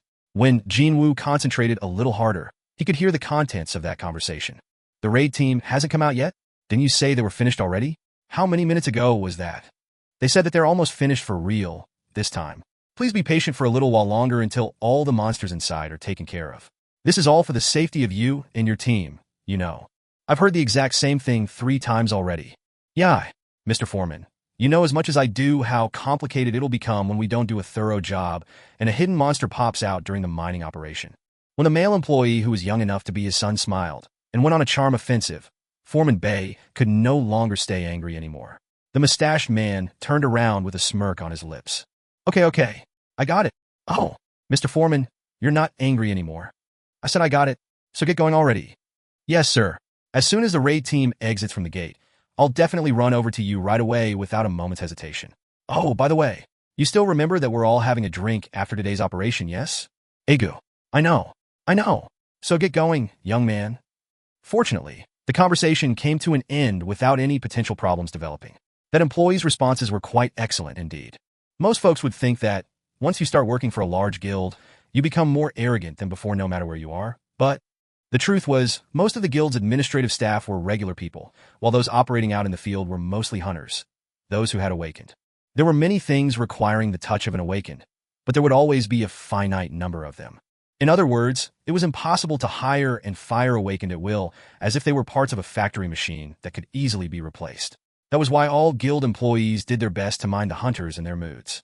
From others' perspective, they might seem like they had made it in life, but the employees of large guilds all had to go through trials and tribulations that only they knew. It was then. Jin Wu was focusing on the conversation between the foreman and the employee, but out of the blue, He could also hear the whisperings coming from his side. Did you hear that? The newbie joining us today is supposed to be a ranky. Are they talking about me again? Sometimes, Jin Wu couldn't help but resent his excellent sense of hearing. Still, doesn't mean I'm going to cover up my ears or anything. While he bitterly smiled to himself, other hunters were cautiously whispering to each other. What? A rank E? A rank E has been selected? That's right. Jin Wu could sense the sharp glares boring down on the back of his head. What the heck? What is the foreman thinking of, hiring a rank E and all? Does a rank E even have enough strength, I wonder? Yeah, I wonder about that too. Can we even finish today's operation on time? Worried voices could be heard coming from here and there. Still, they kept their voices low, perhaps in consideration of the new guy. Too bad. Such actions were meaningless in front of Jin Wu, though. Jin Wu could only keep his chuckles down. There was another reason for their reactions, not being so welcoming. As expected, a rank E would receive cold shoulders no matter where they went. He was already well used to this, so it didn't faze him anymore. Well, it's not like I'll be seeing them for long anyway. But then, something else happened. Noisy. Suddenly, the front of the gate became rather noisy. The raid team has come out. Looks like they're finally finished. The tired expressions of the hunters and the mining team, restless from all that waiting, brightened one by one. Foreman Bay had been observing the situation until then, and he gestured at his team. Okay. Everyone, let's get going. Hunters and the mining team checked their equipment and slowly shuffled towards their destination. Jin Wu blended in and went along with them. Thank you for your hard work. Thank you. You all worked hard, everyone. The Hunters Guild employees stood in front of the gate and welcomed the raid team members as they made their exit one by one. The term raid team, as used in the field, seemed to refer to the members belonging to the guild's main assault force. So, these people are the country's best assault force. Studying the faces of each and every upper rank. No, the very highest ranked. Hunters walking by, Jin Wu's eyes sharpened considerably. He spotted a familiar face among them. Choi Jong-in, the leader of the Hunters Guild, and a rank S mage-type hunter. Jin Wu pulled the hard hat lower to hide his face, figuring that things might get complicated if Choi Jong-in recognized him here. Thankfully, there were many hunters wearing a similar getup as him nearby, so Jin Wu was able to blend in just fine. And so, as he stood amidst the miners and silently studied the members of the country's very best assault force, Jin Wu began thinking that, are they really the true elites of the Hunters Guild? He was feeling quite incredulous inwardly. Quite contrary to his initial expectations, it was hard to find a single hunter with a really powerful aura. As befitting of the nickname Ultimate Weapon, Jin Wu could sense an enormous amount of magical energy from Choi Jong-in. But besides that guy, not one was worthy of mention. Could they be the weak ones instead? But that simply made no sense. Jin Wu softly shook his head. These were the members of the #1 raid team, selected from the cream of the crop found in the country's top guild. I mean, the guild master himself has participated in the raid, so there's just no way that some nobodies would be chosen as team members. The word most ill-suited to describe these people would be weak.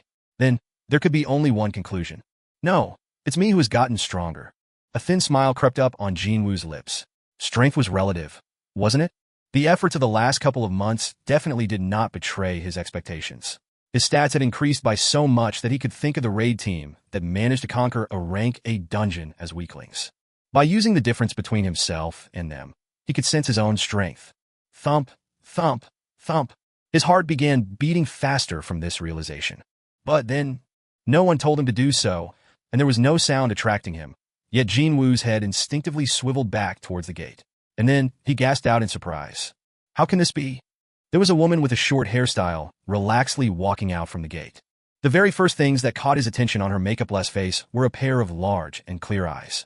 Next up, her clean and pale skin, as well as her smoothly flowing neckline, also managed to attract his gaze.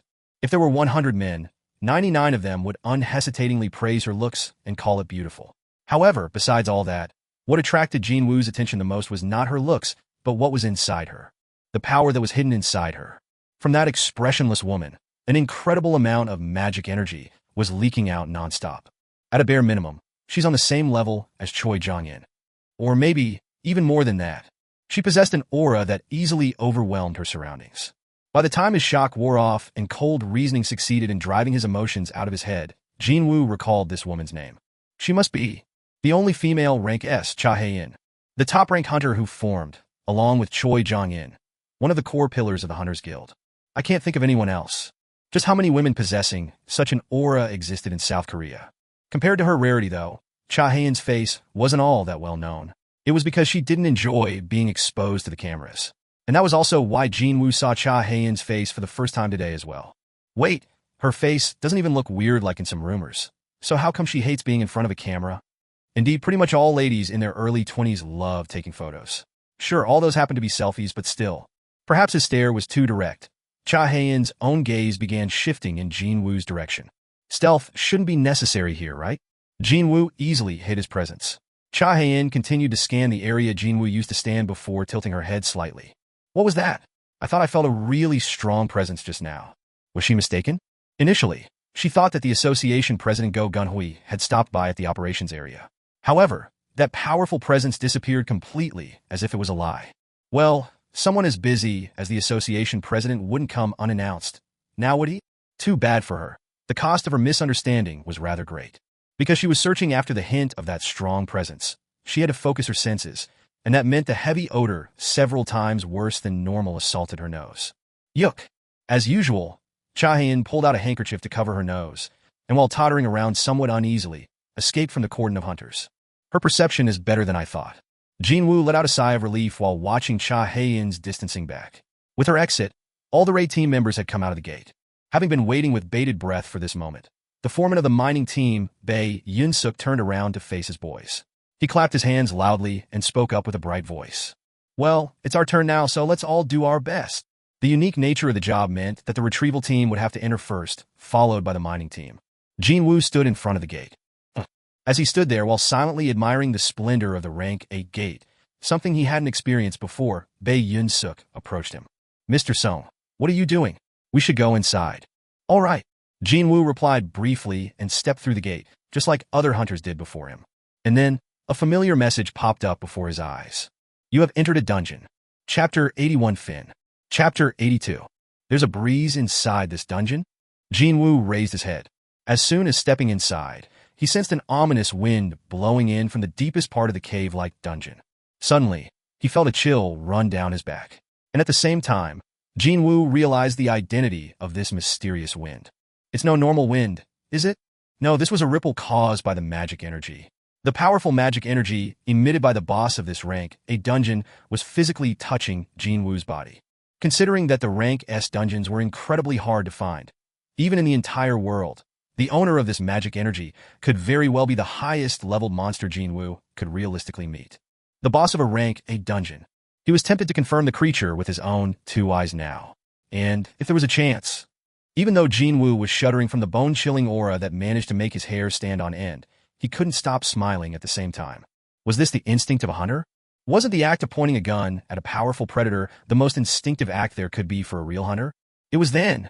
Tap! A guy coming inside the dungeon bumped into Jin Wu's shoulder. Yeah, come on, man. Walk faster.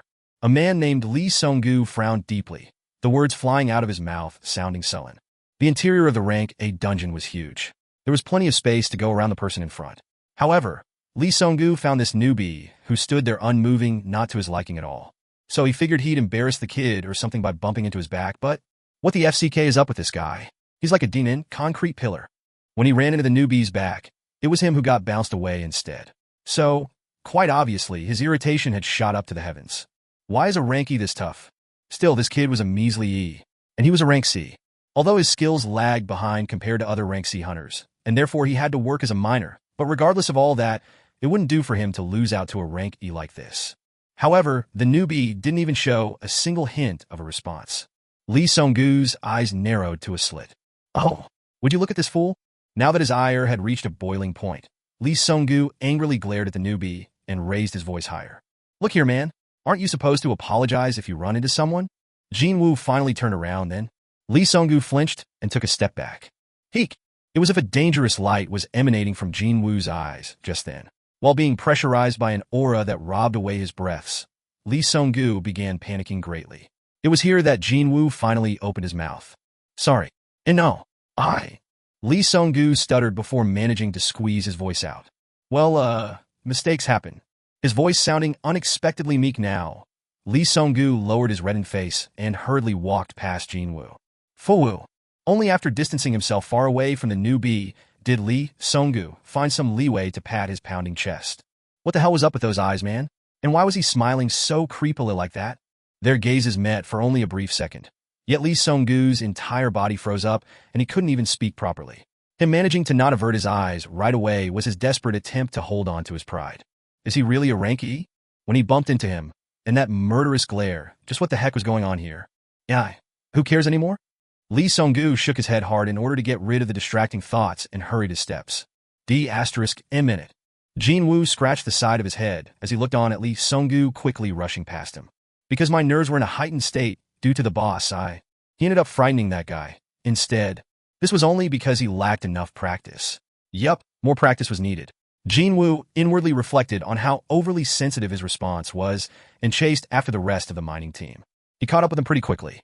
Jin Wu stuck to the rear of the advancing miners and matched their walking pace. Well, none of these guys would be able to catch up with me if I walk in my usual speed. So, he had to match theirs.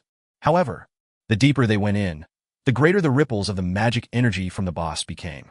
My perception stat has risen up by a lot, hasn't it? To be able to clearly sense the boss monster hidden in the deepest chamber of the dungeon like this. Because of that, he was getting excited for no particular reason. Would I even be able to concentrate on my job at this rate? As if to try answering his rhetorical question, he could hear the loud, manly roars coming from his front. Oria! Oria! The retrieval team that had entered one step earlier than the mining team was already in the middle of their operation. And that would be to drag a corpse of a huge monster outside using the ropes tightly tied around it. 1, 2. 1, 2. Bisha. The physical strength of the close-quarter combat type hunters was excellent to begin with, so they didn't require help from specialized tools to smoothly carry out their work. Jin Wu imprinted every step of a high-rank dungeon's conquest into his brain. First of all, the raid team enters before everyone else and eliminates all the monsters found inside, with the exception of the boss. Afterwards, the retrieval team entered to drag out the monster remains, and finally, the mining team entered to extract various minerals embedded in the dungeon's walls. In order to maximize profit, none of these steps could be omitted. Both the mana stones and magic crystals were a given, but the high-ranked monster's body could be utilized in various ways as well, and thus was worth a lot of money. Bones, hides, flesh, etc. Not one part of a high-rank monster is useless. And that was one of the differences between monsters found in low-ranked dungeons and those from the high-ranked ones. After sweeping away every single thing worth money from a dungeon, they kill the boss and close the gate. Only after going through all 4 stages of this process could one declare that the high-ranked dungeon was perfectly conquered. At least that would be from the guild's perspective. However, wouldn't my soldiers be enough to carry out these simple labors? While walking past the sweating hunters of the retrieval team, Jin Wu suddenly came up with that idea. For sure, after all their level-ups, the Shadow Soldiers were much stronger than the members of the retrieval team, who were all hunters ranked below rank C, to begin with. Dividing his troops into 3, and by making one group hunt, another one retrieve, while the remaining group took care of mining, then I might really be able to perfectly conquer a high-ranked dungeon all by myself. A satisfied smile formed on Jin Wu's face. The reason for him being here was to explore, and now, he was beginning to think that it was a good idea to come here after all. Mr. Sung, did something good happen? The foreman asked him from the side. Seeing that the rank E with no experience of being inside a high-ranked dungeon broke out in a grin like that, he couldn't help but get curious. Well, I was just surprised by the sizes of the monsters that are bigger than I thought, that's all. Perhaps finding Jin Wu's vague answer satisfying. The foreman replied jovially while trying to dig through his memory. Oh, is that so? Well, even I couldn't keep my mouth shut the first time I entered one too. Now that they were talking like this, Jin Wu decided to ask a couple more questions. I heard that all the regular monsters have been killed off, but the boss is still alive, isn't it? That's right. Well, if the boss dies, the gate will close down after all. His answer implied that, until the retrieval and mining operations were completed, the boss could not be hunted down. What if the boss comes out of the boss room? Well, such a case is almost non-existent, but, in that case, everyone remaining inside would be dead meat. Now that would be an obvious result. The raid team exiting from the dungeon would take an extended break until the boss raid. And quite obviously, the hunters in the mining team or the extraction team didn't possess enough power to fight against a boss of a rank A dungeon. However, the commonly accepted belief was that, before the dungeon break occurs, the boss would almost always remain inside the boss room. Perhaps that was why there was no trace of fear on the foreman's expression. But such a horrifying monster is not too far from us. You aren't even remotely scared? Not at all. The foreman Bay sounded confident. In the last 3 years I worked for the Hunters Guild, not once was there an incident similar to that. So, you can rest easy, Mr. Sung. Jin Wu stared at the grinning foreman Bay, lightly tapping him on the shoulder, and couldn't help but find it rather envious. Ignorance is a blessing, isn't it? The ripples of magic energy coming from the boss were powerful enough to shake his body even when standing still. It looked like only Jin Wu could pick up on the boss's aura in this place. Oh, so it starts from here? The foreman Bei discovered mana stones on the cave walls and smiled brightly. The experienced miners began occupying their natural spots in front of the stones, even though no one directed them to do so. They put down their gear and hefted the pickaxes up. Jin Wu too stood towards the end of the cavern wall, filled with mana stones. So, am I supposed to just strike down? He grew worried that, were he to use his real strength and strike down, both the mana stones and the pickaxe might shatter into tiny little pieces. What should I do? Jin Wu stood there hesitating, unable to start his job. But he was able to take in the sight of Mok Jin-Soo, the supposed veteran of the mining team as referred to by the foreman Bei. Swish, crack, swish dash, crack. Mok Jin-Soo rhythmically mined the stones. Whenever he struck the walls, mana stones noisily tumbled down to the ground. Wow, now that was some skill worthy of the veteran label. He was mining the stones twice as quickly as compared to the speed of his colleagues. Jin Wu's eyes gleamed brightly. As the time slowed down in his perception, Jin Wu observed and learned Mok Jin-Soo's postures and breathing patterns, as well as the movements of muscles. And soon, Mok Jin-Soo's economical but effective movements were being replayed countless times in Jin Wu's head. I think I get it now. Indeed, he thought he understood it more or less. Jin Wu lifted his pickaxe up. It was as if he was the mirror image of Mok Jin-Soo. Swish, crack, swish dash, crack. Even if their movements were similar, Jin Wu's strength was on a completely another level from Mok Jin-Soo's. Whenever Jin Wu struck the cave walls, larger, more intact mana stones tumbled down in droves. Swish, crack, swish, crack. A rather refreshing noise came from the end of the wall. The hunters of the mining team realized one by one that something didn't feel right. Oi. What's up? Look over there. Heek, what the hell is up with him? The hunters stopped what they were doing and dazedly stared at Jin Wu. Even Mok Jin-Soo's tireless hands came to a stop too. Everyone was rendered speechless. The supposedly mining virgin rank E hunter was currently making easy mincemeat out of the mana stone wall with practiced movements. What are you doing, guys? You came here to do a job. So why are you all standing around like that? The foreman Bei had been jotting down the scale of the mana stone deposit on a ledger until then. But when he discovered that every member of the mining team had down tools for some reason, he got shocked out of his mind and quickly ran to where they were. Foreman, will you take a look over there? What now? The foreman Bei craned his neck to look, and then his eyes grew super large. Even the foreman displayed the same reaction as everyone else. He couldn't rip his eyes away from Jin Wu and his speed, which was around 3 times faster than other miners. Foreman, didn't you say that it's the newbie's first time today? That I did. Lee Sung-gu, who had been wondering about Jin Wu's identity earlier, butted in suddenly. Is he really a rank E? I confirmed it with his license, obviously. You think I'll let a complete stranger into my team without confirming his hunter license first? Well then, how do you explain that? Wordlessly observing Jin Wu, the foreman Bei nervously swallowed his saliva as excitement dyed his expression. Without a doubt, Mr. Sung is the heaven-sent miner. Indeed, there was a reason why those rugged, tough-looking chest muscles caught the foreman's attention back when they were having a short job interview.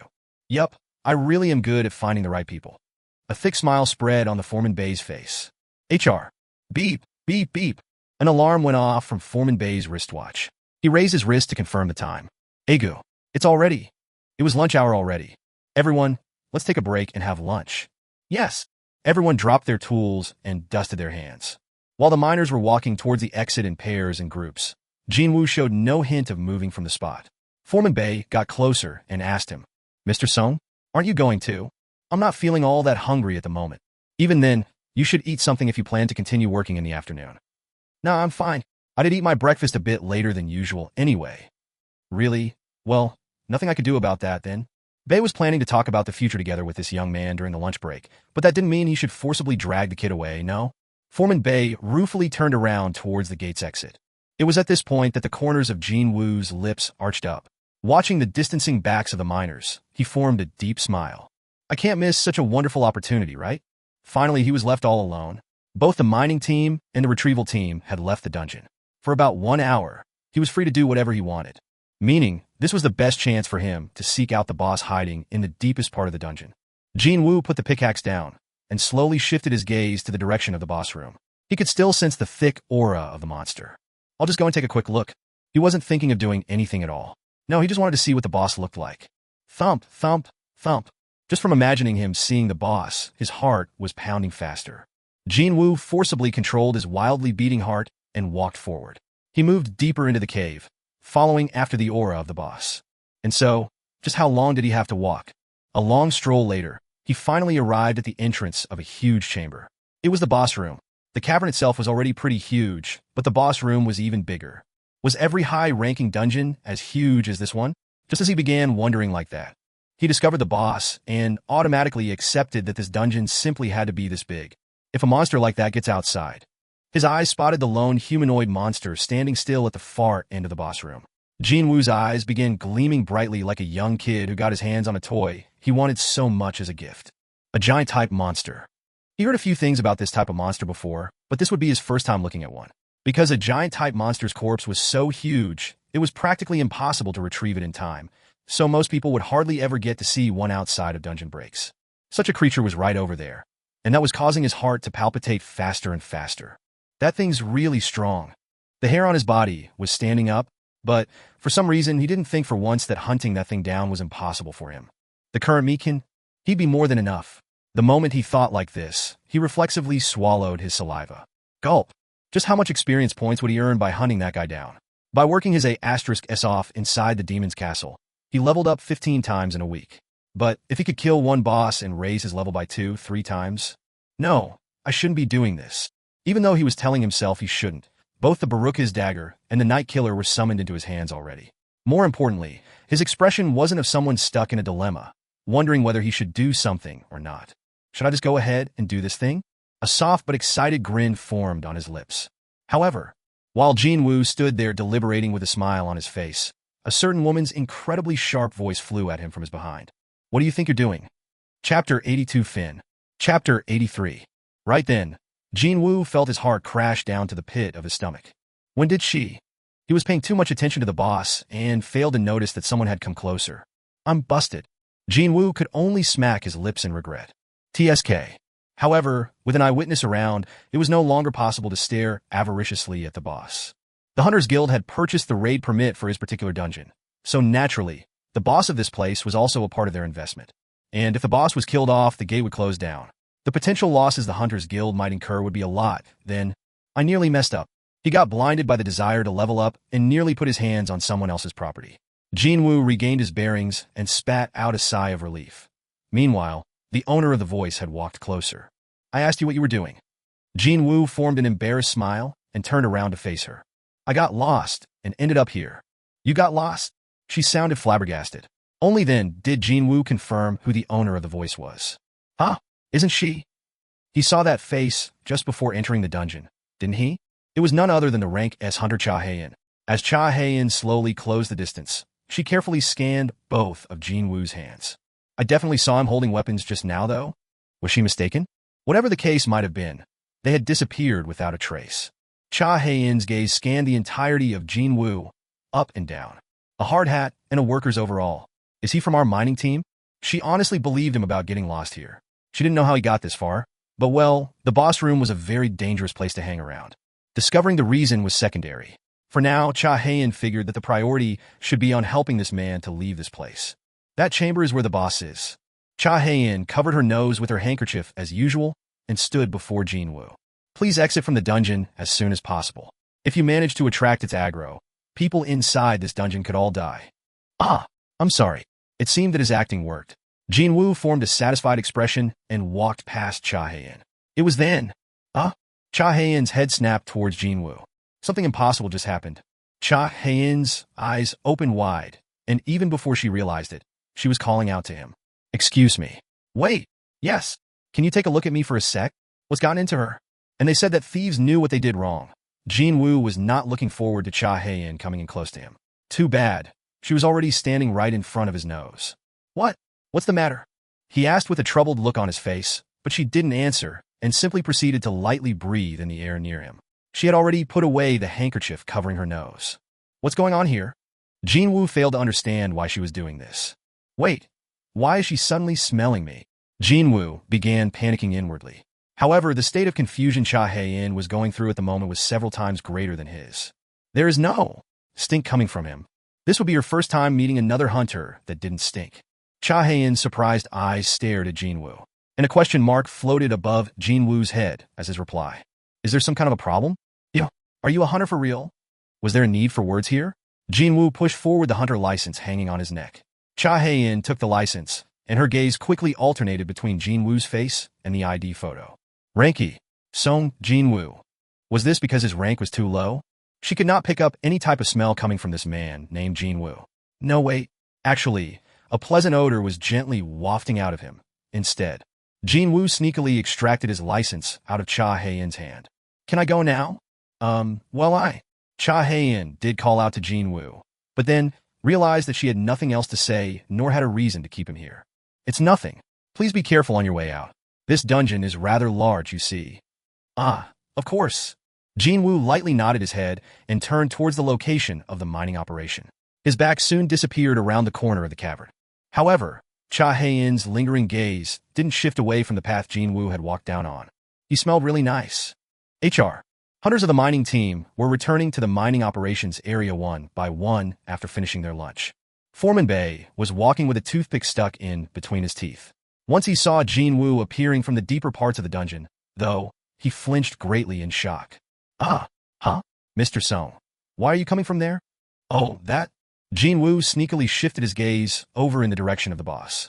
I can't tell him about me stopping by the boss to see what it looks like out of curiosity, right? Jin Wu's gaze returned to Foreman Bei. I got lost while searching for the bathroom. Actually, Ego, you need to be more careful, young man. Interiors of these dungeons all look the same, so if you get lost inside, it won't be easy finding your way around. But still, how did you find your way back to here? Oh, I ran into Cha Hae-in hunted him on my way back, so... Cha hunted him, was it? She's probably gone to stand guard by the boss room, just in case the boss decides to take a stroll.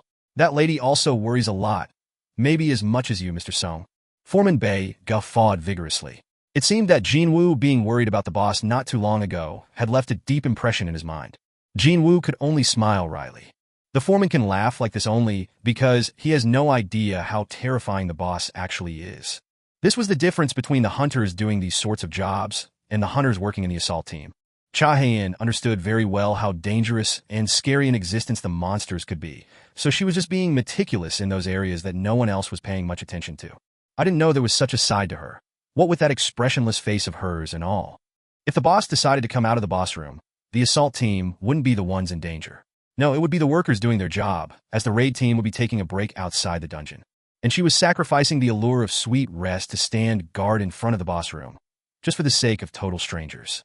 She's an amazing woman. That was Jin Wu's honest impression of Cha Hae-in. It was at this point that he suddenly recalled her odd habit. Why was she covering her nose with a handkerchief? Thinking back, she never let go of the handkerchief, not even once, except for their meeting a few moments ago. Foreman Bei remained very friendly whenever Jin Wu asked him a question, even though it'd be quite reasonable for him to get a bit annoyed by now. Right, the responses were pretty good back when I was doing my job, wasn't it? Indeed, one should strive to do their best in their jobs. Thanks to his efforts, Jin Wu could ask about this, and that without holding back now. Heck, it was Foreman Bei who urged Jin Wu to speak instead. Mr. Sung, you called for me. So how come you ain't saying a thing?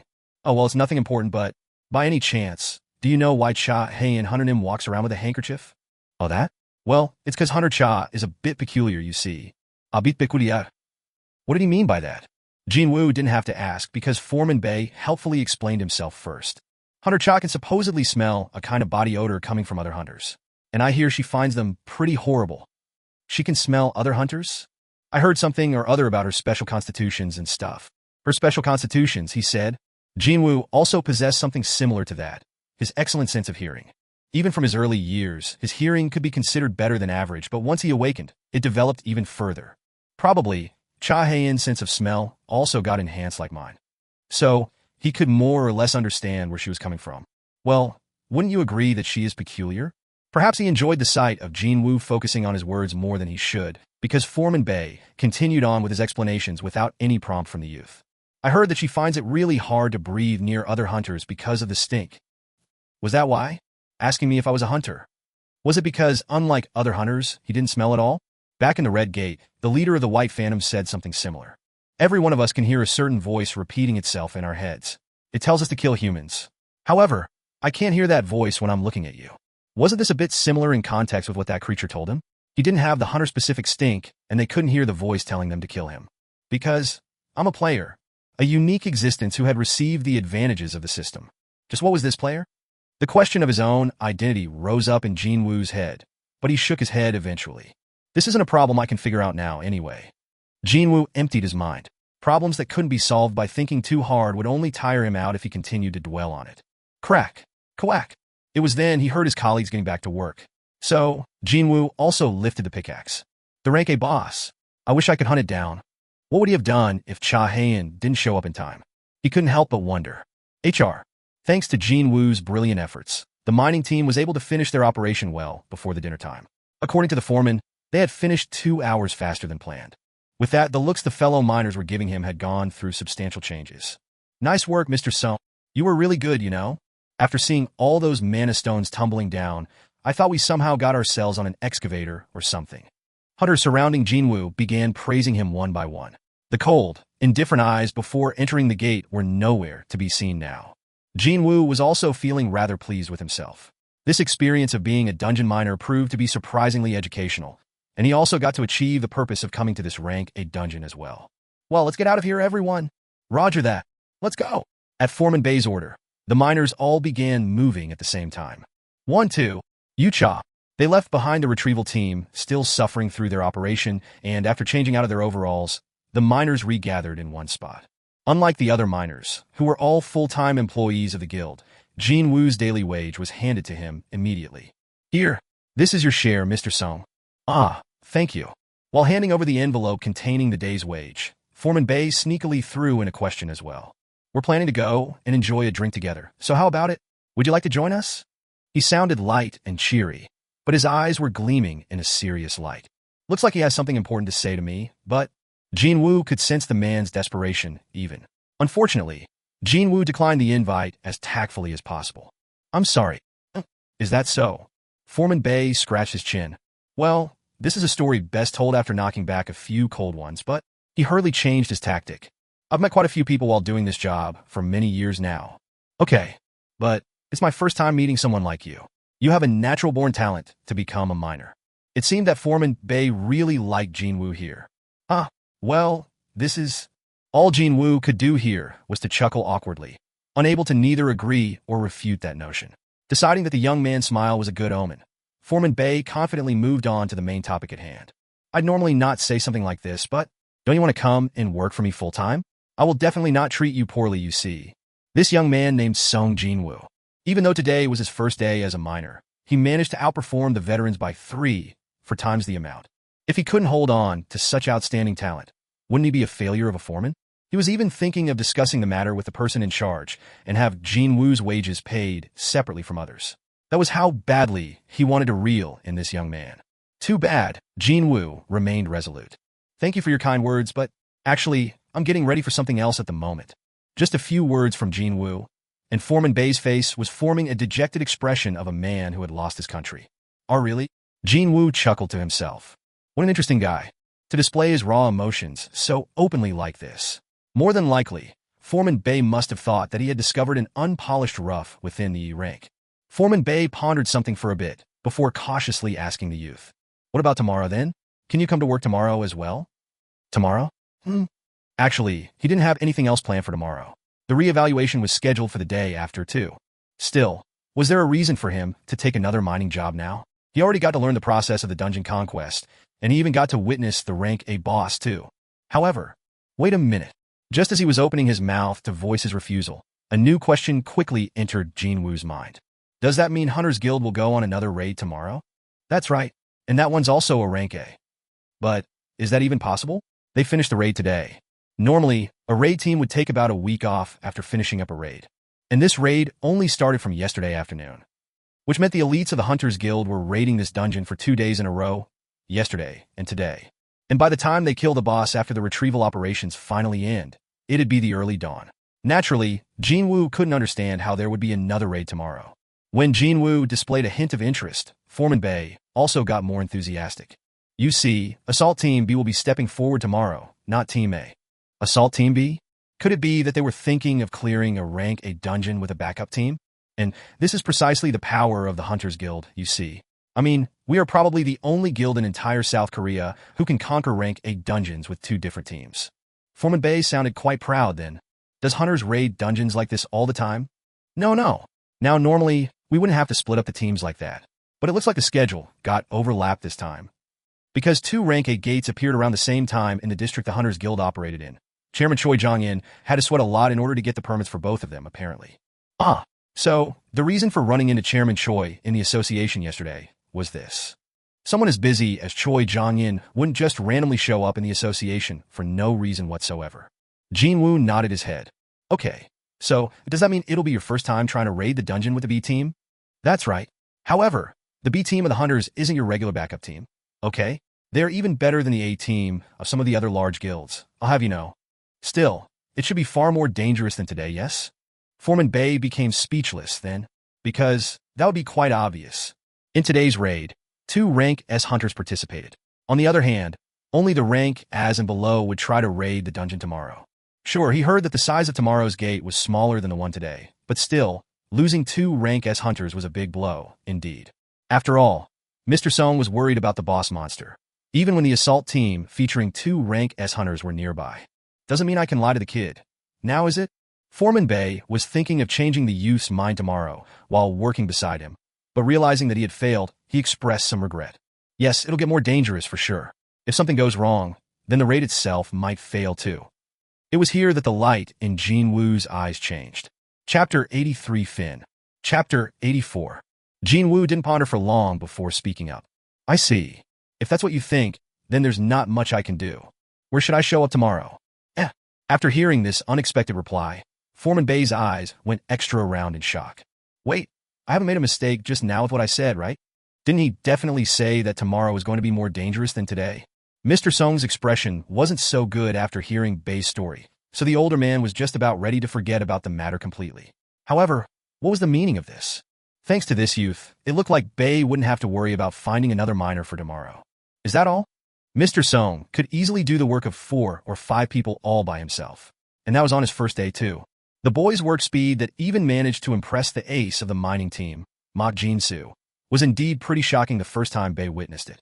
From Jin Woo's declaration that he'd come tomorrow, Foreman Bay felt like he had gained a powerful, trustworthy ally and he was filled up with lots of confidence. Mr. Sung, you made the right choice. Foreman Bay's mustache quivered as he formed a blindingly brilliant smile. And then, to make sure that Jin Woo's mind wouldn't change overnight, he even came up with an unprecedented offer too. I'll have a good chat with the person in charge and make sure that you get double the normal daily wages tomorrow. Will that be okay? Of course. You think I won't be able to do that much for you, Mr. Sung?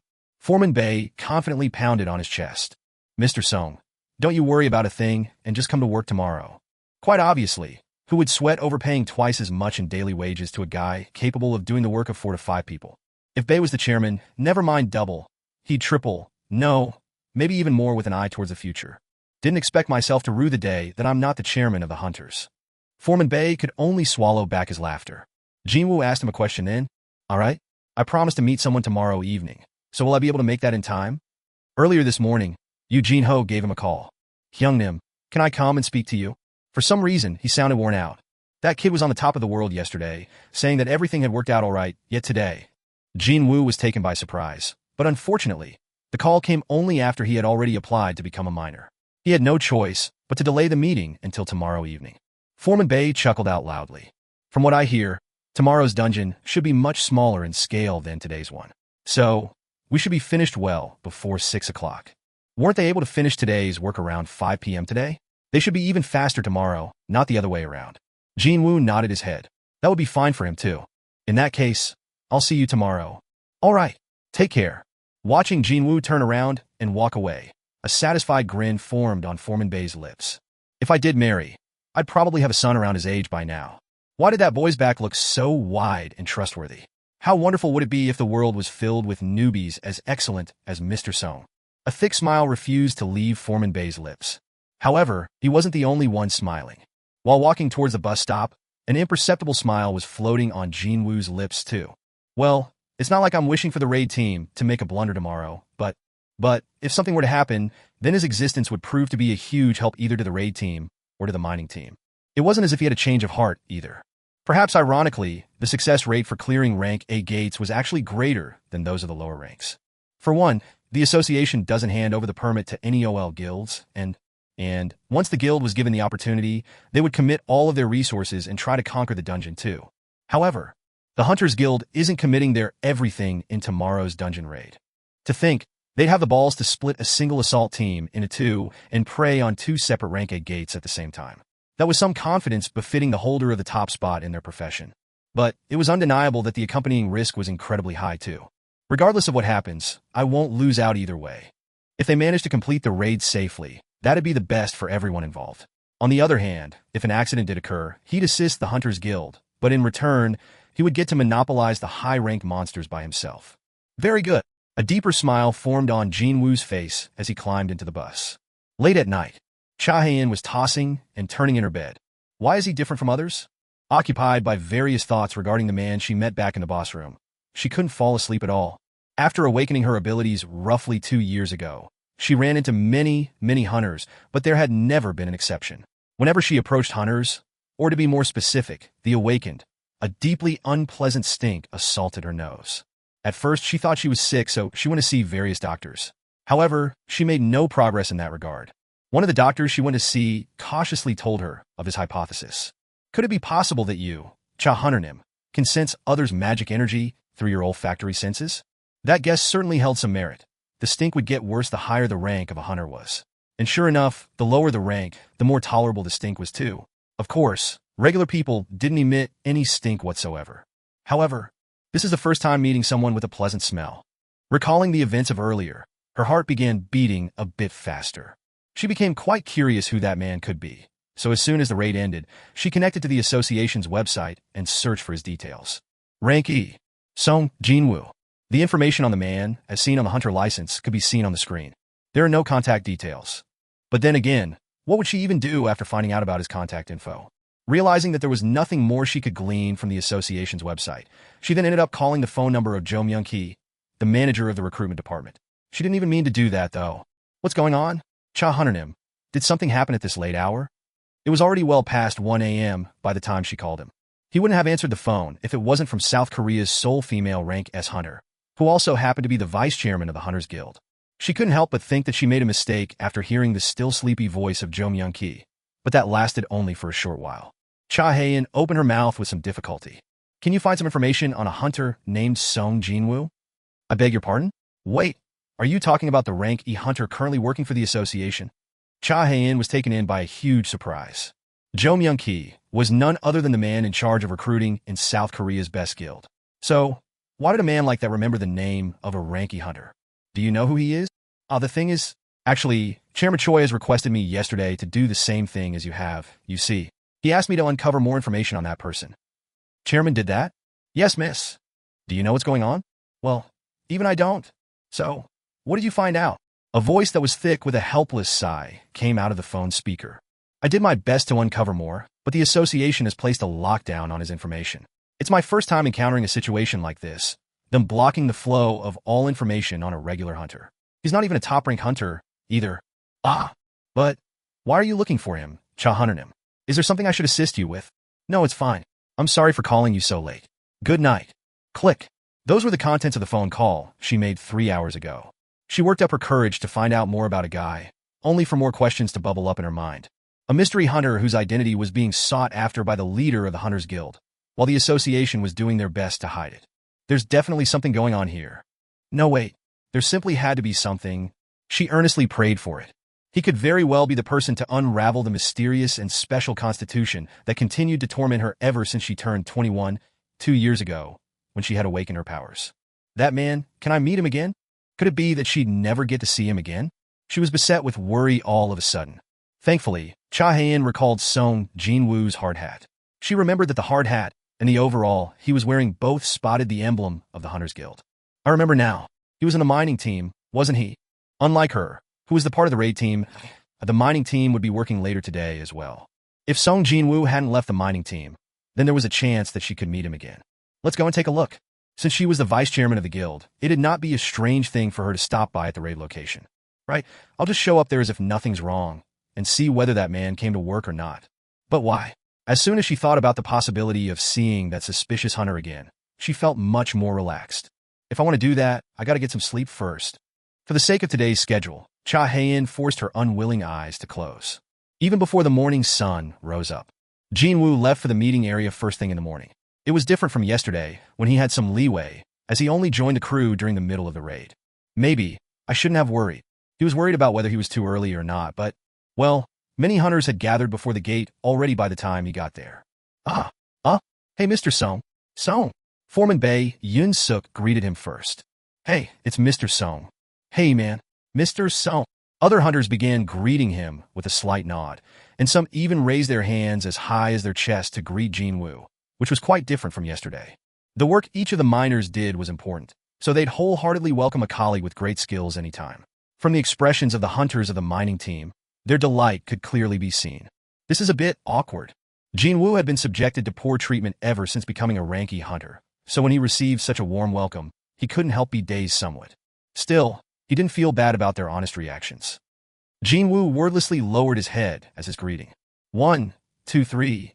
Foreman Bae counted the number of miners present today and jotted it down on the memo. Ninatin. Well, it's almost everyone. This should be more than enough. Well, it was fine for 1 or 2 to miss out on a day like today, because we have 2 aces in our midst now. Foreman Bae's gaze met those of Mok Jin-soo and Sung Jin-Woo.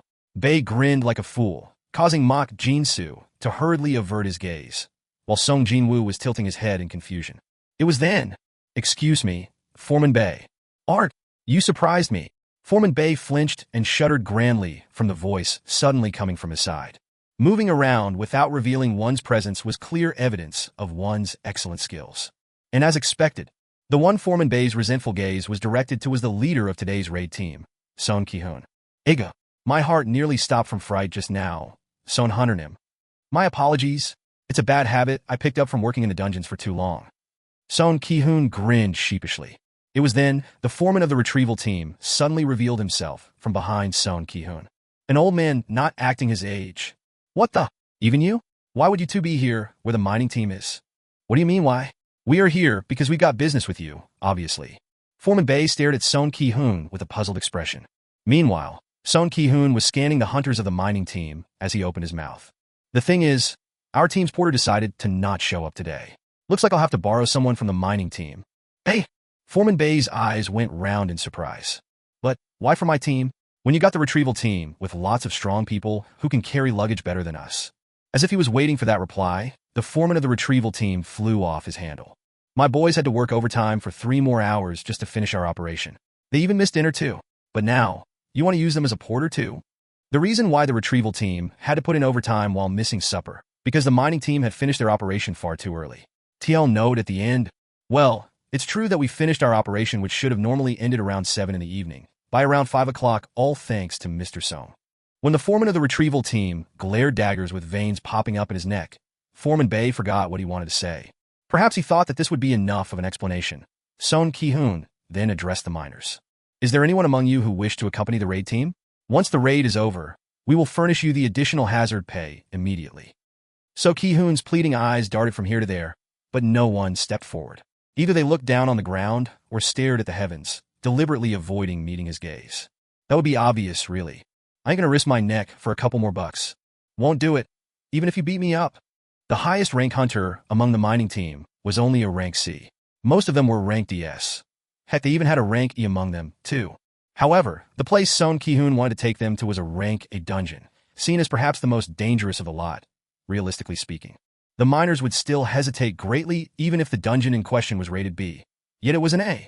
Even a gentle graze would kill these hunters in there. No, just stepping on the wrong spot would result in one's death.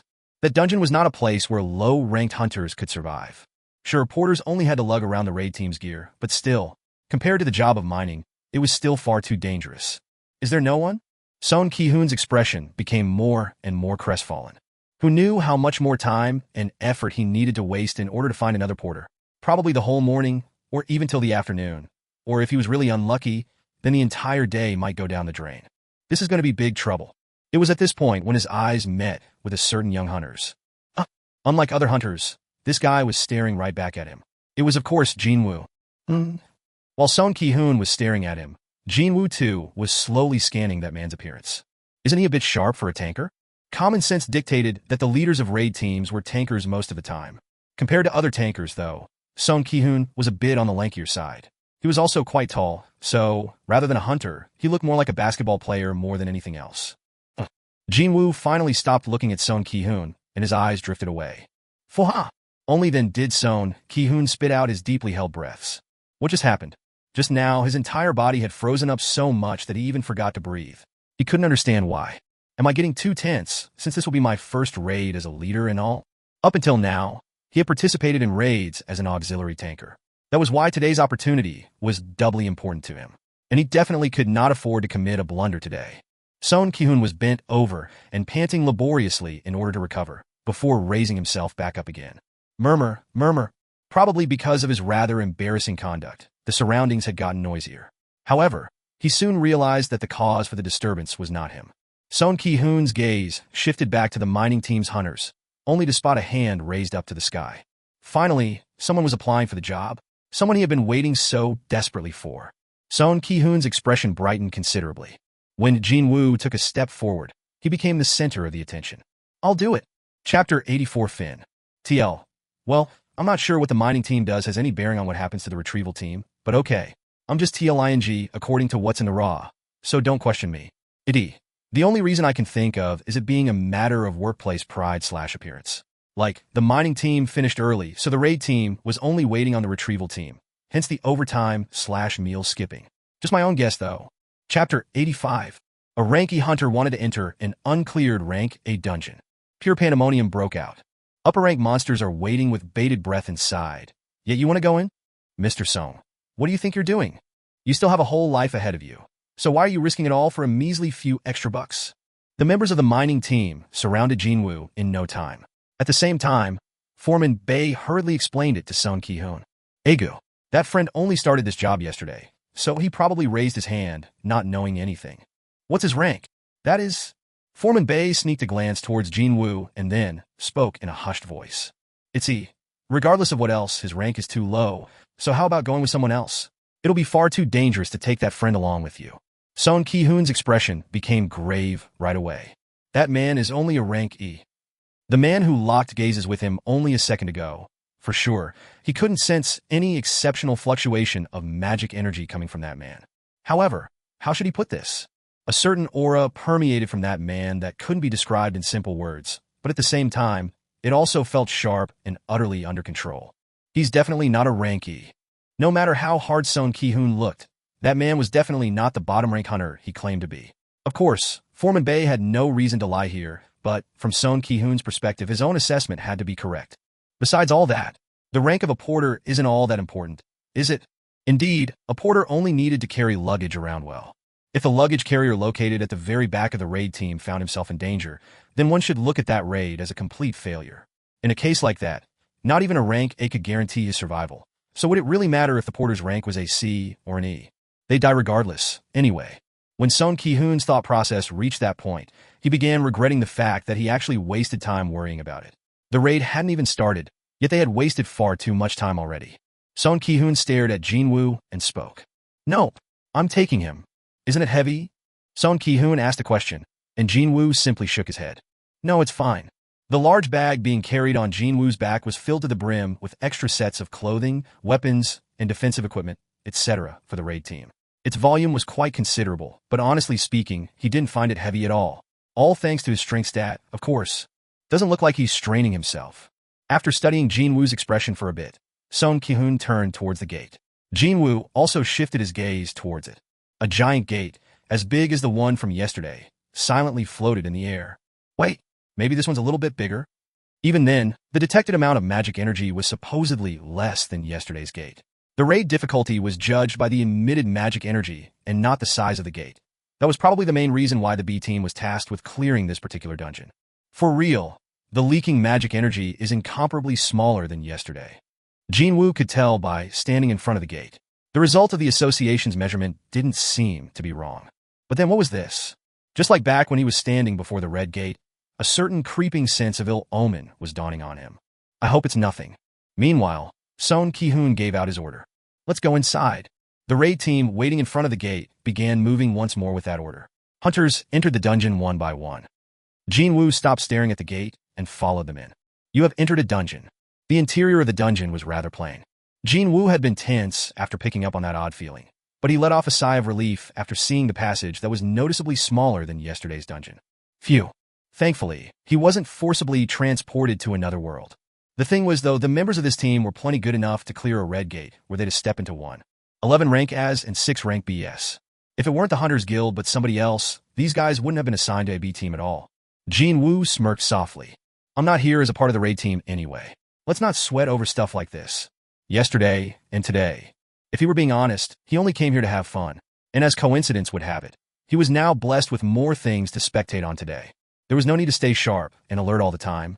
When he thought like that, he felt as if weight was lifted off his shoulders. You don't have to be that nervous, you know? A female hunter, a healer, engaged him in conversation from his side.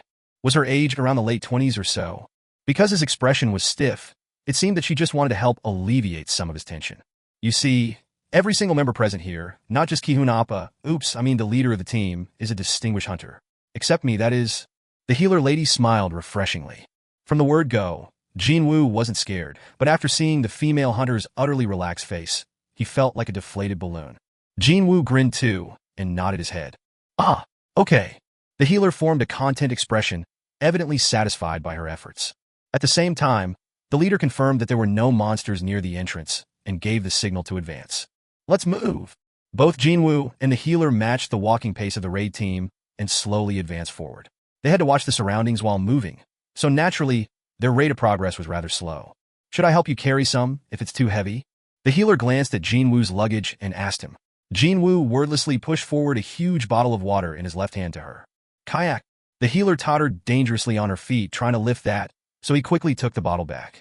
The raid team came to an abrupt stop and glared at the healer. I'm so sorry. Sorry.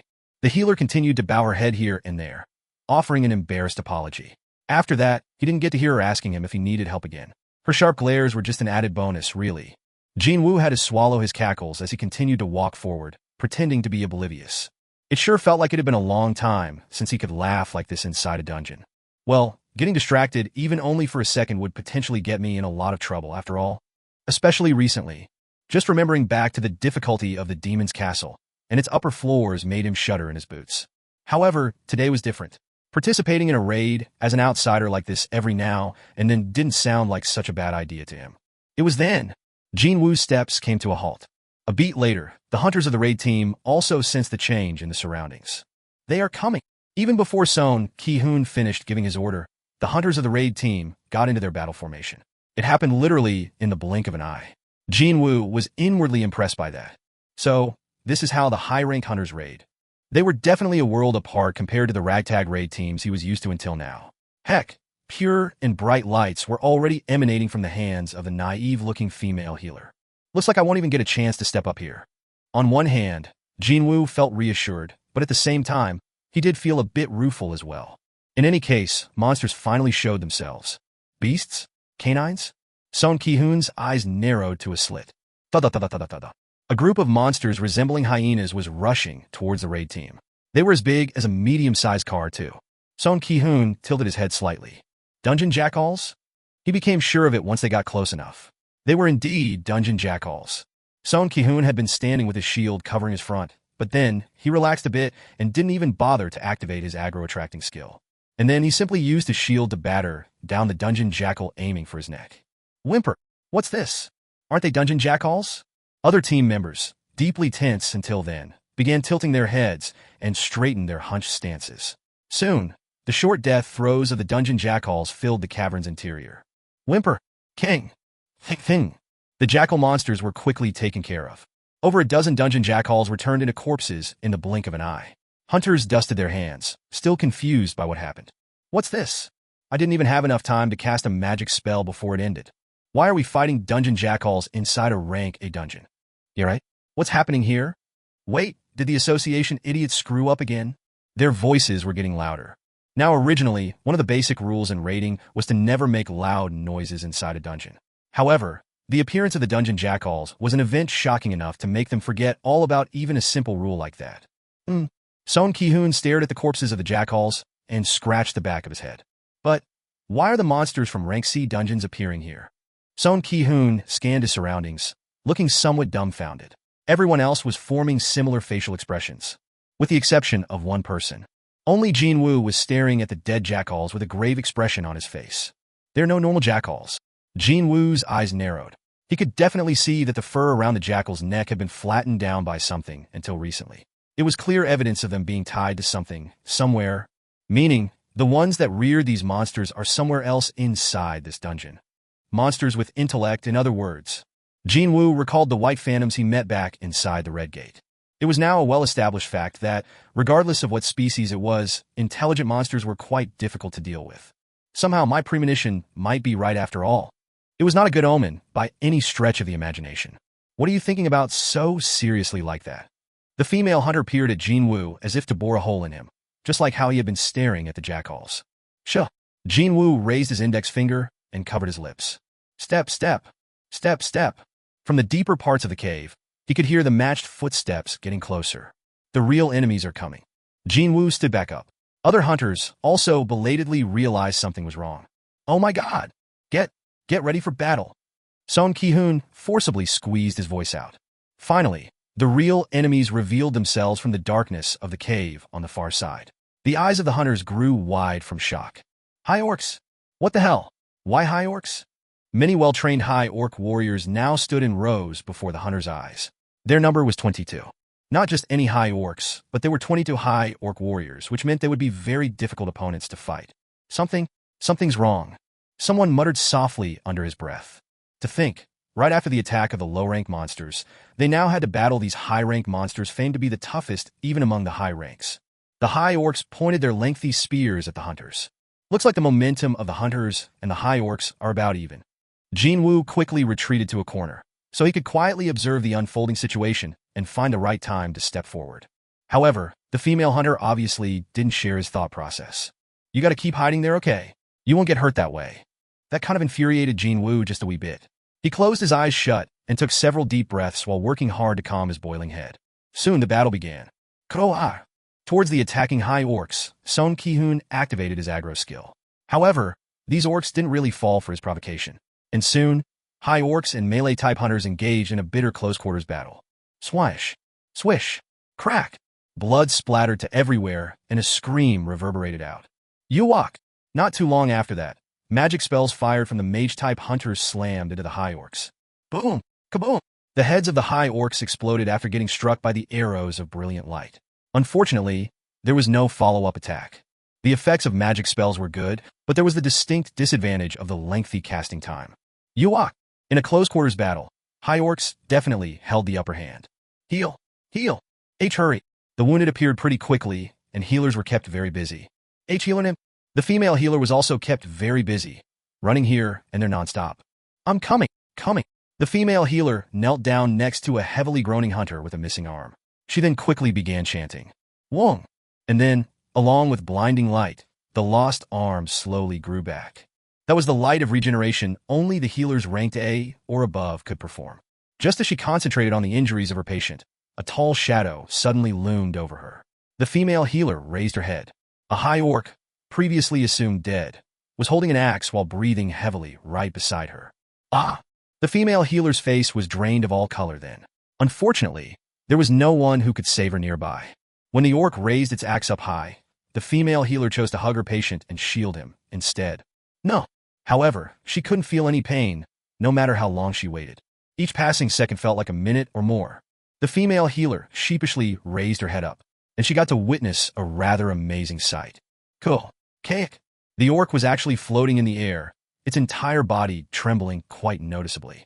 But what? What was happening here? The female healer's eyes opened even wider. But then, snap! The head of the high orc was literally ripped off of its body, and then even the part of its spine got dragged out as well. Now, that was a display of terrifying power. Plop! While staring at the headless body of the high orc now on the ground, the female hunter formed a totally confused expression. Because the separated head of the high orc was still floating in the air. That was why. Blood got splashed on my clothes. Jin Wu frowned deeply and threw the head of the high orc. Pow! Another high orc was struck down rather unexpectedly by the head of its comrade and collapsed to the ground.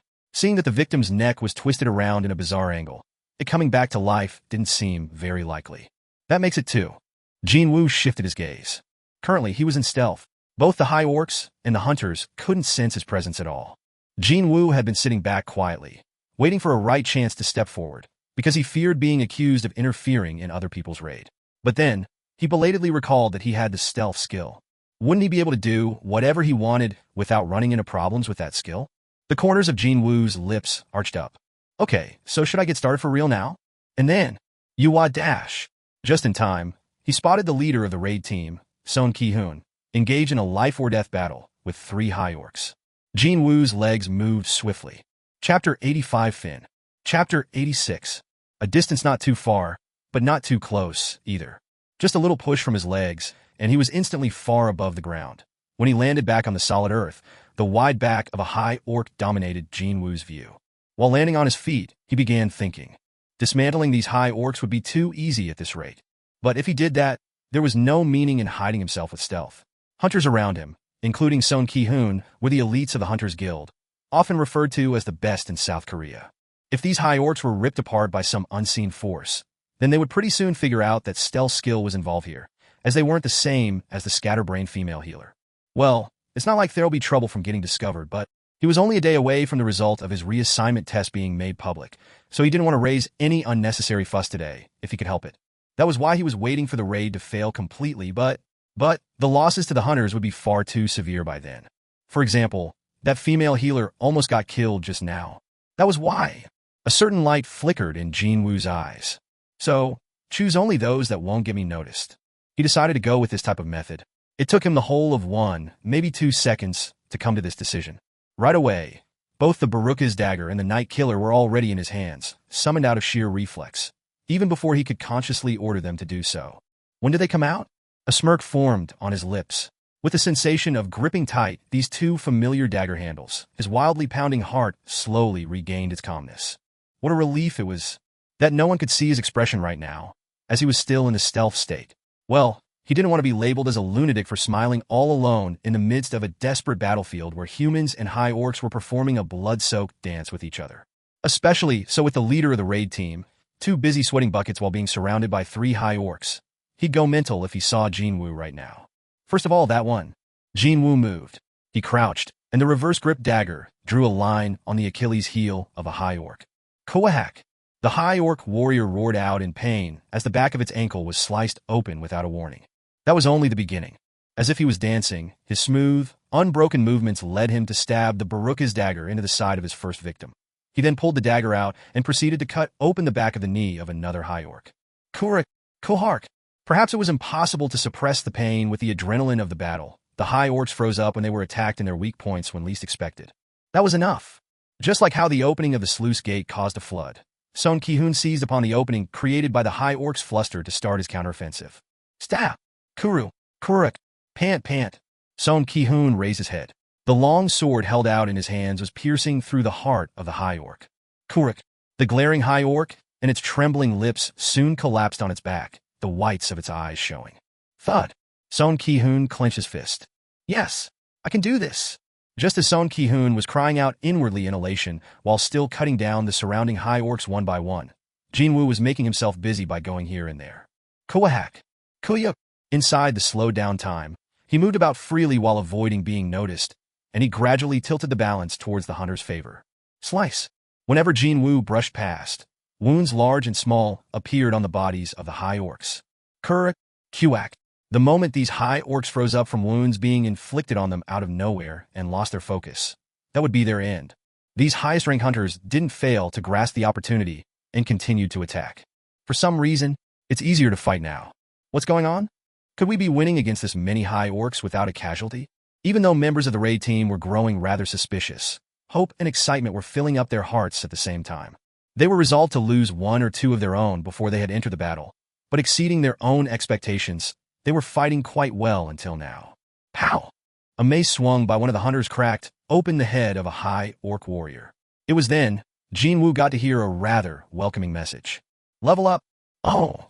Indeed, there was a reward for him going around and spending his energy. His level had actually gone up. It seemed that him not actually killing the enemy outright or wounding them critically still netted him some experience points. And I did kill 2 of them with my own hands, too. He then aided in killing more than 13. Unless he was earning no experience points whatsoever, his level rising up did make sense. Even more excited than before, Jin Woo's movement became a lot faster than before. Slice, stab, koala. Thanks to Jin Woo's timely and sneaky maneuvers, this battle was rapidly coming to a close. Foot dash. Jin Wu took a step back and stored his 2 daggers in his inventory, before having a quick look around himself. Well, with this much, the current situation seemed to be more or less settled now. And as an added bonus, he even leveled up once too. Jin Woo's gaze drifted lower. Around 20 or so corpses of high orcs were discarded haphazardly on the ground. Well, if I hunted these down by myself, I'd have gone up more than a single level though. Too bad, this here was a dungeon that the Hunters Guild paid a handsome sum for the exclusive right to hunt. This would have to be as far as he could go. Good. With a satisfied expression on his face, Jin Wu returned to the dark corner of the dungeon, a place where a porter such as himself should be hiding in the first place. Crew were having their positions reversed, and now being surrounded by the hunters instead, the last high orc warrior cried out at the top of its lungs. Its scream rang around the interior of the cave rather noisily. While looking at the fall of that high orc, Jin Wu undid his stealth. Shururu. Meanwhile, hunters were panting heavily. They hurriedly scanned the vicinity, but no matter how hard they looked, there were no more high orcs standing. Did we win? We won. Hold on. Just before everyone could revel in the sensation of victory, their leader Sung Jin-Woo confirmed the status of the injured first. Anyone hurt? Does anyone need healing? The truth was, there wouldn't be that many injured in a raid team with a high-ranking healer as one of the members. As long as that person was still breathing, any exterior wounds could be treated right away. So, Sung Jin-Woo wasn't asking about the conditions of the potential injured. No, he was actually asking if anyone had died in a roundabout way. When his gaze met the female healers, she shook her head. There were a few injured, but no deceased. And better yet, she had finished healing all of the injured just now. In that case, with that, ecstasy filled the faces of the members of the raid team. We won! We did it! Wah! Hunters hugged each other and celebrated. Jin Wu crossed his arms and with a gentle smile on his face, watched the jubilant hunters. Were these high orcs supposed to be tough, though? From his perspective, well, since he didn't have any prior experience in raiding high-ranking dungeons, Jin Wu couldn't really get this loud celebration of the raid team. Jin Wu had no idea that when planning the raid of a dungeon ranked A or B, hunters not only took into consideration of its ranking, but they even minutely calculated the emitted magic energy before attempting to clear it. High orcs were considered to be a higher-tier monster within the rank A dungeons. Not only were they not normal high orcs, but high orc warriors instead, and there were 20 of them to boot. The current result was far closer to being a miracle than anything else, really. The main protagonist of that miracle, Jin Wu, didn't even know the actual worth of his own actions, and simply stood there, quietly congratulating the victory of the raid team. In the midst of that, the female healer approached Sung Jin-Woo with a determined face. That was a look of someone wishing to say something important. Jin Wu focused his hearing in that direction. Excuse me? Gihuopa. Yeah, when you were fighting against the high orcs. The female healer cautiously described what she saw in minute detail. And that would be, the high orc suddenly floated up in the air and proceeded to rip its own head off before killing another orc with its severed head. She carried a dead serious face, too. Sung Jin-Woo was left utterly speechless. I'm telling you the truth.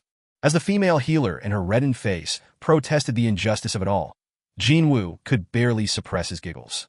They basked in the aftermaths of victory for only a little bit longer. The hunters soon gathered around their leader Sung Jin-Woo one by one. Captain, will we continue on? Isn't this going to be too dangerous? We aren't even that far from the entrance, yet we ran into a whole bunch of high orcs already. How about a strategic retreat? Sung Jin-Woo cast his gaze over to the deeper part of the cave, his mouth closed tight. It won't be easy. Jin Wu could sympathize with Sung Jin-Woo a little bit here. While working for the Hunters Guild that boasted 2 rank S hunters in its ranks, today's raid might be the one and only time Sung Jin-Woo would get to lead a raid team. And to think he'd have to retreat so quickly in his very first hunt as a leader. Anyone in his shoes would be tempted to push forward and clear this place. However, if he were a smart, wise leader, then, as if he had made his mind up, Sung Jin-Woo's lips quivered slightly. Jin Wu's eyes narrowed to a slit. Fortunately, as it turned out, Sung Jin-Woo wasn't a fool. For the time being, let's retreat. The leader's choice was absolute inside the dungeon. The unspoken rule said that as long as one was a part of the raid team, one had to absolutely follow the commands of the leader. One used to say that, before in war, insubordinate soldiers were executed right away, didn't they? In a certain way, dungeons were a far more dangerous place than any war zone out there. And so, the question of the team's survival or annihilation depended on who the leader was. Thankfully, Sung Ki-hoon didn't disappoint his team members. After hearing his order to retreat, everyone lightly patted their chest. Phew. I was really worried that Son Hyung would insist on going till the end, you know. Sung Ki-hoon grinned and slapped the person who said that on the shoulder. I'm not a blind idiot like that. I know that. But, look here, Hyung. Look at my shaking hands. Jin Wu picked up the luggage and placed it on his back. Along with Sung Ki-hoon's orders, the raid team began moving again, although their direction had reversed. Jin Wu smiled wryly. And here I am, hoping to go in a little bit deeper. Regardless of what happened, he was nothing more than a guest. And as a guest, he had no right to run his mouth on this and that about the decision of the house owner. Now did he? It was indeed a bit regretful, but it'd have to end here today. Arg! The female healer must have found the leader not believing her word a bit cold-hearted, because she continued to grumble as she got right next to Jin Wu. But it really happened, though. With a big pout on her face, she then stared at Jin Wu, a single strand of hope still persisting in her heart. Excuse me, by any chance, did you see that high? I didn't see anything. Hi. Her hope had been cruelly shot down just then. Jin Wu had to work very hard to make sure that she didn't notice him sniggering to himself. However, not long after they began retreating, the front of the group suddenly came to a halt. Sung Ki-hoon raised his right hand. Everyone stop. There was confusion evident in his voice. The fatigued hunters walking cautiously forward came to a stop, and so did Jin Wu as well. He had been keeping an eye towards the rear in case the monsters decided to chase after them. Rustle, rustle. The voices of the hunters rose up higher. What the hell is the meaning of this? What is going on? Why is the path blocked? Wasn't it fine when we entered earlier? Jin Wu walked past the noisy hunters and got to the front before reaching out with his hand, and his eyes widened as well. It's been blocked off? The path had been blocked off by an invisible barrier. He immediately recalled the instant dungeons. More specifically, the wall that demarcated the border between the instant dungeon and reality. But he soon shook his head. No, this is different from that. He could detect a certain sense of artificiality from this invisible wall. Seeing that there was a trace of magic energy mixed in, this barrier must have been the result of a magic spell cast by a monster with high intelligence. But why? Why block the path going out and not going in? It was then Jin Wu's head swiveled to his rear. As if it was waiting for this moment, horrendously powerful magic energy waves crashed into the group like a tsunami from the far end of the cavern. How could this be? This was from the boss of this dungeon? The scale of the magic energy emission inside the dungeon was on another realm altogether compared to the one felt outside the gate. Other hunters also must have sensed that absurd amount of magic energy by now, because they began shivering as well. What the hell? Why am I getting goosebumps? All of a sudden, watching the complexions of the hunters get paler by the second, Jin Wu came up with a theory. If let's say that there is a boss that can hide its presence, then the wall that wasn't there when they entered, and the boss that bared its fangs only after the barrier had been erected. No way did it lay a trap and wait for hunters to enter the dungeon. When thinking like that, a chill ran down Jin Wu's back. And sure enough, from beyond the darkness of the dungeon's interior, the countless sounds of footsteps, far greater than before, reverberated loudly. Chapter 86 Fin. Chapter 87. What happened next was a bit of a strange phenomenon. As the footsteps from the other side of the cavern grew louder and closer, the hunters were making less and less sound. Zonhu. Soon, choking silence enveloped the group. Jin Wu's ears were perked up, though, seizing upon the opening created by his surroundings getting quieter, Jin Wu began counting the numbers of the enemies via their footsteps. Step, step. Thud, thud. Thanks to his already enhanced hearing, as well as high perception stat, he could separate out each of the footsteps to their original owners. 48, 49, 50, 51. There were a total of 51 different footsteps. The steps themselves sounded the same as those of the high orc warriors. Jin Wu took a look around him. The nervous tension was clearly writ large on the faces of the hunters. It seemed to him that they also had more or less figured out the size of the enemy from the resounding footsteps. This raid team managed to eke out a victory against 22 high orc warriors. But now, 51 of them were coming. That was over twice as many. There is no hope of victory here. The raid team members were thinking of roughly the same opinion. Jin Wu suddenly cast his glance down at his shadow. He momentarily thought that it was wavering ever so slightly just then. He even thought that his shadow soldiers were howling out, their desire to see blood intensifying. Jin Wu raised his head back up again. Thump, thump, thump. His calm heart that stayed still until now began pounding harder. Wait for it. Now wasn't the right time yet. Consoling himself as thus, Jin Wu silently observed the front. Eventually, the monsters revealed themselves. The countless marching high orcs came to a halt just a little bit of distance away from the hunters. Kururu. Kuruk. High orcs growled as if they'd pounce at any given moment. No words could adequately describe the bloodthirsty aura emitted from over 50 high orc warriors. The result of a battle was pretty obvious even without actually fighting them. This is crazy. How can this nonsensical crap be? Hunters spat out long groans. They continued to retreat ever so slightly after feeling the enormous pressure, but too bad their path was still blocked off. So, what would they do now? The hunters were all ready for battle from a while ago, but no one stepped forward yet, and simply waited for Sung Ki-hoon's instructions. Sung Ki-hoon's lips were shut tight in a straight line. God D***, a minute. If only either Chairman Choi Jong-in or Hunter Cha Hae-in were here. Sung Ki-hoon's expression crumpled unsightly. Rank S hunters all possessed incredible powers that could overturn any unfavorable situation. If either one of those two were here, these high orcs would have been nothing at all. Just why, in a situation like this, why weren't they here? Sung Ki-hoon had fought alongside them all the time, so he could acutely sense his powerlessness right about now. The absence of a single rank S was a bone-chillingly painful thing, indeed. Unfortunately, he couldn't continue to lament his misfortune forever. No, he had to make a decision here. Fighting here will definitely result in our death. However, with their path of retreat blocked off, he no longer had any choice in the matter. The day he chose to become a hunter, the day he stepped foot inside a dungeon for the first time ever, and the day he lost consciousness for the first time after getting heavily injured. Didn't he already guess that a day like today would come sooner or later? Right, that did happen, didn't it? Having resolved himself to meet his maker, Sung Ki-hoon unsheathed his longsword. Shurung. Sung Ki-hoon took a look at his comrades, and the hunters nodded their heads as if they had been waiting for the signal. Sung Ki-hoon's gaze shifted back to his front. He then brought the shield right up till his chin and glared at the high orcs, still not showing any signs of movements yet. So, did he finally make his choice then? Jin Wu also got ready. He hid his right hand behind his back, and the Baruka's dagger appeared there. He then closed his eyes. His wildly beating heart suddenly settled down completely as the battle drew near. Thump, thump, thump. Get rid of distracting thoughts and control his breathing. Okay. When Jin Wu reopened his eyes, a sharp gleaming light was now burning fiercely within them. Gulp. Hunters forcibly swallowed down their dried saliva. Cold sweat soaked their foreheads. On the other hand, Jin Wu was busy smacking his lips. How much experience points will these guys give me? A thin smile of anticipation spread on his lips. However, before anything could happen, one of the high orcs stepped forward. It roughly shoved aside other orcs and emerged from the group, its wild beast-like eyes looking in the direction of the hunters. Growl. This one possessed a far bigger physique than the others, and its fangs were noticeably longer as well. So, is that the leader? Jin Wu narrowed his eyes.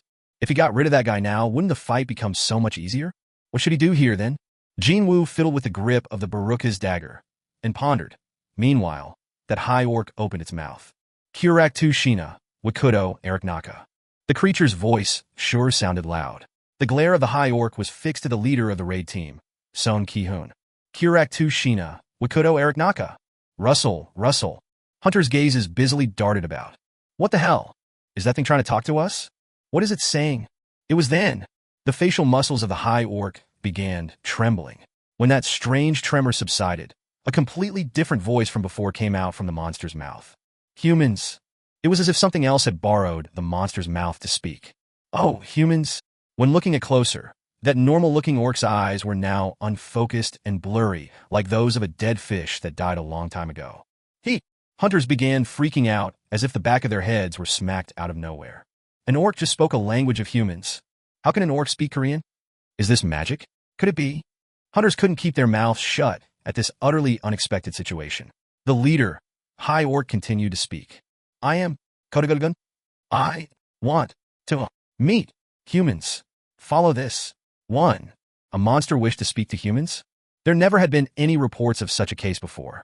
Facing this unprecedented event, not only Sung Ki-hoon, but everyone in the raid team fell into a state of pure confusion. Ki-hoon Hyung, I hope you ain't listening to the words of a monster.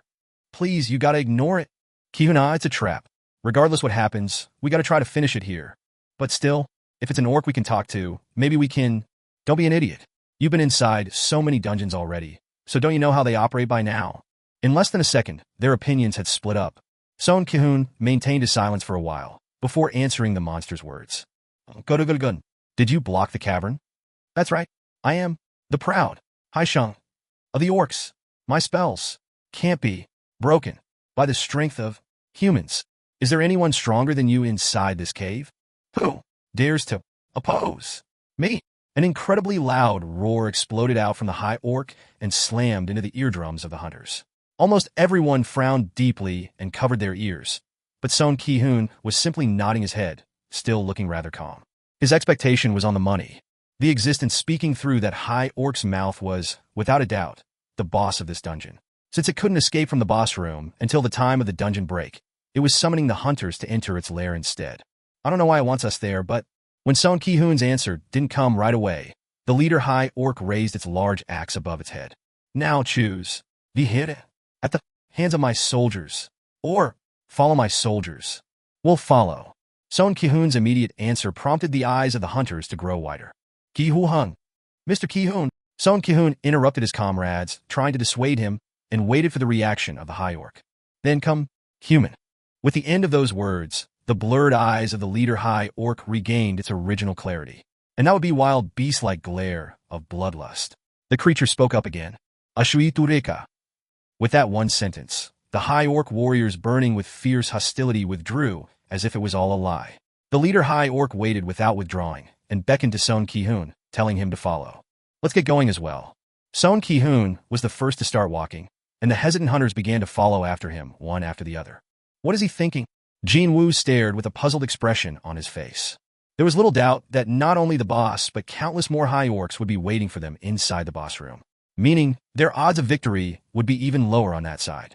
So, it was hard to figure out what Sung Jin-Woo was thinking of when he chose to follow the monsters. Is he trying to negotiate with the boss in order to get out of here alive? Although the odds of that succeeding was extremely low. No, maybe this was for the better. Jin Wu originally believed that this raid would end with him hunting down a few mob creatures, but now, he got himself a chance to meet the boss instead. He returned the dagger back to his inventory and slowly followed after the group. Just how long did they walk? Sung Jin-Woo slowed down his walking speed gradually and had arrived at Jin Wu's side. And then, he called out with a hushed voice. Hunter Nim. Yes. Jin Wu continued looking at the front while answering him.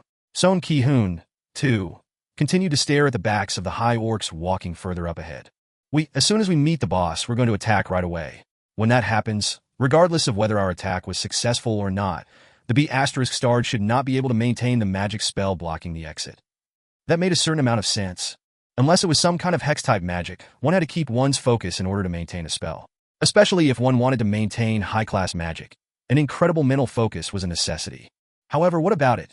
Didn't matter whether they succeed in killing the boss or manage to cancel the magic blocking the exit. They would still meet a dog's death right away inside the boss room after getting surrounded by the countless high orcs anyway. The odds of this raid team returning alive were still pathetically low. Perhaps to answer Jin Wu's curiosity, Sung Jin-Woo spoke with a grave expression on his face. While their attention is on us, Hunter Nim, please escape from the boss room. Once you get out of the dungeon, you must alert the main assault force. By the time the assault team consisting of rank S hunters arrive here, everything would be over for them. Sung Jin-Woo was getting ready to die. Are you thinking of dying alongside the boss? Jin Wu sneaked a glance at Sung Jin-Woo's expression. His face remained hardened, but there was no wavering in his eyes. Our job isn't to get out of this dungeon alive, but to close the gates. Many people outside are paying us a great deal of money for that purpose. Sung Jin-Woo's voice gained more conviction as he spoke. We will do our job according to what we've been training for. However, you're different. There's no reason for you to die here. I hope you can get out of this place alive. One could now hear the unwavering belief in his voice. His words contained his determination. Jin Wu realized that nothing he could say right now would be of any help to Sung Jin-Woo. So, he simply nodded his head as his reply. HR. Cha Hayan finally arrived at the location of the second rank A gate. She had her baseball cap pushed down low, and as a result, only a few passers-by recognized her. The first thing she did was to seek out the mining team. A few hunters walked past her and sneaked a couple of glances, but they were all working for the guild anyway, and none of them paid her any great attention after that. Eventually, she could see Foreman Bay in the distance, as well as the mining team around him. Thump, thump. Her heart began beating faster. Standing a little bit of distance away from them, She scanned the faces of each miner present. Where is he? She couldn't see Jin Wu among them. How should she say this? It felt like all of her energy was abandoning her at once. Did he give up on being a miner? Why don't I wait for another minute? He could have left the spot for only a moment and is coming back soon. 3 minutes more. No, maybe 5. And so, she waited for another 15 minutes, but Jin Wu didn't show up in the end. Full. After spitting out a long sigh, Cha Hae-in turned around to leave. But only after taking a couple of steps, she turned around again and returned to her original spot. She yanked her cap off and took in several deep breaths before walking towards Foreman Bay. The gazes of the mining team members were directed to her now. Thankfully, the stink wasn't so bad, perhaps due to the ranks of hunters in the mining team being low. Recognizing Cha Hae-in, Foreman Bay quickly ran over to her. Cha Hunternim? I thought you were taking a break today. Hello there. Cha Hae-in shared a simple greeting with Foreman Bay, and after making sure that no one was eavesdropping on her, she cautiously asked him a question. By any chance, is there a hunter named Sung Jin-Woo working for you? Mr. Sung? Hearing an unexpected name being mentioned out of the blue, Foreman Bay formed a surprised expression. If you're looking for Mr. Sung, he subbed for a porter's job. A porter? Cha Hae-in gasped out in shock. Are you saying he actually went inside the gate? Foreman Bay nodded his head vigorously as if to show that he, too, couldn't believe it. Yes, miss. That's what happened. A rank E hunter volunteered as a porter and entered a rank A dungeon, and he didn't even have dozens of lives or anything, too. What was he thinking? But when Cha Hae-in thought about it, didn't she find that man loitering around the boss room yesterday with weapons in his hands? Indeed, she did not see wrong back then. One more thing to be suspicious of then. Even though she ended up letting go of yesterday's event as a coincidence, when she really thought about it in detail, it was a rather strange thing for a hunter with years of experience getting lost inside a dungeon like that. I need to find out. She began thinking that she simply had to confirm what this hunter named Sung Jin-Woo wanted from her Hunter's Guild. And in order to do so, she had to enter the dungeon. Not only was she the vice chairman of the Hunters Guild, but she was also a rank S hunter as well. No one would try to stop her if she wanted to enter a dungeon where the Hunters Guild was performing a raid. Cha Hae-in lightly bit in her thumb while pondering her choices, before swiftly making her decision. I'll have to enter the gate myself. Chapter 87 Fin. Chapter 88. Foreman Bay's eyes went extra round. Was there some kind of an accident? Should we ask the guild for additional personnel? No need. It's a personal matter. I just wanted to talk to him about something private, so you don't have to worry. Oh, I see. Cha Hae-in spun towards the gate. However, her side felt rather empty. Then, my weapon. She felt around her waist, only to belatedly remember that she had left her sword back home. Since she never imagined that she'd be entering a dungeon on her off day like this, well, Cha Hae-in's forehead beautifully creased up. As a leader, Mr. Ki-hoon is someone totally trustworthy, and the rest of the team are made up of capable hunters. But, it was still unimaginable to enter a dungeon without a weapon in hand. A short deliberation later, she turned around to face Foreman Bay once more. Is there something else, miss? Foreman Bay looked at her with confused eyes. Mr. Foreman, can I borrow a weapon from you? Pardon me? Foreman Bay hesitated somewhat, before calling out to a hunter passing by. Hey, over here, Mr. Sook. Please bring me one of our equipments. Yes, boss. The equipment Mr. Sook rapidly brought over was a pickaxe, as used by the mining team. Cha Hae-in's expression stiffened. Excuse me, don't you have anything else? Such as, for instance, swords or spears. But if you ask us for such things, well... Cha Hae-in sighed out under her breath. I understand. She then carefully rejected the pickaxe Foreman Bay tried to hand over and quickly walked towards the gate. He anxiously asked her as he watched her distancing back. Cha Hunternim, will it be fine for you to be empty-handed in there? Cha Hae-in came to an abrupt halt and stood there for a moment, before hurriedly walking back to take the pickaxe from Foreman Bay. He guffawed out in a genial manner. I think that's for the best, miss. I mean, it'll be dangerous to be weaponless inside a dungeon, regardless of what. Well then, as she turned around to hurriedly leave, Foreman Bay unluckily didn't get to see her ears dyed in deep shades of crimson. The looks of determination were clearly visible on the faces of the raid team members. They kept their mouths resolutely shut, as if to imply that they knew their fate already. Meanwhile, the female healer approached Jin Wu and began rummaging through the luggage. Jin Wu turned his head towards her and asked, What are you doing? Hold on. What she took out was a small lady's handbag. I kind of feel a bit uncomfortable if I'm too far away from my bag, you see. He didn't even ask her, yet she provided him with an explanation oh so kindly. She took out a memo pad and a pen from the bag, and then began jotting something down on said memo pad. Because she wasn't looking in front of her, she kept bumping into Jin Wu's shoulder with her head. Eventually, though, she closed the memo pad. Her bag, which she slung around her shoulder while riding on the memo, was pushed back inside the luggage again, but that memo remained in her hands. Jin Wu observed her with a bit of interest, wondering what she'd do with that, but she simply pushed the memo towards him instead. After taking it, Jin Wu tilted his head, prompting the female healer to tearfully spoke up. I wrote down what I wanted to say to my family. When you get outside, please make sure that they get it. Please. If he burst out in laughter, she'd probably get hurt, no?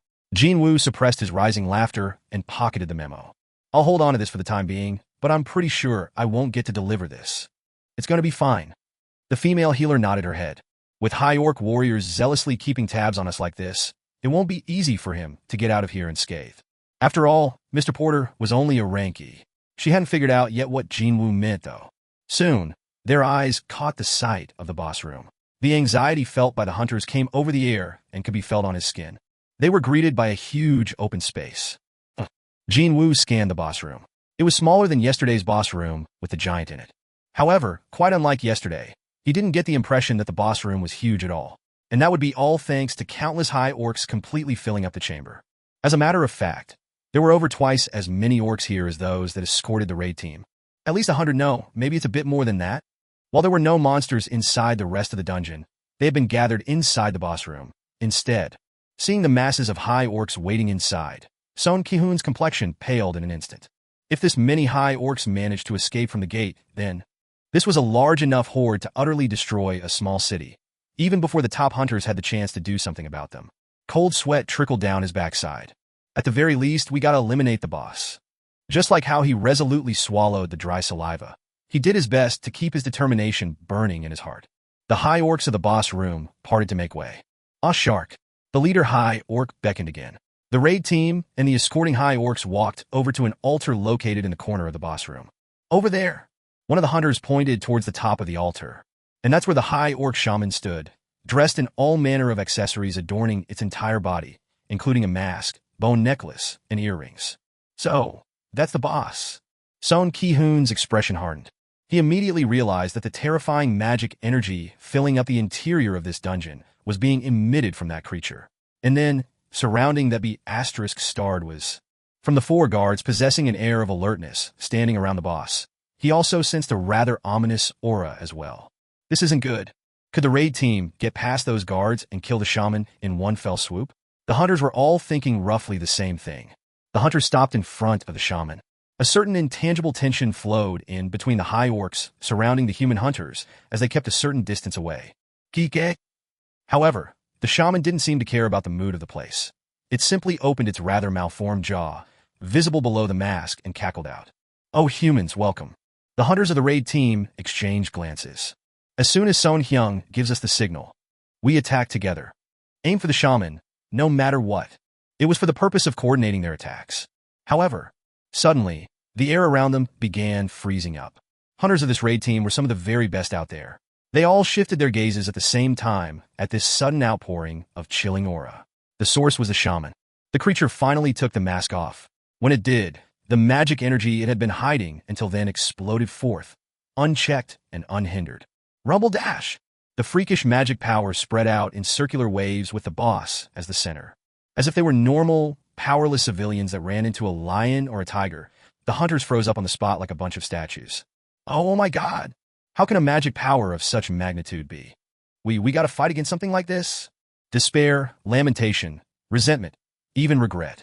The shaman formed an ominous grin when facing these varying forms of hopelessness. Are you scared of me, humans?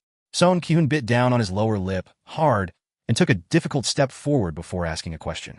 Why did you summon us here? Your warriors would have been enough to kill us back there. The shaman grinned again. Simply looking at the grin chilled the backs of the hunters. It's for entertainment. What? Sung Ki-hoon was left utterly speechless. Were they brought here just for that purpose? The shaman continued on. While we wait out the remaining time, I will kill you one by one and entertain the soldiers. Wah dash!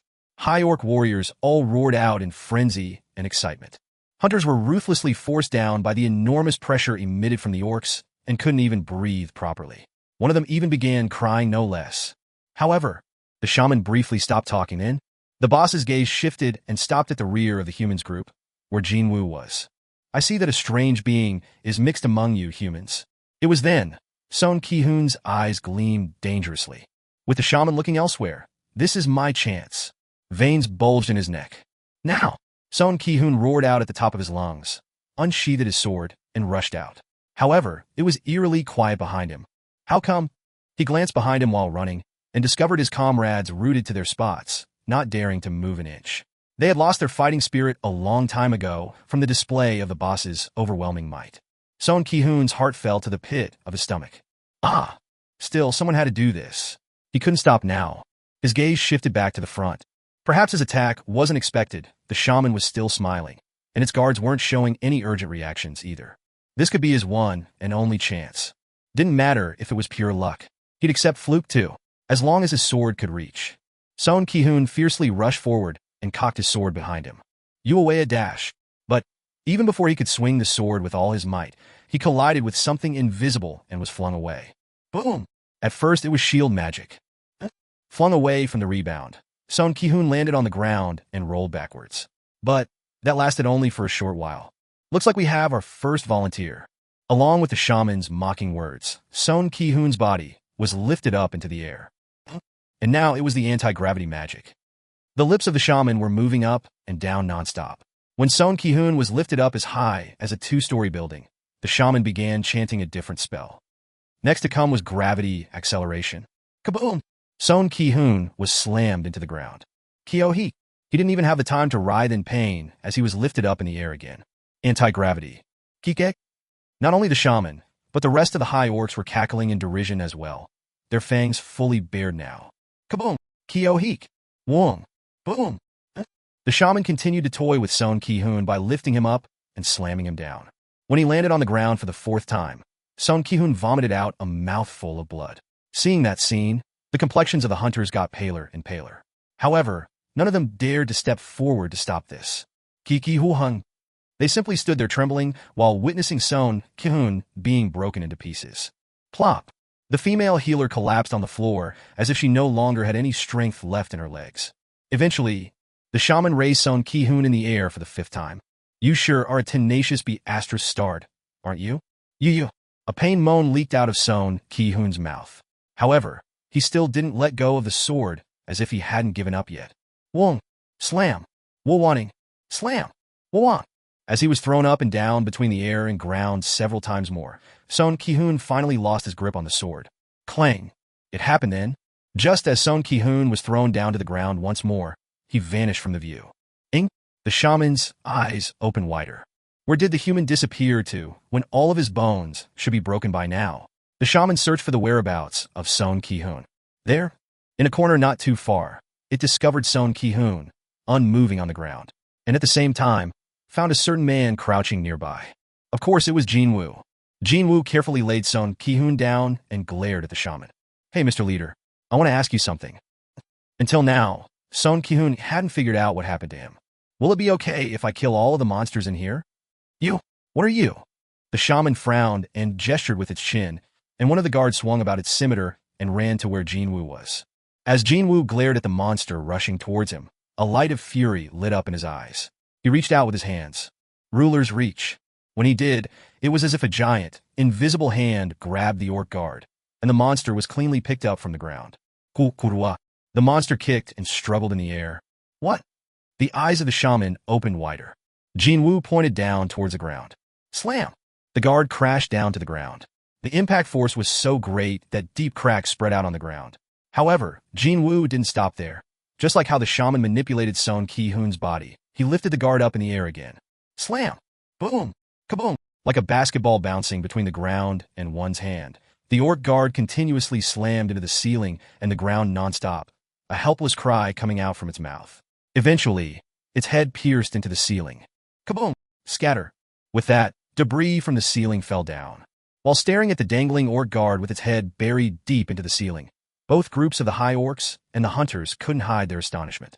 Sung Ki-hoon trembled and questioned Jin Wu. You? Just what is your? I'll ask you again. This here was a hunting ground the Hunters Guild paid for, and there was only one person present that could speak for the guild at the moment. Jin Wu asked for the last time. Monsters in this place. Can I have them all? What was this? Sung Ki-hoon realized now that the identity of the porter or whatever didn't matter anymore. No, he was just P** set off. He was angry at himself for being toyed around with by the monsters like that.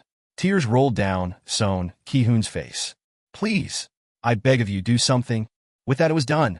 When Jin Wu stood back up, high orcs approached him. The shaman was behind them. The boss began smirking in derision. For a measly human, you know some interesting skills, don't you? The boss gestured, and the high orcs quickly surrounded Jin Wu. However, just how far do you think your tricks will get you? Jin Wu's glare became so much colder. He never really cared for any of the monsters he killed so far, but this would be his first time wanting to slice one up this badly. I'll take care of you last. If the boss knew the meaning of enjoyment, surely it'd know what fear tasted like. Jin Wu slowly murmured out, My shadows. 2 daggers appeared in Jin Wu's hands. Come out and play. Chapter 88 Finn. Chapter 89. Screech. A black sedan stopped by the side of the road. The man climbing out of the driver's seat, kit out in a pair of sunglasses and a black business suit, was none other than Wu Jinxiol, the section chief of the monitoring division, the Hunters Association. Soon after his exit, 3 more men climbed out of the car from the passenger and rear seats. All of them were from the monitoring division as well. Chief, weren't we on our way back to the association? I just wanted to confirm something first. Wu Jinxiol shifted his gaze over the gate, some distance away. A rank A gate still gives me the creeps every time I look at it. Wu Jinxiol frowned deeply. If that giant hole opened up like a door and monsters trapped inside emerged outside. Just imagining that made him shudder. However, why did that man apply to become a miner in such a horrifying place? Not only that, for 2 days in a row too. Even if Association President Go Gunhui hadn't asked him, Wu Jinxiol would have personally come here to find out anyway. Investigating behind his back is impossible. The man in question was a rank S awakened. A measly rank A like him going undiscovered while secretly investigating a rank S was, realistically speaking, an impossible dream. That was why he decided to show up in the open like this. Since he had a matter to attend to nearby anyway, he was thinking of greeting the youth while saying he was in the neighborhood, and then ask a couple of simple questions. I hope he won't find me strange or anything. Anyone would get curious of the circumstances if a hunter, already pretty much confirmed to be a rank S, chose to shovel the ground for some reason. On top of this, wasn't Sung Jin-Woo someone the association president was paying close attention to? The association president must have found this young man very much to his liking, because he even focused all of his attention on everything Jin-Woo did. No, I'm not the strange one here. It was obvious that you'd get curious, and it was only natural to ask. While telling himself that, Wu Jinxiol walked over to where the representative of the Hunters Guild was. I'm looking for your mining team. Who are you? I'm from the association. The guild employee confirmed Wu Jinxiol's identity and pointed in the direction of the waiting mining team. Please head over that way. Thank you. 4 hunters from the monitoring division were now paying a visit to the mining team. As if he had received a heads up already, Foreman Bei Yun-suk hurriedly ran to meet them halfway. Agu, what brings the hunters from the monitoring division to this place?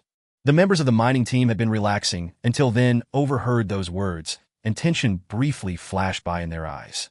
The oppressive pressure hunters felt from the words monitoring division was rather huge. The people whose job was to arrest the awakened that the normal laws couldn't do anything about. They then either reformed the troublemakers or simply eliminated them. The monitoring division was where those kinds of people worked for. What's going on? Hunters from the monitoring division are here. Monitoring division? Something must have happened.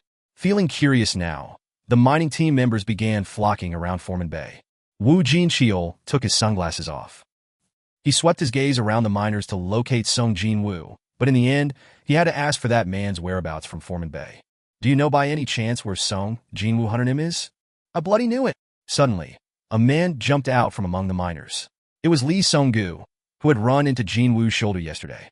Lee Sung-gu passionately spat out his complaints, flying spittle accompanying his rapidly firing words. When that B***star looked at me and began grinning, I was terrified that he might eat me alive or something, you know? A few, it's still so D***mn scary even when I think about it now. Wu Jinxiol's brows furrowed slightly. Terrifying enough to eat a person? Just what on earth was this man talking about? Murmur, murmur. The voices of the hunters rose up higher and higher. Wu Jinxiol ignored the background noise and asked Lee Sung-gu. Did something happen? Well, that is... Lee Sung-gu was about to answer him, but then he rapidly realized that he was also at fault and quickly waved his hands around. Well, that isn't really important, but the main thing is his eyes were really scary, man. Wu Jinxiol's gaze shifted back to Foreman Bei. Where can I find Sung Jin-Woo hunter? Mr. Sung is... He's inside the gate right now. Sung Jin-Woo was inside the rank A dungeon, where a raid was ongoing. Wu Jinqiul's eyes opened wider. Why did he enter the dungeon? Well, the raid team's porter hasn't shown up today, you see. Nobody wanted to go in there, so Mr. Sung volunteered as the porter. But it's a wee bit weird, you know? What do you mean? Well, it's nothing particular, but Cha Hunternim. No, I mean Cha Hayan Hunternim was also looking for Mr. Sung, so she entered the gate just now, you know? Isn't it just too weird? Foreman Bei spoke up to there and tilted his head. Meanwhile, the mind of Wu Jinqiul became a bit of mess after hearing that. The vice chairman of the Hunters Guild, Cha Hayan, was looking for Sung Jin-Woo. Not only that, she even went after him into the dungeon, too. Just what was happening here? He only stopped by to say hello to Sung Jin-Woo, but now it felt like something big was afoot here. For the time being, I should head over to the gate. That seemed to be the best choice he could make for the time being. We'll stop by at the gate and leave afterwards. Oh, sure thing. Foreman Bei chuckled genially and nodded his head. Just as Wu Jinqiul and his subordinates turned around to leave, Lee Sung-gu quickly grabbed his arm. Excuse me, Mr. Hunter? Lee Sung-gu had this expectant face for some reason as he hurriedly asked Wu Jinqiul. That be *starred, Sung Jin-Woo. Did he do something bad?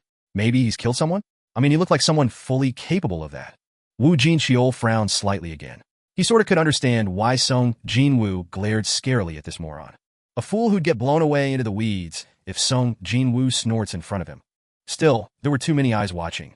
As a hunter working for the association, he couldn't carelessly display his irritation at a stranger. This was why working for a public organization sometimes could get rather annoying. Wu Jinqiul spat out a long sigh and did his best to sound as diplomatic as possible. You'll find out when you take a look at tomorrow evening's news broadcast.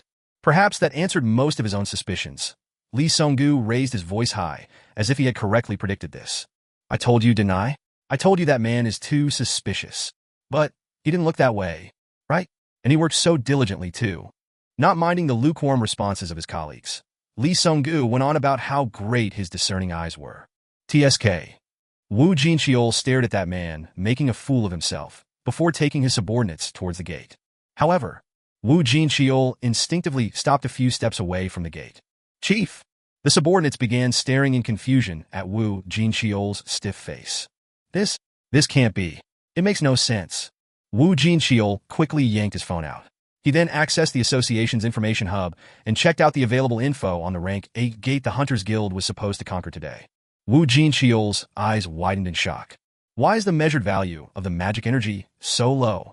His head began rocking side to side automatically. The measurement results are wrong. Not all rank A hunters were equal. For instance, Hunter Wu Jinqiul was right near the top within the rank A, and his instincts were telling him this. The measurement value was all wrong. Wu Jinqiul quickly issued an order to his subordinate next to him. Go get the magic energy measuring device. The subordinate immediately realized that Wu Jinqiul's expression was grave and hurriedly ran to where their car was parked. The miniature measuring device used by the monitoring division was a world apart in quality from the devices used by the regular association employees. As befitting a device created from a top-grade magic crystal that cost over 1 billion won, this piece of equipment very rarely threw up errors or mistakes in its results. Bleep. The measurement result quickly came out. I knew it. The displayed result showed a clear discrepancy to the previously measured value. If the guild formed their raid team according to the measured value presented by the association, then it had definitely become a serious situation.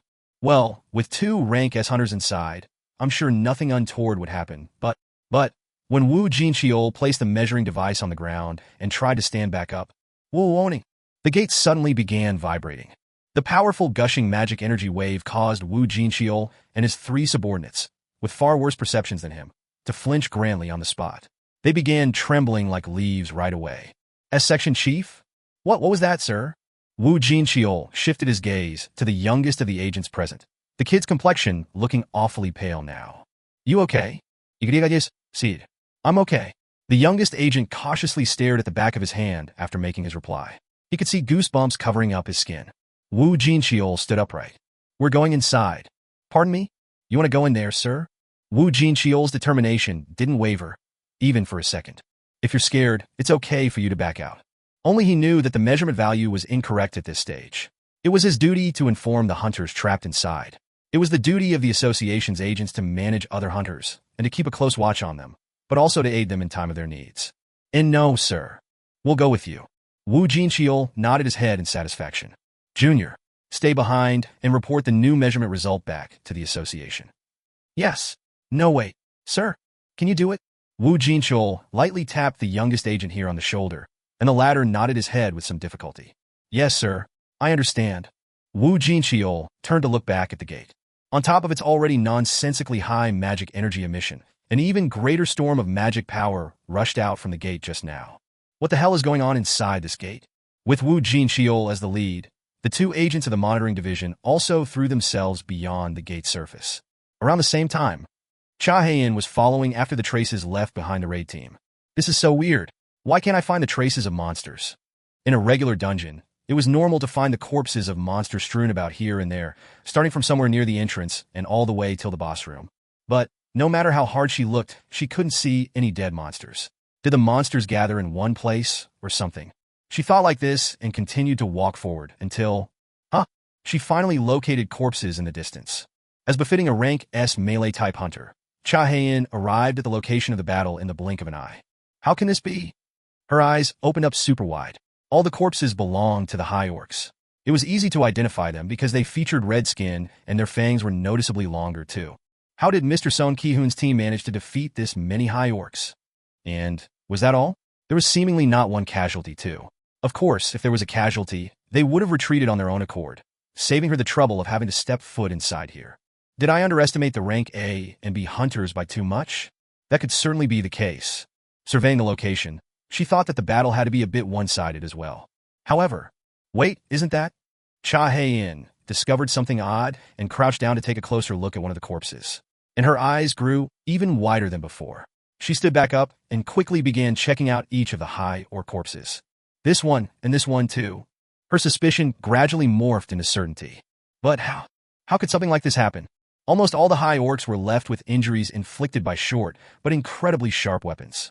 They weren't blows fatal enough to kill, but she thought that these were definitely enough to hinder the movements of the high orcs, which meant that other hunters were simply dining on the table full of tasty dishes prepared by someone else. It also meant that one hunter managed to almost single-handedly massacre all 20 high orcs. Only 2 high orcs were killed off in a different fashion to everyone else.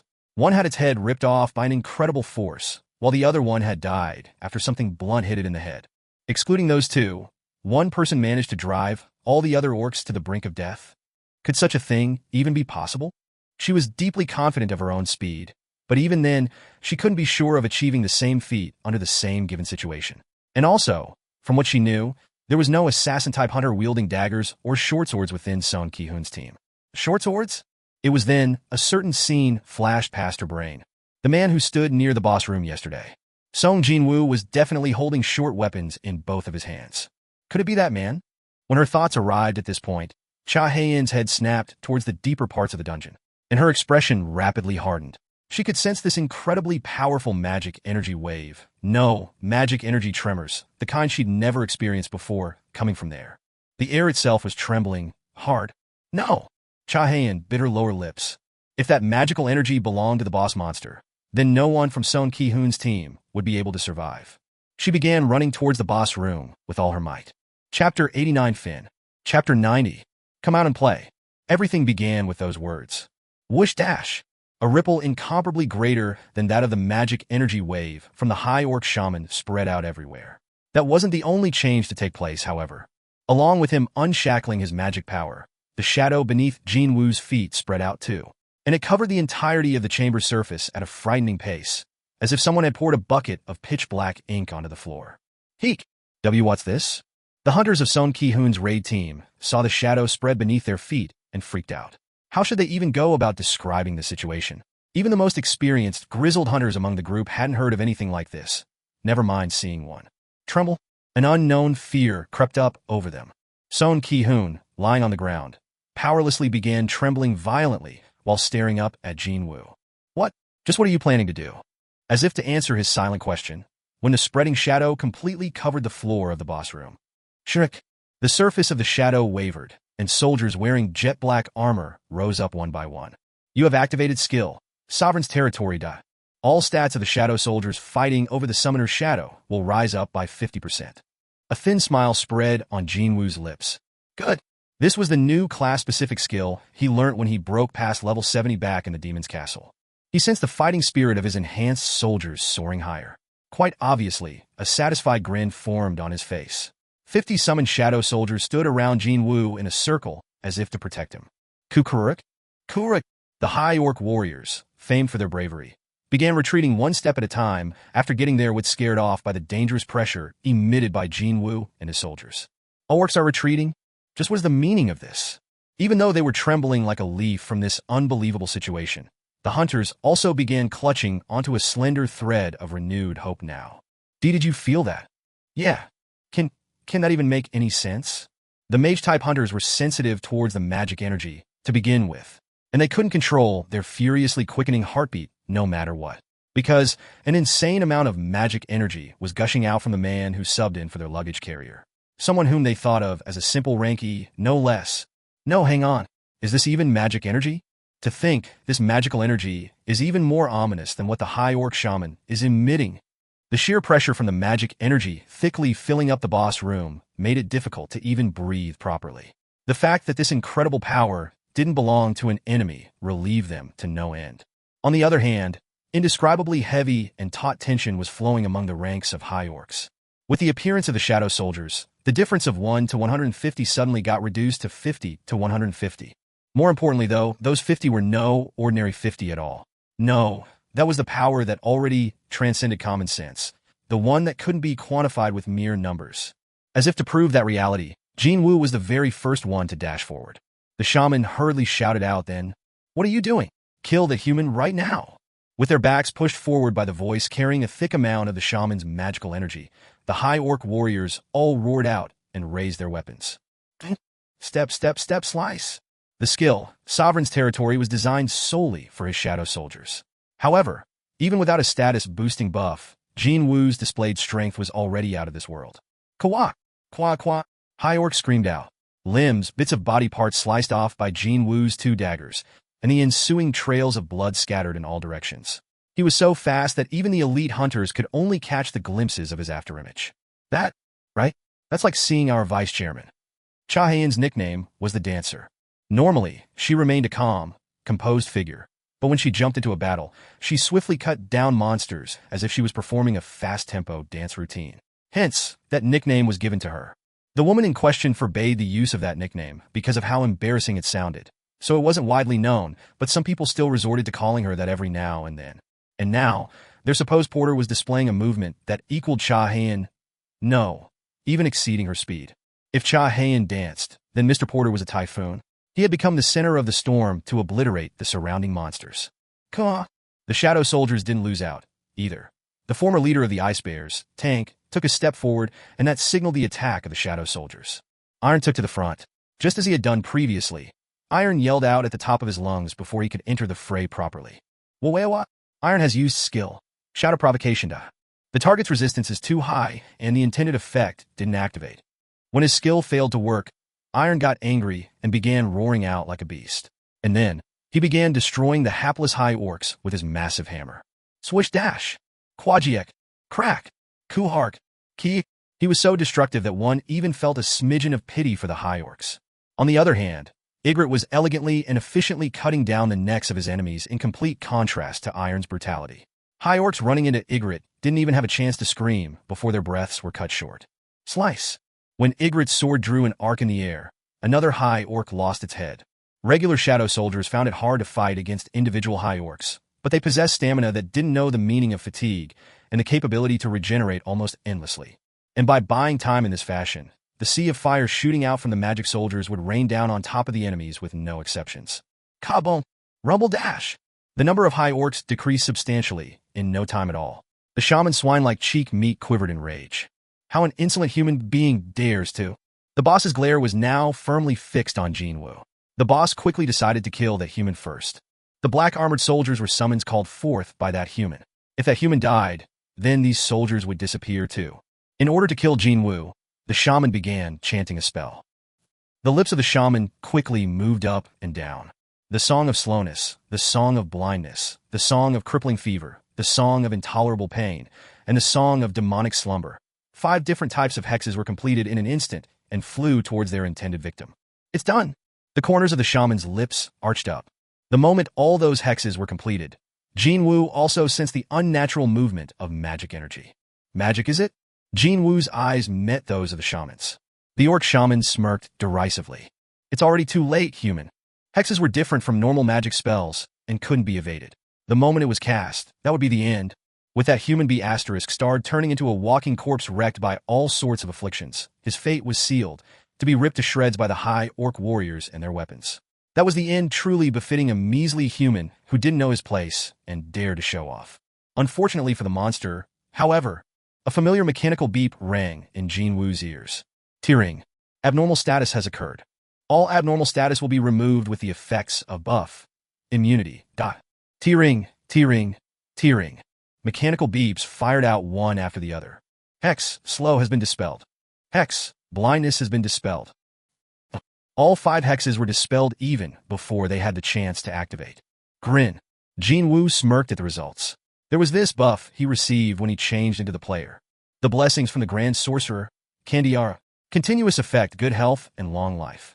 You'll be immune to all types of diseases, poisonous substances, as well as all forms of status debuffs. During sleep, your recovery rate will increase exponentially. Thanks to that, he didn't have to worry about status-altering magic, such as hexes. What? The shaman shuddered in shock. Fitting for a boss of the rank A dungeon. The high orc shaman had immediately realized that its curses were rendered ineffective by an even greater power than it. But those were hexes I cast. This made no sense. In order to dispel hexes, one required the purification magic, or the blessings of a being possessing greater power than that of the hex itself. There is an even more excellent shaman than this great me among humans. Even before the monster could think about it some more, the shaman cried out from the pain shooting up from the back of its foot. When it looked down, it found a dagger deeply lodged in its foot. Cool. It was Jin Wu's night killer. The shaman raised its head, and its bloodshot glare landed on Jin Wu. How dare a mere human? Jin Wu casually cut apart a high orc trying to pounce on him, and silently mouthed some words to the orc shaman. Quietly wait for your turn. Don't do anything useless, in other words. Immediately, the shaman's face reddened up like a beautifully ripe persimmon. How dare a measly human? So, it still has some mental capacity left to get angry, huh? Jin Wu's expression turned icy in the blink of an eye. In all honesty, he could have eliminated the shaman right at the beginning of the battle if he wanted to. However, he chose not to, because he wanted to instill the sense of fear into the heart of that shaman, the way it managed to do to the hunters present. However, it seemed not quite enough to make that arrogant monster taste the true meaning of fear. The B******'s eyes were still alive. In that case, let me show you an interesting spectacle then. From now on, he'd show the true sphere of influence of a necromancer. In the eyes of this shadow sovereign, his surroundings now resembled a location of celebration, filled with all sorts of delicacies. From the corpses of the high orcs sprawled on the ground, black smokes eerily rose up as if they were waiting for Jin Wu's call. So, Jin Wu called out to them. Rise up. Shadow extraction has commenced. Accompanying the system's message, alerting him to the activation of his skill, horrifying screams that resembled death throes resounded out from somewhere unknown. The shaman's eyes widened in shock. What is? The shaman didn't get to finish its sentence. Even before it could, black hands began rising up from the shadows beneath the corpses of the high orcs. That was why. Shadow extraction is a success. Jin Wu began smiling deeply while gazing contently at the newbies joining a shadow army. My warriors have become undead. The shaman began shuddering uncontrollably. About 50 warriors had lost their lives so far, and about the same number had changed into those black-armored soldiers, which means those soldiers that B****** had summoned are... The shaman finally realized that the unidentifiable human was not wielding regular summons at all, and at the same time, it also realized how disadvantageous they were against the enemy's powers. The fight between 50 and 150 had morphed to 100 versus 100. High orc warriors would bravely jump into a fight against enemies stronger than themselves without fear, but they rapidly lost all their fighting spirit the moment they saw their former comrades being revived as shadow soldiers. Kuruk, Kawak. High orcs, renowned for never backing down from a chance to shed some blood, were now openly retreating out of terror. The fact that they wouldn't be able to ascend to the warrior's heaven after their death, and instead become the puppets of the enemy, was the worst possible nightmare for these high orcs. For sure, the impact of him showing off the shadow extraction skill was quite huge. It worked against the warriors, so what about the shaman then? Jin Wu scanned the complexion of the shaman next. Oh! Jin Wu's expression brightened. Finally, there were signs of fear in that B******'s eyes. While shaking like a leaf, The shaman recalled the existence that could revive the dead into shadows. There could not possibly be two people possessing the exact same power. So, that human had to be him. If that person is him, then, why are we here? However, the moment the shaman thought about itself, and the inside of its brain blanked out, and the relevant memories contained within were wiped out in an instant. The only emotion remaining there was fear. Not knowing what happened, Jin Wu formed a satisfied expression. That's right. Stay exactly like that. His plan of making the shaman shudder in fear until the end was a resounding success. He turned his head while smiling like that, and then spotted a certain familiar female standing by the entrance of the boss room. Jin Wu tilted his head. Who was that? She seemed a bit too distant to be totally familiar to him, however. That was why he needed a bit of a moment to recall what her name was. And she was none other than the rank S hunter, currently affiliated to the Hunters Guild, Cha Heian. But what is that woman doing here? Jin Wu might have been somewhat surprised by her presence here, but then Cha Heian's own shock was far greater than his. Her wide-open eyes stared at Jin Wu and his shadow soldiers. Chapter 90 Fin. Chapter 91. Summons? The first thing Cha Heian thought of was summoning when she saw the shadow soldiers. However, there were simply too many of them to say that this was the result of summoning magic. The thing was, the mage-type hunter specializing in summoning magic could only control one or two at a push. If one could control two, then the treatment one received improved greatly, and she hadn't yet heard of anyone capable of controlling 3 or more summoned creatures. However, just how many of them were here? This makes no sense. One man summoned over 100 in one go, and he didn't even need a lot of time to summon them too. No, he only needed a moment to summon dozens and dozens in one go. I wouldn't have believed it if I didn't see it with my own 2 eyes. She might be one of the top 10 rank hunters in South Korea, but another hunter's ability had managed to leave her totally speechless now. However, this isn't the time for me to stand around like this. Her gaze immediately shifted past the shadow soldiers and locked onto the raid team. Their complexions were not good at all.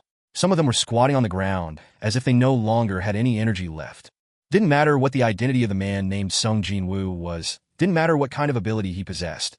Her priority lay with lending him aid by taking care of these high orcs right away. The results of her thought process might be simple, but she was incredibly quick to put them into action. Cha Heian tightened her grip on the weapon in her hands and took a step towards the high orcs. However, it happened then. Her eyes met Jin Wu's, and his eyes were telling her, in no uncertain terms, that it was not necessary, that she shouldn't interfere, that she should just observe from the sidelines. Cha Heian couldn't understand why. But how come?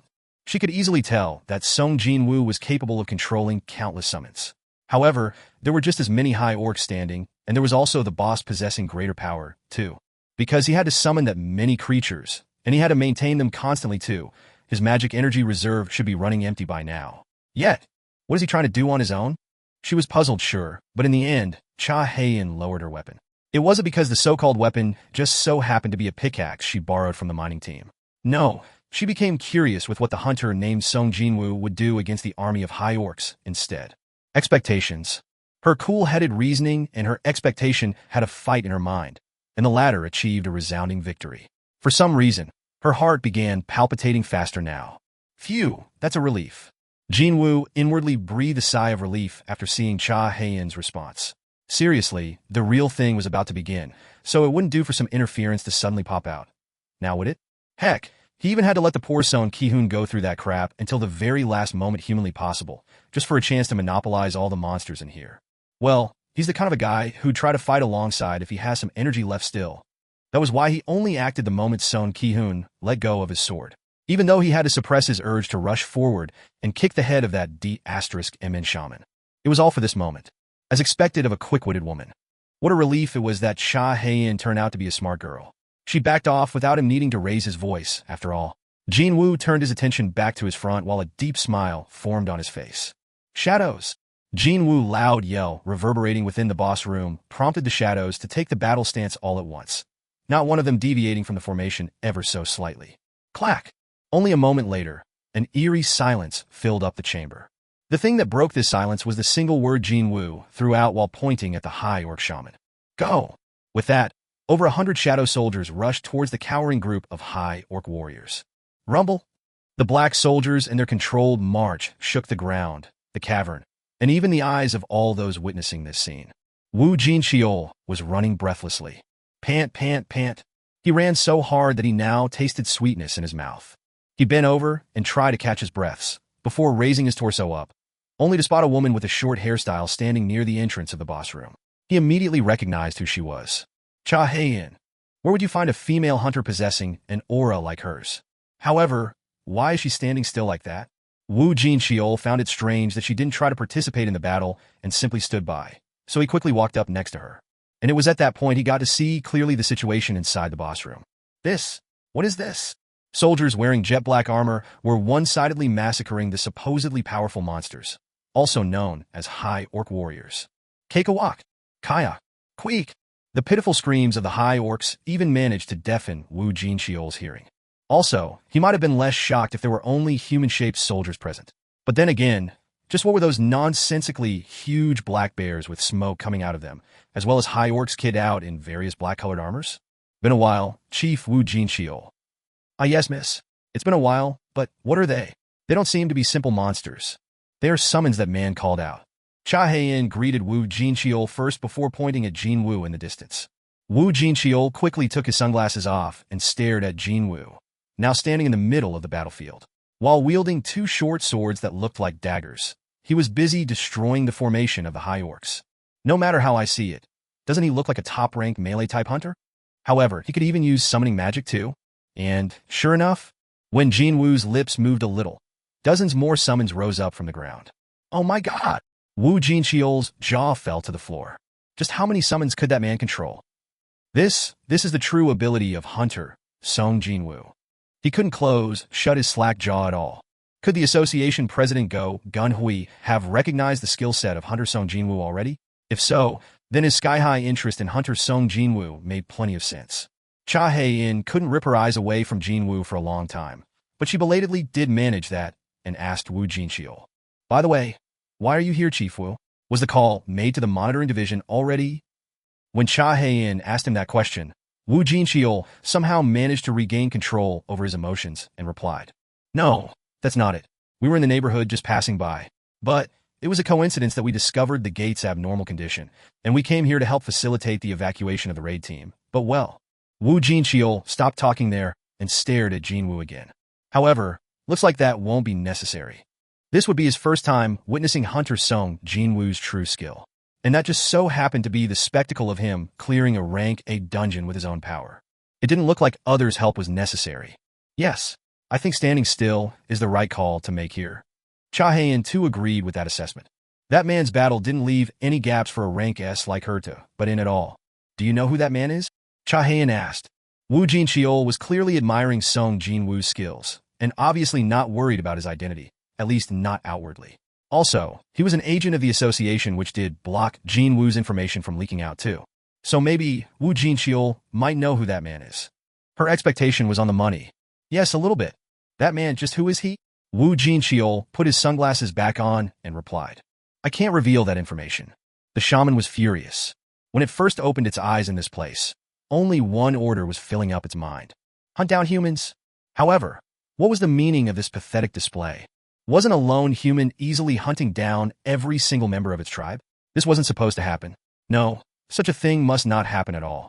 The shaman's eyes reddened even further as it witnessed the massacre of its subordinates. You insect-like be asterisk starred.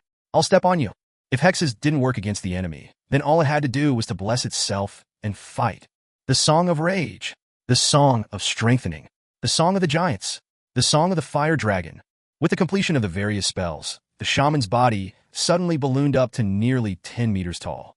Its strength, agility, stamina, and even its confidence increased greatly as well, power filling up every square inch of its frame.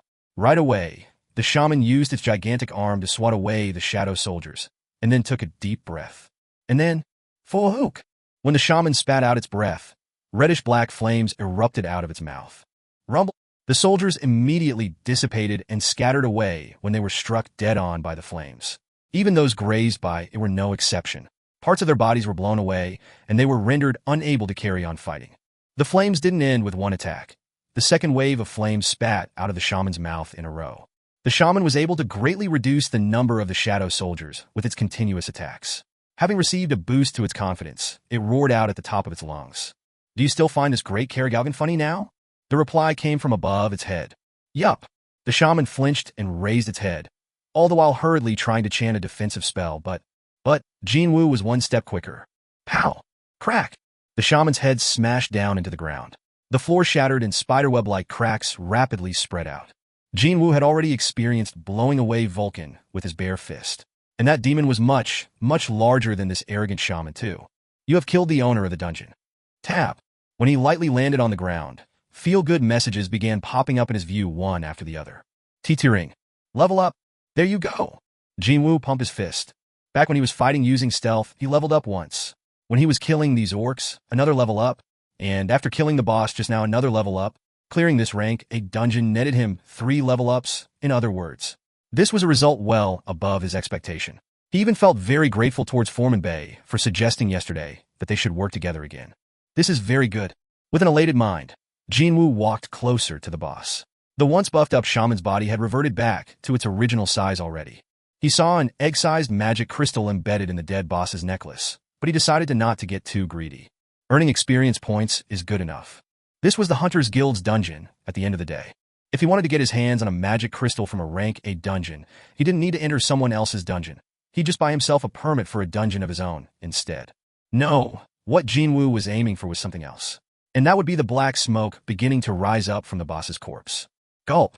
Jin Wu licked his lips in anticipation. He couldn't help but remember the corpse of Baruka, the one that slipped through his fingers back in the Red Gate. But my situation is a lot different compared to then. Compared to now, his stats weren't that high back then. Also, killing that ** star took a lot out of him. Only after receiving the aid of 2 Knight-grade soldiers, Ygritte and Iron, did he manage to beat that boss down. However, he was able to kill this shaman comparatively easily today. A week spent inside the demon's castle. This was the definite proof that the events of those short 7 days weren't in vain. Jin Wu issued a new order at the rising, wavering black steam like smoke. Rise up. At the same time, an ominous wind brushed past his 2 cheeks. He instinctively realized it right away. It worked. A radiant smile bloomed on Jin Wu's face. Kwa! As the soul-tearing scream resounded out, a mage covered in black robe rose up from the shadow of the dead shaman. Huh? Jin Wu sensed something was different about this guy, and so he checked the information window. LV.1. Elite Knight Grade. An Elite Knight? Previously, Jin Wu was able to confirm that there were 3 grades to the Shadow Soldiers. Regular grade, Elite grade, and then the Knight grade. But now, for the first time ever, the Elite Knight grade appeared. He began to think that, seeing the word Elite tacked on to the already existing grade Knight, this new guy had to be a realm higher than either Ygritte or Iron in terms of combat prowess. For sure, I can sense that its magic energy is far greater than that of my 2 knights. As expected of turning the boss of a rank 8 dungeon into his Shadow Soldier. T-Ring, please set the soldier's name. And also, as expected, he got another system message telling to name the new guy, now that another Knight-grade Shadow Soldier had appeared. A name, is it? Well, its face was hidden under the hood of the robe now, but still, high orcs and lengthy fangs went hand in hand. No? Right, let's name it Fangs. TL note at the end. He didn't need to issue a separate order. Just thinking about it meant the new guy's name would be set. Fangs LV.1. Elite Knight Grade. Instead of question marks, the new name appeared in the information window. If the shaman who remained utterly arrogant right till the moment it died heard this name, the poor guy might have fainted on the spot. But well, who cares? It was already dead, anyway. With a satisfied grin on his face, Jin Wu recalled his Shadow Soldiers. He could now store almost 130 of them. Although it was a bit regrettable, he had to return the rest back to the void. This much is more than enough, though. He stepped off from the altar with a big smile on his face, but then several people rushed over to him. They were hunters from the raid team, Cha Hain, and finally, a group of men wearing matching black business suits. Jin Wu recognized one of the faces among the black suits. Since when did Chief Wu Jinxiol show up? Seeing the expression on Wu Jinxiol, he probably had witnessed the Shadow Soldiers in action in full. Mr. Sung Jin-Woo. Sung Jin-Woo hunted him. Mr. Porter? Everyone called out to him at the same time. Then they took glances at each other. Well, it was all fine and dandy that he got to fight to his heart's content since he no longer had any reason to hide his powers, but how am I supposed to get out of this now? Jin Wu looked at all these people surrounding him and scratched the back of his head. Chapter 91 Fin. TL. Right, for some reason, this author keep using the Korean word for molars when describing the characteristics of the High Orc. So he named the new Shadow Soldier Molar, but I just couldn't use that in my good conscience and swapped it out to Fangs, which, to me personally, make more physiological sense. I mean, lengthy molars wouldn't be practical at all, right? And I'm pretty sure orcs have long fangs, not long molars. Chapter 92. Wu Jin-Cheol was the first to react. While everyone else was busy eyeing others around them, he quickly walked right up to Jin Wu's side, pulled out his identification card, and displayed it proudly for all to see. "We're from the association's monitoring division." Didn't matter whether you were a high-ranked hunter or a low-ranked one. You'd inevitably tense up after hearing the name of the monitoring division. And this tactic was the right one. It was only for a brief moment, but a hint of nervousness flashed past the expressions of the Hunters Guild members, with the sole exception of Cha Hae-in. Wu Jin-Cheol seized upon this chance and carried on with what he wanted to say. The identity of Sung Jin-Woo Hunter is being strictly guarded by the association. It is highly classified information that cannot be revealed publicly. Jin Wu could only stand back in dumbfounded admiration at Wu Jin-Cheol's skillful ting. Heck, his expression and words looked and sounded so natural that one couldn't help but wonder if he practiced it every morning while looking in the mirror or some such. Whatever the case may be, his intentions definitely got through to the other party. At the same time, Wu Jin-Cheol sent the slightest hint of a signal to Jin Wu with his eyes. "We will assist you with avoiding unnecessary fuss when exiting from this place." Jin Wu had no idea why the monitoring division were helping him, but since they were volunteering to take care of the aftermath, was there a reason for him to refuse now? Jin Wu nodded his head. That's what he wanted. Anyway, the quick-witted subordinates of Wu Jin-Cheol quickly surrounded Jin Wu like bodyguards. "If you have any questions, please send them to the association. We shall escort Sung Jin-Woo Hunter now." Not so subtle implication of "we won't hear any of your objections" was apparent in his voice. All thanks to Wu Jin-Cheol's hardened attitude, hard enough to shatter a rock even. The members of the Hunters Guild had no choice but to rein in their questions and stay silent. "Shall we go?" While being escorted by the agents of the monitoring division, Jin Wu walked past the hunters. "Well, I am grateful, but something felt a bit odd just then. Why did Chief Wu Jin-Cheol do something no one asked him to do in the first place?" Once they got to a sufficient distance away from the members of the Hunters Guild, Jin Wu quietly asked, "Why are you doing this all of a sudden? By any chance, are you thinking of signing up with the Hunters Guild?" Jin Wu shook his head.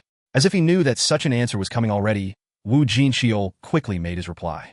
"What you did just now was to display the kind of power that exceeds rank S classification in front of the employees working for the largest, wealthiest guild in South Korea. If you wish to avoid annoying matters in the near future, this method is the best one." Indeed, he was right. No one could tell just what lengths the wealthy Hunters Guild might go to secure another rank S hunter. Other hunters would raise their hands and welcome that, but Jin Wu was different. It was the same story for the Hunters Association too. And so, the interests of both the association, trying to prevent the concentration of too much power to one specific guild, and Jin Wu's, who found the hindrance of the guilds annoying, lined up rather nicely. Since this wasn't one-sided goodwill coming from the other party, but something that would help both sides, Jin Wu didn't feel uncomfortable by the current situation at all. Well, things have become more convenient thanks to the association. Because this matter had been resolved quite nicely in an unexpected manner, Jin Wu could afford to float a thin, nearly imperceptible smile on his lips. But, as they were about to exit from the boss room for good, hold on! An urgent call came from behind the group. Unintentionally looking back, Jin Wu spotted Sung Ki-hoon approaching them while being supported by his big-framed colleague. All of his external wounds had been healed perfectly, but his complexion remained pale as he had lost a lot of blood. It'd be better for him to not move yet, though. Despite Jin Wu's worries, Sung Ki-hoon managed to stand before him. He then bowed deeply. "Thank you." And he began speaking up his mind without holding anything back. "Thanks to you, we are all still alive. On behalf of the raid team, I'd like to thank you." If one believed the words of the monitoring division's hunters, then this young man seemed to be burdened by some kind of circumstances preventing him from revealing himself. With that kind of power, it'd not be too strange if he does have some kind of an unspeakable circumstance. However, he risked his identity being revealed to aid Sung Ki-hoon and the rest of the raid team. But, was that all? He didn't even ask for any compensation either. He could have easily requested the Hunters Guild for the corpses of the monsters or for the cost of saving the lives of the raid team, but he backed off without saying a thing. So, how could he not bow down to this young man? "Thank you very much." His emotions now getting raw, Sung Ki-hoon bent his back forward 90 degrees once more. That sudden movement caused his aching body to scream out in pain, but he actually found that rather welcoming. His heart had welled up with emotions when he saw Jin Wu kill the monster in the exact same fashion as how he had been toyed around with before. Thinking back to that moment was enough for him to thank this young man a countless number of times. The hunters of the raid team saw their leader bow down to express his gratitude and finally snapped out of their stupor. "If it wasn't for that man, he's our savior, isn't he? In that case, I shouldn't be standing around like this in a daze. They scrambled to get closer and bowed their heads as well. Thank you, Mr. Port. No, I mean Hunter Nim. If it wasn't for you, thanks to you, my wife won't become a widow now. A young male hunter who showed off his shaking hands back when Sung Ki-hoon decided to give up on raiding this dungeon approached Jin Wu with a tearful face. Excuse me, Hunter Nim. It's because I'm really grateful, so, can I hug you just this once? Yeah, that's too much, dude. He's starting again. Someone stop him. Well, why don't you hug me instead, then? Hug. You're giving me the creeps, so let go of me. Wahahaha. For the first time ever since entering this particular rank A dungeon, the members of the raid team got to laugh to their heart's content. Jin Wu stared at these hunters, feeling content inside. He didn't help them out for their flattery or for their praises, but their genuine thanks did automatically bring about a warm smile to his lips. Ah! Jin Wu walked over to the female hunter jumping up and down by the corner. Because she's so small, I nearly failed to spot her. When he pushed forward the memo she gave to him earlier, the female healer blushed and received it with both of her hands. Thank you. Inwardly, though, she was admonishing herself. Off you. Why did I even say those embarrassing things to him back then? She now had one more reason to kick her sheets before going to bed and when she ended up remembering today's event in the future. From the perspective of Mr. Porter, who could easily punch the dungeon boss to death, she must have looked really funny when she handed over a memo while saying it contained her final will. She slightly raised her head and found that, thankfully enough, he wasn't sneering at her. No, actually, he began speaking to her in a bit of strict voice. Miss Healer. Why, yes. The female healer straightened her posture right away like a student being reprimanded for her sloppy behavior. From today onwards, please refrain from placing your personal articles inside the raid team's luggage. It only serves to increase the volume. Pardon me? The female healer became utterly speechless, her eyes opening up to form round buttons. Jin Wu grinned in satisfaction. He said all he wanted to say, and it seemed that the other party had pretty much said everything in her mind too. So, putting the dazed female healer behind him, he coolly turned around to leave. Let's go. As soon as Jin Wu began walking, the agents of the monitoring division moved together in one unit, as if they had been rehearsing it. There was one exception, though. Only Cha Hae-in had failed to say something to Jin Wu, and she tried to reach out to him, but gave up in the end. I wanted to ask him for his contact numbers.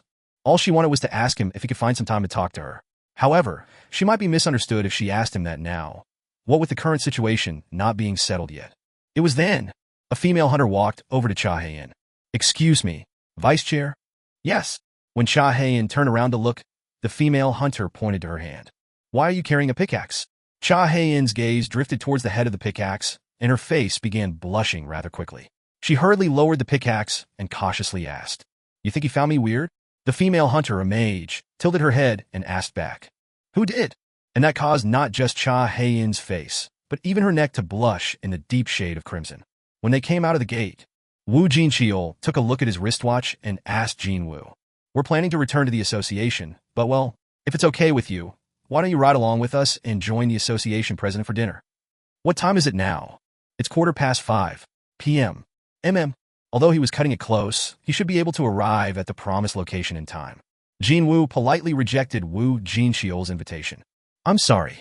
I've already made a prior engagement. Fu. Yu Jin-ho did his very best to maintain his calm by breathing in deeply several times, just like how he saw it in one of the movies. My fated hour is approaching. Indeed, Hyungnim's choice would decide Yu Jin-ho's fate.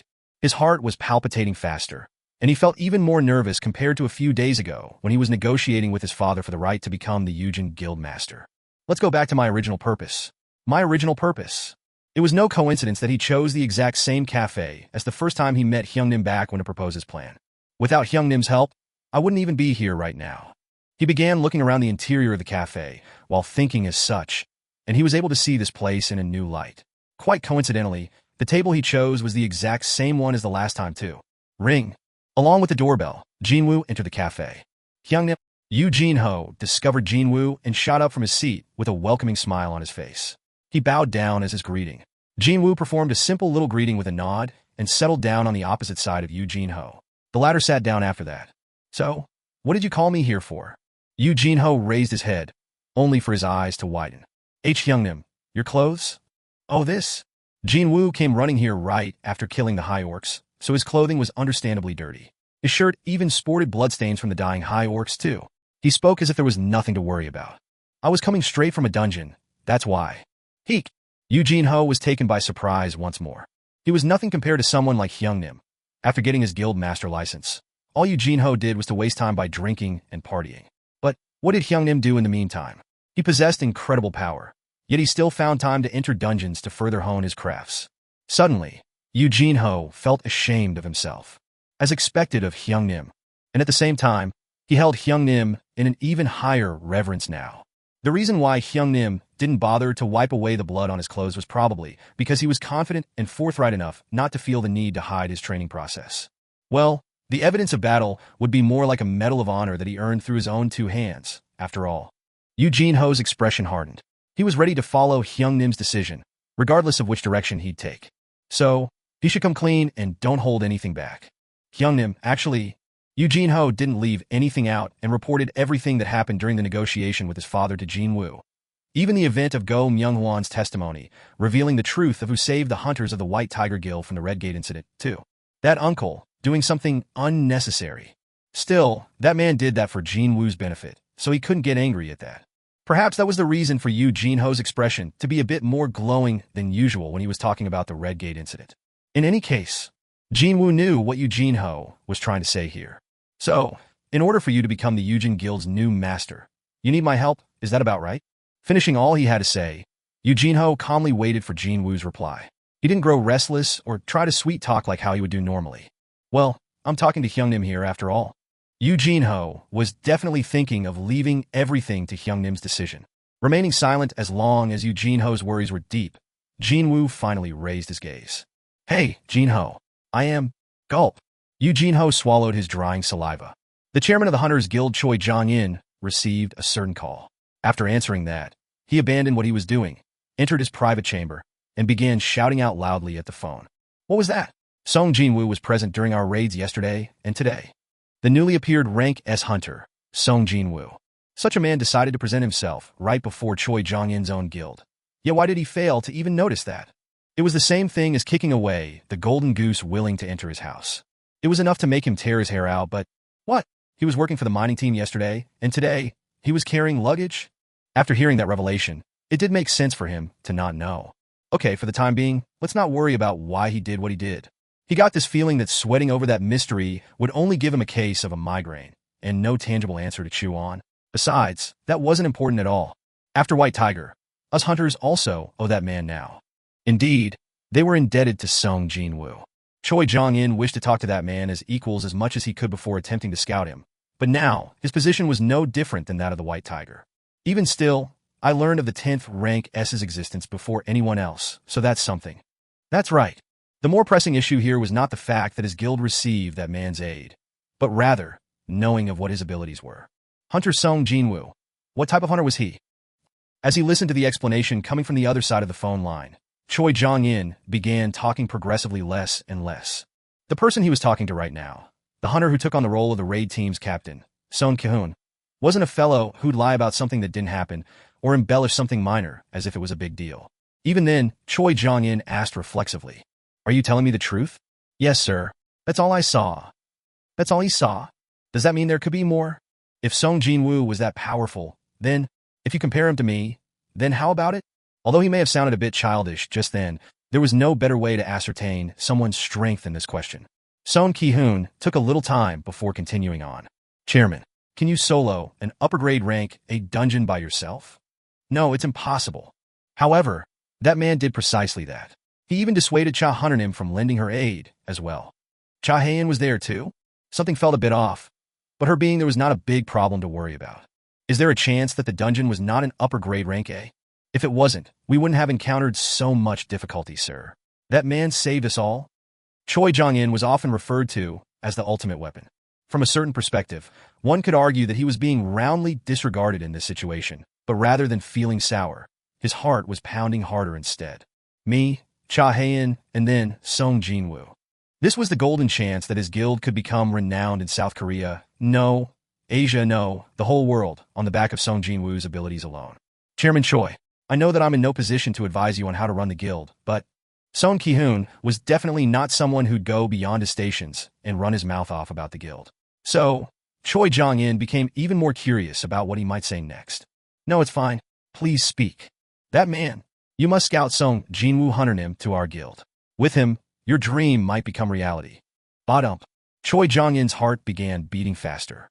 He tried very hard to disguise his trembling voice as he spoke. I'll do my best. In front of the Korean Hunters Association main building, the sea of reporters showing up to cover Ri Min-sung's rank assignment test had set up a camp in front of the association building. South Korea's own Ri Min-sung, often referred as Asia's top superstar, becoming a hunter.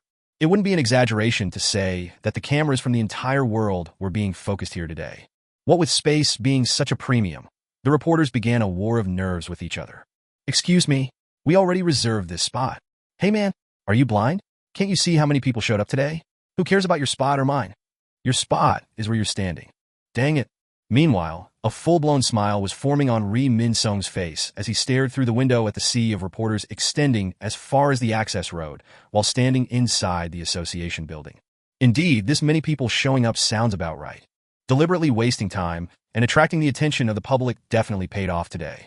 Excuse me, Mr. Min-sung? This will be tomorrow's headline, but what do you think about it? South Korea's top newspaper reporter showed Ri Min-sung the manuscript for tomorrow's front page and asked, "Don't you think using that as the headline is a bit dull?" You think so? How about this one? The man who has everything, Ri Min-sung. He now grasps power, transcending humanity. Well, but if we use a strong lead-in like that, don't you think a portion of the readers will feel uncomfortable? Well, I'm not exaggerating here, and besides, no one in their right minds would talk rubbish about me in South Korea. Anyway, I mean, both the media and my fans are watching closely with their eyes wide open, after all. Okay, got it. We'll go with that one. I'll be in your care. Ri Min-sung bowed his head good-naturedly, but when he raised it again, a deep frown was etched on his face. He's going to do what I told him in the end, so why does he have to yap on about so much crap? It was then, two imported luxury sedans arrived at the parking lot of the association. Two men climbed out of their respective cars almost at the same time. They were none other than Baek Yun-ho from the White Tiger Guild and Choi Jong-in from the Hunters Guild. Ah, look at that. It's Baek Yun-ho. Choi Jong-in's here too. The reporters blocking the front entrance of the association building all rushed towards the side of these two men. Baek Yun-ho and Choi Jong-in both frowned unhappily. What is up with these reporters? Why is it so chaotic today? The noises of camera flashes going off were ringing out loudly. Countless reporters surrounded these two men and began their barrage of questions. Are you two visiting the association to scout Mr. Ri Min-sung? As the hunters representing South Korea, what do you think about Mr. Ri Min-sung potentially retiring from the entertainment industry? What do you think will be Mr. Ri Min-sung's rank? Please share your thoughts on Mr. Ri Min-sung. The famously short-tempered Baek Yun-ho waved his hands around as if he found all this annoying. I'm not here because of that man. I've nothing else to say. While Choi Jong-in emotionlessly stated the facts. Anyone related to this matter would know by now that Mr. Ri Min-sung has already signed up with the Reapers Guild. I'm visiting the association today on an unrelated matter.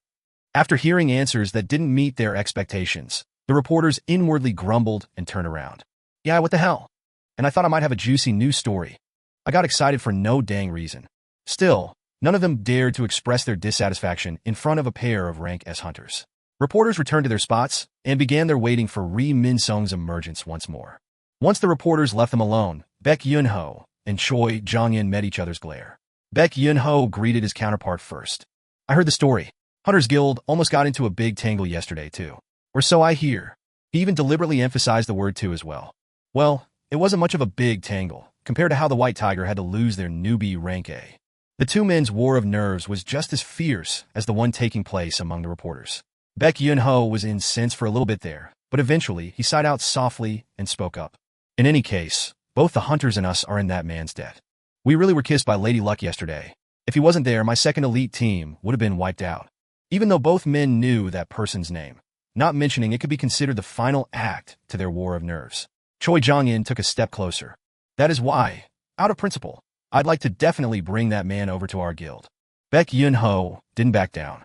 He and Choi Jong-in got close enough for their foreheads to nearly butt against each other. We even had suffer casualties. Looking at the need to replenish our combat force, wouldn't you agree that person joining us makes more sense? Just what are you planning to do by recruiting a rank S to shore up your combat force? Are you thinking of invading North Korea or something? What about you? Since when did you worry about principles and like to talk about your principles here? Flames erupted out from the eyes of the two men. Huh? master of the Reapers Guild, Tae-gyu, was arriving at the association building just now to match the timing of the press conference. When he saw those two growling at one another, a mocking smirk formed on his face. Wasn't there an old saying for that? Didn't it go, counting chickens before hatching or something like that? For Tae-gyu, this sure was an exciting development, since he always lost out to their two guilds when trying to secure resources until now. He did his best to not to let the corners of his lips arch up and approach the two men. Aye, two guild chairmen over there. I hope you aren't acting like that over my Min Sung, no? And then, both Baek Yun-ho and Choi Jong-in's head spun at the same time towards Tae-gyu. It was hard to tell who was first, really. What the hell is up with this moron? I don't give a rat's *s about this Ri Min Sung or Ri Min Gun or whatever. Tae-gyu flinched in surprise and took a step back when two rather terrifying glares landed squarely on him. What is up with these two *stards all of a sudden? What's this? Choi Jong-in and Baek Yun-ho too. Ri Min Sung grinned deeply. He already familiar with Chairman Tae-gyu when they met during the signing of the contract. Ri Min Sung signing up with the Reapers Guild, which had been criticized for being a shell of its former glory, while disregarding the country's top two guilds, was a calculated move on his part. I mean, with this, I'll enjoy the image of someone willing to stand up for the underdogs. Crudely speaking, celebrities survived on their public image. And Ri Min Sung was really meticulous about maintaining his. The best guilds in Korea are fighting over me. He wasn't thinking of carrying on this hunter lifestyle for long, but still, that sight naturally made him feel even better about himself. Soon afterwards, his manager entered the reception area. Min Sung, they say they are ready now. Let's go and do the press conference. All right. The manager took the lead. He opened the glass front entrance and allowed Ri Min Sung to emerge from the association building. Camera flashes exploded in a scary cacophony of endless shutter clicks. Click, click, click, click, click. As he would do every day, Ri Min Sung formed a fake smile towards hundreds of lenses surrounding him. It was then Jin Wu had finally arrived at the front of the association. Just like he'd been told, he was stopping by the association 3 days later. Why is it so noisy here? However, it didn't look like he'd be able to enter the association at all under the current circumstances. Of course, there were plenty of ways to go around these people, such as using stealth, or jumping over the reporters, or even by finding a back entrance.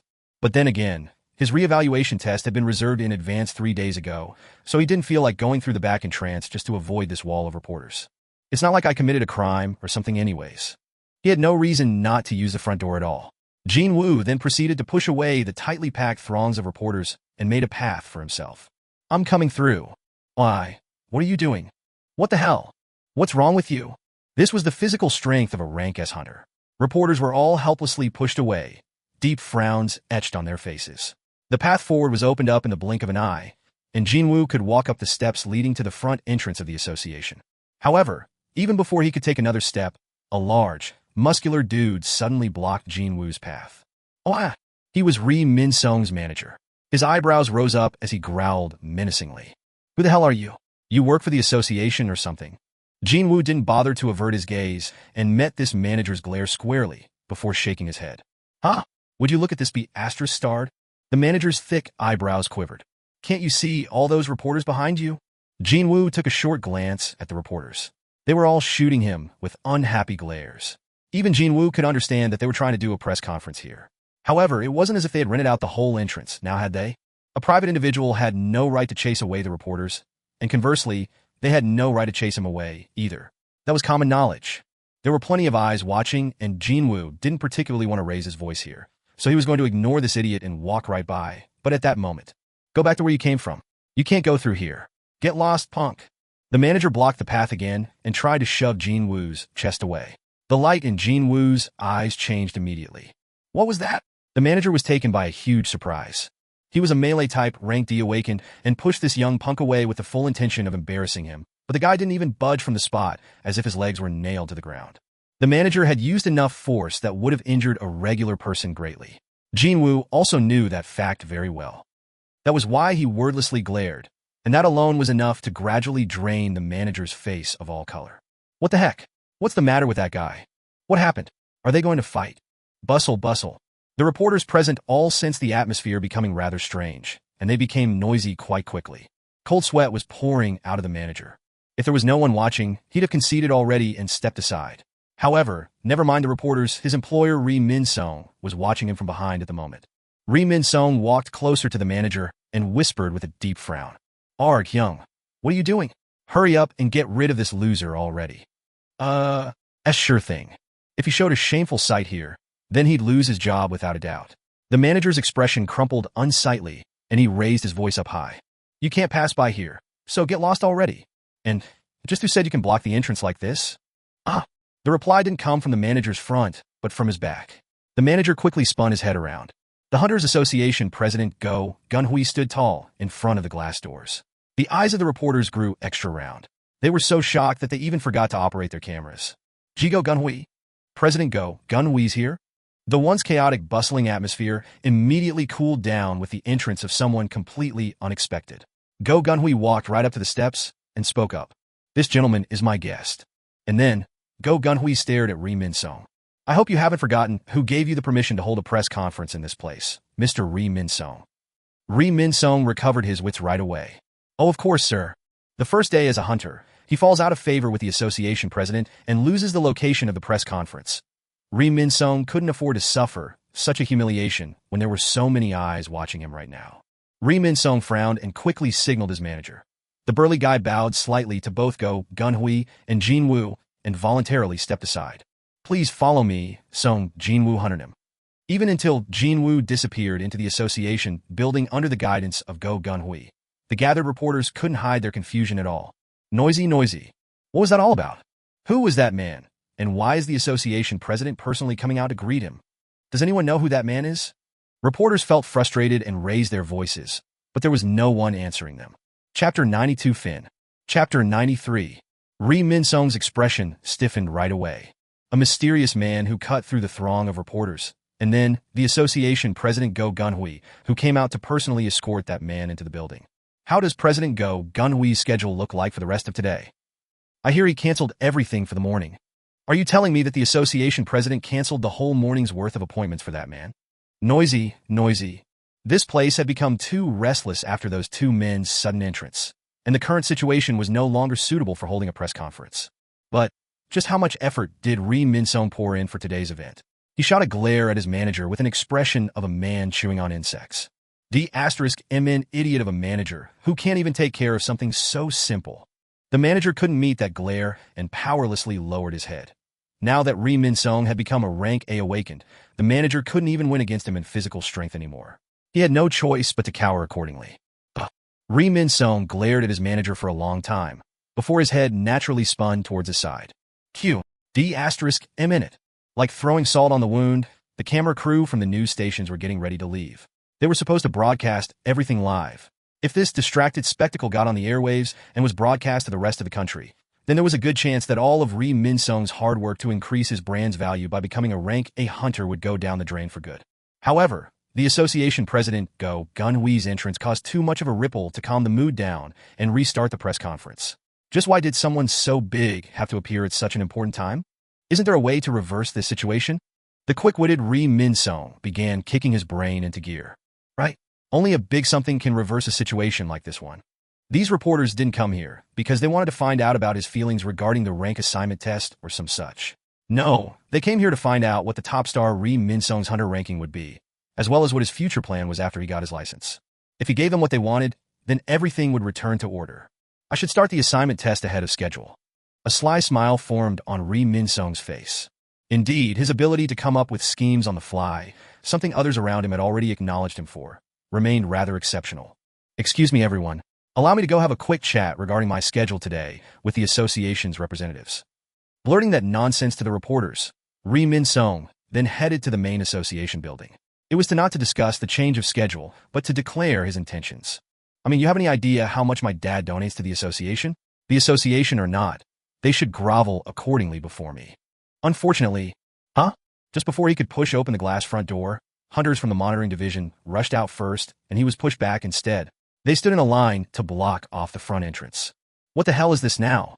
Ri Min-sung's forehead creased up. He quickly checked the name tag attached to one of the men's chest. Section Chief Wu Jin-cheol, Hunters Association Monitoring Division.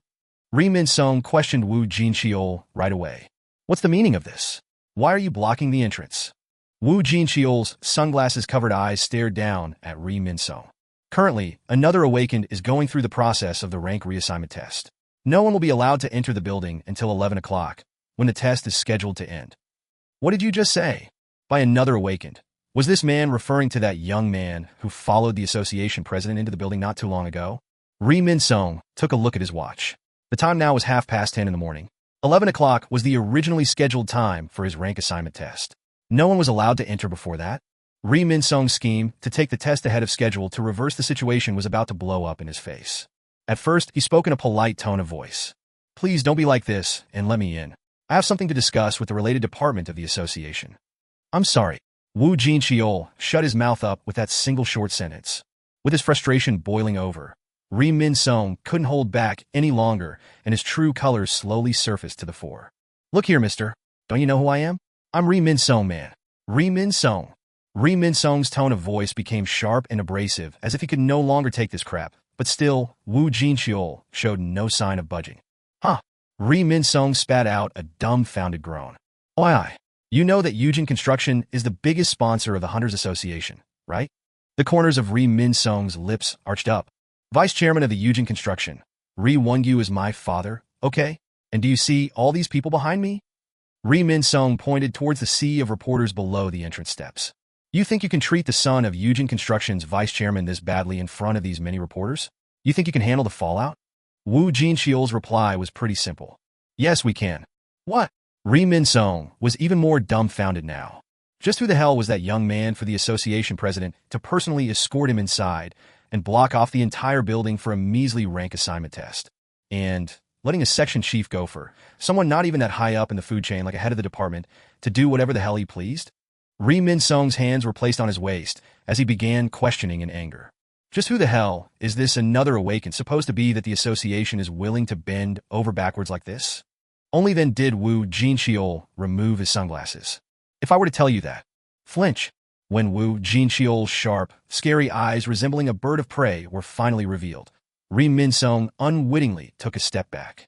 Wu Jin-cheol continued to glare at Ri Min-sung and quietly spoke. Do you think you can handle the fallout instead, Mr. Ri Min-sung? HR. The inside of the main building was rather empty. There was no one waiting to take their rank assignment test inside the hallway, with only a smattering of association employees going about their usual business. This unusual situation was probably related to the reason why all those reporters were camping outside. Please come this way. All right. Jin Wu was about to follow after Go Gun-wee's guidance and enter the measurement room, but then spotted two somewhat familiar-looking faces. Baek Yun-ho and Choi Jong-in were sitting on the waiting room chairs facing the measurement room. That was where smartly dressed headhunters of various smaller guilds could be found 3 days ago. When their gazes met, both men stood up from their seats and bowed lightly. Jin Wu reciprocated the greeting and walked past the hallway. As they walked down on the passageway, a soft smile formed on Go Gun-wee's lips. Those two men, they've been waiting for you for about an hour.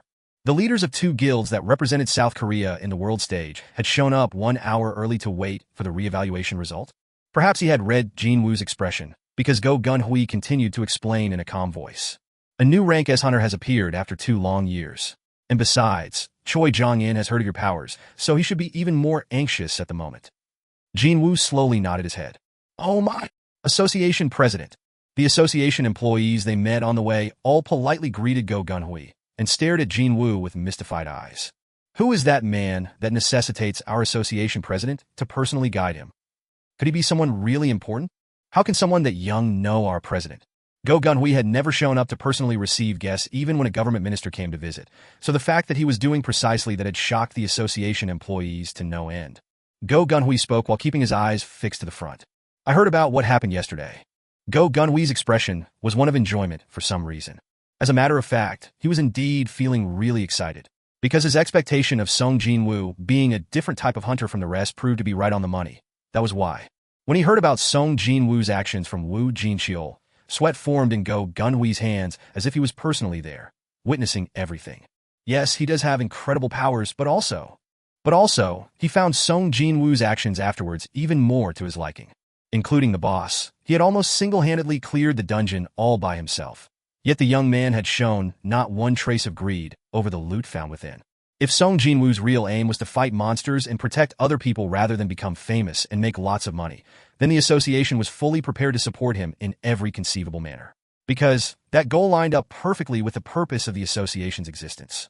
If it's possible, I wish I could bring him into the association with whatever means necessary, but But he couldn't do that now, could he? Just like what the young man told him before, entering the association would mean he'd have nearly zero opportunity to fight against the monsters. And from what Go Gun-Hui had heard about Sung Jin-Woo's powers, it was way too good to be wasted outside dungeons. Soon, they arrived at the examination area, located deeper within the building. Before the reevaluation can take place, we must confirm your abilities first and set the new classification for you. Jin Wu already knew that. Hunters were classified as a melee, mage, healing, or even support type according to their abilities, and performed their roles where they were needed the most. The association employee waiting at the examination area bent his back forward 90 degrees to greet Go Gun-Hui and took over guiding Jin Wu from him. Please come this way. Jin Wu stepped up to the middle of the examination area. Its interior layout much resembled an indoor gymnasium commonly found everywhere. If there was one thing different from those gymnasiums, then it'd be the fact that one could sense powerful fluctuations of magic energy coming from the walls as well as from the floor. Magic had been utilized to reinforce the structure in case something went wrong. The examiner asked Jin Wu, "What kind of ability can you use?" The association president Go Gun-Hui didn't return to his office immediately, and while standing in the far corner, stared at the examination process with a great deal of interest. This was the reason why he came to guide Jin Wu personally. He wanted to confirm Jin Wu's powers with his own eyes as quickly as possible. "Well, I can do this." Jin Wu called out a single shadow soldier. "Heek!" The examiner was greatly taken by surprise.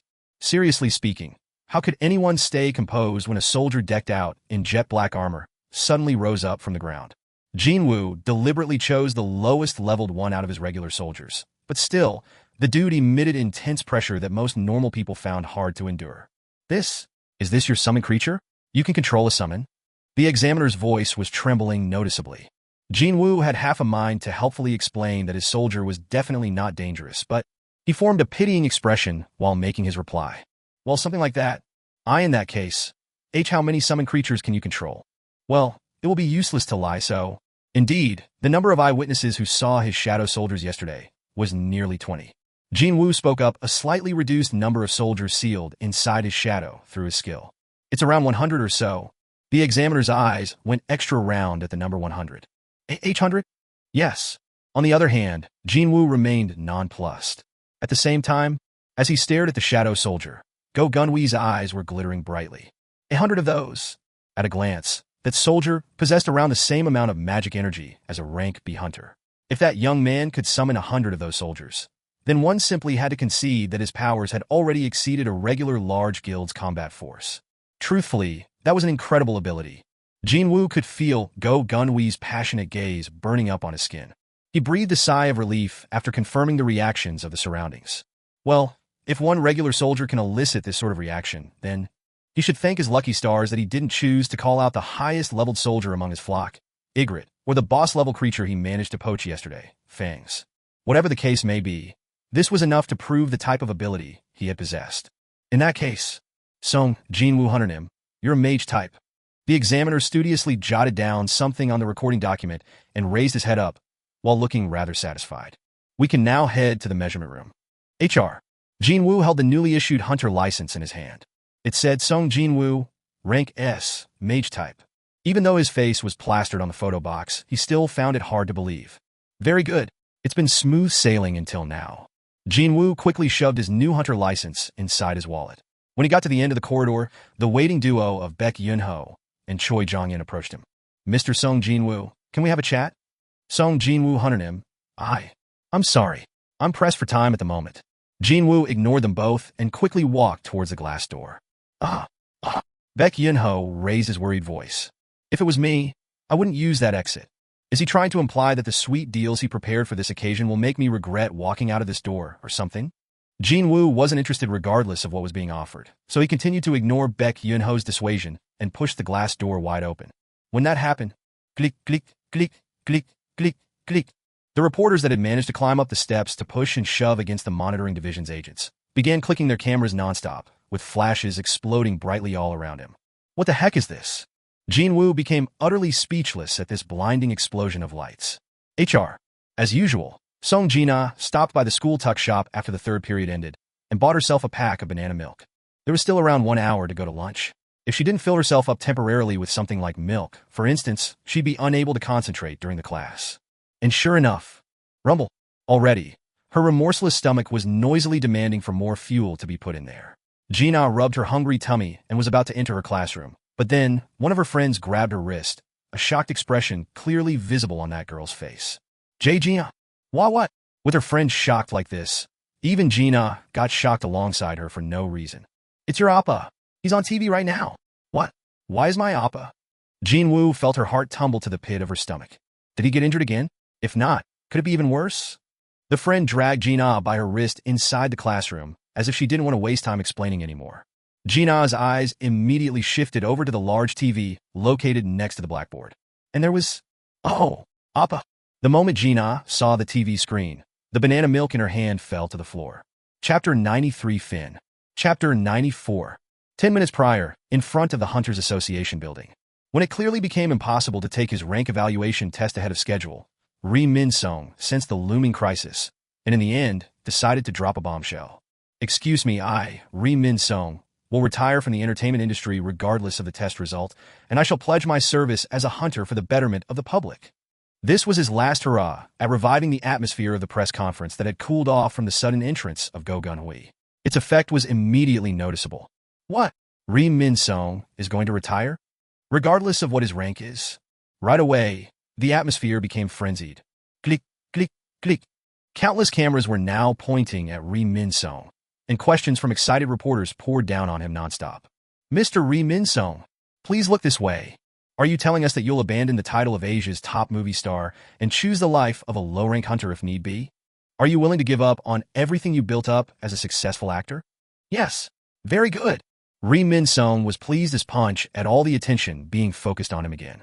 Even if the result is bad and I end up with a low rank, I wish to repay all the love everyone has shown me by fighting the monster threats. Of course, he was lying through his teeth. Just 2 years. He was thinking of helping out with the Reapers Guild's public image as its most famous rank a hunter for only 2 years, while enjoying the sky-high annual pay package. This was the best method to silence those voices raising issues with him avoiding the draft with his father's help, as well as a few distracting noises rising up here and there recently, all in one fell swoop. Climbing down from the summit to protect the ordinary citizens while risking his own life. This was the greatest opportunity for him, yet, to achieve that often talked about lifetime guarantee against criticism status. Enjoying the taste of everything finally going according to his plan, Ri Min-sung continued on with the press conference. And with the master of Reapers Guild, Chairman Im Tae-gyu, who shares my wish, And so, as the gathered reporters were listening to Ri Min-sung's future aspirations. Ring. Someone's phone suddenly went off. The surrounding reporters glared at the phone's owner, and he quickly killed the phone before lowering his head in apology several times. Thanks to that, the press conference was slightly interrupted, but fortunately enough, it was not a permanent interruption in the end. Ri Min-sung also pretended to not hear it and continued on. However, this time, someone else's phone went off. Arg, what the hell? Whose phone was that? Isn't it a common sense to switch it off before a conference? Turn it off now? Thinking that this might be a good chance to earn himself some extra brownie points, Ri Min-sung beamed brightly and spoke up. I'm fine with it. So why don't we continue after you answer your urgent call? Ri Min-sung's spontaneous response elicited jovial laughter from here and there. But who knew that was merely the beginning? Buzz. VRRR. Seemingly from everywhere, mobile phones were singing out in a messy chorus of noises. What's this? What the hell? Even me? The first reporter who switched his phone off first realized that something was very wrong. Meanwhile, the eyes of the reporters were growing extra wide after confirming the contents of the calls. You got a call from the association? Why are you only telling me this now? Reporters present hurriedly accessed the association's website. It was then they discovered the new rank as hunter's photo and his name being uploaded there, as if everything had been prepared beforehand. The announcement date for that person's evaluation result just so happened to be today. Wait, but didn't they say something about the measurement room not being available in the morning? It wasn't because of Ri Min-sung? In that case, the reason for the measurement room being emptied out wasn't because of Ri Min-sung's rank evaluation, but this new rank as hunter? And then, the face of a certain man flashed by in the heads of all the reporters present. Could he have been? That young man who followed Association President Go Gun-hui into the building. He was the only one to have access to the measurement room today. If they all go inside now, wouldn't they be able to take that man's pictures? Yeah, everyone. With their eyes now resembling those of a starving predator, reporters ignored Ri Min-sung and rushed towards the association building. Rumble. When Wu Jinxiol signaled with his eyes, hunters from the monitoring division spread out their arms and formed a human barricade. Let us in. A rank S has emerged, right? Aren't you supposed to announce this ahead of time? Just get out of the way, will you? Reporters violently pounced forward, but they couldn't overcome the wall created by the agents of the monitoring division, where every single member was a hunter. What the hell is this? Having been forgotten by everyone in an instant, Ri Min-sung and his flustered face ran over to his burly manager. Mr. Manager pushed forward the screen of his phone with what he discovered only a second ago. A rank S? Ri Min-sung became completely dazed. A rank S showed up today? Of all days? He wanted to receive the attention and adulations of the world by becoming a rank A hunter. But to think that a rank S hunter would pop up out of nowhere and ruin everything. Ri Min-sung shook his head hard. No, wait. Something doesn't feel right here. Seriously now, a rank S wasn't a cup of instant coffee one could buy in a vending machine with a couple of change. Now was it? Maybe these reporters knew something about what was happening right now. It was at that point that Ri Min-sung spotted a reporter still talking to someone on the phone while belatedly climbing up the steps. He was none other than the exact same reporter who sought out Ri Min-sung's opinion regarding tomorrow's headline earlier. Excuse me, reporter Im?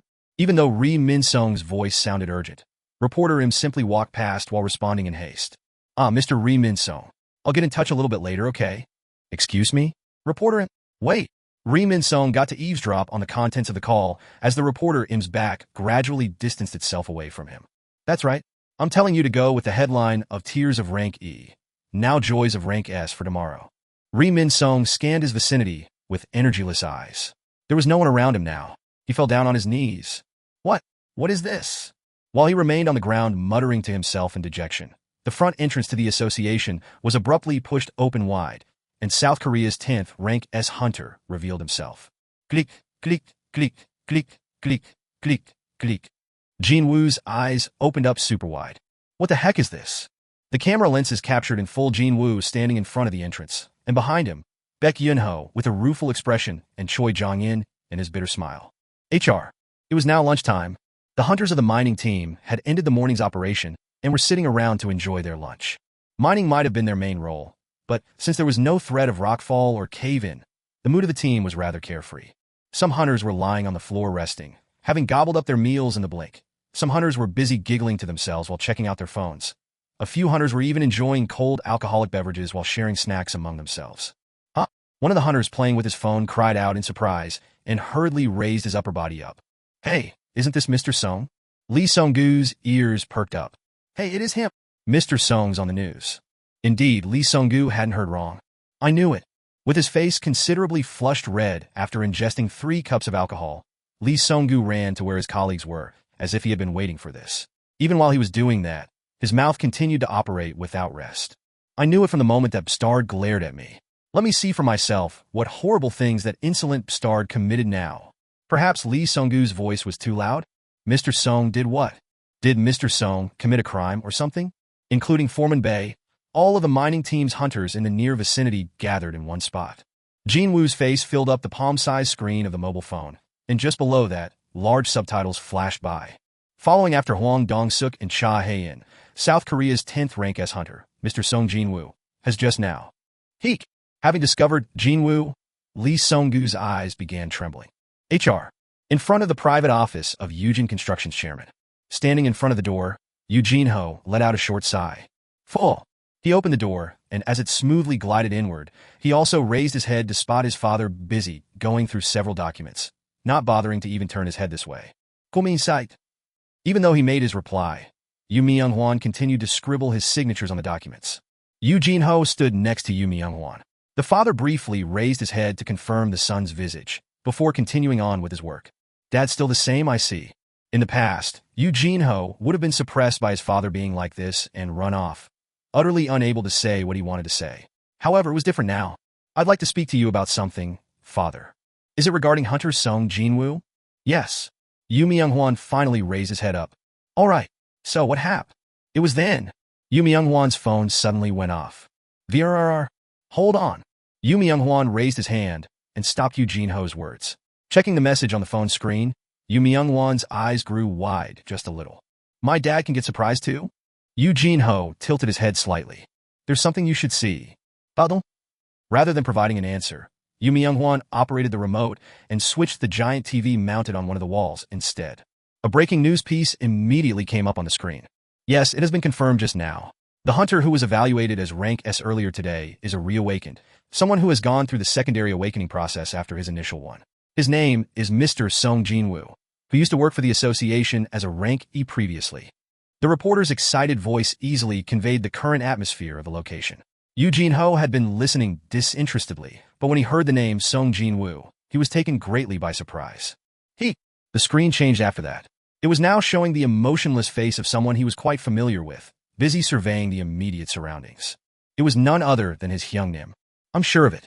Hyungnim is feeling irritated right now. Thanks to Yu Jin-ho sticking around Hyungnim for a while, it became pretty easy to tell what he was thinking about simply through his expressions. But besides all that, he was a rank S. Yu Jin-ho was well aware of his Hyungnim being great, but that greatness had far exceeded his own imagination. At the same time, even though he possesses such incredible power, he enters dungeons every day to train himself even further. A sense of awe rushed in fast. As a person who used to guard his side, Yu Jin-ho's heart swelled with pride as Jin Woo's name got continuously mentioned on the TV. Beep! The TV was switched off and Hyungnim's face also disappeared from the view. Yu Jin-ho formed a wistful expression. Okay, continue. Father was telling Yu Jin-ho to continue with what he wanted to say. As he had practiced beforehand, Yu Jin-ho bowed down hard and spoke. My apologies, father. I couldn't change Hyungnim's mind. Yu Myung-hwan's expression hardened. Okay, what did Hunter Sung Jin-Woo say while rejecting your offer? Well, Hyungnim said. Yu Jin-ho hesitated slightly, but he slightly raised his head and spoke. He wants to make his own guild, so if I was interested in the vice master spot, I should come over instead. Yu Jin-ho thought that father would get angry or ignore that suggestion altogether, but instead his expression was solidly frozen up. And then, grin. Yu Myung-hwan chuckled without making a sound. Someone widely known for his poker face, Chairman Yu Myung-hwan had actually revealed a change of expression in front of his own son. What is my dad doing? Yu Jin-ho couldn't dare to ask what was happening, so all he could do was to avert his gaze this way and that. Yu Myung-hwan spoke, that smile now erased from his lips. Do you know why I'm trying to establish the Yujin Guild? Isn't it because there's money to be made in the hunter business? No, it's not. Yu Myung-hwan's tone of voice was resolute, unwavering. We have more than enough money right now. You think I'll try something that could put us at odds with other large guilds just for the sake of chasing after a couple more bucks? Was he trying to imply that money wasn't the reason? Yu Jin-ho's eyes widened. But if not that, then Yu Myung-hwan carefully put the pen down. It's in order to protect ourselves. Yu Myung-hwan's serious, dignified eyes caused Yu Jin-ho to swallow his dry saliva in nervousness.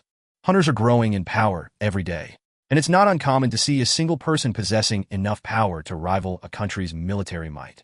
For instance, the world's most powerful hunters, seen as already on the level of exercising power equal to that of a country's government. Yu Myung-hwan was talking about those people.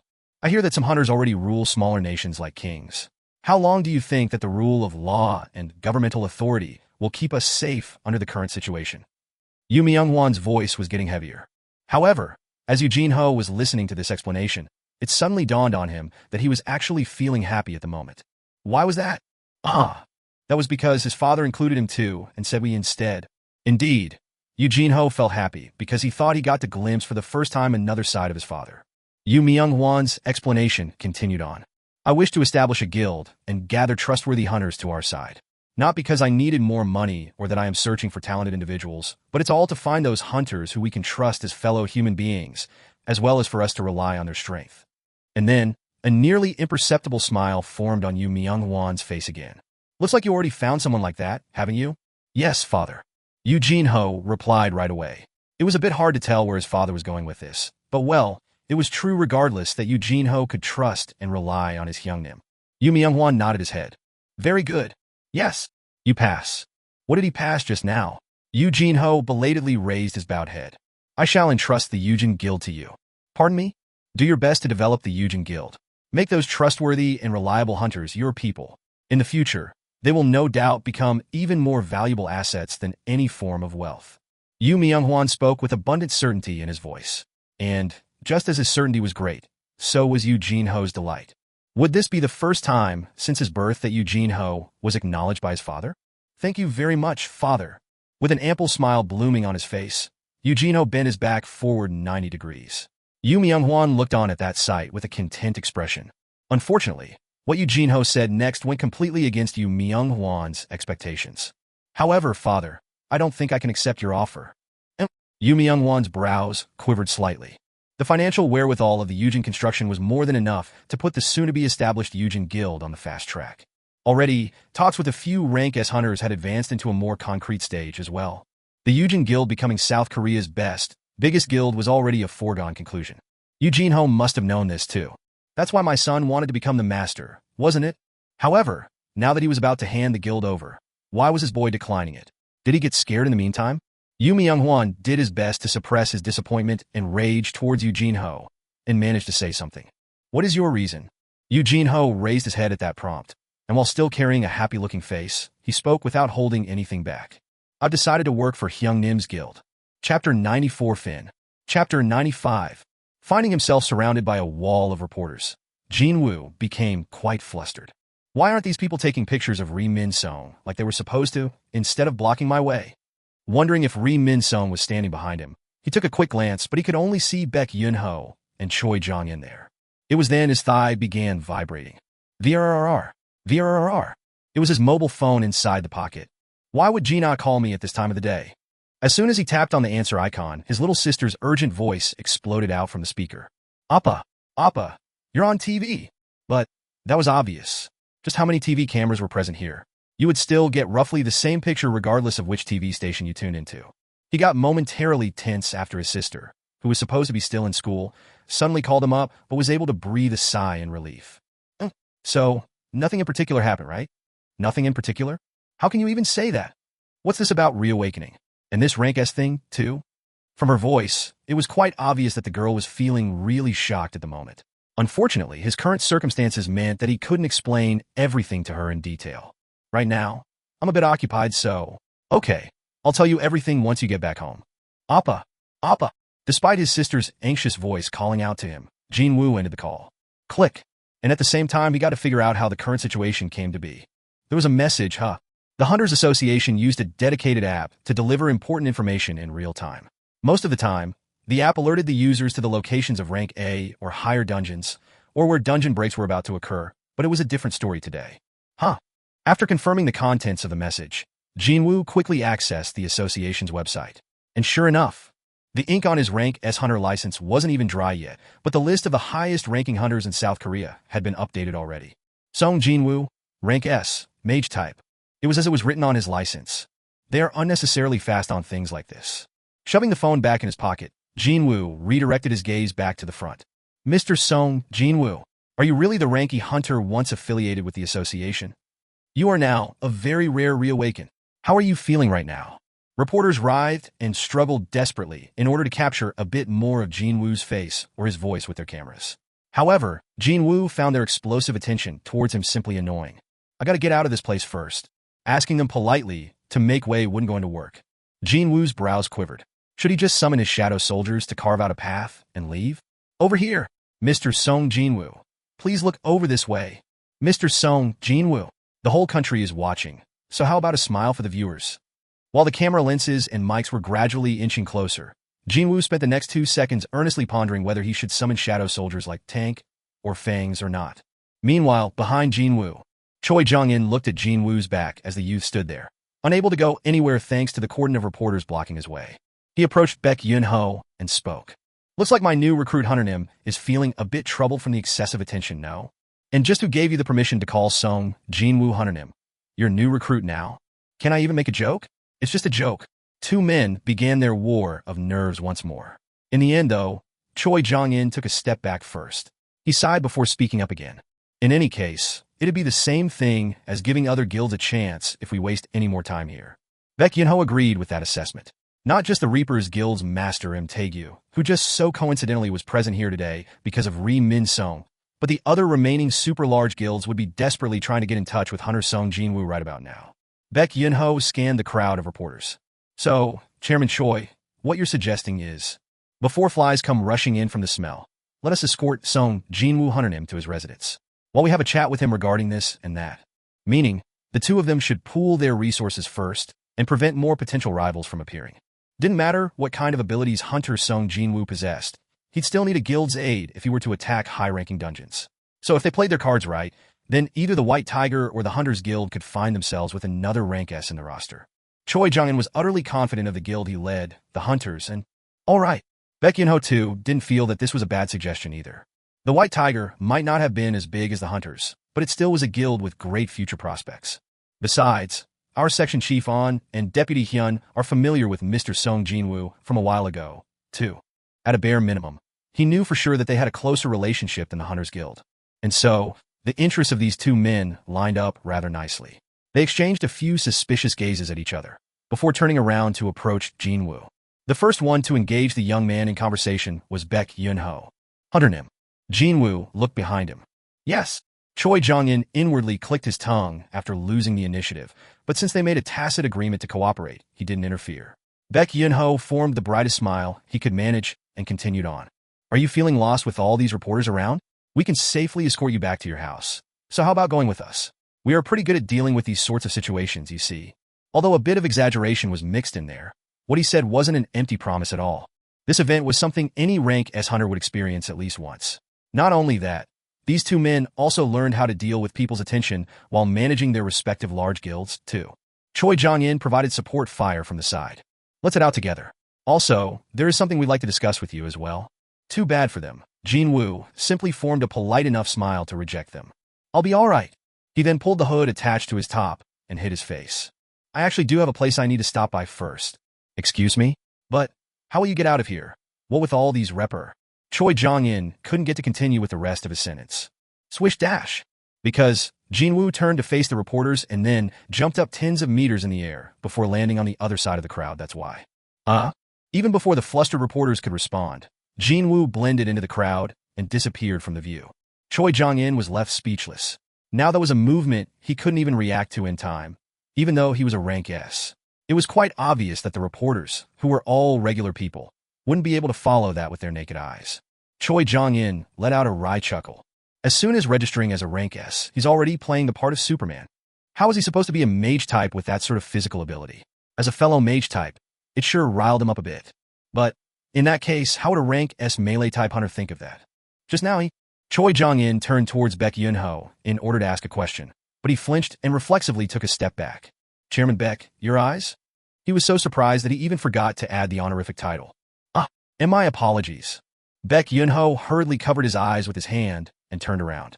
When he opened his eyes again a short while later, they had reverted back from the monster-like irises to those of a normal human being. However, just because his eyes changed back to normal, that didn't mean his shock had worn off. How can this be? Baek Yun-ho trembled on the spot. Just now, when Jin Wu gathered strength on his legs to prepare for that jump, he very briefly released his magic energy he'd been concealing until then. No matter how skillful a hunter was, it was nearly impossible to detect anything in such a short period of time. However, that incredible magic energy still caused Baek Yun-ho to instinctively activate one of his abilities, the Eyes of the Beast, and those eyes successfully detected Jin Wu's hidden power. He's strong. Baek Yun-ho already knew how strong the youth was. However, no, that's not important. Back when they had gotten into a bit of confrontation in front of the Red Gate, Baek Yun-ho also activated the Eyes of the Beast inadvertently. Jin Wu's strength was clearly imprinted in Baek Yun-ho's mind back then. Back then, the youth was very strong. Even if it was Baek Yun-ho himself, he would not have been able to win without sacrificing an arm. However, that was all. If he was willing to sacrifice that much, then he'd be able to win at any time. But now, what was the meaning of this difference in strength? He detected magic energy incomparably greater than before. That youth was so much stronger now. So much stronger than back then. His reawakening process should have been over a long time ago. So, how could this be? In that instant, an implausible theory popped up in Baek Yun-ho's head. Could he be able to grow stronger? Possibly, not through reawakening process, but through growing stronger that he. Just as his thoughts arrived at this point, "Excuse me, Chairman Baek? Are you alright? Your complexion is..." Choi Jong-in worriedly asked him. Baek Yun-ho rubbed his face and shook his head hard. "I was suddenly feeling a bit dizzy just now. I'm okay. You're still young. You should be more careful." While conversing with Choi Jong-in, Baek Yun-ho continued to stare in the direction that Jin Wu had disappeared to. He's already transcended the regular rank S, but if he could continue increasing his strength, then... Shudder. Baek Yun-ho's entire body shuddered from goosebumps. Taxi. After successfully shaking off the reporters, Jin Wu caught a taxi on a deserted road. He now possessed the rank S license that he so wanted. Him leveling up and clearing dungeons were all good and nice, but right now, the most important thing was curing his mother. The divine water of life. He didn't know if this item called divine water of life could really heal his mother. However, if there's a 1 in 1,000, no, even if it's 1 in a 10,000 chance, then He wanted to clear the demon's castle as quickly as humanly possible and collect all the ingredients so he could craft this divine water of life. And in order to do that, he needed to find an artifact that could protect him from the overwhelming heat of the demon's castle. Jin Wu settled down in the back seat of the taxi and told the driver his destination. To the Korean Hunter auction, please. The taxi driver took a glance through the rearview mirror and grinned brightly. Well, you must be going there to sell something good, am I right? I hear that the minimum trading price starts at around tens of millions of won. Instead of a reply, Jin Wu simply formed a thin smile. Gulp. The driver swallowed his saliva. By saying that he wanted to go to the hunter auction to sell something, the youth was declaring that he was a hunter, and the driver needed to be extra careful when dealing with hunters. There were more than a few among the hunters possessing somewhat of particular personalities that were just as strange as their powers. If the driver made a mistake and got on the bad side of this youth, a big incident might break out. Well, this young man doesn't look like one of those people, but still, it's better to be on the cautious side, no? The driver remained mindful of Jin Wu's moods and kept his mouth shut, and thanks to that, the interior of the taxi was left largely quiet during the drive. Jin Wu used this part of the trip to search the internet. Various articles, social media sites, as well as portal communities, etc., were all filled with the discussion regarding the new rank S hunter. Ri Min-sung used to be the #1 most searched for topic until this morning. Yet his name could no longer be seen in the top 10 now. TSK. Jin Wu clicked his tongue. I didn't expect it to be this crazy, though. Sure, he did expect some amount of attention, but he definitely didn't believe that it had become such a hot trending topic at all. Then again, there were only 10 in South Korea. If one were to exclude 2 who died or had emigrated to elsewhere, then there were only 8 rank S hunters in the country. So how could the response of its citizens not be feverish? Wait, why was it quiet back when Cha Hae-in became a rank S? Because the 9th rank S Cha Hae-in was almost never exposed to the media, Jin Wu thought his case would be similar to that. But when he searched this and that, he eventually discovered that, once Cha Hae-in had become a rank S, she requested the association to keep most of her details confidential. Just by requesting the association, both the media and guilds can't even rely on laws to approach you. If there was such a convenient method available, why didn't the association president tell him about this? Jin Wu recalled the question he got just as he was about to enter the examination area. Back then, the association president asked him this. Have you thought of a guild to join? No, not yet. Did he ask because of that? If he were to request confidentiality, then guilds wouldn't have been able to approach him. So it was likely that the association president deliberately hadn't said anything. Well, that's that, I guess. Jin Wu requested confidentiality from the association while online and rang up the Korean Hunter auction. Click. Welcome to Korean Hunter auction. I'd like to get an artifact appraised. I'm on my way there, but will it be okay? Yes, of course. However, what type of an artifact would you like to get appraised? It's a bead containing an amplification effect on one's magic. A magic tool that can amplify. By the way, seeing that you're already aware of the artifact's effects, you must have had it appraised elsewhere. Indeed I have, but they weren't really all that trustworthy, so I wanted to get the Hunter auction's opinion. You made the right choice. There is no one out there that can correctly estimate the value of an artifact better than us. The conversation was halted for a moment, as if the other party was jotting something down, but it soon resumed.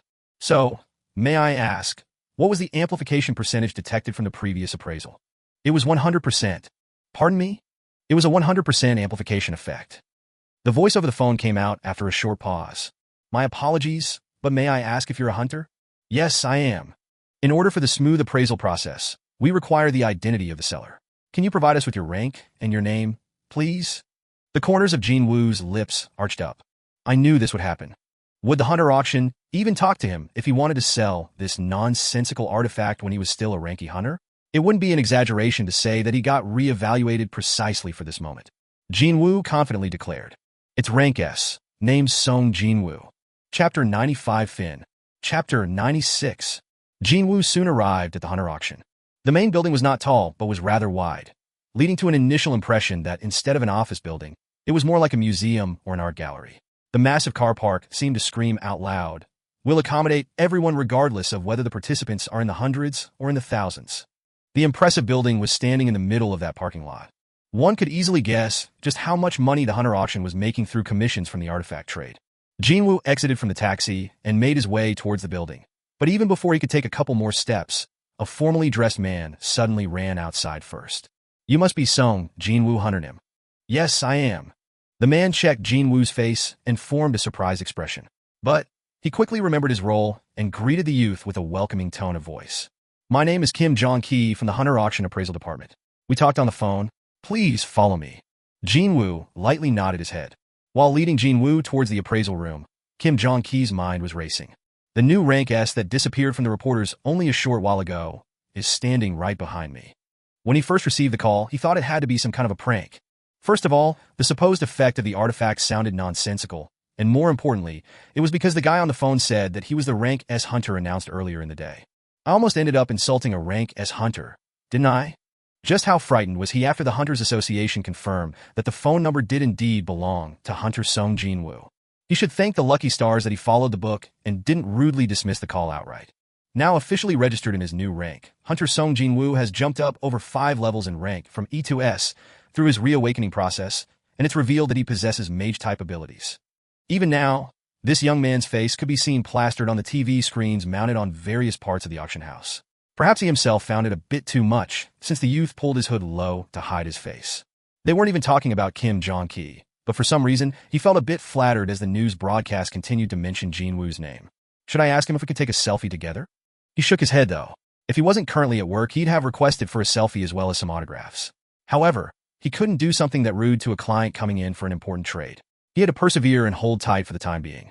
Was the corridor from the entrance to here this short? They arrived at the appraisal room, while several thoughts fleeted in and out of his head. Kim Jong-ki spoke with a wistful expression. "It's this way." The head of the appraisal department, as well as the company's best appraiser, were anxiously waiting inside this wide room. They even gave up on lunch just to be here. Seeing Jin Woo's face, the department head's eyes opened wider. It's really the same guy from the news. Meanwhile, the appraiser nervously swallowed his dry saliva. In that case, the magic amplification tool is really... No, nothing was certain yet. Just because the guy was real, that didn't mean the stuff would be real too. The appraiser repeated this in his head as if to calm himself down.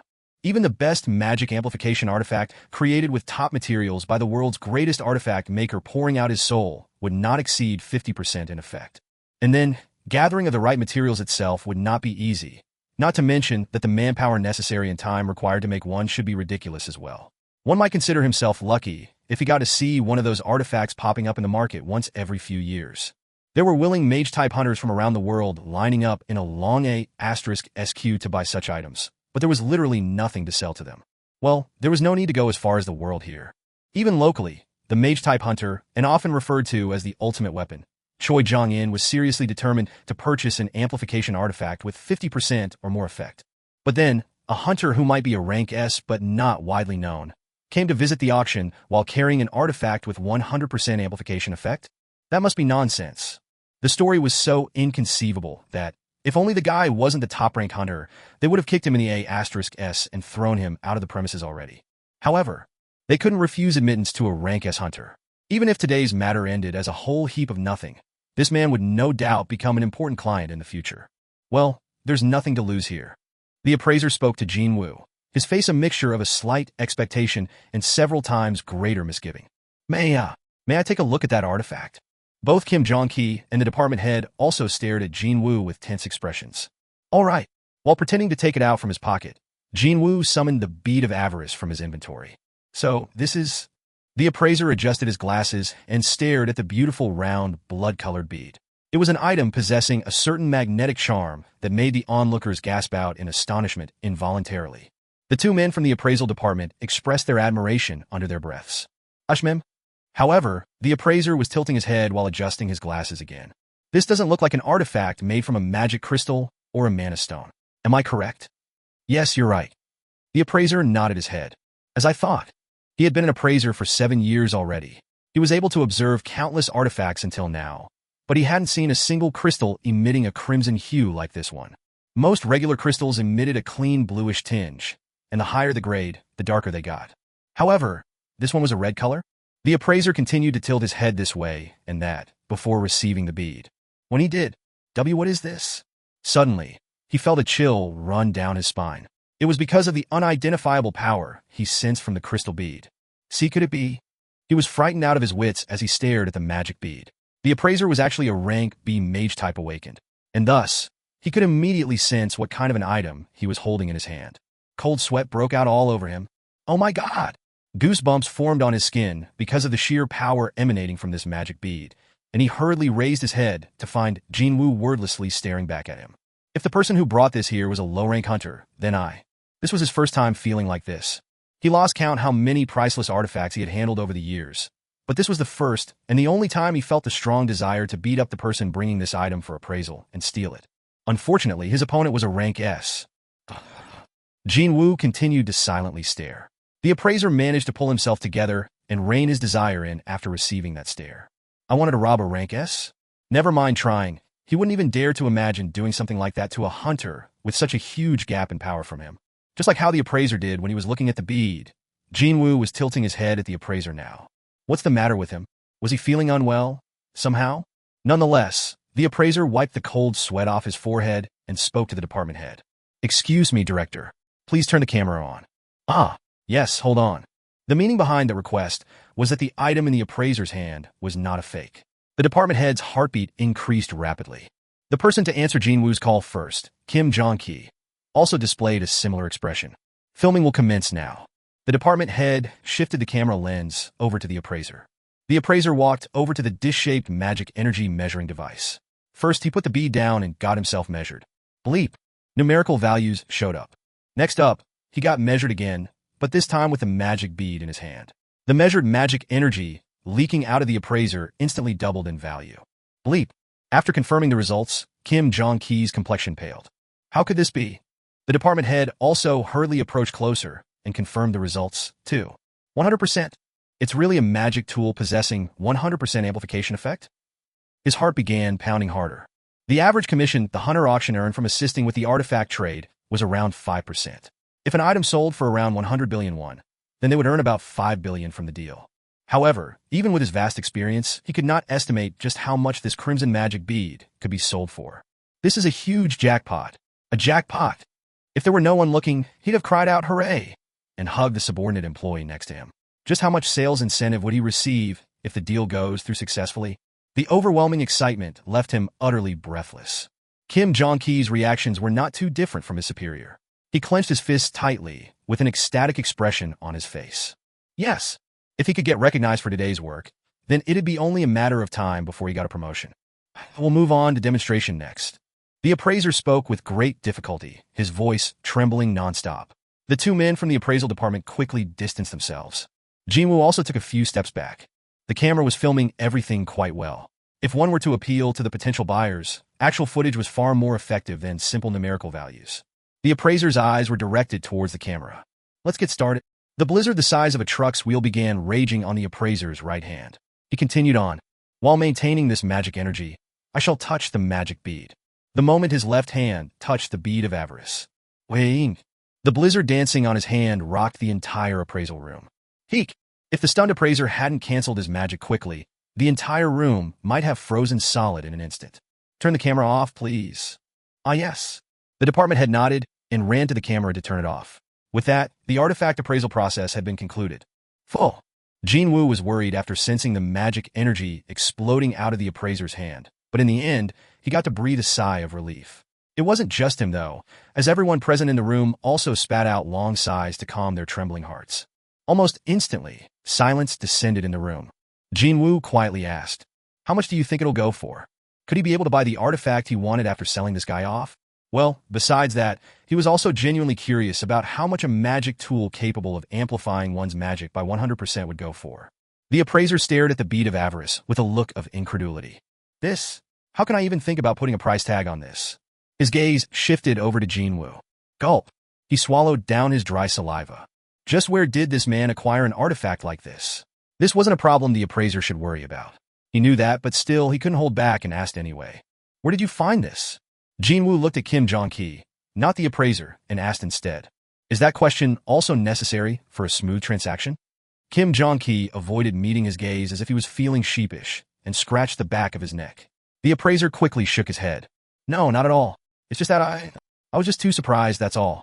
However, when the existence of this magic tool is revealed to the public, everyone would no doubt grow curious about its origins. Indeed, The other two men present seemed to be dying of curiosity as well. Well, I guess it doesn't really matter. There was no reason not to answer if they asked him. It wasn't as if he acquired this bead through less than honest means. And also, even if others know, none of them would be able to find another one for themselves. Anyway, Jin Woo's lips parted. 3 other people in the room held their breaths and focused on Jin Woo's answer, wondering just what might come out of his mouth. Jin Wu simply grinned and replied, "I picked it up in a dungeon." Baek Yun-ho returned to his private office. "I wish to be left alone for a while, so don't let anyone in." Maybe he found ordering his secretary wasn't enough. He even locked the door too. Only after that, he switched on his computer. And then, using the authority afforded to a rank S hunter, as well as a master of a guild, he began perusing every information he could get his hands on. Can it really happen? Baek Yun-ho couldn't stop thinking about Jin Wu. A hunter that could grow stronger? But if not that, then how could anyone explain that man's strength that had increased to an unrecognizable degree in only a few days? Baek Yun-ho's fingers moved quite quickly. He logged into the special hunter website that only the top-rank hunters around the world could access and searched for any information related to this matter. Unfortunately, it was a waste of time. There's nothing. There was not one hunter who could improve their stats all by themselves. No, they could only grow stronger through pure luck, also known as awakening or reawakening process. So, should he call that man not as a hunter, but someone chosen by the gods? Countless windows repeatedly popped up, only to disappear, and countless texts filled the computer screen without a moment's rest. 3 hours passed by like that. Getting fatigued from the long hours spent on searching, Baek Yun-ho leaned against the back of his chair. Maybe I overreacted? That could have been a possibility. Because he was too shocked by the incredible strength hunter Sung Jin-Woo displayed. He could have thought up a crazy theory as a way to explain that. Ha ha ha! What was he doing when things remained so hectic? Rather than wasting time like this, he should be sending another offer to Hunter Sung Jin-Woo instead. Who knows? That quick-witted Chairman Choi could already be visiting Hunter Sung Jin-Woo with a contract in his hand by now. Baek Yun-ho chuckled wryly and began closing all the windows one by one. But when only a single window was left open, wait a minute. Just for fun, he typed Hunter level up ability in the search engine. Of course, there was no result to speak of. Baek Yun-ho wasn't expecting anything tangible to begin with when he typed that anyway. It was just that he was unconsciously repeating the actions he performed when searching for something online. Now that I think about it, I haven't had lunch today. He slowly rubbed his tummy as he belatedly sensed his hunger. Baek Yun-ho was about to log off the search engine altogether, but then his eyes gleamed brightly. He spotted a certain link with some words below it, found on the 5th page of the search results. If the linked address wasn't the forum only hunters could sign up with, he'd have ignored those words and move on. Baek Yun-ho quickly moved the mouse. Title: Something weird has happened to me. Description: I can suddenly see my stats and numbers like in a video game, and I can even increase their values too. Is there anyone who has experienced something similar to me? An anonymous had opened a thread with those words. However, how should Baek Yun-ho describe this? When he read that, he could feel his breaths quickening, as well as his heartbeat pounding faster and faster. Surely, others will think that I've lost my mind. Still, there was nothing to lose by confirming it. Baek Yun-ho picked his phone up. Hello, sir. Soon, the section chief of the 2nd Division, On Song-min, answered the call. I'd like you to find something out for me, please. Baek Yun-ho wanted to find out what Hunter Sung Jin-Woo was doing on the day this anonymous wrote those words. Yes, sir. I'll find out. With a short but simple answer, the call ended. Section Chief On was a talented employee. If Baek Yun-ho waited for a little while, then that man would find what he needed through any means necessary. However, the result arrived sooner than he expected. Already, Baek Yun-ho quickly picked up the ringing phone. Sir, we fortunately still had some information on hand, so we were able to find what you wanted pretty quickly. Oh, really? Baek Yun-ho smiled brightly. Now that he thought about it, there once was a time when the entirety of the 2nd Division was focused on gathering intel on Hunter Sung Jin-Woo after Chief On ordered them. Thanks to that, he didn't have to wait for long. Yes, sir. On that day, Sung Jin-Woo Hunter Nim was... Oh, looks like it was during that time. Sir, do you still remember the dual dungeon incident from a few months ago? Yes, I remember. Sung Jin-Woo Hunter Nim was the sole survivor of that dual dungeon incident. Actually, if I remember correctly, he was unconscious throughout the duration of his stay in the hospital. Oh, is that so? Baek Yun-ho formed a disappointed expression. An unconscious man wouldn't be able to upload anything on the internet, after all. Increasing your stat values. There's no way such a thing is even possible. It all really was an unfunny waste of time in the end. He was getting somewhat tired now. He decided that he'd go home a bit early today and sleep, but then... Wait a minute, sir. Yes, he was indeed in a comatose state, but from the phone speaker, on Song Min's mystified voice came out. Looks like you woke up on that day, sir. Chapter 96 Fin. Chapter 97. As soon as he heard that, Baek Yun-ho quickly fixed his previously slouched sitting posture. You woke up on that day? Actually, sir, he woke up on the previous day. On Song Min amended his answer almost right away. But Baek Yun-ho thought that the time difference of one day wasn't important here. No, the truly important bit was the fact that the possibility of Hunter Sung Jin-Woo posting those words had not dissipated at all. I see. That should be enough. Thank you for your help. Baek Yun-ho ended the call there, and after finding the folder containing a certain file on his computer, he opened it. It was the report compiled on Sung Jin-Woo by the 2nd Division. Click, click. Baek Yun-ho paid greater attention to Jin-Woo's recent activities as he browsed through the information. He hadn't displayed anything particularly interesting before that incident. He lived a typical life of rank E hunter, got injured often, didn't make a lot of money, etc. However, after the dual dungeon incident, Baek Yun-ho was present that day as well. The association urgently sought after the aid of the nearest large guild, which was the White Tiger, and Baek Yun-ho gladly led the elite assault team and went over there. That's when he saw the sight of an unconscious young man being taken to the hospital in an ambulance. Well, I didn't know that was Sung Jin-Woo back then, just what went down inside that dungeon. In any case, Sung Jin-Woo had changed completely from that point onwards. He used to quietly help out with the work of association until then, but not only he chose to join up with a freelancer raid team, he even cleared several rank C gates in a single day as well. Without a doubt, something in him changed inside that dual dungeon. This is definitely not your typical reawakening. Section Chief on theorized that Yujin Construction was testing out Hunter Sung Jin-Woo's powers after he went through the reawakening process. But no, it's not. But that wouldn't be able to explain the continued and rather speedy increase in that man's powers, even though his reawakening process should have ended by now. So what if there is a hunter who can continuously grow stronger? Not only that, his rate of growth was so fast that within a span of a few months, his powers rose up from the rank E all the way up to rank S. Baek Yun-ho inadvertently let a gasp escape from his mouth. It was a goosebumps-inducing idea indeed. Of course, there was no evidence that the anonymous poster and Hunter Sung Jin-Woo were the same person. However, if Hunter Sung Jin-Woo could increase his strength exactly like how it was written in that post, then just imagining how much further he could grow made Baek Yun-ho dizzy. And at the same time, I was being foolish. He finally understood why Hunter Sung Jin-Woo was so disinterested in signing up with the guild. Thinking about it from his perspective, if he was given an ability where he could theoretically grow stronger infinitely, would he want to enter someone else's guild? Baek Yun-ho shook his head. Nope, I'd rather make a guild of my own. Who cared about the number 1 or 2 guilds in the country? After all, his own would soon become the best anyway. Both Choi Jong-in and I have been wasting time chasing after a pipe dream. Thinking about Chairman Choi, who should be sweating profusely right about now, while trying to woo Hunter Sung Jin-Woo. A wry chuckle automatically broke out of his mouth. However, if my theory is correct, then this matter isn't something to laugh about. In the not-too-distant future, that man would surely become an existence that would get to control the community of hunters in South Korea. No, hunters of the entire world might focus all their attention on him. At this rate, he needed to completely rethink the plan regarding Hunter Sung Jin-Woo now.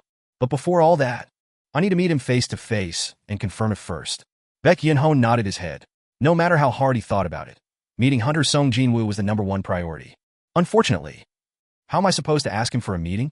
Baek Yun-ho held his head tightly. When he realized that he just made his mind up to meet with a man who didn't even reply once to the countless requests for a sit-down until now, his head already began throbbing from a migraine. The appraiser spoke in a shocked tone of voice. You picked it up in a dungeon? Jin-Woo nodded his head. Technically speaking, he did pick it up after defeating Vulcan in the Demon's Castle dungeon. So, he wasn't lying here, was he? You can find something like this inside a dungeon? Well, it's not something the current level of craftsmanship can create. The appraiser who asked the question, as well as the 2 members of the appraisal department who heard the answer, all carried unconvinced expressions. But since the person himself said so, there was no other choice but to accept it. And truth be told, it wasn't really important where this crimson magic tool came from. No, the important thing would be what this Hunter Nim wants to do with it. The department head took a step forward. It has been confirmed to be a real deal. His gaze was fixed on the bead lying in Jin-Woo's palm. Will you commence with the auction with us? We will ensure that you get the maximum amount for this article. So, what should Jin-Woo do now? Before he could decide on what to do with the bead of avarice, he asked for something else first. By any chance, can I purchase a flame-resistant defensive artifact here? The department head and Kim Jong-ki looked at each other. And then, They looked back at Jin Wu with somewhat awkward expressions. Jin Wu was confused by that. Did I ask for something I shouldn't have? No, not at all. Or is it really difficult to find a flame resistance armor? Then, actually, the department head smiled and spoke. It's the exact opposite. It's really easy to acquire one. But I couldn't find one online, though. Weapons and defensive equipment with innate attributes cost a lot of money, so they don't normally appear online all that often. Even still, if you're looking for it, you should be able to find one very quickly. Well, fire-type magic is the most common attack magic spells there are after all. But, of course, most of the mage-type hunters Jin Wu met so far either wielded flames or rays of light. He heard that even the rank S hunter Choi Jongyan specialized in flame attribute magic too. Not only that, the shadow magic soldiers he controlled also used flames, and even fangs could breathe fire. In other words, fire-type attacks were a pretty common sight. What a relief to hear that it's easy to find one. He did kind of feel a bit pressured after hearing that it would cost a lot, but his mother's treatment depended on him getting one. As long as he could find one quickly enough, he was willing to pay regardless of what the asking price was. If the push came to shove, he could sell the bead of avarice, too. Can you find one for me? Yes, of course. The department head about to exit the appraisal room, but stopped and looked at Kim Jong-ki. Mr. Jong-ki, rather than having our guest wait here, doing nothing at all, how about showing him around the items that will go up in auction soon? Ah, of course. I will. Kim Jong-ki stepped forward. Please come with me. So, two men headed off to the display hall exclusively reserved for the VIP clients that exhibited only those ultra-expensive artifacts about to be auctioned off or still waiting for their willing buyers. Weapons, armors, rune stones, etc. were displayed inside clear glass cases. Jin Wu stopped in front of a glass display case that contained a longsword. Kim Jong-ki approached him. Do you see something you're interested in? No, it's not that, but... Jin Wu lightly knocked on the glass case. Can you really protect these artifacts with such a thin glass? I don't see any particular security system in here, either. Kim Jong-ki formed a proud expression. They may look that way, but these glasses are reinforced with powerful magical energy by the very best craftsmen. Nothing would happen even if a melee-type rank A hunter hits them with everything he has. Even when a rank A hits it. Seeing that Jin Wu seemed rather unconvinced, Kim Jong-ki smirked and carried on. If you don't believe me, how about hitting the glass once? If you manage to break it, then I might give you the artifact found inside, Hunternim. Was this reinforced glass really that strong? I can sense some magic energy in it, but... Now feeling genuinely curious, Jin Wu began gathering strength in his right arm to test it out. Fulk! In an instant, his shoulder and forearm expanded, and the surrounding air sank under the heavy pressure. Hold on! Kim Jong-ki hurriedly blocked Jin Wu's way. I was only just joking. I wasn't really asking you to hit it, you know? Oh, I see. If the case really breaks, then the elites of the Hunters Guild will rush over here. Our auction house and the Hunters have signed a security contract, you see. Ah! This man, telling joking as if he's being earnest. Jin Wu withdrew his strength. As soon as the heavy pressure emanating from him was lifted, Kim Jong-ki quickly breathed a sigh of relief. By the way, this guy, wasn't he supposed to be a mage-type hunter? He was supposed to be a mage-type hunter. Yet why was his aura so outrageous? Kim Jong-ki wasn't joking when he told Jin Wu to hit the glass. He was thinking that, even though this youth was a rank S, he was a mage-type, so his physical strength couldn't actually be that high. But then, when Jin Wu began concentrating, all the hair on Kim Jong-ki's body stood up, and instinctively, he knew that he had to stop the youth. What a relief it was that Jin Wu backed off without raising a fuss. Well, Hunternim's hand might get hurt if something went wrong, so this is fine. Kim Jong-ki consoled himself like that and guided Jin Wu to other artifacts on display. After taking a look around once, Jin Wu asked, "Isn't there anything that I can actually touch? Daggers, if possible." Since he wasn't really the type who depended on weapons, he hadn't paid much attention to the matter until now, but after taking a look at the various equipment on display, he suddenly became curious. Kim Jong-ki's expression brightened. The reason for showing off these artifacts to hunters was exactly for moments like this. Hunters may be sellers, but they were also valuable clients as well. Of course we have them. After replying, Kim Jong-ki used the mic attached to the collar of his suit, just below his neck, to summon the staff member in charge of the weapons. Fearing that Jin Wu might change his mind, the staff member quickly arrived. And this gentleman is? The staff signaled with his eyes, and Kim Jong-ki nodded his head. Ah, it's a pleasure to meet you. I'm in charge of the weapons section. Please come with me. The staff member guided Jin Wu, and they exited from the VIP display hall. After seeing those two off, Kim Jong-ki spat out another sigh. This Sung Jin-Woo Hunternim seems to possess a talent for surprising people, doesn't he? After regaining some of his calm, Kim Jong-ki disinterestedly took a look around him. Before he walked over to the glass case with the long sword Jin Wu seemed to be interested in earlier. He checked the glass case to see if there was a fingerprint or something since Jin Wu had been standing pretty close to it, but then he tilted his head slightly. Ink! Something was on the upper side of the case. What the heck? He spotted a crack in the corner of the glass case that was so small, it was easy to miss with naked eyes. Since when did this happen? He pulled out a handkerchief and rubbed it, but sure enough, it didn't get wiped away. It wasn't some dirt, but an actual crack. Well, I'll be. Kim Jong-ki frowned deeply. How disappointed Hunter Sung Jin-Woo would have been, someone who could be one of their most important clients, if he saw that. It was a small relief that the crack was near the corner of the case in a hard-to-spot location. Tisk tisk. Kim Jong-ki tooted audibly and summoned the maintenance team, before exiting from the VIP display hall, like Jin Wu had done. Jin Wu picked up the dagger that the staff member in charge gave to him. If he were being honest, it was rather lousy in quality. It's far worse than the Night Killer, which is ranked at Rarity B. The attack power was not even half of the Night Killer, too. With a disappointed expression on his face, Jin Wu returned the dagger. How much is this guy? It's 30 million won. TL, around $26,830. Jin Wu's eyes widened. How much did he say for this measly little dagger? How much?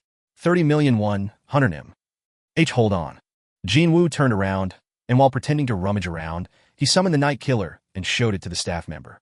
Okay, how much would this guy go for then? It was now the turn of staff to widen his eyes. Is this your current weapon? Wowzers. I can definitely sense the touch of a great artisan from this dagger. No, well, I bought it off the store, though. The staff member hesitated slightly, before raising his voice with a grin. It won't be accurate since I'm not a dedicated appraiser, but at the bare minimum, I think it should cost well over 100 million won. Jin Wu's expression hardened. But, I paid 3 million gold for it in the store? Or was it more like 2.8 million? Seeing Jin Wu's expression, the staff member embarrassedly scratched the back of his head. Was I wrong? Since I'm a specialist when it comes to weapons, I thought I could give it a shot, even though it's not really my place. No, it's nothing like that. Indeed, Jin Wu was simply shocked by the sky-high price tag, that was all.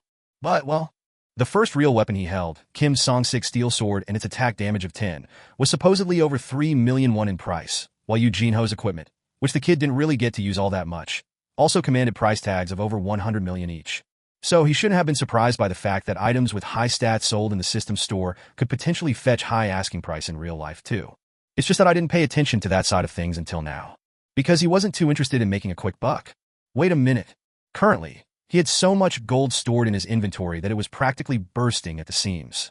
However, if he could buy items from the store with that accumulated gold, and then sell them off at a really high price, Jin Wu's head spun pretty quickly then.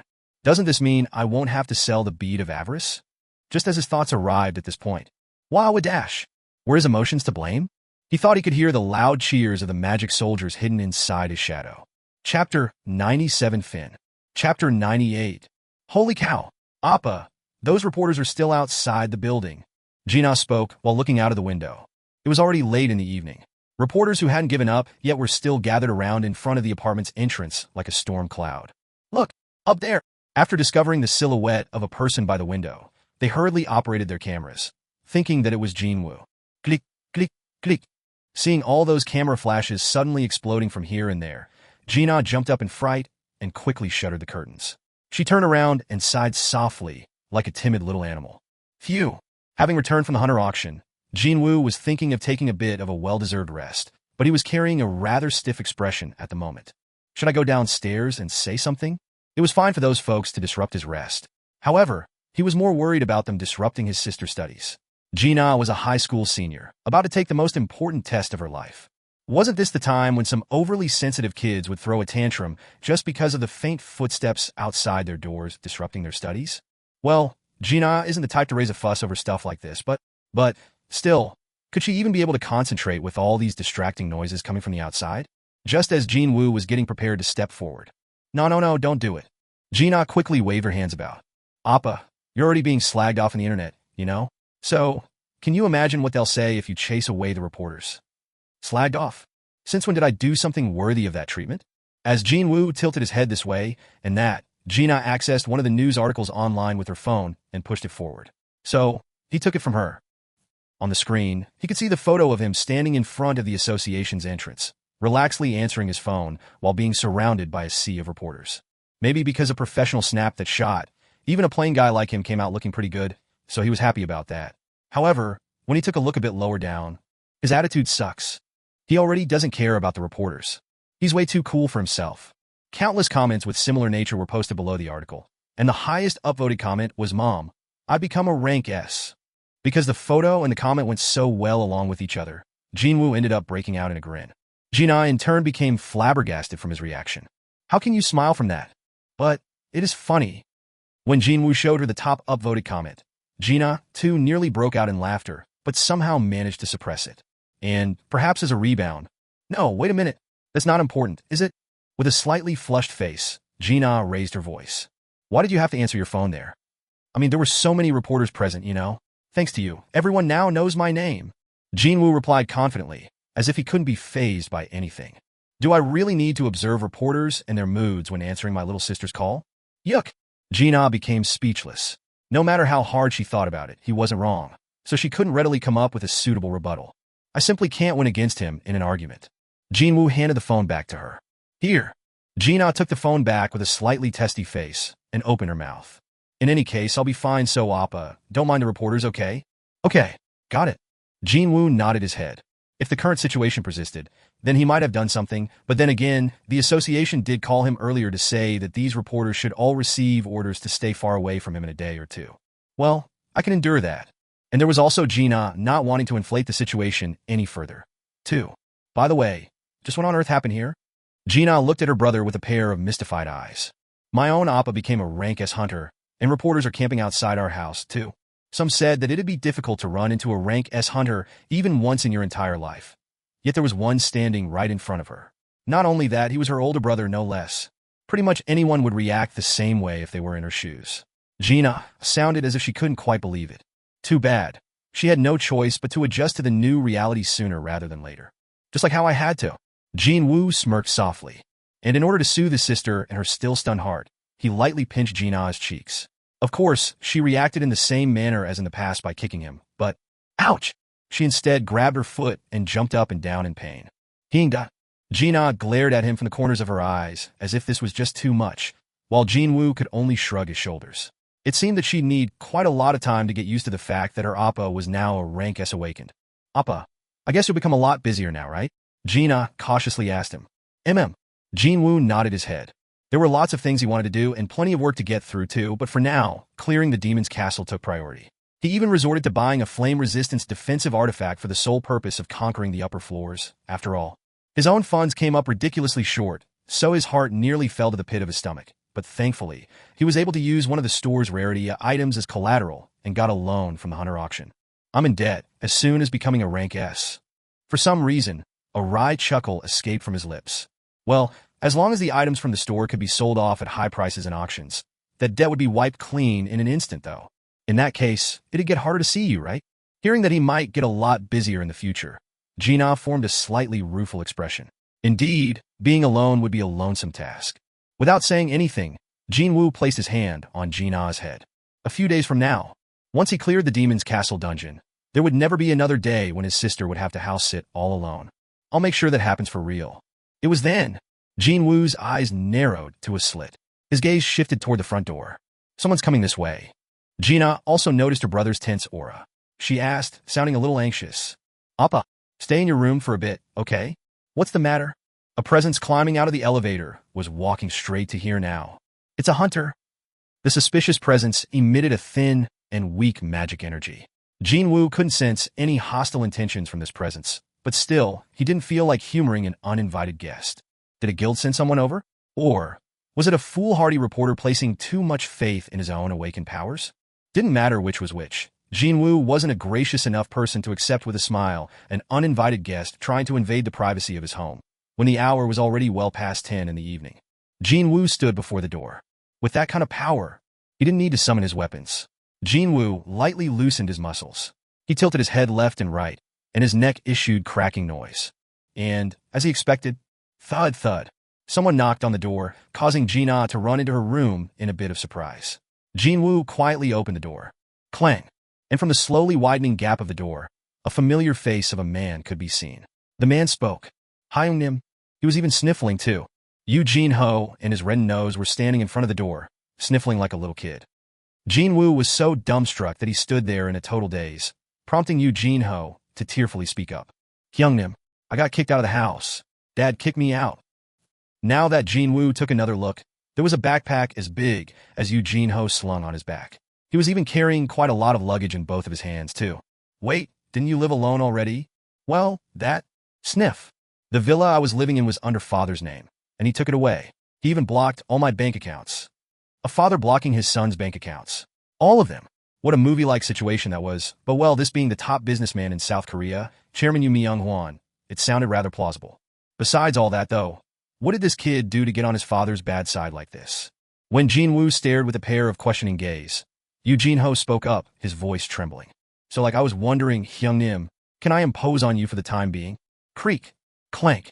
Jin Wu quietly closed the door, and even proceeded to lock it. Click. Worried Jin-ah had been observing the situation from her room, and once Jin Wu turned away from the door, she quickly jogged next to him and asked, Appa, who was that? Do you know him? Jin Wu shook his head. No, never met him before. You really don't know him? But why did he come to our place then? Don't worry about it. I'm sure he got the wrong address. Really? But it sure didn't look like that, though. As Jin Wu gently, but firmly pushed his still suspicious little sister back into her room, Jin-ho's sorrowful voice continued to ring out behind him. Thud. Hyung-nyan. Hyung-ni Theum. Dear, don't you think you were being too harsh on Jin-ho earlier today? Yu Myung-hwan roughly yanked at his tie. What an insolent little child. He was about to be gifted with the Yujin Guild, which would no doubt become the Yujin Construction's core business in the future. Yet he dared to answer like that? I've decided to work for Hyung-nim's guild. What? Follow Hyung-nim, was it? That fool deserved it. Yu Myung-han snorted derisively. If the boy wished to stand on his 2 feet, then he should do so on his own power, too.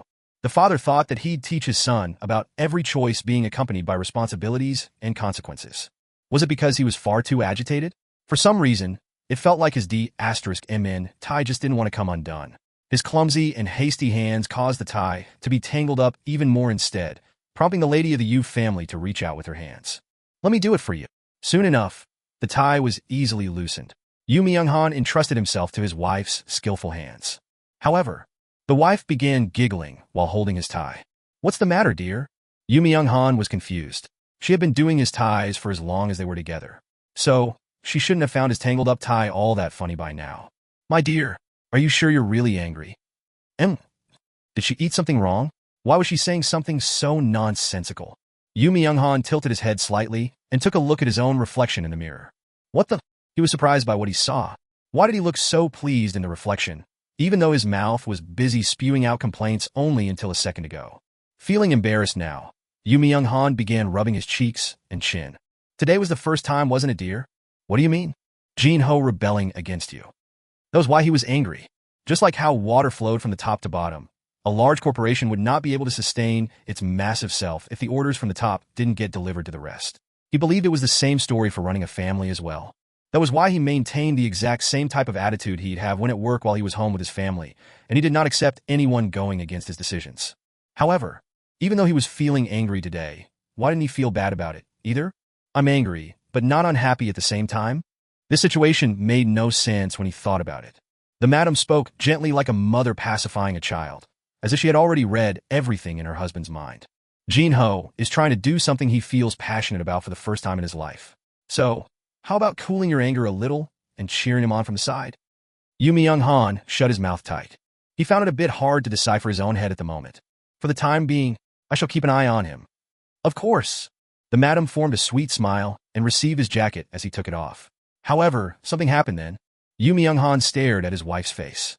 But this is quite strange. What is strange, dear? I can see 2 of your faces.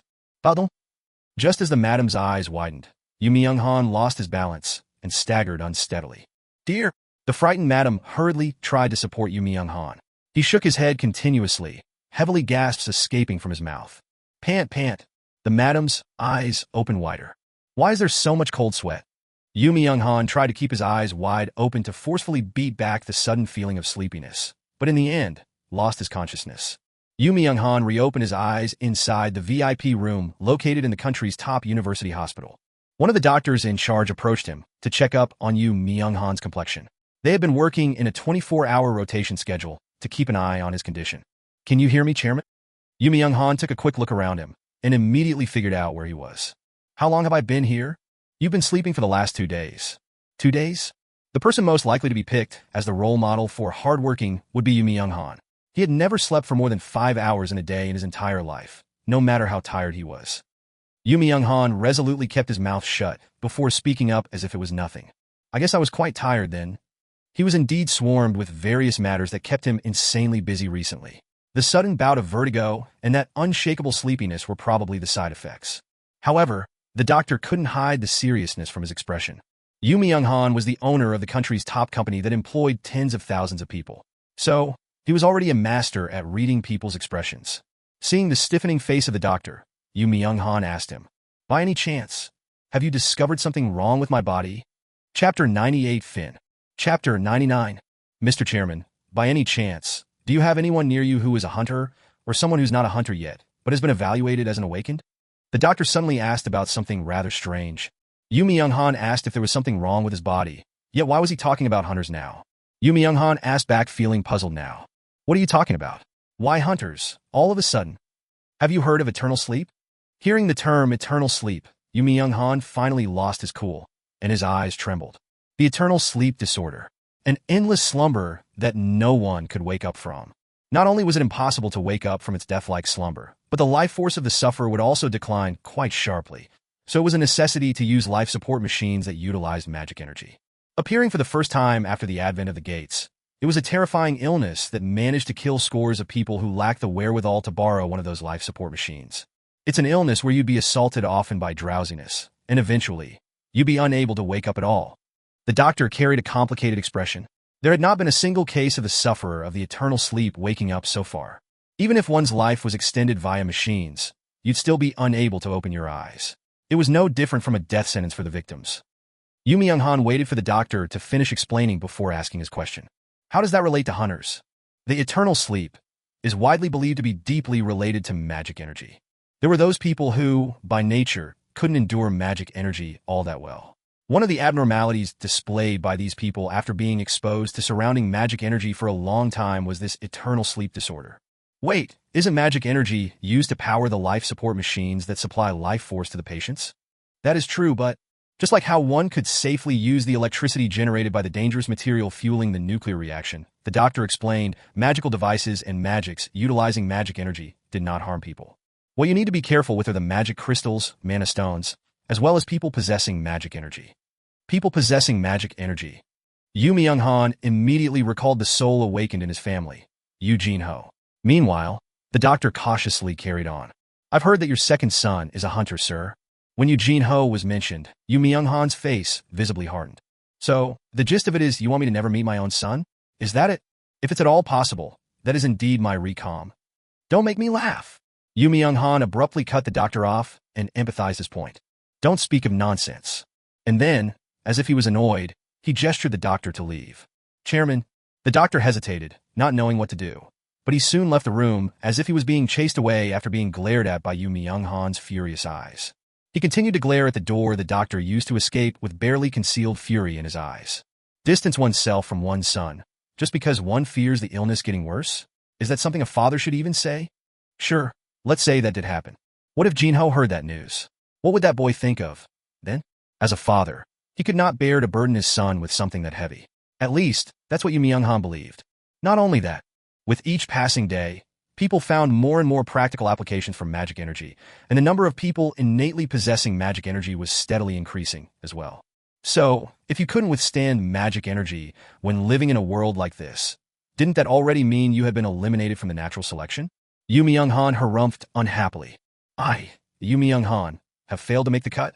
Such a thing could never happen. I will not submit. Even when everyone else ridiculed him and predicted his failure, he always managed to succeed, so his detractors could take a good look at him. He was the very person who, after inheriting the Yujin construction that barely cracked the top 30 in the country, turned it into the #1 corporation in South Korea. So, you think I'll kneel in defeat over a stupid illness like this? He wouldn't give up. Yu Myung-han inwardly told himself this over and over again. Before leaving, Jin Wu carefully opened the door to his sister's room. As it was still in the early hours, Jin-Ah remained blissfully stuck in a slumber so deep that she'd not be any wiser if someone kidnapped her right now. Suddenly, he felt worried. There might be a Jacka*S or two who'll try to get closer to her while I'm away. Of course, there should be no one stupid enough to harm the little sister of a rank S hunter. But well, it was hard to tell what was in a human's heart sometimes. At least he needed some sort of a contingency plan. Wait a minute. I can hide my soldiers inside shadows, right? Jin Wu recalled the time when he sent out his shadow soldiers on the patrol of the district in case that serial killer decided to show up again.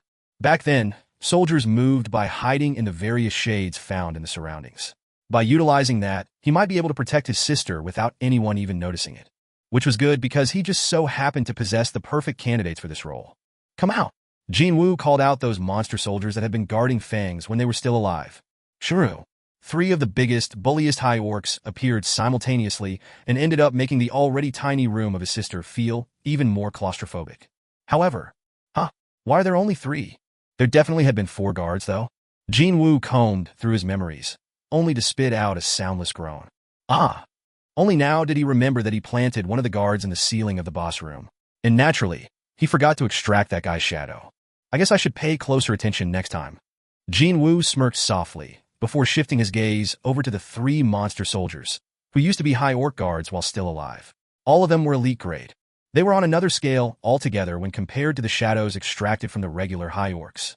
With these 3, they would still be fine even if their opponent was a rank A hunter. He wasn't exaggerating here. The leader of the hunter's raid team, the rank A Son Ki-hoon, was pushed to a corner while fighting off 3 regular high orcs, after all. So, there was no reason to worry about these guys. Jin Wu pointed with his chin towards a sleeping Jin-Ah. And when that happened, Shuru. The guards returned to shadow forms and moved along the floor, and they assimilated into her shadow. Very good. Hide in there quietly, and when Jin-Ah finds herself in danger, get rid of the opponent, regardless of who it is.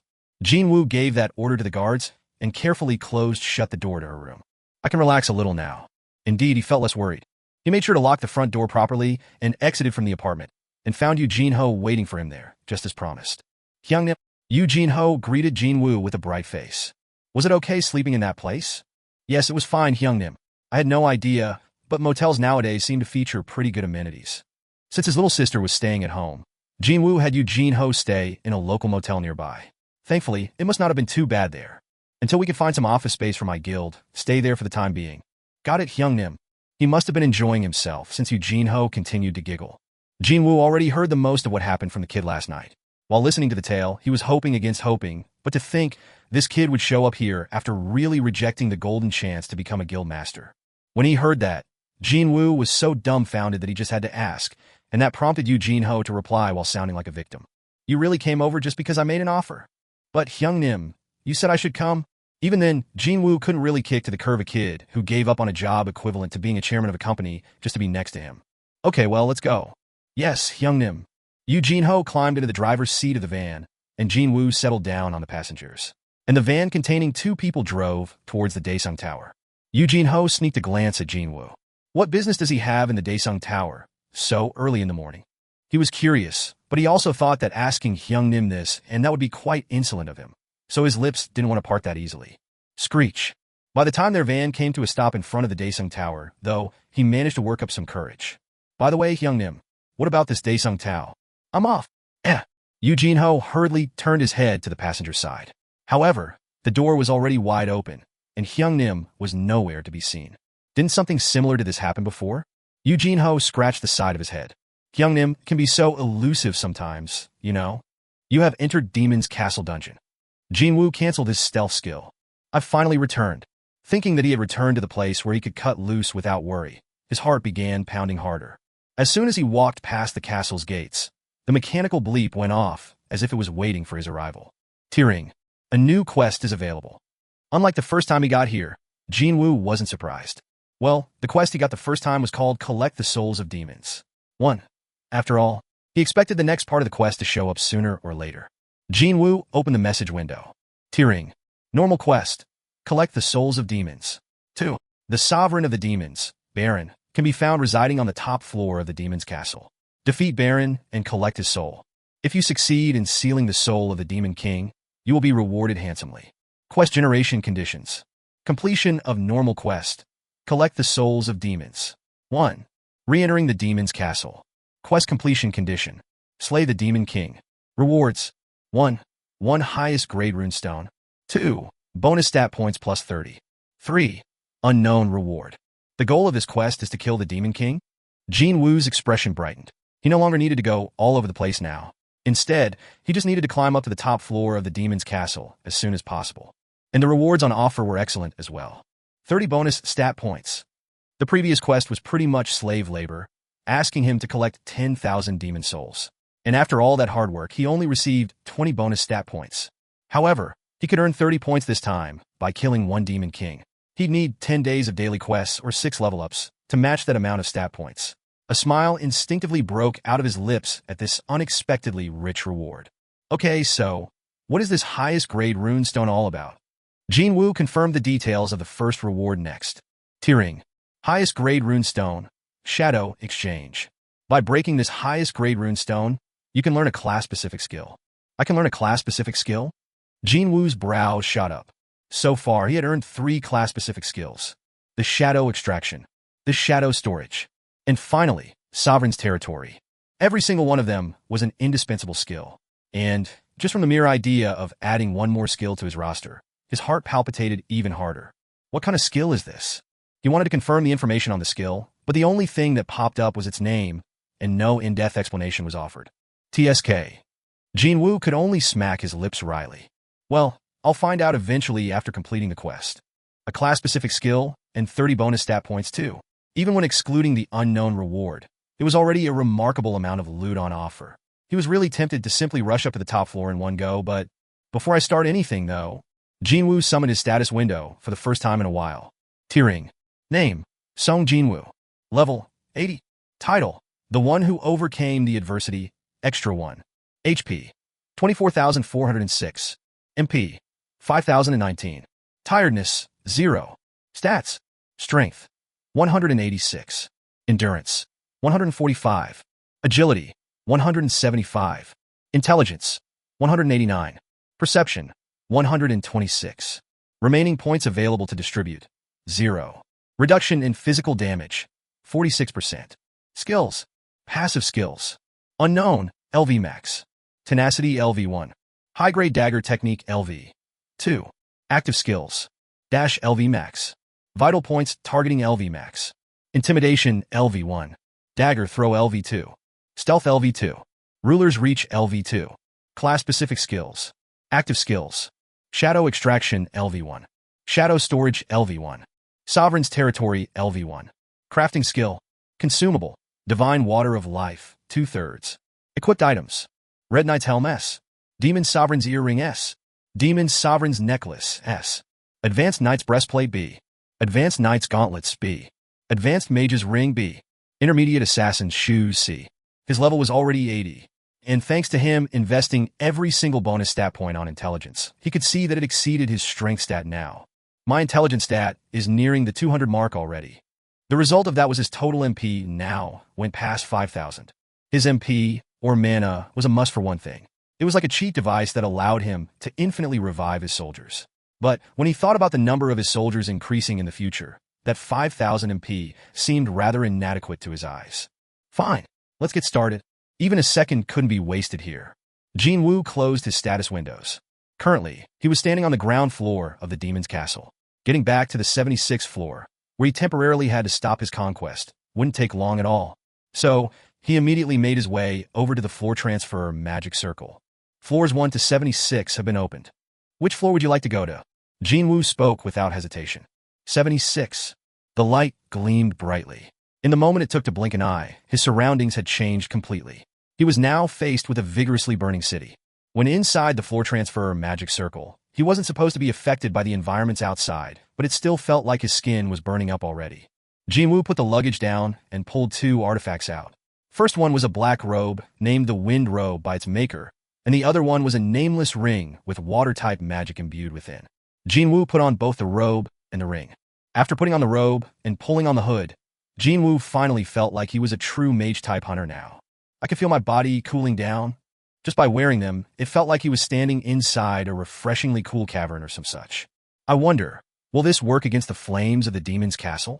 Jin Wu slowly stepped outside of the magic circle. And thankfully, these artifacts proved their expensive worth. The debilitating heat couldn't affect him at all now, quite unlike the last time he was here. Wait, won't it be uncomfortable to move around because it's a robe? He couldn't be sure, so he moved this way and that, but it proved to be surprisingly comfortable.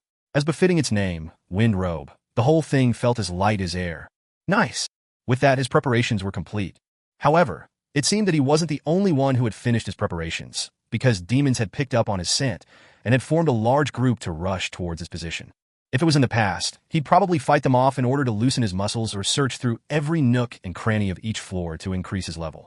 However, right now that his mother's treatment depended on this dungeon being cleared, he couldn't afford to waste a single second here. Rather than summoning out his daggers like the usual, he instead called out his soldiers first. Shuru.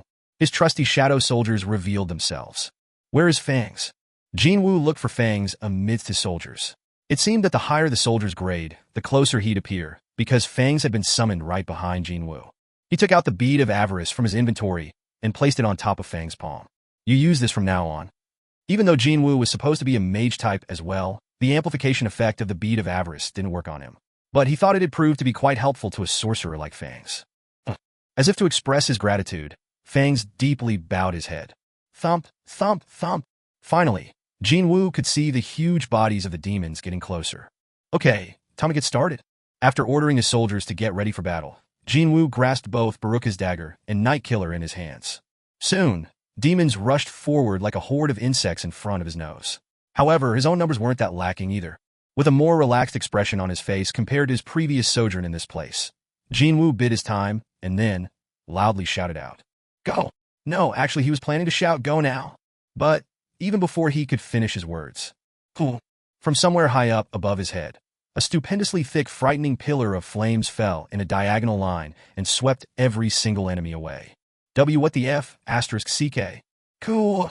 The moment that scary pillar of flames swept by, everything had melted down, whether that be demons or the ground itself. Kiek. Demons were incinerated in an instant, and familiar mechanical beeps rang one after the other in his ears. Level up! Level up! No way! Jin Wu tried to calm his trembling heart and took a look behind him, and he spotted Fangs standing there, now twice the size of what his living counterpart grew to back in the dungeon, busy breathing out gray smoke from his mouth. Gulp! Jin Wu swallowed down dry saliva. Is this the true might of the bead of avarice? Since these monsters lived inside the demon's castle, they all must have had some amount of innate resistance towards flame-based attacks, but they were all burned away into oblivion, just like that. Oh? Once he figured out what was going on, a chuckle broke out of his lips all by itself. Wait, maybe I'll get to clear this place a lot quicker than I thought. Jin Wu stared at the still-burning remains of the demons, as well as at the scorched black earth, and screamed out in joy inwardly. Chapter 99 Fin. Chapter 100. Fang's power, having been buffed up by the item Bead of Avarice, was gobsmackingly incredible. Whoop! Fang sucked in so much air that the temperature of the surroundings momentarily dropped to a bone-chilling level. And then, he spat out a massive pillar of flames from left to right and literally vaporized all enemies before him. You killed a high-ranked demon. You have earned 1,700 experience points. You killed a superior demon. You have earned 2,200 experience points. You killed a high-ranked demon. The messages telling him that he killed a demon and earned some experience points endlessly popped up in his view. And the tearings of the mechanical beeps didn't want to end for a while, too. Jin Wu was all smiles, though. I've hit the jackpot. His mana must have run dry, because Fangs stopped attacking. A single shot from Fangs managed to vaporize the majority of the attacking demons group, but there were a few lucky ones who managed to somehow survive the fiery massacre. Jin Wu simply ordered his shadow soldiers to go and get rid of them. Quietly watching over 100 of his shadow soldiers marching forward in perfect order, Jin Wu finally felt like the shadow sovereign. You killed a high-ranked demon. You killed a high-ranked demon. The feel-good messages continued on. Jin Wu didn't even lift a finger and used only his shadow soldiers to annihilate the monsters. The biggest contributor among them was, of course, Fangs. Fangs, you beauty. Jin Wu looked behind him, or, more specifically, way up behind him. He then saw the gigantified shadow magic soldier, previously a high orc sorcerer, and the bead of avarice that had also been enlarged to match his size. That bead was an item capable of doubling the power of its holder's magic attack. From Jin Wu's perspective, it looked like that bead shored up Fang's powers quite nicely, which would have been nerfed somewhat after becoming a shadow soldier. And it looked like there was some room to spare too. Looks like I'll have to entrust the bead of avarice to Fangs for a while. Even though he was also a mage type, he possessed not one skill that might enjoy the amplification effect, so he didn't have much of a choice here. Jin Wu opened his own skill window. Number of shadows that can be extracted. 127/820. Number of shadows that can be stored, 127/155. Shadow extraction, shadow storage, and sovereign's territory. All three skills were unaffected by the bead of avarice whatsoever. If he wanted to increase the number of slots for either the extraction or storage for his shadows, the sole method available currently was to increase his intelligence stat. Jin Wu closed the skill window. Meanwhile, the soldiers gathered one by one in front of Jin Wu after mopping up their quarries. Seeing the mountains of demon corpses piled up like that, the corners of Jin Wu's lips arched up considerably. With this many demons, I get plenty of loot as a result. Tearing. This time, an endless stream of item acquisition messages popped up in his view. Well, I got everything I can from here. Jin Wu smiled deeply as he went about acquiring all the loot, and after finishing that up, he climbed up on the back of Tank, his trusty Ice Bear Shadow Beast soldier. The so-called entry permit allowing him to move to the next floor hadn't come out yet, which meant he had to kill more monsters on this floor. Jin Wu ordered his troops to move out. Giddy up! Tank slowly began trotting forward, and the shadow soldiers all followed after Jin Wu in an orderly fashion. The whole army moving around together is inefficient. Jin Wu thought that all 120 shadow soldiers acting as one unit was not quite efficient enough. If the individual soldier was weak, fine, this tactic made sense. But even the regular soldiers had gone up several levels now, and they could more or less hold their own against the demons and still achieve some success. Not only that, he even had assimilated monsters from a rank 8 dungeon into his shadow soldier army too. Quite obviously, the overall quality of the soldiers had risen up by a lot. Kayak, you killed a high-ranked. What with the soldiers boasting such a mighty combat prowess, the time taken to move around and search for monsters turned out to be longer than it took to actually kill them. The thing was, each floor of this demon's castle was as wide as an average city. This will take forever at this rate. Jin Wu divided his soldiers into 6 groups of 20, and then had them scatter around to hunt down monsters. He gave them 2 orders. 1. Kill every enemy you can find. 2. If the entry permit for the next floor is found, let me know straight away. It may not be possible to hold a conversation with his soldiers, but he could still communicate by using simple hand gestures. Since the soldiers couldn't pick up any loot, he had to go there personally if he were to acquire the entry permit. Sure, he'd have to give up on other loot beside the floor entry permit, but his current priority was to get to the top floor as soon as possible. Begin! With his command, all 6 groups went their separate ways. And a short while later, you have earned 1,500 experience points. You have earned 1,500 experience points. You have earned 900 experience points. You have earned 1,100 experience points. Experience points began raining down on him from literally everywhere. Looks like my shadows have begun hunting. Huh? Jin Wu watched his experience points climb up and formed a pleased expression. However, he soon discovered that something was off. The amount of experience points I get has decreased. After arriving on the upper floors, he never once ran into the commonly found low or mid-ranked demons from the lower floors. High-ranked demons appeared most of the time now, and every now and then he would find a couple of superior demons mixed in among them. The amount of experience points earned after killing a high-ranked demon was 1,700. And from the superior demon, a creature 1 rank higher than high-ranked demons, he received the fixed amount of 2,200 points. However, the amount he was getting at the moment fell far short of those numbers. Could it be that the further away they are from me, the less experience points I earn? Jin Wu quietly observed the experience points messages popping up nonstop for a while. The amount earned had definitely decreased, albeit by a small margin. It seemed that he was right about the distance affecting the amount of experience points he could earn.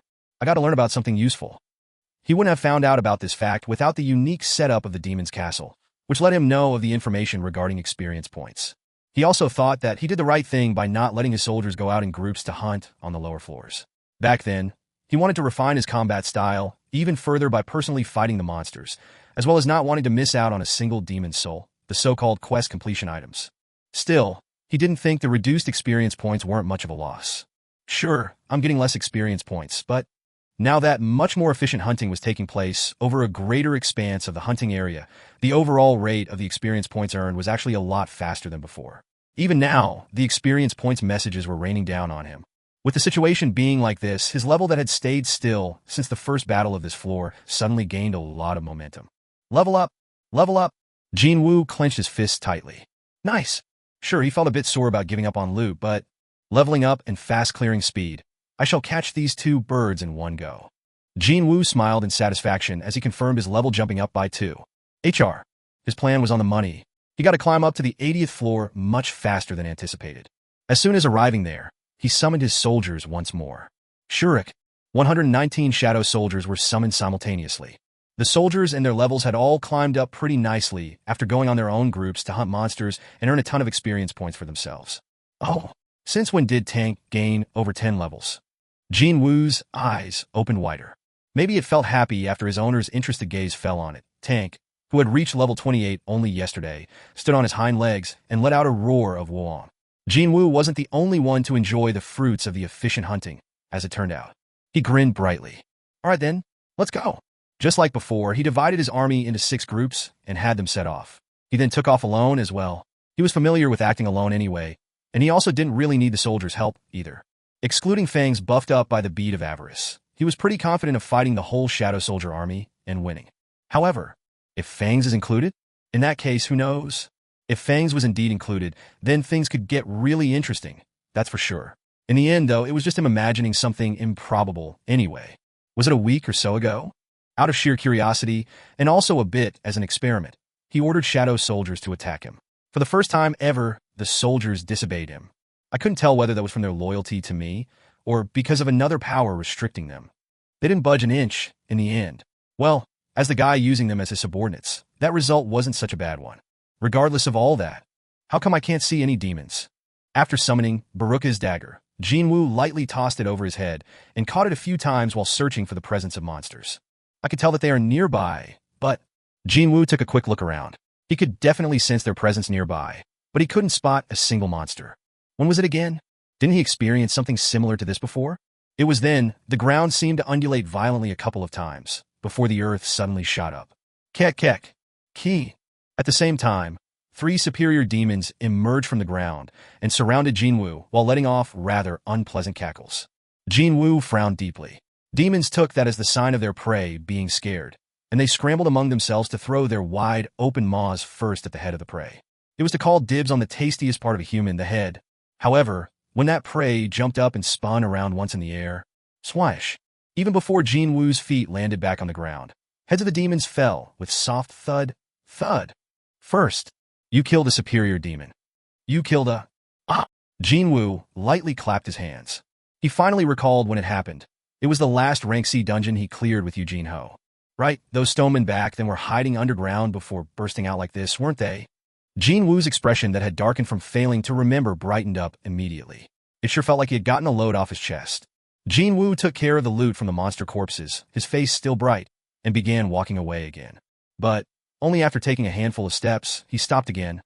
Jin Wu's eyes were now nailed to the ground. While glaring at the ground beneath his feet, he spoke up. By the way, why aren't you guys coming out already? No one could tell whether the thing that trembled just then happened to be the ground or the demon's eyes. Jin Wu wasn't able to easily leave the 80th floor. Is there a group of really strong monsters somewhere on this floor? Yet another of Jin Wu's group returned back to him as shadows. He had no choice but to call them back because his mana couldn't sustain the rate of the soldiers' destruction and revival anymore. This would be the first time this happened. From the 76th to 80th floor, the method of hunting in dispersed groups during the past 4 floors had yielded the highest efficiency. Is it because fighting against superior demons is still too much to ask for? For sure, it were the superior demons and not high-ranked demons that appeared on the 80th floor most of the time. Heck, these superior demons even employed petty tricks like hiding under the ground too. Even then, he didn't think these superior demons possessed such powers to be able to push back his soldiers to this degree. Not only that, there was something weird here as well, and that would be the groups of soldiers getting attacked all happened to lack a captain class among them. The groups with Fangs, Igrit, Iron, and Tank were all perfectly fine, but the other 2 with no captain class got annihilated. Wait, could it be that the enemy is deliberately attacking the weakest groups first? If so, this could only mean that a monster possessing high enough intelligence to detect the opponent's weakness existed on this floor. Not only strong, but it even possessed intelligence. He obviously didn't know who it or they were, but without a doubt, they were proving to be a bit of a pain in the neck. There were 4 groups remaining. If he were to include himself, then 5. If the enemy has figured out the soldier's movement pattern, then their next target is pretty obvious. The moment he thought that, Jin Wu disappeared from the spot. Chapter 100 Fin.